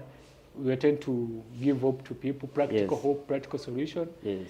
And I thank God for that journey. Yeah, thank you so much. It's good to hear that you're one of the beneficiaries of one of our core programs, which is the group therapy. And I'm very happy that the program has picked up so well. And at the moment, we are carrying it out in 4 different categories. We have one for the wazes. We have another one for adolescents. Okay. And we have a special group therapy for people who are suicidal. And it is working out, and it's very effective. And as you said, group therapy is one of the core principles of mental health, because there you will find people with similar issues, people who have undergone through, probably are suffering through post-traumatic stress disorders, and are going through similar underlying issues. So it's much encouraging for them to be there and to share their common issues together. So I'm happy to hear that it impacted you in one way or another. Yes. Speaking of wazes, your organization works closely with Kibera Daycare. We work closely with Kibera Daycare, but apparently we have launched a serious program with we are in partnership with Ushirika Health Center up there in 42 Kibera, and we are there on every Thursday. We are doing an intergenerational dialogue where we have about 200 old people we are working together with. We take them through therapies, different topics in life. Just like the other day, we had a health safety hygiene where we cut their nails, we washed their feet, and we did, we just made them clean. Besides, we talked of various psychological issues that these wazes are going through. And we also have lunch. We take lunch with them together. So we are very happy that Akili Bomba is doing that in partnership with the Ushirika Center. Yes. With the Ushirika. It was Kibera Daycare Center for the elderly. Exactly. You know, I left it at Kibera Daycare. Someone might think it's for children. Yes. So it's Kibera Daycare Center for the elderly. For the elderly. Yes. They also do a good job. And every Tuesday they have a feeding program at DC. Yes. Yeah. Yes, we have one of our program coordinators, a liaison officer, who goes there on every Tuesday to make sure that their psychological well-being is taken care of. Yeah. Yes. You mentioned something about collective therapy or group therapy for suicidal people. Maybe you can elaborate more about it, because there are so many people who, there are people who are suicidal. And sometimes they wonder, where can I go to seek for help? Also, there's this aspect of, and also now it relates to our topic about community and all that. You know, if you are suicidal and you are trying to seek sometimes help from non-suicidal people, they may not understand them. But if you are in a community of maybe people who maybe have undergone those suicidal thoughts, battled them, overcame them, they understand you in a different way, and also you tend to feel more safe. So maybe you can tell us more about the program. Yeah, thank you. As Akili Bomba, you will understand that our founder and CEO is someone who underwent through serious mental health issues. And at some point he was suicidal. And he was a serious criminal before he even reformed into what we know of Akili Bomba today. And actually his reformation is what informed Akili Bomba. So even as we approach this, the issue of group therapy in relation to suicidal thoughts, we are much aware of the challenges that people go through a lot. As we were coming up with this program, our program coordinator, who is called Lucy, she designed this program into an interactive and participatory approach, where our clients who had been referred, clients who had just walked in, were first of all taken through one-on-one ongoing therapy for quite some time. But then after this, after they realized that they were not alone into this journey, now they were brought together. We have about 4 of them who are going through this collective therapy together. And this is where they've realized that this is not one-man journey. And they're normally being taken through these programs as a group. But then at some other point, when they have some personal issues, they are single-handedly taken through one-on-one therapies. But the group therapy for suicidal, our suicidal clients is very confidential, and they are taken through a very interactive, a very thorough and a professional session that at the end of the day, they will not even realize of the thoughts they had before, because I have seen them walk through this journey successfully, even as they take their counseling sessions. Yeah. Thank you. As you're speaking, and our gratitude to Lucy for also the work that she's doing, and Felix and Akina Oliver. But this is more of a challenge. I'll pose it as now, because you are here now, you present Akili Bomba. Yes. I'll pose it as a challenge to you as Akili Bomba, and also pose it as a challenge to JLC, Joshua Resource Center. A situation whereby, is it possible for this organization to have around the clock, 24-hour around clock help, like a number that someone can call? Because you find that sometimes with these suicidal thoughts during the day, like now, it was raining in the morning, but now the sun is out, the weather is warm, it's feeling good. But sometimes, like right now, if you need emergency services, you can even ask someone with a boda to take you somewhere. But at the middle of the night, maybe at 2 p.m., that's when now these thoughts come. So is it possible, how can we go about having even a call center support where, which is toll free? Because again, you don't want to put an emergency contact, and at that time this person is at the verge, is at the edge. They don't maybe even have airtime. They're overwhelmed. They are overwhelmed. They need a number that they can just call and. Yeah, that's a very good challenge. Yeah. And a gap altogether. Yeah. Just recently we had put some thoughts together with a counselor called Philip Ahomo. And we are trying to develop an app that is 24 hours around the clock. Okay. An app that will enable our clients to reach out to us in each and every situation 24/7. I can't say that it is yet successful, but we are in the process of doing the app. We are requesting for Welcome Trust support, which is still underway. We are not very sure. But for true, we need to have a number that will enable our clients, will enable the community to reach out to us in every situation, in every hour, at all the time. So that's a challenge that probably JRC and Akili Bomba need to work onto, and we need to look at it so that we can give an unlimited service to our community.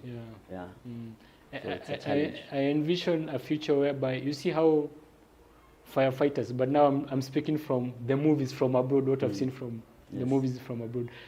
The firefighters are like on standby, then within 10-15 minutes they have responded. And sometimes you find that in those countries, sometimes they can even respond to something like maybe a cat is on top of a building and they rush, then they put the staircase and rescue the cat. Yeah, so for us at Akili Bomba, we've introduced such kind of a response, but unfortunately it only works during daytime. I developed something called on-call counselors, and we have counselors who are on standby each and every day.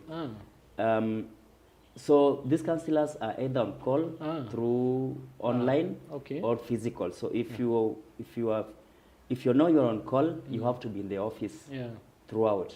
If you're not in the office, then your phone has to be on for any counseling support that may be required from you. So as the program's lead, I coordinate that that program throughout the day.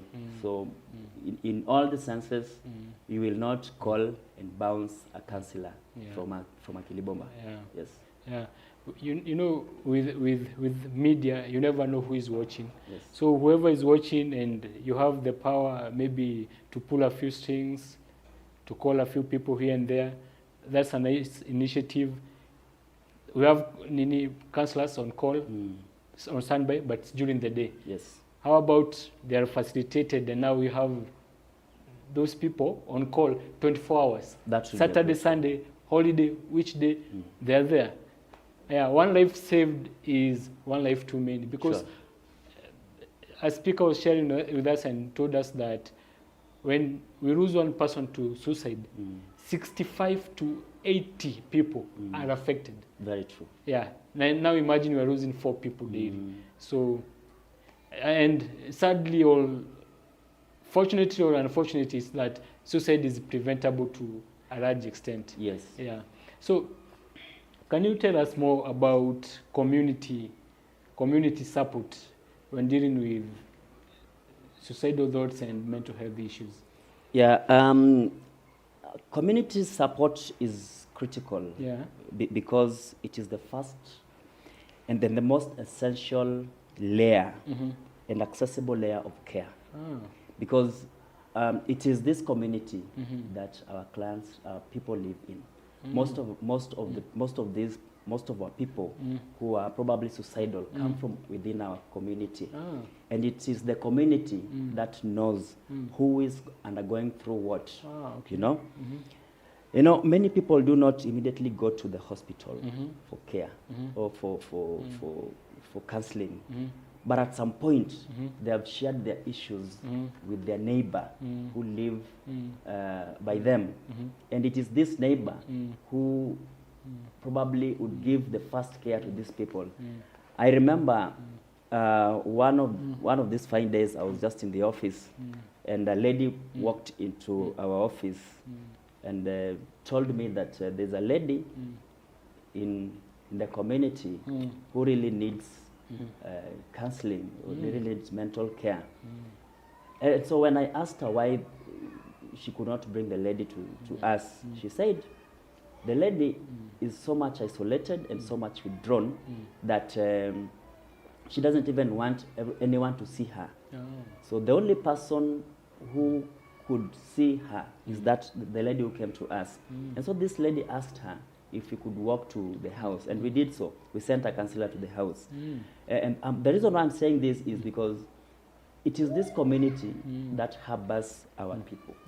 And community support is very essential. Because just by this lady coming to us and talking to us about her neighbor who was grounded in the house, that was in particularly a community support. And most of the times when the community fails to support our people, that is when we get a lot of suicidal cases. Just the other day, I was having a webinar somewhere, and I sampled a group of people and asked them why they thought people are so much into suicide. And quite a number of them were telling me that the first line of a trigger was the family. Yes, so personally, I took this family as a community. You know, your family is your first community. Because if the family is not supportive enough, it is a trigger to suicide. But if the family is supportive, then this person, most of the time, they will speak out their issues and they would find help. So if the community support is not well embraced, then we are most likely to suffer a lot in future. And that's why we say community is the basic layer of care and support. When you're talking, I'm getting a mental image of, there is a meme I saw some time back, a meme post about, we all get rained on, but you experience rain differently. Some have umbrellas, some don't have umbrellas, some have raincoats. So I feel like challenges will always happen in life, but for people who have a community, it's like now a person who is in the rain but with an umbrella. For a person who doesn't have a community, like now in that particular case of this lady who was isolated, if there was no person now to shield her, like to be the umbrella, she would have experienced that rain differently. Yeah, that's what I'm getting from you. Yeah, and again, community support also reduces stigma. Because if a community is well informed, and then this community brings out information, because information is very key in everything that we do. Advocacy is also another key aspect of mental health. So if the community is well informed, they will embrace mental health and they will speak it out. And when people speak out on something, you will find that everyone is much aware of it. The referral pathways and systems are very much in order in this. Because community will be able to identify early issues or early identification of people who have withdrawn, early identification of people who are isolated, early identification and referral of people in the community who are undergoing such stressors who might in future lead to suicidal thoughts. And another key role is continuity, because like as a counselor may see a client once a week, right? But community members, and I said a family, I treat a family as a community. These are people, these are people who are going to be with this person throughout the week. Because if I'm a counselor, I'll only schedule my client for probably 2 weeks after every 2 weeks. But what happens within this time? This person is going to be with the community. So if the community support is well enhanced, it shows there is a continuity in support. Sure. Yeah.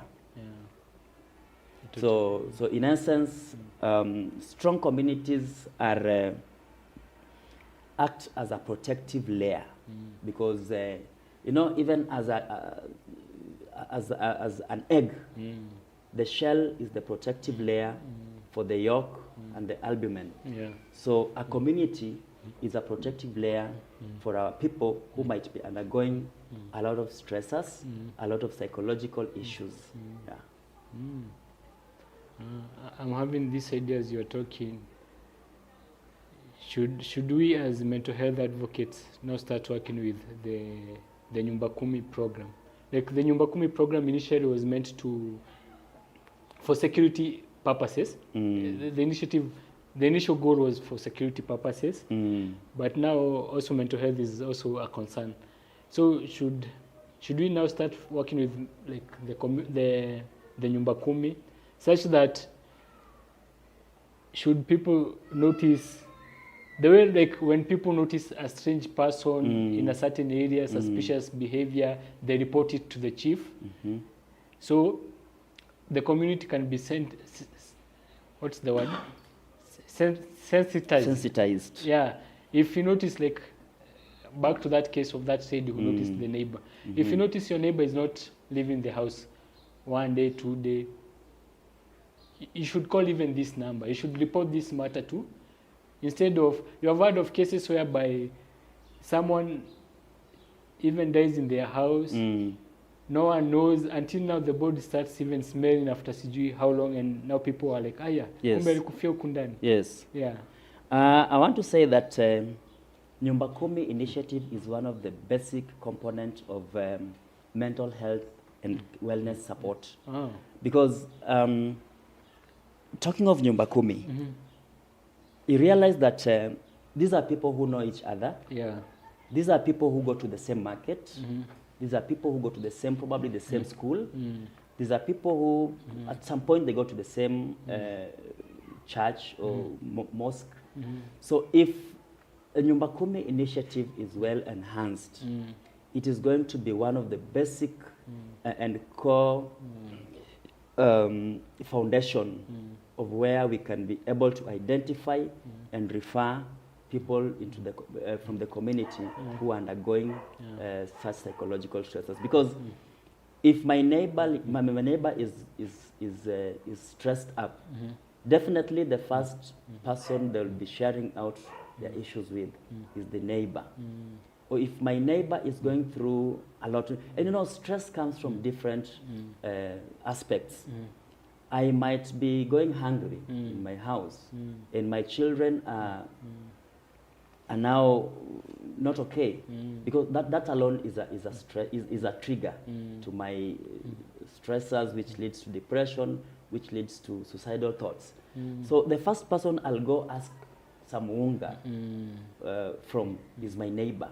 And so Nyumba Kumi initiative is something that I think it is well integrated into the Mental Health Policy Act, and it works out so well. And even us, as we approach the community, the first people we reach out to are the community leaders, which at some point are the leaders of this Nyumba Kumi initiative. Yeah, so Nyumba Kumi initiative is a good approach towards identifying and referring people who are undergoing mental health issues within our community. Yeah. Thank you.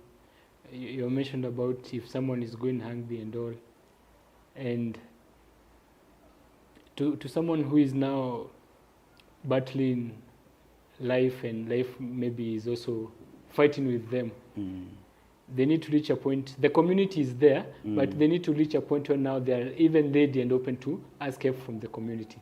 Last year I had a very interesting time.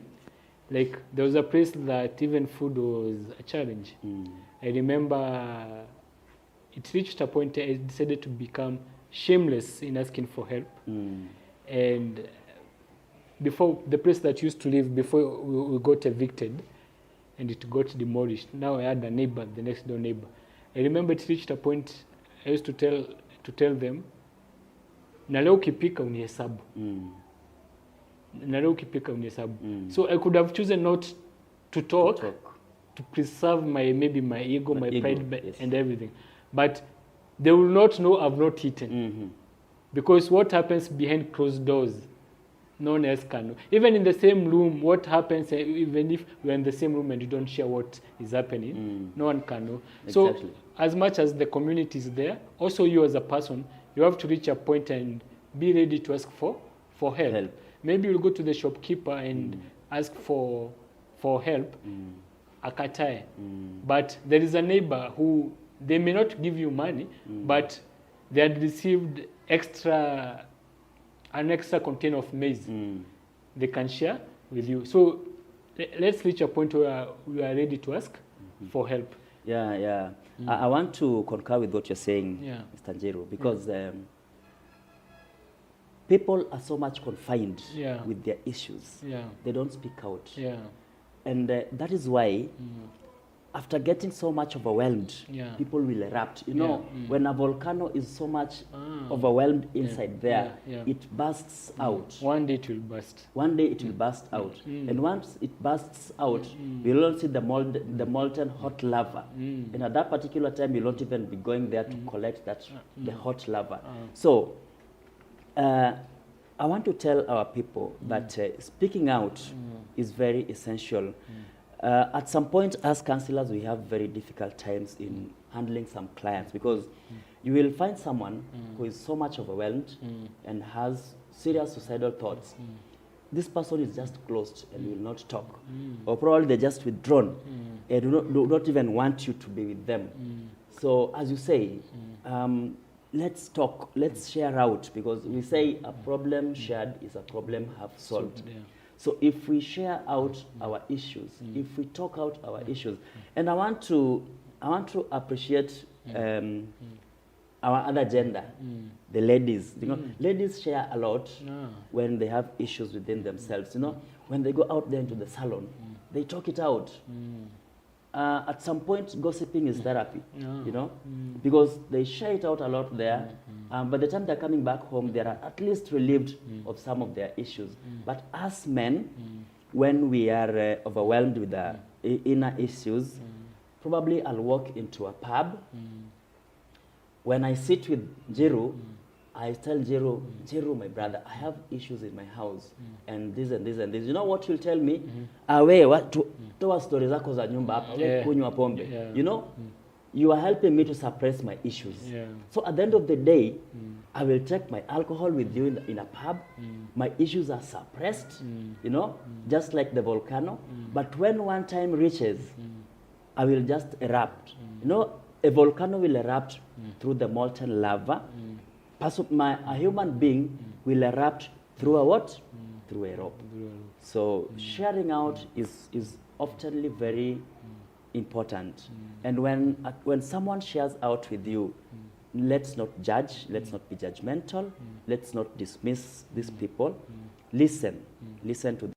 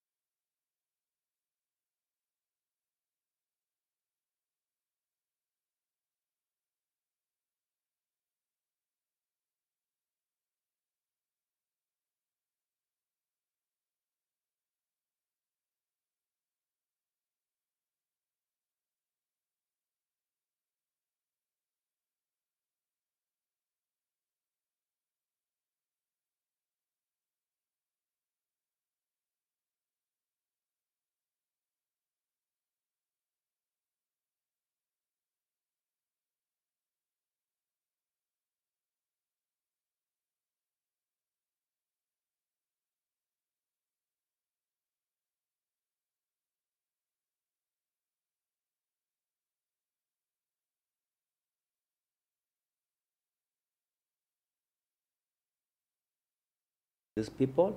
Probe more if you're able to probe. And if you know a referral pathway that you would assist this person with, please refer. Yes. I'm reminded of last year. So I had an encounter where someone and family issues, business issues, so much. I don't know them so well, but I could tell, and they were at the edge. So at one point there was a place would go to eat, and he came in drunk. And I remember we were seated at that table with other men, and he said, maisha imefika mwisho. Yani, my life, I feel like he was giving up on it. This is too much to bear. And he mentioned about wanting to take his life. Then the other men on the table, so they just told him to, what was the word? I remember the word that they used, but they were like, let's move to the next topic. This topic is... It was dismissed as immediately as he aired out his issues. Yeah. And also there's an incident that I remember that I saw on TikTok. Someone had climbed on top of a building, and he hesitated before he jumped. Then there's this guy who, in vernacular, I think that guy should even be looked for and jailed, because he assisted in murder. So this guy was telling that person, if you're a man enough, why don't you jump? And finally, the guy jumped. But I could tell this person who was at the top, they took their time, they were hesitant. So you find some of the people in our community, because now these are people in our community. Even social media is a community. Someone will post an emoji. Have you seen those statuses of someone may post na crying emojis? Yes. That's the community that's there. Then people will ignore, people, you know. And yet they are communicating something. Yeah, they are suffering somewhere. Yeah. And if only we could probe and find out as to why this person is posting such an emoji. Because for someone to post an emoji that has got tears or a crying emoji, there's a message behind it. There's a message that needs to be taken care of. And I see communities, as I said, families at some point are enhancers of this. Because my brother will walk into the house so much overwhelmed, so much down. You know, I'll not even care to ask what is happening. I'll say, as usual, we anakwanga hivyo, you know. Yet this person has got something that needs to be probed and needs to be looked into. And at such things, these are the things that make people draw into suicidal thoughts, draw into addiction, draw into withdrawal, draw into like, you know. I've ever seen someone who has given up, someone who has reached the wall, someone who has hit the wall. These are people who, you know, for someone to take a rope and hang themselves. We've never heard of one, because unfortunately they die. But if only you would find someone and would tell you their stories of what they think, of what is going through their mind at that particular time. These people, they only see darkness and they see nothing else. So a lot of support from the community and from the families is really needed. It's really in hand. There is a quote that says, I may not get it word for word, but something about if you go for a run, you'll find other people who will join you. So, and now, because nowadays we are living in isolated setups, maybe some people are living in apartments, what have you. So we can always create our own communities. Like the same part of hiking. They wanted to mobilize the common friends and they go hiking, which is very difficult, as opposed to going to hike, then you find friends there. So you can now create your own community. Like there are spaces or there are mental health spaces online. So you can start creating your own community. Yes. Because in this community now, these people will understand you better because you have something in common. Other than looking for the people close to you and trying to make them now join there. Sure. Yeah. Yes.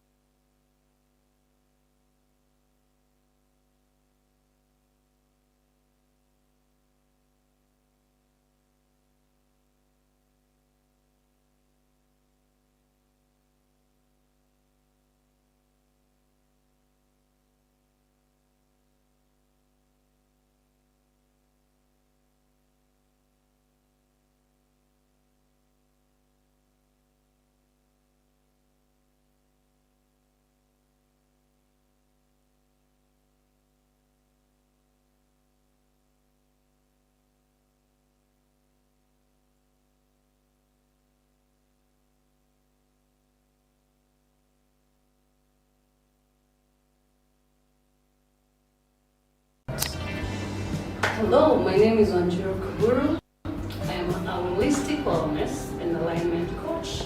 I am an author of 2 books, Take Your Power Back and The Power of Self-Love. And I love to speak to people and have conversations that can transform thinking and lead to better life. Now, growing up, I was in an environment that I was actually loved, dearly loved. But there's a difference between being loved and feeling the love and connecting with the love. And that disconnect can lead so many people into trouble and trajectory and patterns into their adulthood that they really don't understand. But that is the root. Now, by the time I was in high school, now I could be considered a problematic kid. But whether I was problematic or not is debatable.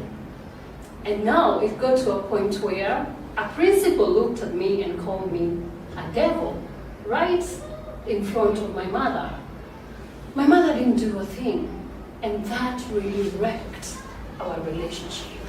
Was my mother trying to agree that I'm actually a devil, or was she just tired and not knowing what to do?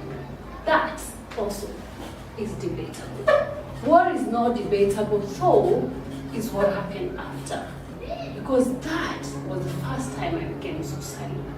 I mean, what business did a devil have existing in a family, in a community? Nothing. There was no reason to live. But a voice at the knock by my sister, unknowing to her, saved me. I still cringe at the thought of the drugs on my hand and water on the other. Would I have done it? Would I have not done it? I don't know. What I do know is that I'm here. I skipped it, and I have managed to be here several years later. But thinking about it, I had seen it all. I was raped in Form 4. What do you think that did to me? It led me back to the same place. How do I face this? I wasn't feeling safe. My home didn't feel like a safe space because troubled child. I was very outgoing. I love people to date. Interacting, navigating around people has always been my strong suit. But that, growing up, was defined as shut up, you're being too problematic, you're being too much. And these traits or things that really make who I am got me into situations that someone would say I got myself into, and that is the first thing that makes one think this is not a safe environment. Who do I talk to when they already think I got myself into? And let's pause there for a moment and think, because that's what most victims of very terrible experiences, like rape, go through. There is no one to talk to because the finger has already been pointed to the wrong person. But wait a minute, someone saved me. And I thought at the moment they actually saved me.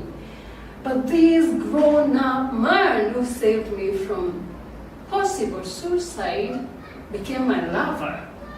We're talking about Form 4. And now I was introduced to how love looks like. Because they saved me, I owed them. This relationship graduated to sexual relationships.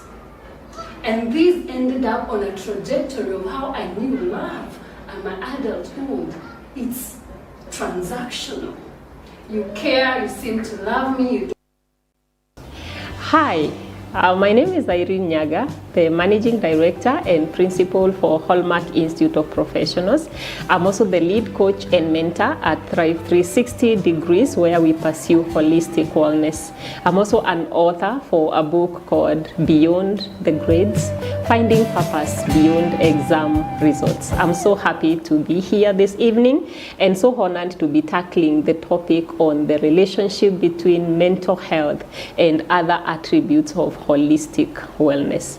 And so we delve into it. At Holistic Wellness, we pursue wellness in all the dimensions that a human being can possibly be well.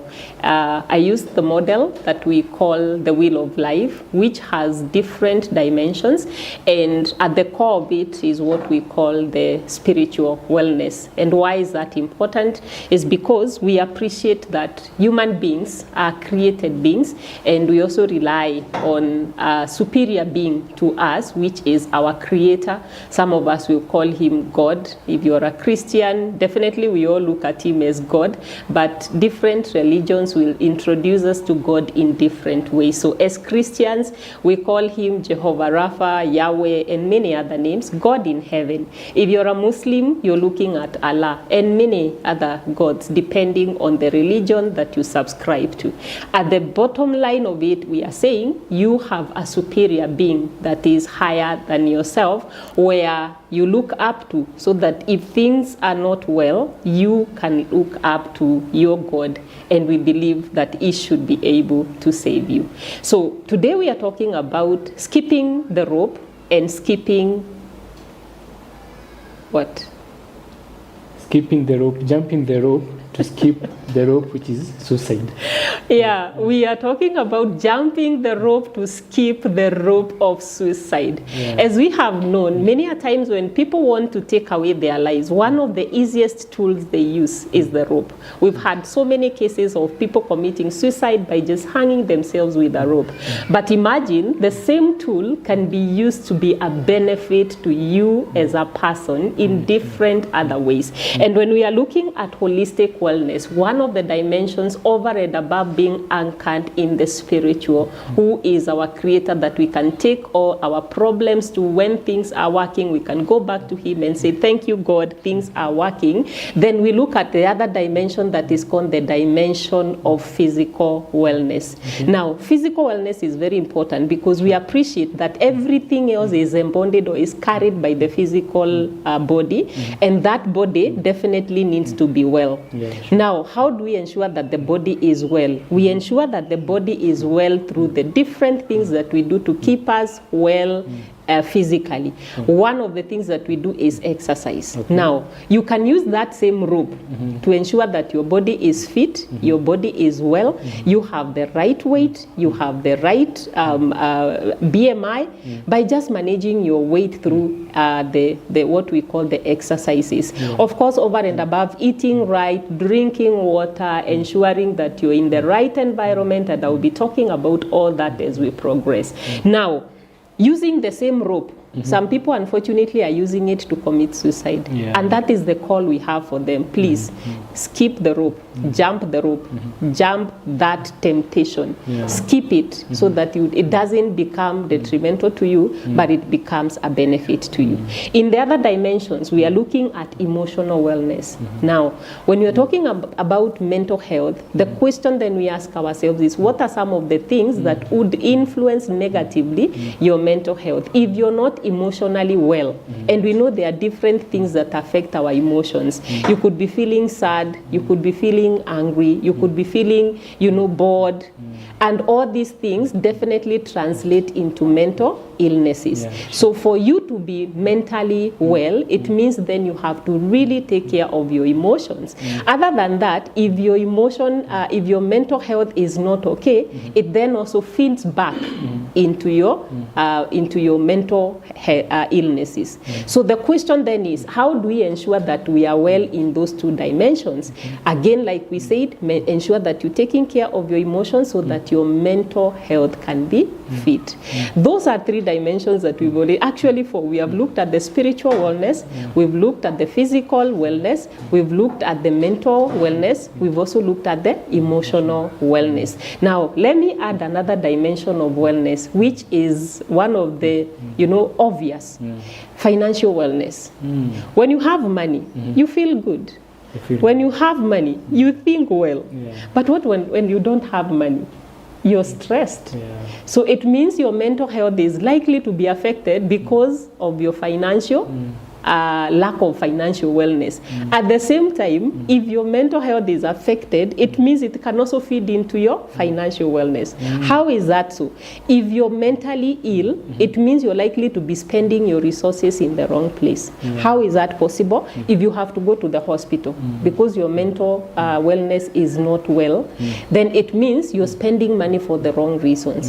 So then we say we need to pursue financial wellness, which will then feed into the mental wellness. Now, the other dimension that we look into is what we call career and vocation. Career and vocation is definitely one of the areas that we are able to pursue that will give us the financial wellness.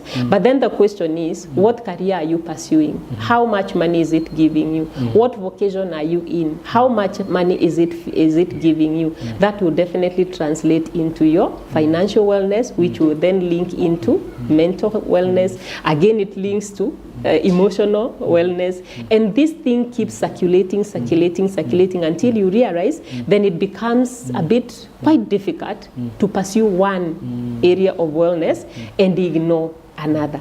That is about financial wellness. Again, that is about career and vocation. What about when your mental health is not okay?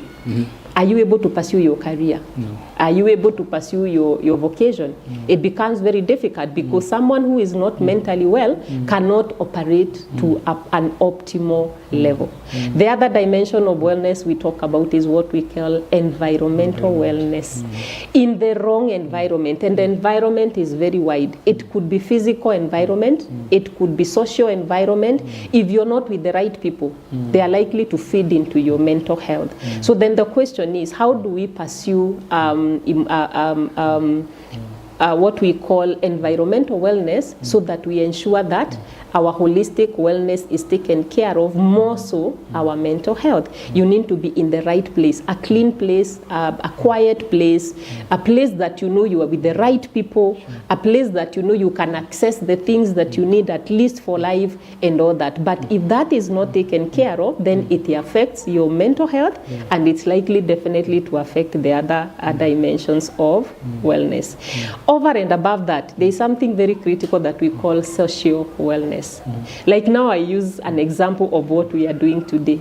Because MD Njiro is socially doing well, it was possible for him to organize this event and have people supporting him. Do you know one of the greatest contributions to mental illnesses is when people feel they don't have the right people around them? And that is what we call social wellness, whereby you're able to know yourself so well, you have a good relationship with yourself, and from that basis you're able to build relationships and networks with the right people, so that at every particular time, even if you hand a challenge, because here and there we will face challenges, at the end of the day, at the back of your mind, you know, I know at least I have one person that I can call and they will respond regardless of the timing, regardless of the stretching of the situation. I know I have a friend. I know I have a sister. I know I have a brother. When you have that kind of a network, and sometimes it's not about having so many people. It's simply having the right people around you, so that then you know, in case of a need, in case you need support in any area, your social wellness is okay, that you know who to call.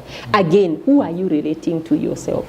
By the time you're sitting there and you're thinking, oh, I'm not doing well, my emotions, I'm feeling sad, I'm feeling lonely, who do you relate with as a person? That is a very serious question that we need to ask. And don't we hear them say that your network is your net worth? How is your social well-being doing? So that then now we ask ourselves, after you have pursued all these dimensions of wellness, why then would we say that mental health becomes a challenge for you? So that is the basis of what I wanted to talk about to us today, saying don't just pursue one dimension of wellness in isolation. If you can pursue all of them, and I'm happy to say that I pursue holistic wellness. I am a living example to say that yes, you can do well in all dimensions, not because it is automatic, not because it is easy, but simply because I'm very intentional about it. When I'm measuring holistic wellness, I normally have a target. Okay. Like I said, I use a tool that majorly we call the wheel of life.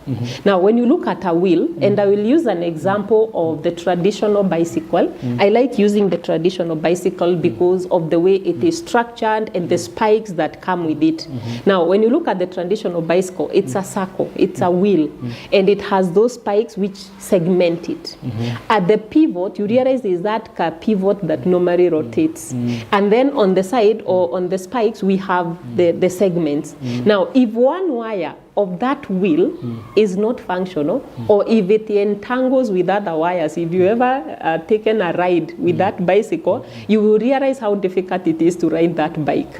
Now, this is exactly what happens. If your mental health is entangling with your spiritual wellness, if your mental health is entangling with your financial wellness, or the other way around, if your emotions are entangling with your, and entangling, I mean, they are not going straight, they are affecting, they are just zinaingiana, zinatangatangana, zinakwazana. If you don't have every spike straight, then you realize how difficult it can be for you to ride that bicycle. But if every one of them is aligned, and if the pivot is well oiled, then you realize how easy it is to ride that bicycle. So when we are asking ourselves, how well are you doing? For example, I would be asking, in your mental health, on a scale of 1 to 10, where 10 is the highest and 1 is the lowest. I normally give myself a target of 9. And maybe you will ask me, why 9 and not 10? I am a Christian, and I believe the moment I get 10 over 10 in all the dimensions, I should not be in this world. I should go to the other side, because this world is going to either contaminate me or it will begin now lowering me. And I believe in that scripture that says that Enoch walked with the Lord until he was no more. So when I get 10 over 10 in every dimension, I should be going to the other side to live with the angels. When you're about to walk and you feel like you'll be normal, you step back in the Not necessarily, but I don't take steps back, but I raise the bar. I raise the bar. One of my coaches and mentors in mental health says that the best mental health status is the one that you can give an example. If you read the scripture, they will tell you that one time Jesus was with the disciples in the boat, and there was turbulence. Apparently, Jesus was sleeping. So she says that the highest level of mental health is when you can sleep in the boat, even when it's almost capsizing. So I say, if you realize that you're almost about to get 10 over 10, you don't take step backwards, but you raise the bar. Again, if the day comes and you get 10 over 10, like just go like Enoch. No problem. You will be going to a better place. Or do you want to stay here with troubles? So that's the point. So we need to ensure that all our spikes are well aligned. We need to ensure that the pivot is well oiled, so that then we know we are getting power from there to be able to navigate all other dimensions. Now, I get frustrated when I see someone who is doing 9 over 10 in one area. Like now, for example, we are talking about skipping the rope, which will give you physical fitness. So you can be doing very well physically, but when we look at your career, your profession, your calling, we are realizing then that you are struggling. So we ask ourselves, where is the problem? Is it possible to be at 9 over 10 in all dimensions? Definitely yes. Of course, it's not easy, but when you're very intentional, it is possible, and that is why we are pushing ourselves. Right now, we are talking about mental health. Why? We realize there are so many things that are likely to affect our mental health. The things that we hear, the challenges that we face, the people that we are relating with, day in, day out, we realize there are so many challenges, and that is why we are saying then we need to up this dimension of health, so that very intentionally we can say, Irene, how are you doing? Are you at a 4? Then push yourself to make sure you are at a 6, 7 progressively. If you realize it's going down again, you strengthen that area. But we are saying we need to create a balance, so that now this wheel, if you realize the way you pedal, one leg is up, another one is down, then you keep cycling until at the end of the day, you can be at that level where now everything is flowing smoothly. Many a times it becomes very difficult to level up when you're pursuing one dimension of wellness. And that is why sometimes you will hear, for example, someone who was a CEO, you're thinking they are doing very well career-wise, vocation-wise, pastors, we have had them affected. And then one day you wake up and you hear they committed suicide. And you wonder why. Probably they pursued spiritual wellness, probably they pursued their careers, probably they pursued their academics. Like personally, I'm an academia. This thing of mental illness is not a respecter of levels and individuals. It can catch up with you even when you are a PhD holder, because you have to be intentional to ensure that you are working on it. Actually, the higher you go, you realize the easier it is for you to actually suffer mental illnesses. So then the question is, what do you need to do? You have to keep asking yourself, how am I doing in every particular area? As we do coaching, there is something that we do that we call the wheel of life.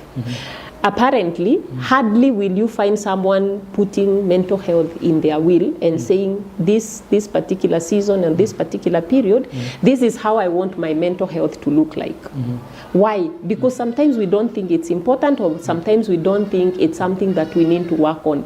We will be working on our careers, we will be working on our academics, we will be working at our socials. Of course, starting with myself, I want to get married, I want to have a good relationship with my spouse, I want to have a great relationship with my children, I want to have the best of friends, I want to hang out with them.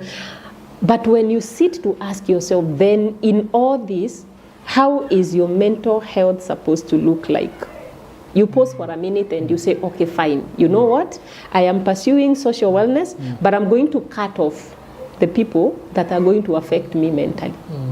I am going to move away from environment that is likely to affect my mental health. I am going to ensure that my financials are well so that it fits into my mental health. At the end of the day, it is something that we have to be very intentional about. And that is why when you told me you're talking about mental health, jumping the rope, and avoiding suicide, I was like, this is an interesting one. And that also now reminds me, Irene, you need to keep checking on yourself. And that is very important for all of us. Thank you.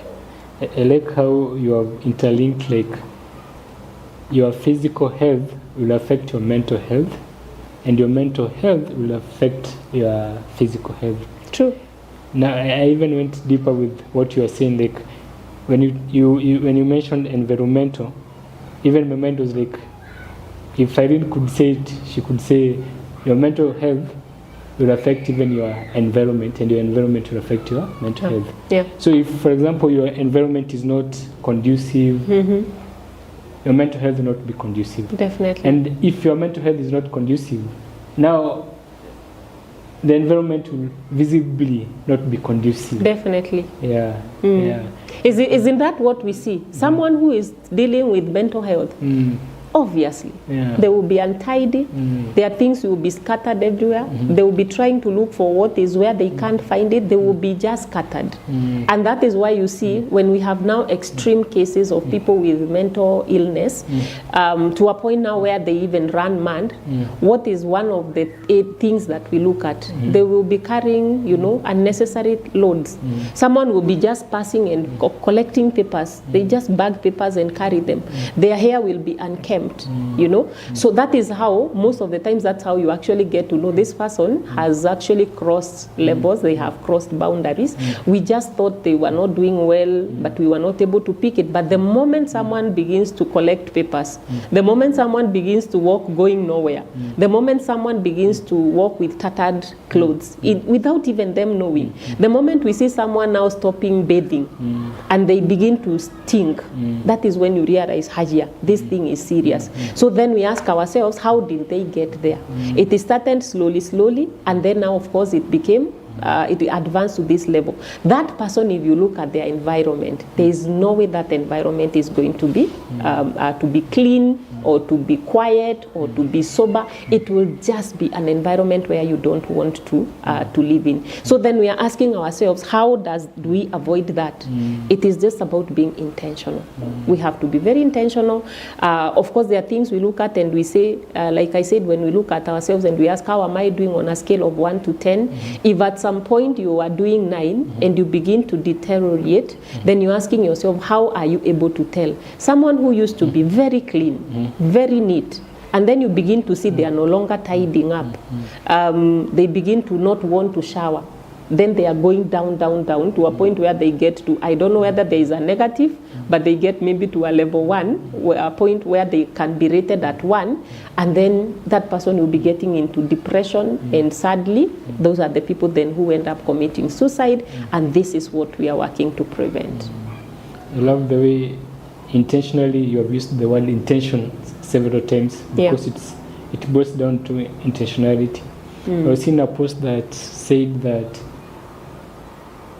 we have different ways of giving up. Some people, they give up by stop dressing well. Yeah. Other people stop exercising. Other people neglect the hobbies that they once loved. Yeah. So we give up in different ways, and it's gradually. So by the time sometimes we realize there is a problem, sometimes it's almost way far too gone. Yeah.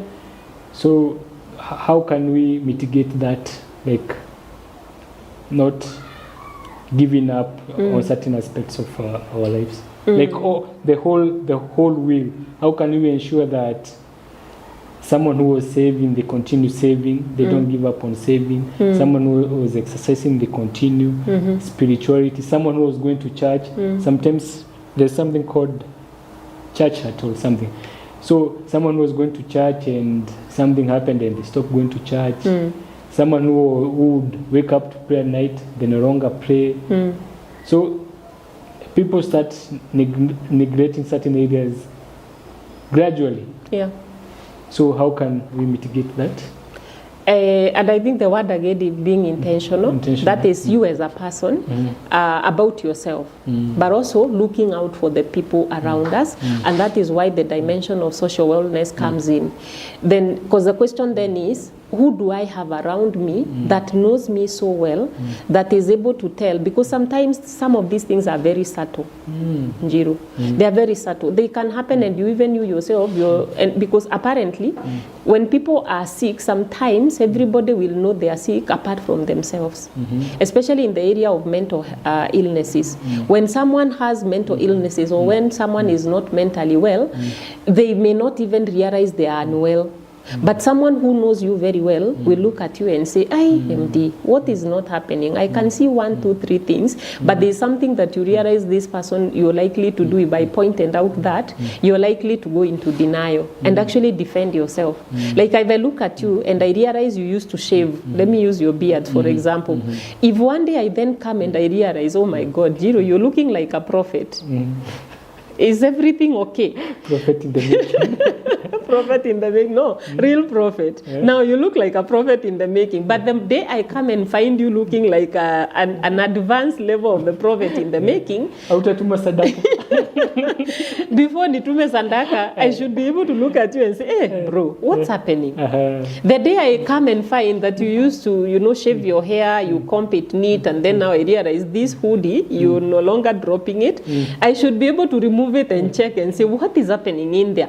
But who do you have around you that actually knows you so well to know that now you're becoming a prophet in the making, or you're becoming the priest, or your favorite food.